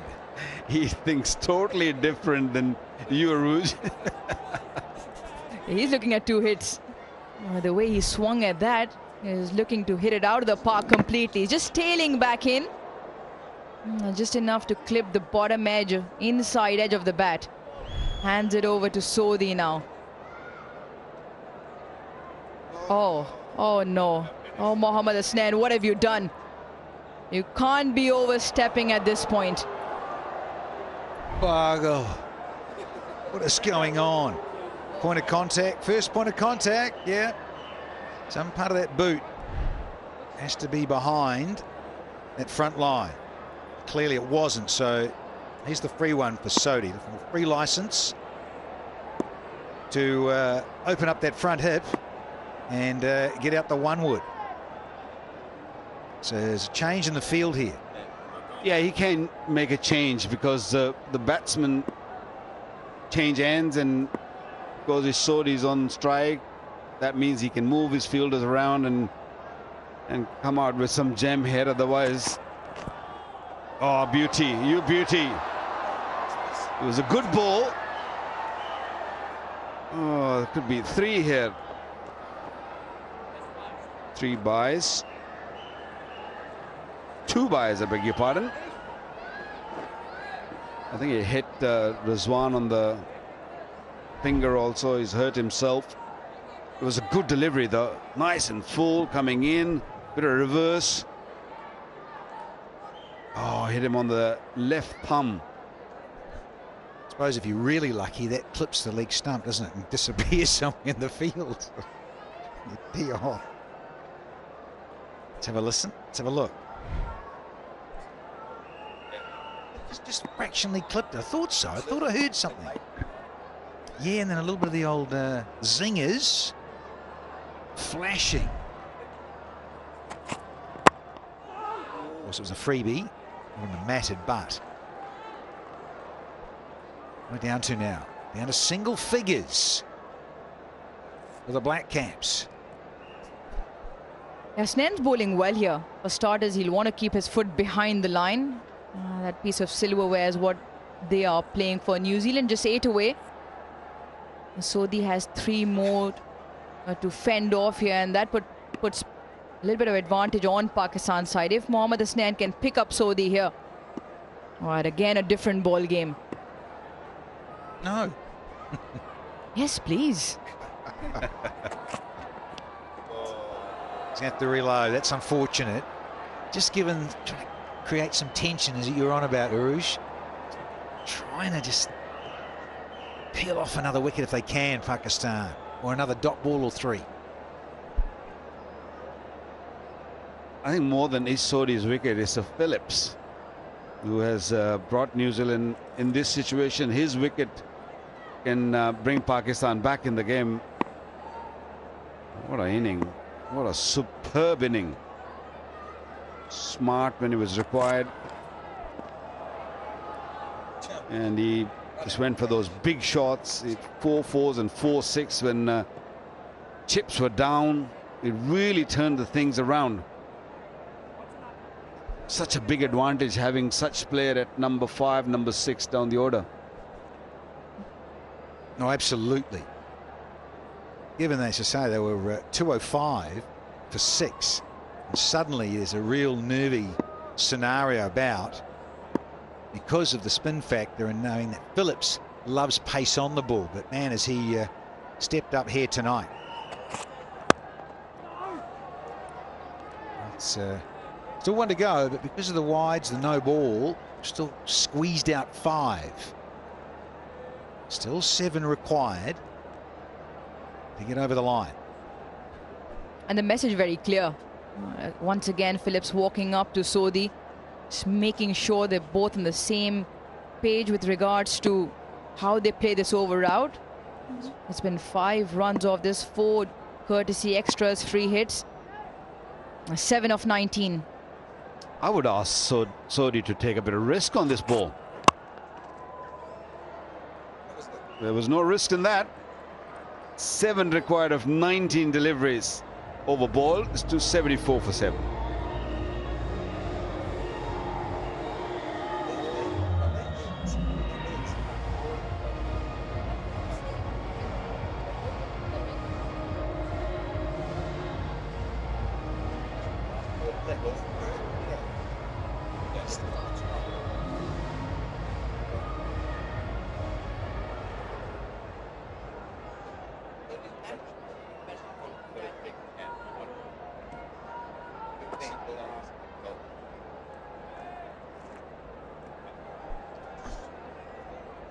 .280 for 9, plays 274 for 7 with 18 deliveries left. And the home side need 3 wickets to try and stop the Black Caps from taking the series 2-1 on Friday the 13th.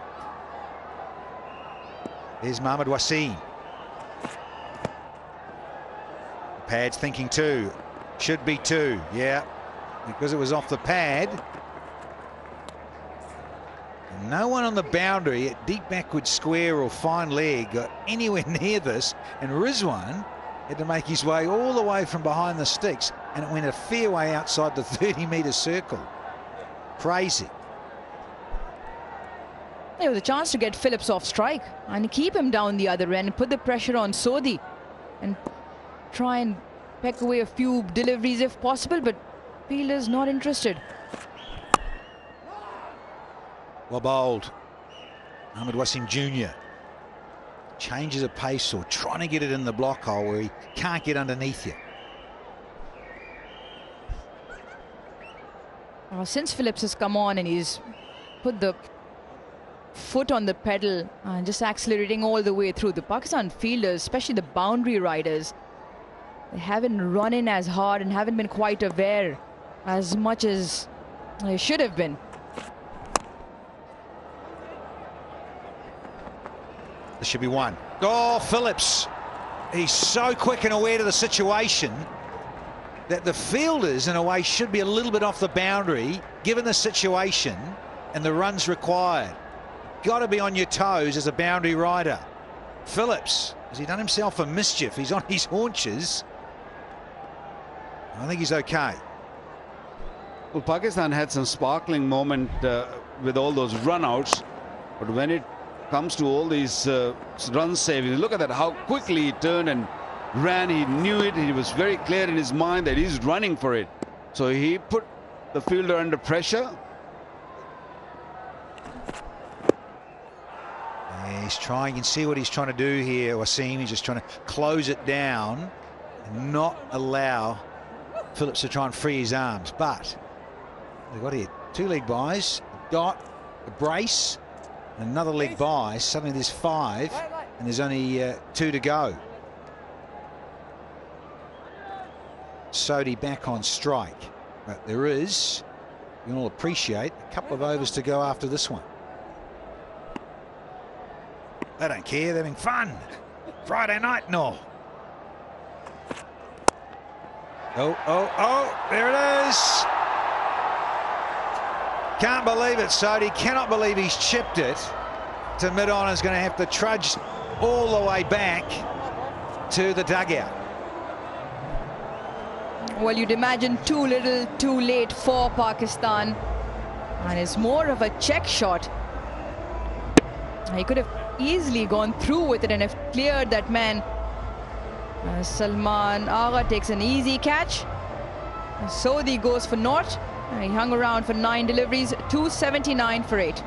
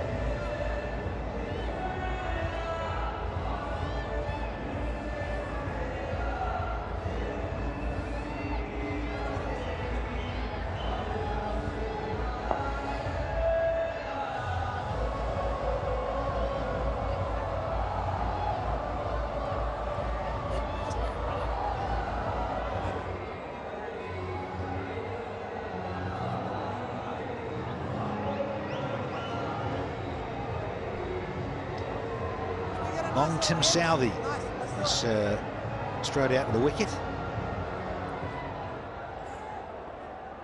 And so there's just one to go here. 34 years young. Last month, in fact, had a birthday. Loads of experience. And he just has to really survive this and just say it's over to you, Glenn. Going down, I'd say tailing. Bowler like that will always appeal. But it'll be a dot ball. Into the 48, and New Zealand at 279 for 8 now.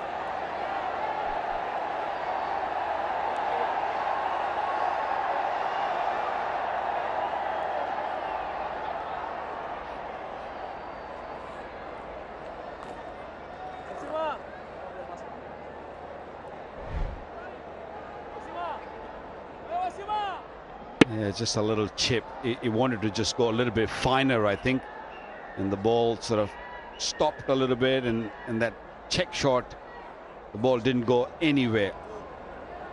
But he's done his job. He didn't score any runs, but he gave a good stand. He hung around, which was the key there.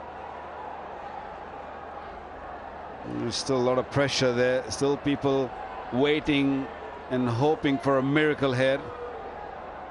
New Zealand need 2 runs to win this. In 2 overs, plenty of time, no issues with the time. It's all about getting this man out, and on this delivery. Oh dear.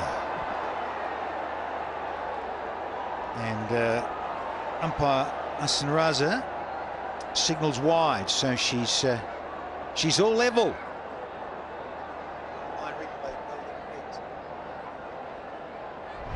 Let's have a little look at this one. The umpire's calling away, and you can understand why. Yeah, it's now Glenn Phillips versus Pakistan. Scores a level. Pretty much everyone in. Fine leg out. And Deepak could square, that's all. And done and dusted. Game over.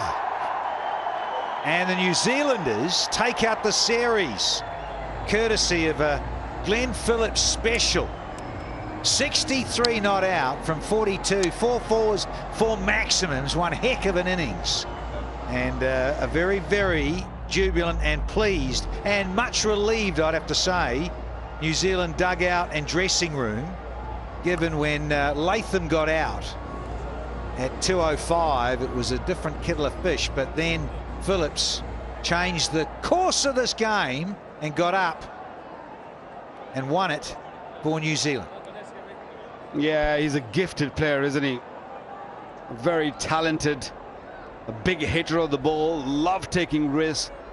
He came on the pitch when things were not going good for New Zealand, and he made this happen. Good partnership with Santner. He saw the hung around for a little while, but this man took the game away from Pakistan. Pakistan at one stage, they thought they won this, they won the trophy, but that was not the case. What a brilliant knock. Good strike rate, 4 fours, 4 sixes, 150 strike rate. Excellent job coming to Pakistan, winning this 3 ODI matches series.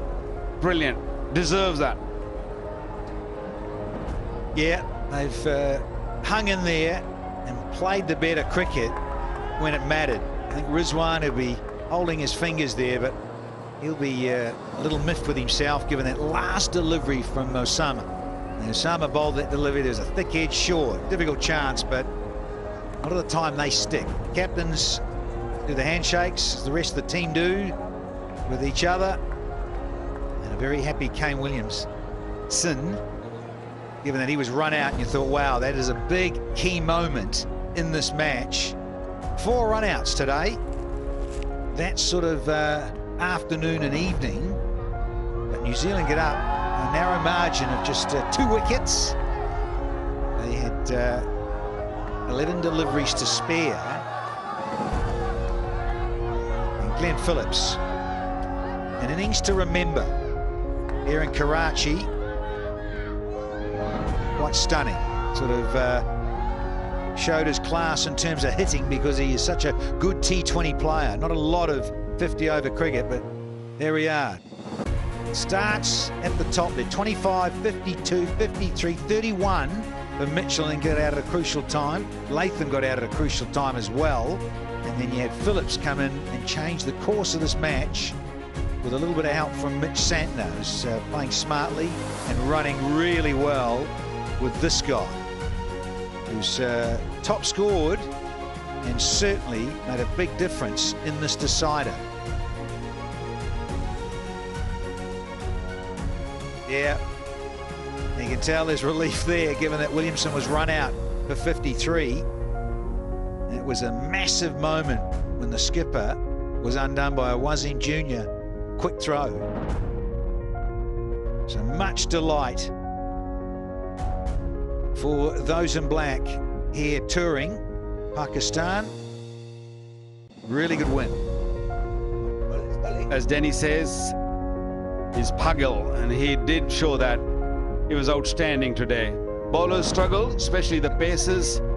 They bowled well with the new ball, but couldn't really pick up any wicket. Pakistan missed Naseem Shah badly. Nawaz picked up 1, 2 for Wasim.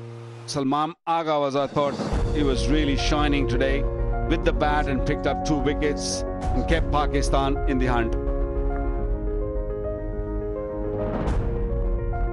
There's always just those little key moments in any white ball contest, either format. It just wasn't quite enough there Pakistan to take it and make it 2-1 in their favour. New Zealand, courtesy of Glenn Phillips, did so. Highlights at the start. Now we wanted our Finn Allen would go with Devon Conway. Conway, with all his class and timing, just wanted to just play those classical cover drives and straight drives. Bit of David Garver there, wasn't it? That was a beautiful short delivery. He looked good, Finn Allen. But what about these shots he played? It was superb. And this run out, this is the run out who started all for Pakistan. Conway just carry on the way he was been playing. He's been outstanding throughout the series. Williamson put up a very good partnership with him. And they both put up a very, very fine partnership, which really took New Zealand deep in the game. And then Conway just getting out of Salman, who bowled really well. Yeah, in came Daryl Mitchell, and he did turn the heat up here in Karachi until he holed out. Salman was turning the game towards Pakistan. Kane Williamson then continued. He's in prolific form, another 50 in ODIs. From Latham, this was a run out. Mohammad Wasim Jr., the underarm flick, and ran out the skipper. That was graceful. A brief, and then gone. Dragged one back onto his stumps. And all of a sudden, you just felt the energy in the crowd as well. Phillips enters centre stage, and yeah, went ballistic. Anything slightly off, and there was Latham. That was that big moment at 2:05 for 6. But really, this striking and this confidence, that in particular, he just clears that front hip and goes there. One of his go-to areas, quite outstanding. Half century there for a man who's not feeling 100%. There it is. That's the edge behind off Usama, his last delivery. And then Santner, caught in two minds, off balance, gone. Sodhi hung around, 9 deliveries for a naught to hang in with Phillips. Had to go. It was the 8th. And it was pretty much all over, even though Sodhi got out towards the end. Phillips finished things off rather nicely for 63 not out, a strike rate of 150. Simply sensational with that. So 280 for 9, you thought, yep, that is very imposing and competitive, thanks to Fakhar Zaman with 101, Rizwan 77, Salman 45, very useful, and Southey and Ferguson amongst the wickets. But in reply, 281 for 8 and 48.1, thanks to half centuries from Williamson and Conway, a bit of Daryl Mitchell, and certainly a lot of Glenn Phillips. 63 not out from 42. I mentioned that strike rate at 150. 4 4s, 4 6s. Simply took it away from the home side and take out the series 2-1 with 2 wickets in the bank. We'll take a little break, and when we come back, we'll do all things post-match presentation-wise.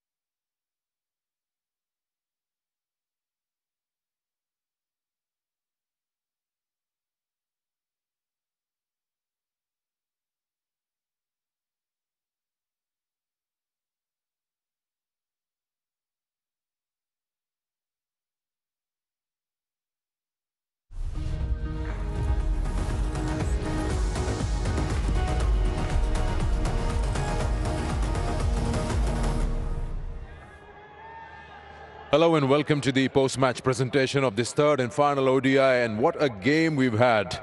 Glenn Phillips just snatched a victory out of Pakistan's hands, and they have taken this series 2-1. Congratulations to New Zealand and on winning this match by 2 wickets, and of course the series 2-1. Before we get on to the awards, let me welcome the presentation party. We're starting off with Mr. Shakil Sheikh, Member Management Committee, Pakistan Cricket Board. Next to him, we have Ms. Mehreen Ahmed, Group Head Retail Bank Al Falah.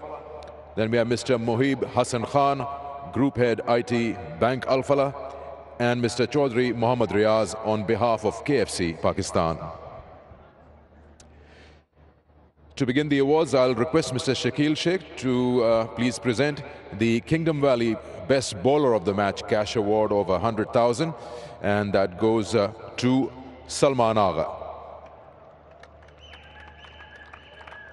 He also has 45 runs to his name and some key wickets that he took today.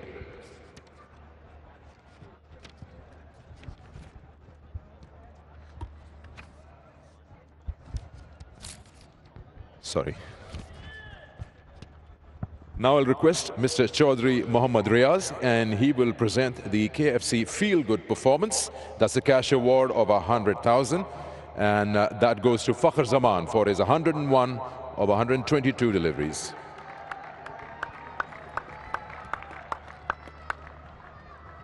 Super performance, and took the responsibility after they lost their captain early. Now Mr. Mohib Hassan Khan will be presenting the Bank Al Falah Fielder of the Match cash award of 100,000, and that goes to Henry Nichols for his catch to dismiss Osama Mir.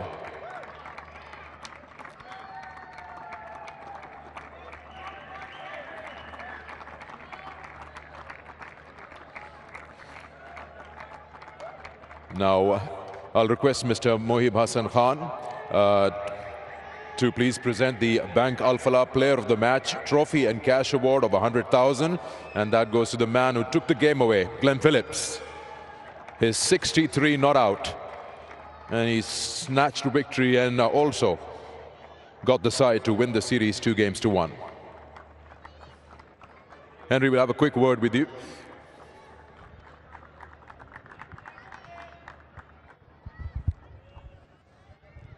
I'll keep it nice and short. Just tell us, you needed less than run a ball, but you seem to be in some kind of a hurry, as if you were chasing 8, 9 and over. I think at the end of the day I wasn't feeling too great, so the less running the better, and I suppose I just went out there and tried to watch the ball and try and play as aggressively as possible, and I guess today it paid off. Some serious power hitting. I mean, you were middling everything. You found this pitch ready for you. Yeah, I think as I said, that intent piece was the key to it, and I think with going a little bit more leg side of things, I had a little bit more space to free my hands today, which was good compared to the other games. All right, I know you've not been feeling well and you've had some outing there, so we'll let you go. Congratulations and great performance. Thank you very much. So that was, of course, Glenn Phillips, the player of the match. Now I will request Ms. Mehreen Ahmed, and she will be presenting the Bank Al Falah Player of the Series trophy and cash award of 300,000, and that goes to Devon Conway for his 153 runs, a 50 and 100 in the series. He was ruthless with the bat. He was amazing with in the second game, where he had a brilliant partnership of 181 with the captain, and then today also some valuable runs. Conway will have a quick word with you.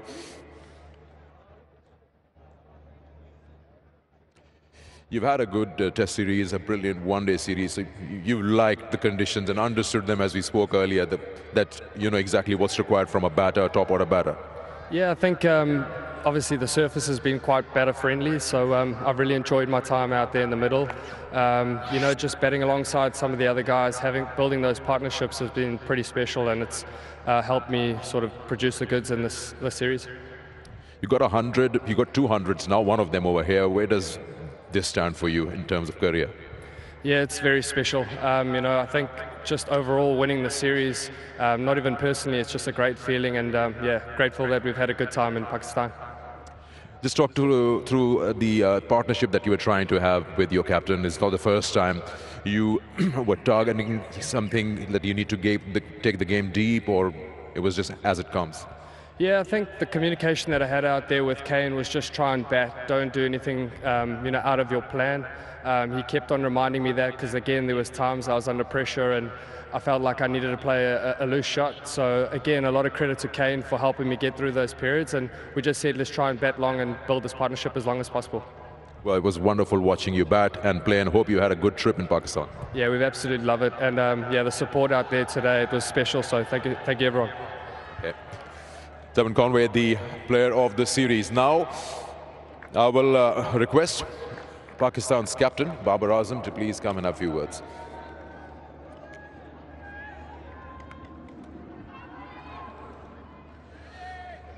Babar match हाथ में था ये, और एक player की performance से obviously चीज़ें निकलने लगी। क्या कुछ थोड़ा सा रन थ्रू करें, क्या चल रहा था आखिरी जो 10 ओवर्स थे, वो टोटली शिफ्ट हो गया मोमेंटम? डेफिनेटली जिस तरह मेरे ख्याल से हमने स्टार्ट किया, हमने थोड़ा सा अपने प्लान्स पे एक्सिक्यूट किया, और जिस तरह आफ्टर 30 आवर्स हम लग रहे थे मैच गेंद थे, और जिस तरह हमने उनको एक बैक टू बैक विकटें ली, वो हमारे लिए अच्छा था। और जिस तरह फिलिप आया, उसने टोटली गेम चेंज कर दिया और उसने चार्ज किया। मेरे ख्याल से थोड़ी सी bowling up to the mark नहीं, आखिरी के 15 ओवर्स, तो मेरे ख्याल से वहाँ से मैच निकल गया।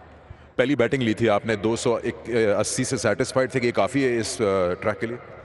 आई थिंक मेरे ख्याल से 10 to 20 रन्स शॉर्ट थे, क्योंकि जब रिजवान और फ़खर खेल रहे थे तो लग रहा था कि हम 300 को टच कर जाएंगे, लेकिन बैक टू बैक जब विकटें गिरती हैं तो नए बैट्समैन के लिए डिफरेंट होता है चैलेंज। मेरे ख्याल से सॉफ्ट डिसमिसल हम काफ़ी हुए हैं आफ्टर 30 और 40 के बाद, तो मेरे ख्याल से 30 रन और 20 रन्स कम थे। आज स्पिनर्स का इतना रोल नहीं था इस पिच पे कंपेयर टू पहले 2 मैचेस में।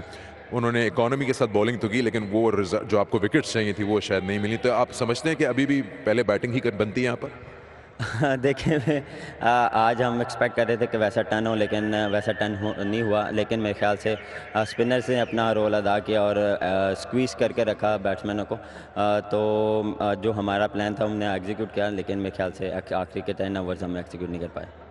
आपने अपने लिए स्टंपिंग की हैट्रिक करवा ली आज। ये बताइए कि ये एक अच्छी फीलिंग होती होगी कि एज कैप्टन अगर आप नहीं कर पाए रन किसी मैच में, तो किसी और ने अपना हाथ ऊपर किया, और फ़खर जमान ने जिस तरह कंट्रोल्ड अपनी इनिंग्स के लिए। हाँ, डेफिनेटली देखें, जब आप आपके टीममेट्स परफॉर्म करते हैं और स्टेप अप करते हैं, और जब आपको टीम नीड्स चाहिए होती है परफॉर्मेंस, तो जिस तरह फ़खर ने और रिजवान ने पार्टनरशिप को बिल्ड किया, और फ़खर टिल द एंड खेला और उसने अंडर किया, वो आउटस्टैंडिंग था।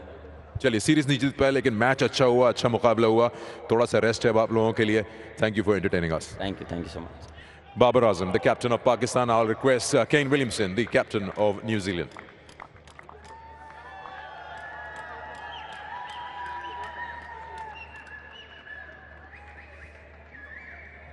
Kane, congratulations on winning the match and the series. And what do we say about Philip? I mean, just came out of nowhere and took the game away. Yeah, he wasn't feeling great either, and came out and played with a lot of freedom and an incredible innings. I thought at the halfway stage we were in the game, curious to know how the pitch was going to play, but obviously it played pretty well, and we sort of made a few errors, I think, with the bat. We were sort of in some pretty good positions, and for Glenn to come out and play that knock and get those partnerships throughout was a fantastic series, and credit to Pakistan. And it's hard fought in every match, so it was pleasing for us as a team to get across the line with the series win. 10 overs to go, you needed 60 of 60. Was that an instruction from you, our side, or was it Phillips himself that he was just playing as if 10 and over? Yeah, no, he was just playing how he plays, and he obviously batted beautifully and hit it out of the middle. And 60 off 10. I guess there's a few different ways to do it, but he had one thing in his mind, and he came out, and I don't think he wanted to sort of run too much. Maybe he was a bit under the weather, so he hit the ball beautifully, and it's one of those knocks, isn't it, really, where the game was right in the balance, and he came out and just really grabbed it. Halfway through, 281 to win the match. You were confident that this is gettable out there second time around chasing? Yeah, the surface has been really competitive. It's been sort of mid 200s, maybe late 200s, and you're able to build pressure. I thought the guys with the ball hung in there nicely. It didn't assist them very well in the first half, so to take some wickets through the middle and the back end, and you know, with some brilliance in the field to keep it to perhaps a par total, which we only really found out during the second innings, because obviously we saw in the last game where it spun quite fiercely in the second innings, and it didn't so much today. So a few unknowns, but probably par, and you know, a few errors on our part as well if we're being a little bit critical, but some good partnerships too to get close, and obviously an amazing innings from Glenn. So look, a great series, a lot of contributions from everybody, which is pleasing and something to build on. Your trip to Pakistan has been a long time coming. New Zealand coming here, Test series and then ODIs. You had a good time? We've had a fantastic time. Yeah, it's absolutely great to be here, and the support from all the crowd's been amazing. And you know, as a team, we've really enjoyed our time on and off the field. And the cricket's always tough. Whenever we play Pakistan, it's always tough, and it is great to be playing over here in Pakistan after such a long period of time. Well, thank you for coming down, entertaining us with some quality cricket. Congratulations on winning the match and the series. I'll let you get there to pick up that trophy, and I'll request Mr. Shakil Sheikh to please hand over the trophy to Kane Williamson, who's won this series 2 games to 1, and a brilliant win in this final game. And Miss Mehreen Ahmed will be presenting the Bank Alfala trophy to Kane Williamson, and deserving win in the final match by 2 wickets. And that also concludes the presentation. Superb from New Zealand, and what a decider we've had. New Zealand winning the game by 2 wickets in the end, and it took a magnificent innings from Glenn Phillips to make sure that New Zealand end up winners of the ODI series. They win the series 2-1, and well deserved. They raise that cup. Kane Williamson with Kane fills the cup with Glenn Phillips, and New Zealand celebrate. It's been quite a home season, a bumper home season here in Pakistan. First England, then New Zealand, then their one-day games. We've still got cricket to come. We've got the PSL and then Sri Lanka Cup, or New Zealand come again in April. So plenty of cricket to look forward to, but right now from all of us, it's goodbye and good night.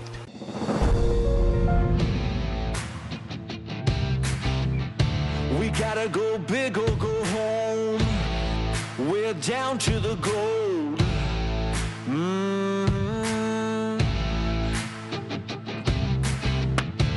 Never been a better time to put it all on the line. Ooh, yeah.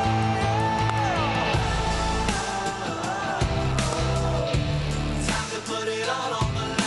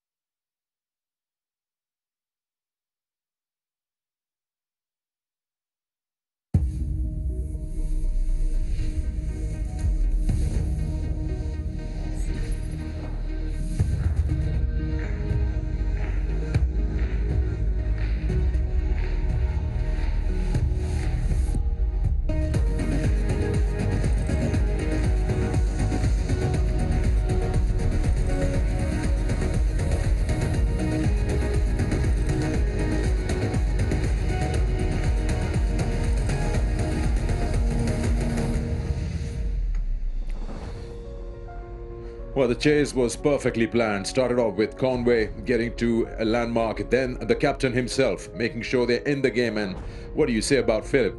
He snatched victory out of nowhere. Pakistan probably was caught napping. Eventually, the series won by New Zealand 2-1, and this is how it happened. Pakistan won the toss and they posted 280 for 9. One would have thought that this is enough, keeping in mind how the scores have been in the ODI series. But New Zealand, courtesy some really good hard-hitting batting from Philip, is not out 63. They managed to get there, bit time to spare and 2 wickets in hand. Hello and welcome to Inverix Solar Energy Pitchside Studio. We've just witnessed something special from Glenn Phillips, and who would have thought when they had this middle order collapse and they were 5 down, still 10 overs to go, one would think watching TV or being here that Pakistan has got this. But Philip came out there and he just controlled things, Uruj. Yeah, he did. Yeah. and in some fantastic fashion. Exciting it was. Yeah. They were 205 for 6, requiring 70 odd deliveries, and it was Pakistan versus Glenn Phillips. And it was Glenn Phillips playing T20 version of it. And I think what worked for New Zealand is he stuck to his natural game. And whenever the ball was there, he hit 4 massive hits and put New Zealand well in front. And that is pretty much what took the game away from Pakistan completely. Yeah, I mean, when you look at Glenn Phillips and there was 60 required in the last 10, they could have gone easily run a ball knowing that they've had a middle order collapse. But they just went on attacking. Probably you feel that Babar Azam and men were caught napping. They didn't have an idea. You know the best thing about tonight? You lost. You lost. I lost. Just you, not Pakistan, you. I lost. And I was in tears, everyone. I was so pleased, crying. On a serious note, Glenn Phillips played out of his skin. I know I've been very fortunate, Sackers, to see him in T20 globally around the place, and particularly in the Caribbean. He is just smashing it everywhere. And I just felt that he felt that I've got to get in here and I've really got to stamp my authority here, get in and just back himself, how he can play. And he's so extraordinary with his power on the onside and using not much of a backlift to then get rid of it quickly with those fast hands and hit sixes. 4 sixes and 4 fours and a strike rate of 150 and 63 not out. You'd be pleased with that. I'm pretty pleased, and it was enjoyment, total entertainment. Yes, Pakistan lost that game, but then that was some special performance. Now, you're talking about special performances. What I liked and what you guys also mentioned about Fakhr Zaman's innings was that he was playing against his natural way, which is attacking, and he held himself back. His 101 was special, knowing when his captain had been dismissed cheaply. I think that's why it was so special, knowing that Shan went for a duck. Babar Azam came out, got stumped for 4. And you're very right, it was not his natural game to hold back so far. The ball, when it was on the leg side, that's where most of his boundaries came. And that's where he's very strong. But the feature of his game was nudging the ball around. And it wasn't a slow 100 by any terms in context of the game, but special for him to come back in the runs. And it was his runs up front that Pakistan got that big total. Learn the self-control from him. Yeah, and that's what the beautiful thing is called experience, and that's what experience does for you. And I know this wouldn't have suited him at all, but it just goes to show you when you've played a lot of cricket and you've got the smarts to think about, I've got to pull this back a little bit and just adapt to the situation that's in front of me. Fakhr Zaman, showed his class. Yeah, he scored 101, but that was completely overshadowed by that 63 not out by our top performer. Top performer, brought to you by Inverix Solar Energy. Yeah, I was mentioning this fellow about the faster format at T20. It was almost that situation where he came in to suddenly take the game by the scruff of the neck and say, look, we need sort of, when it was 205 for 6?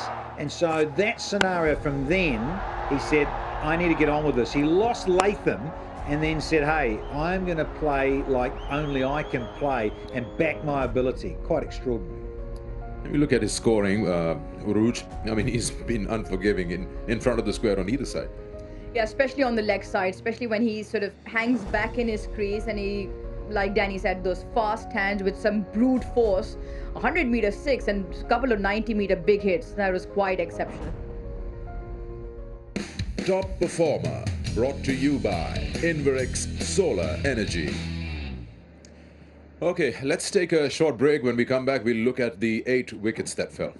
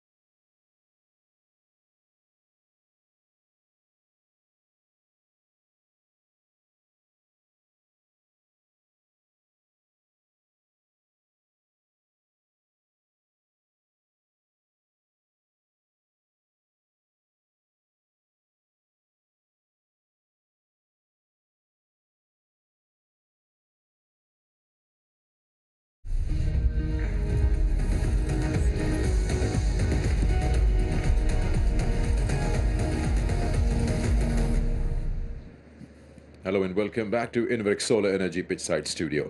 Talking about the 8 wickets that fell. Let's have a look and get Danny Morrison, the bowler, into it. Fall of wickets, brought to you by Inverix Solar Energy. Yeah, when you look at the run-outs in this game, extraordinary. Was there 4 of them? That was a cracker. Finn Allen, he hesitated, caught napping and gone.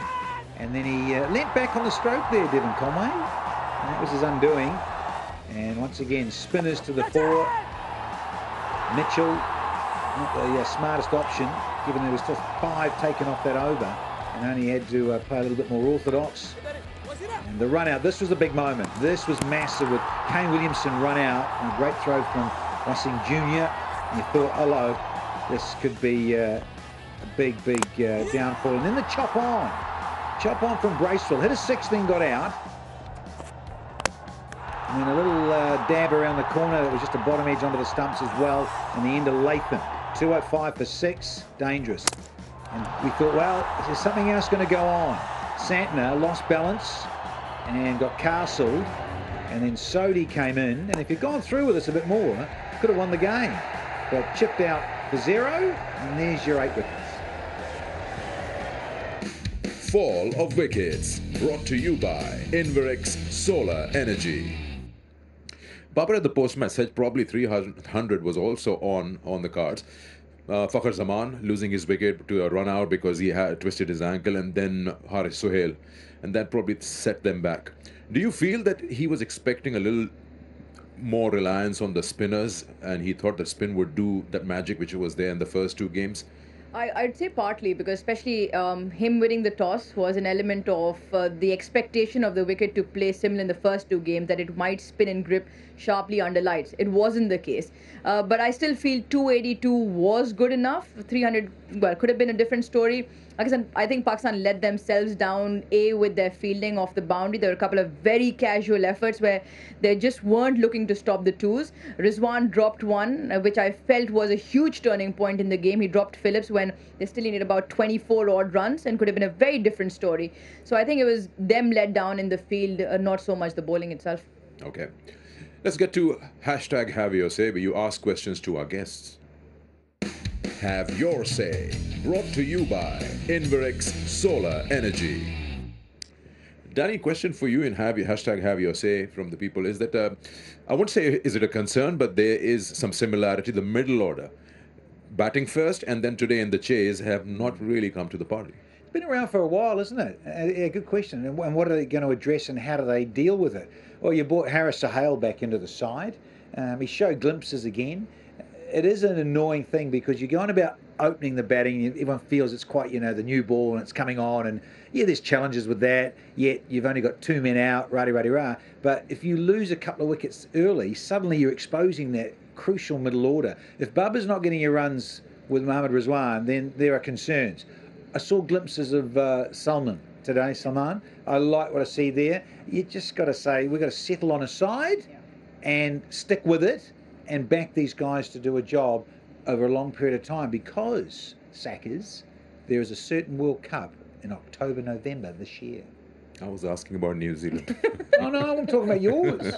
Well, I'm going to ask her that. Well, no, then swap. So it should be New Zealand's now. New Zealand has had this issue in the second game and in the third game. That the middle order has, after that brilliant partnership over 181 and again today, what, according to you, seems to be the area of concern for them?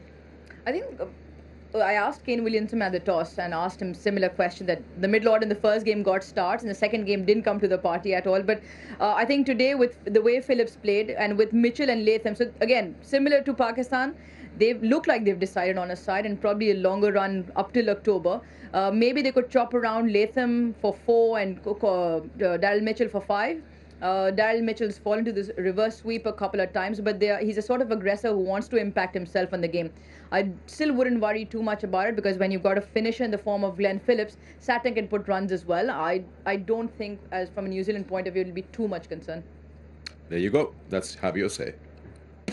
Have Your Say, brought to you by Inverex Solar Energy. Welcome back once again. Danny was very happy that I lost, but it's not over yet. You guys are coming back. Go on, get some practice. This is not very far away. It's going to be post-PSL into the year. You got 5 ODIs and 5 T20s, so it's basically 2-1 in the 8 games. We're just giving you the trophy. It's a different series. Have a look at this. It starts on the 13th of April, but we start with the T20s. That's 5 of them. And then from the 26th of April, it's going to be the 5 ODIs, and it's going to be a lot of fun. Wow, that's a lot of cricket. I didn't think it was that. I thought it was possibly another scenario where it was 3 T20s and maybe 5, but it's 5 and 5. That's a lot. I'm going to miss you guys. Are you not coming back? No, I can't. My visa ran out. Come on. Well, anyway, I'll thank you, and I'll thank you also for joining the show. Wonderful having you here for the ODIs, and probably see you very, very soon back in Pakistan for the PSL. And hope you guys have enjoyed our coverage for, of course, the 2 test matches and the 3 ODIs right here from the National Bank Cricket Arena. Cricket is, a lot of cricket around here, and this Inverex Solar Energy Pitchside Studio will come and entertain you and get you more talks on cricket. But until we meet again, take care of yourself, be good, and it's good night.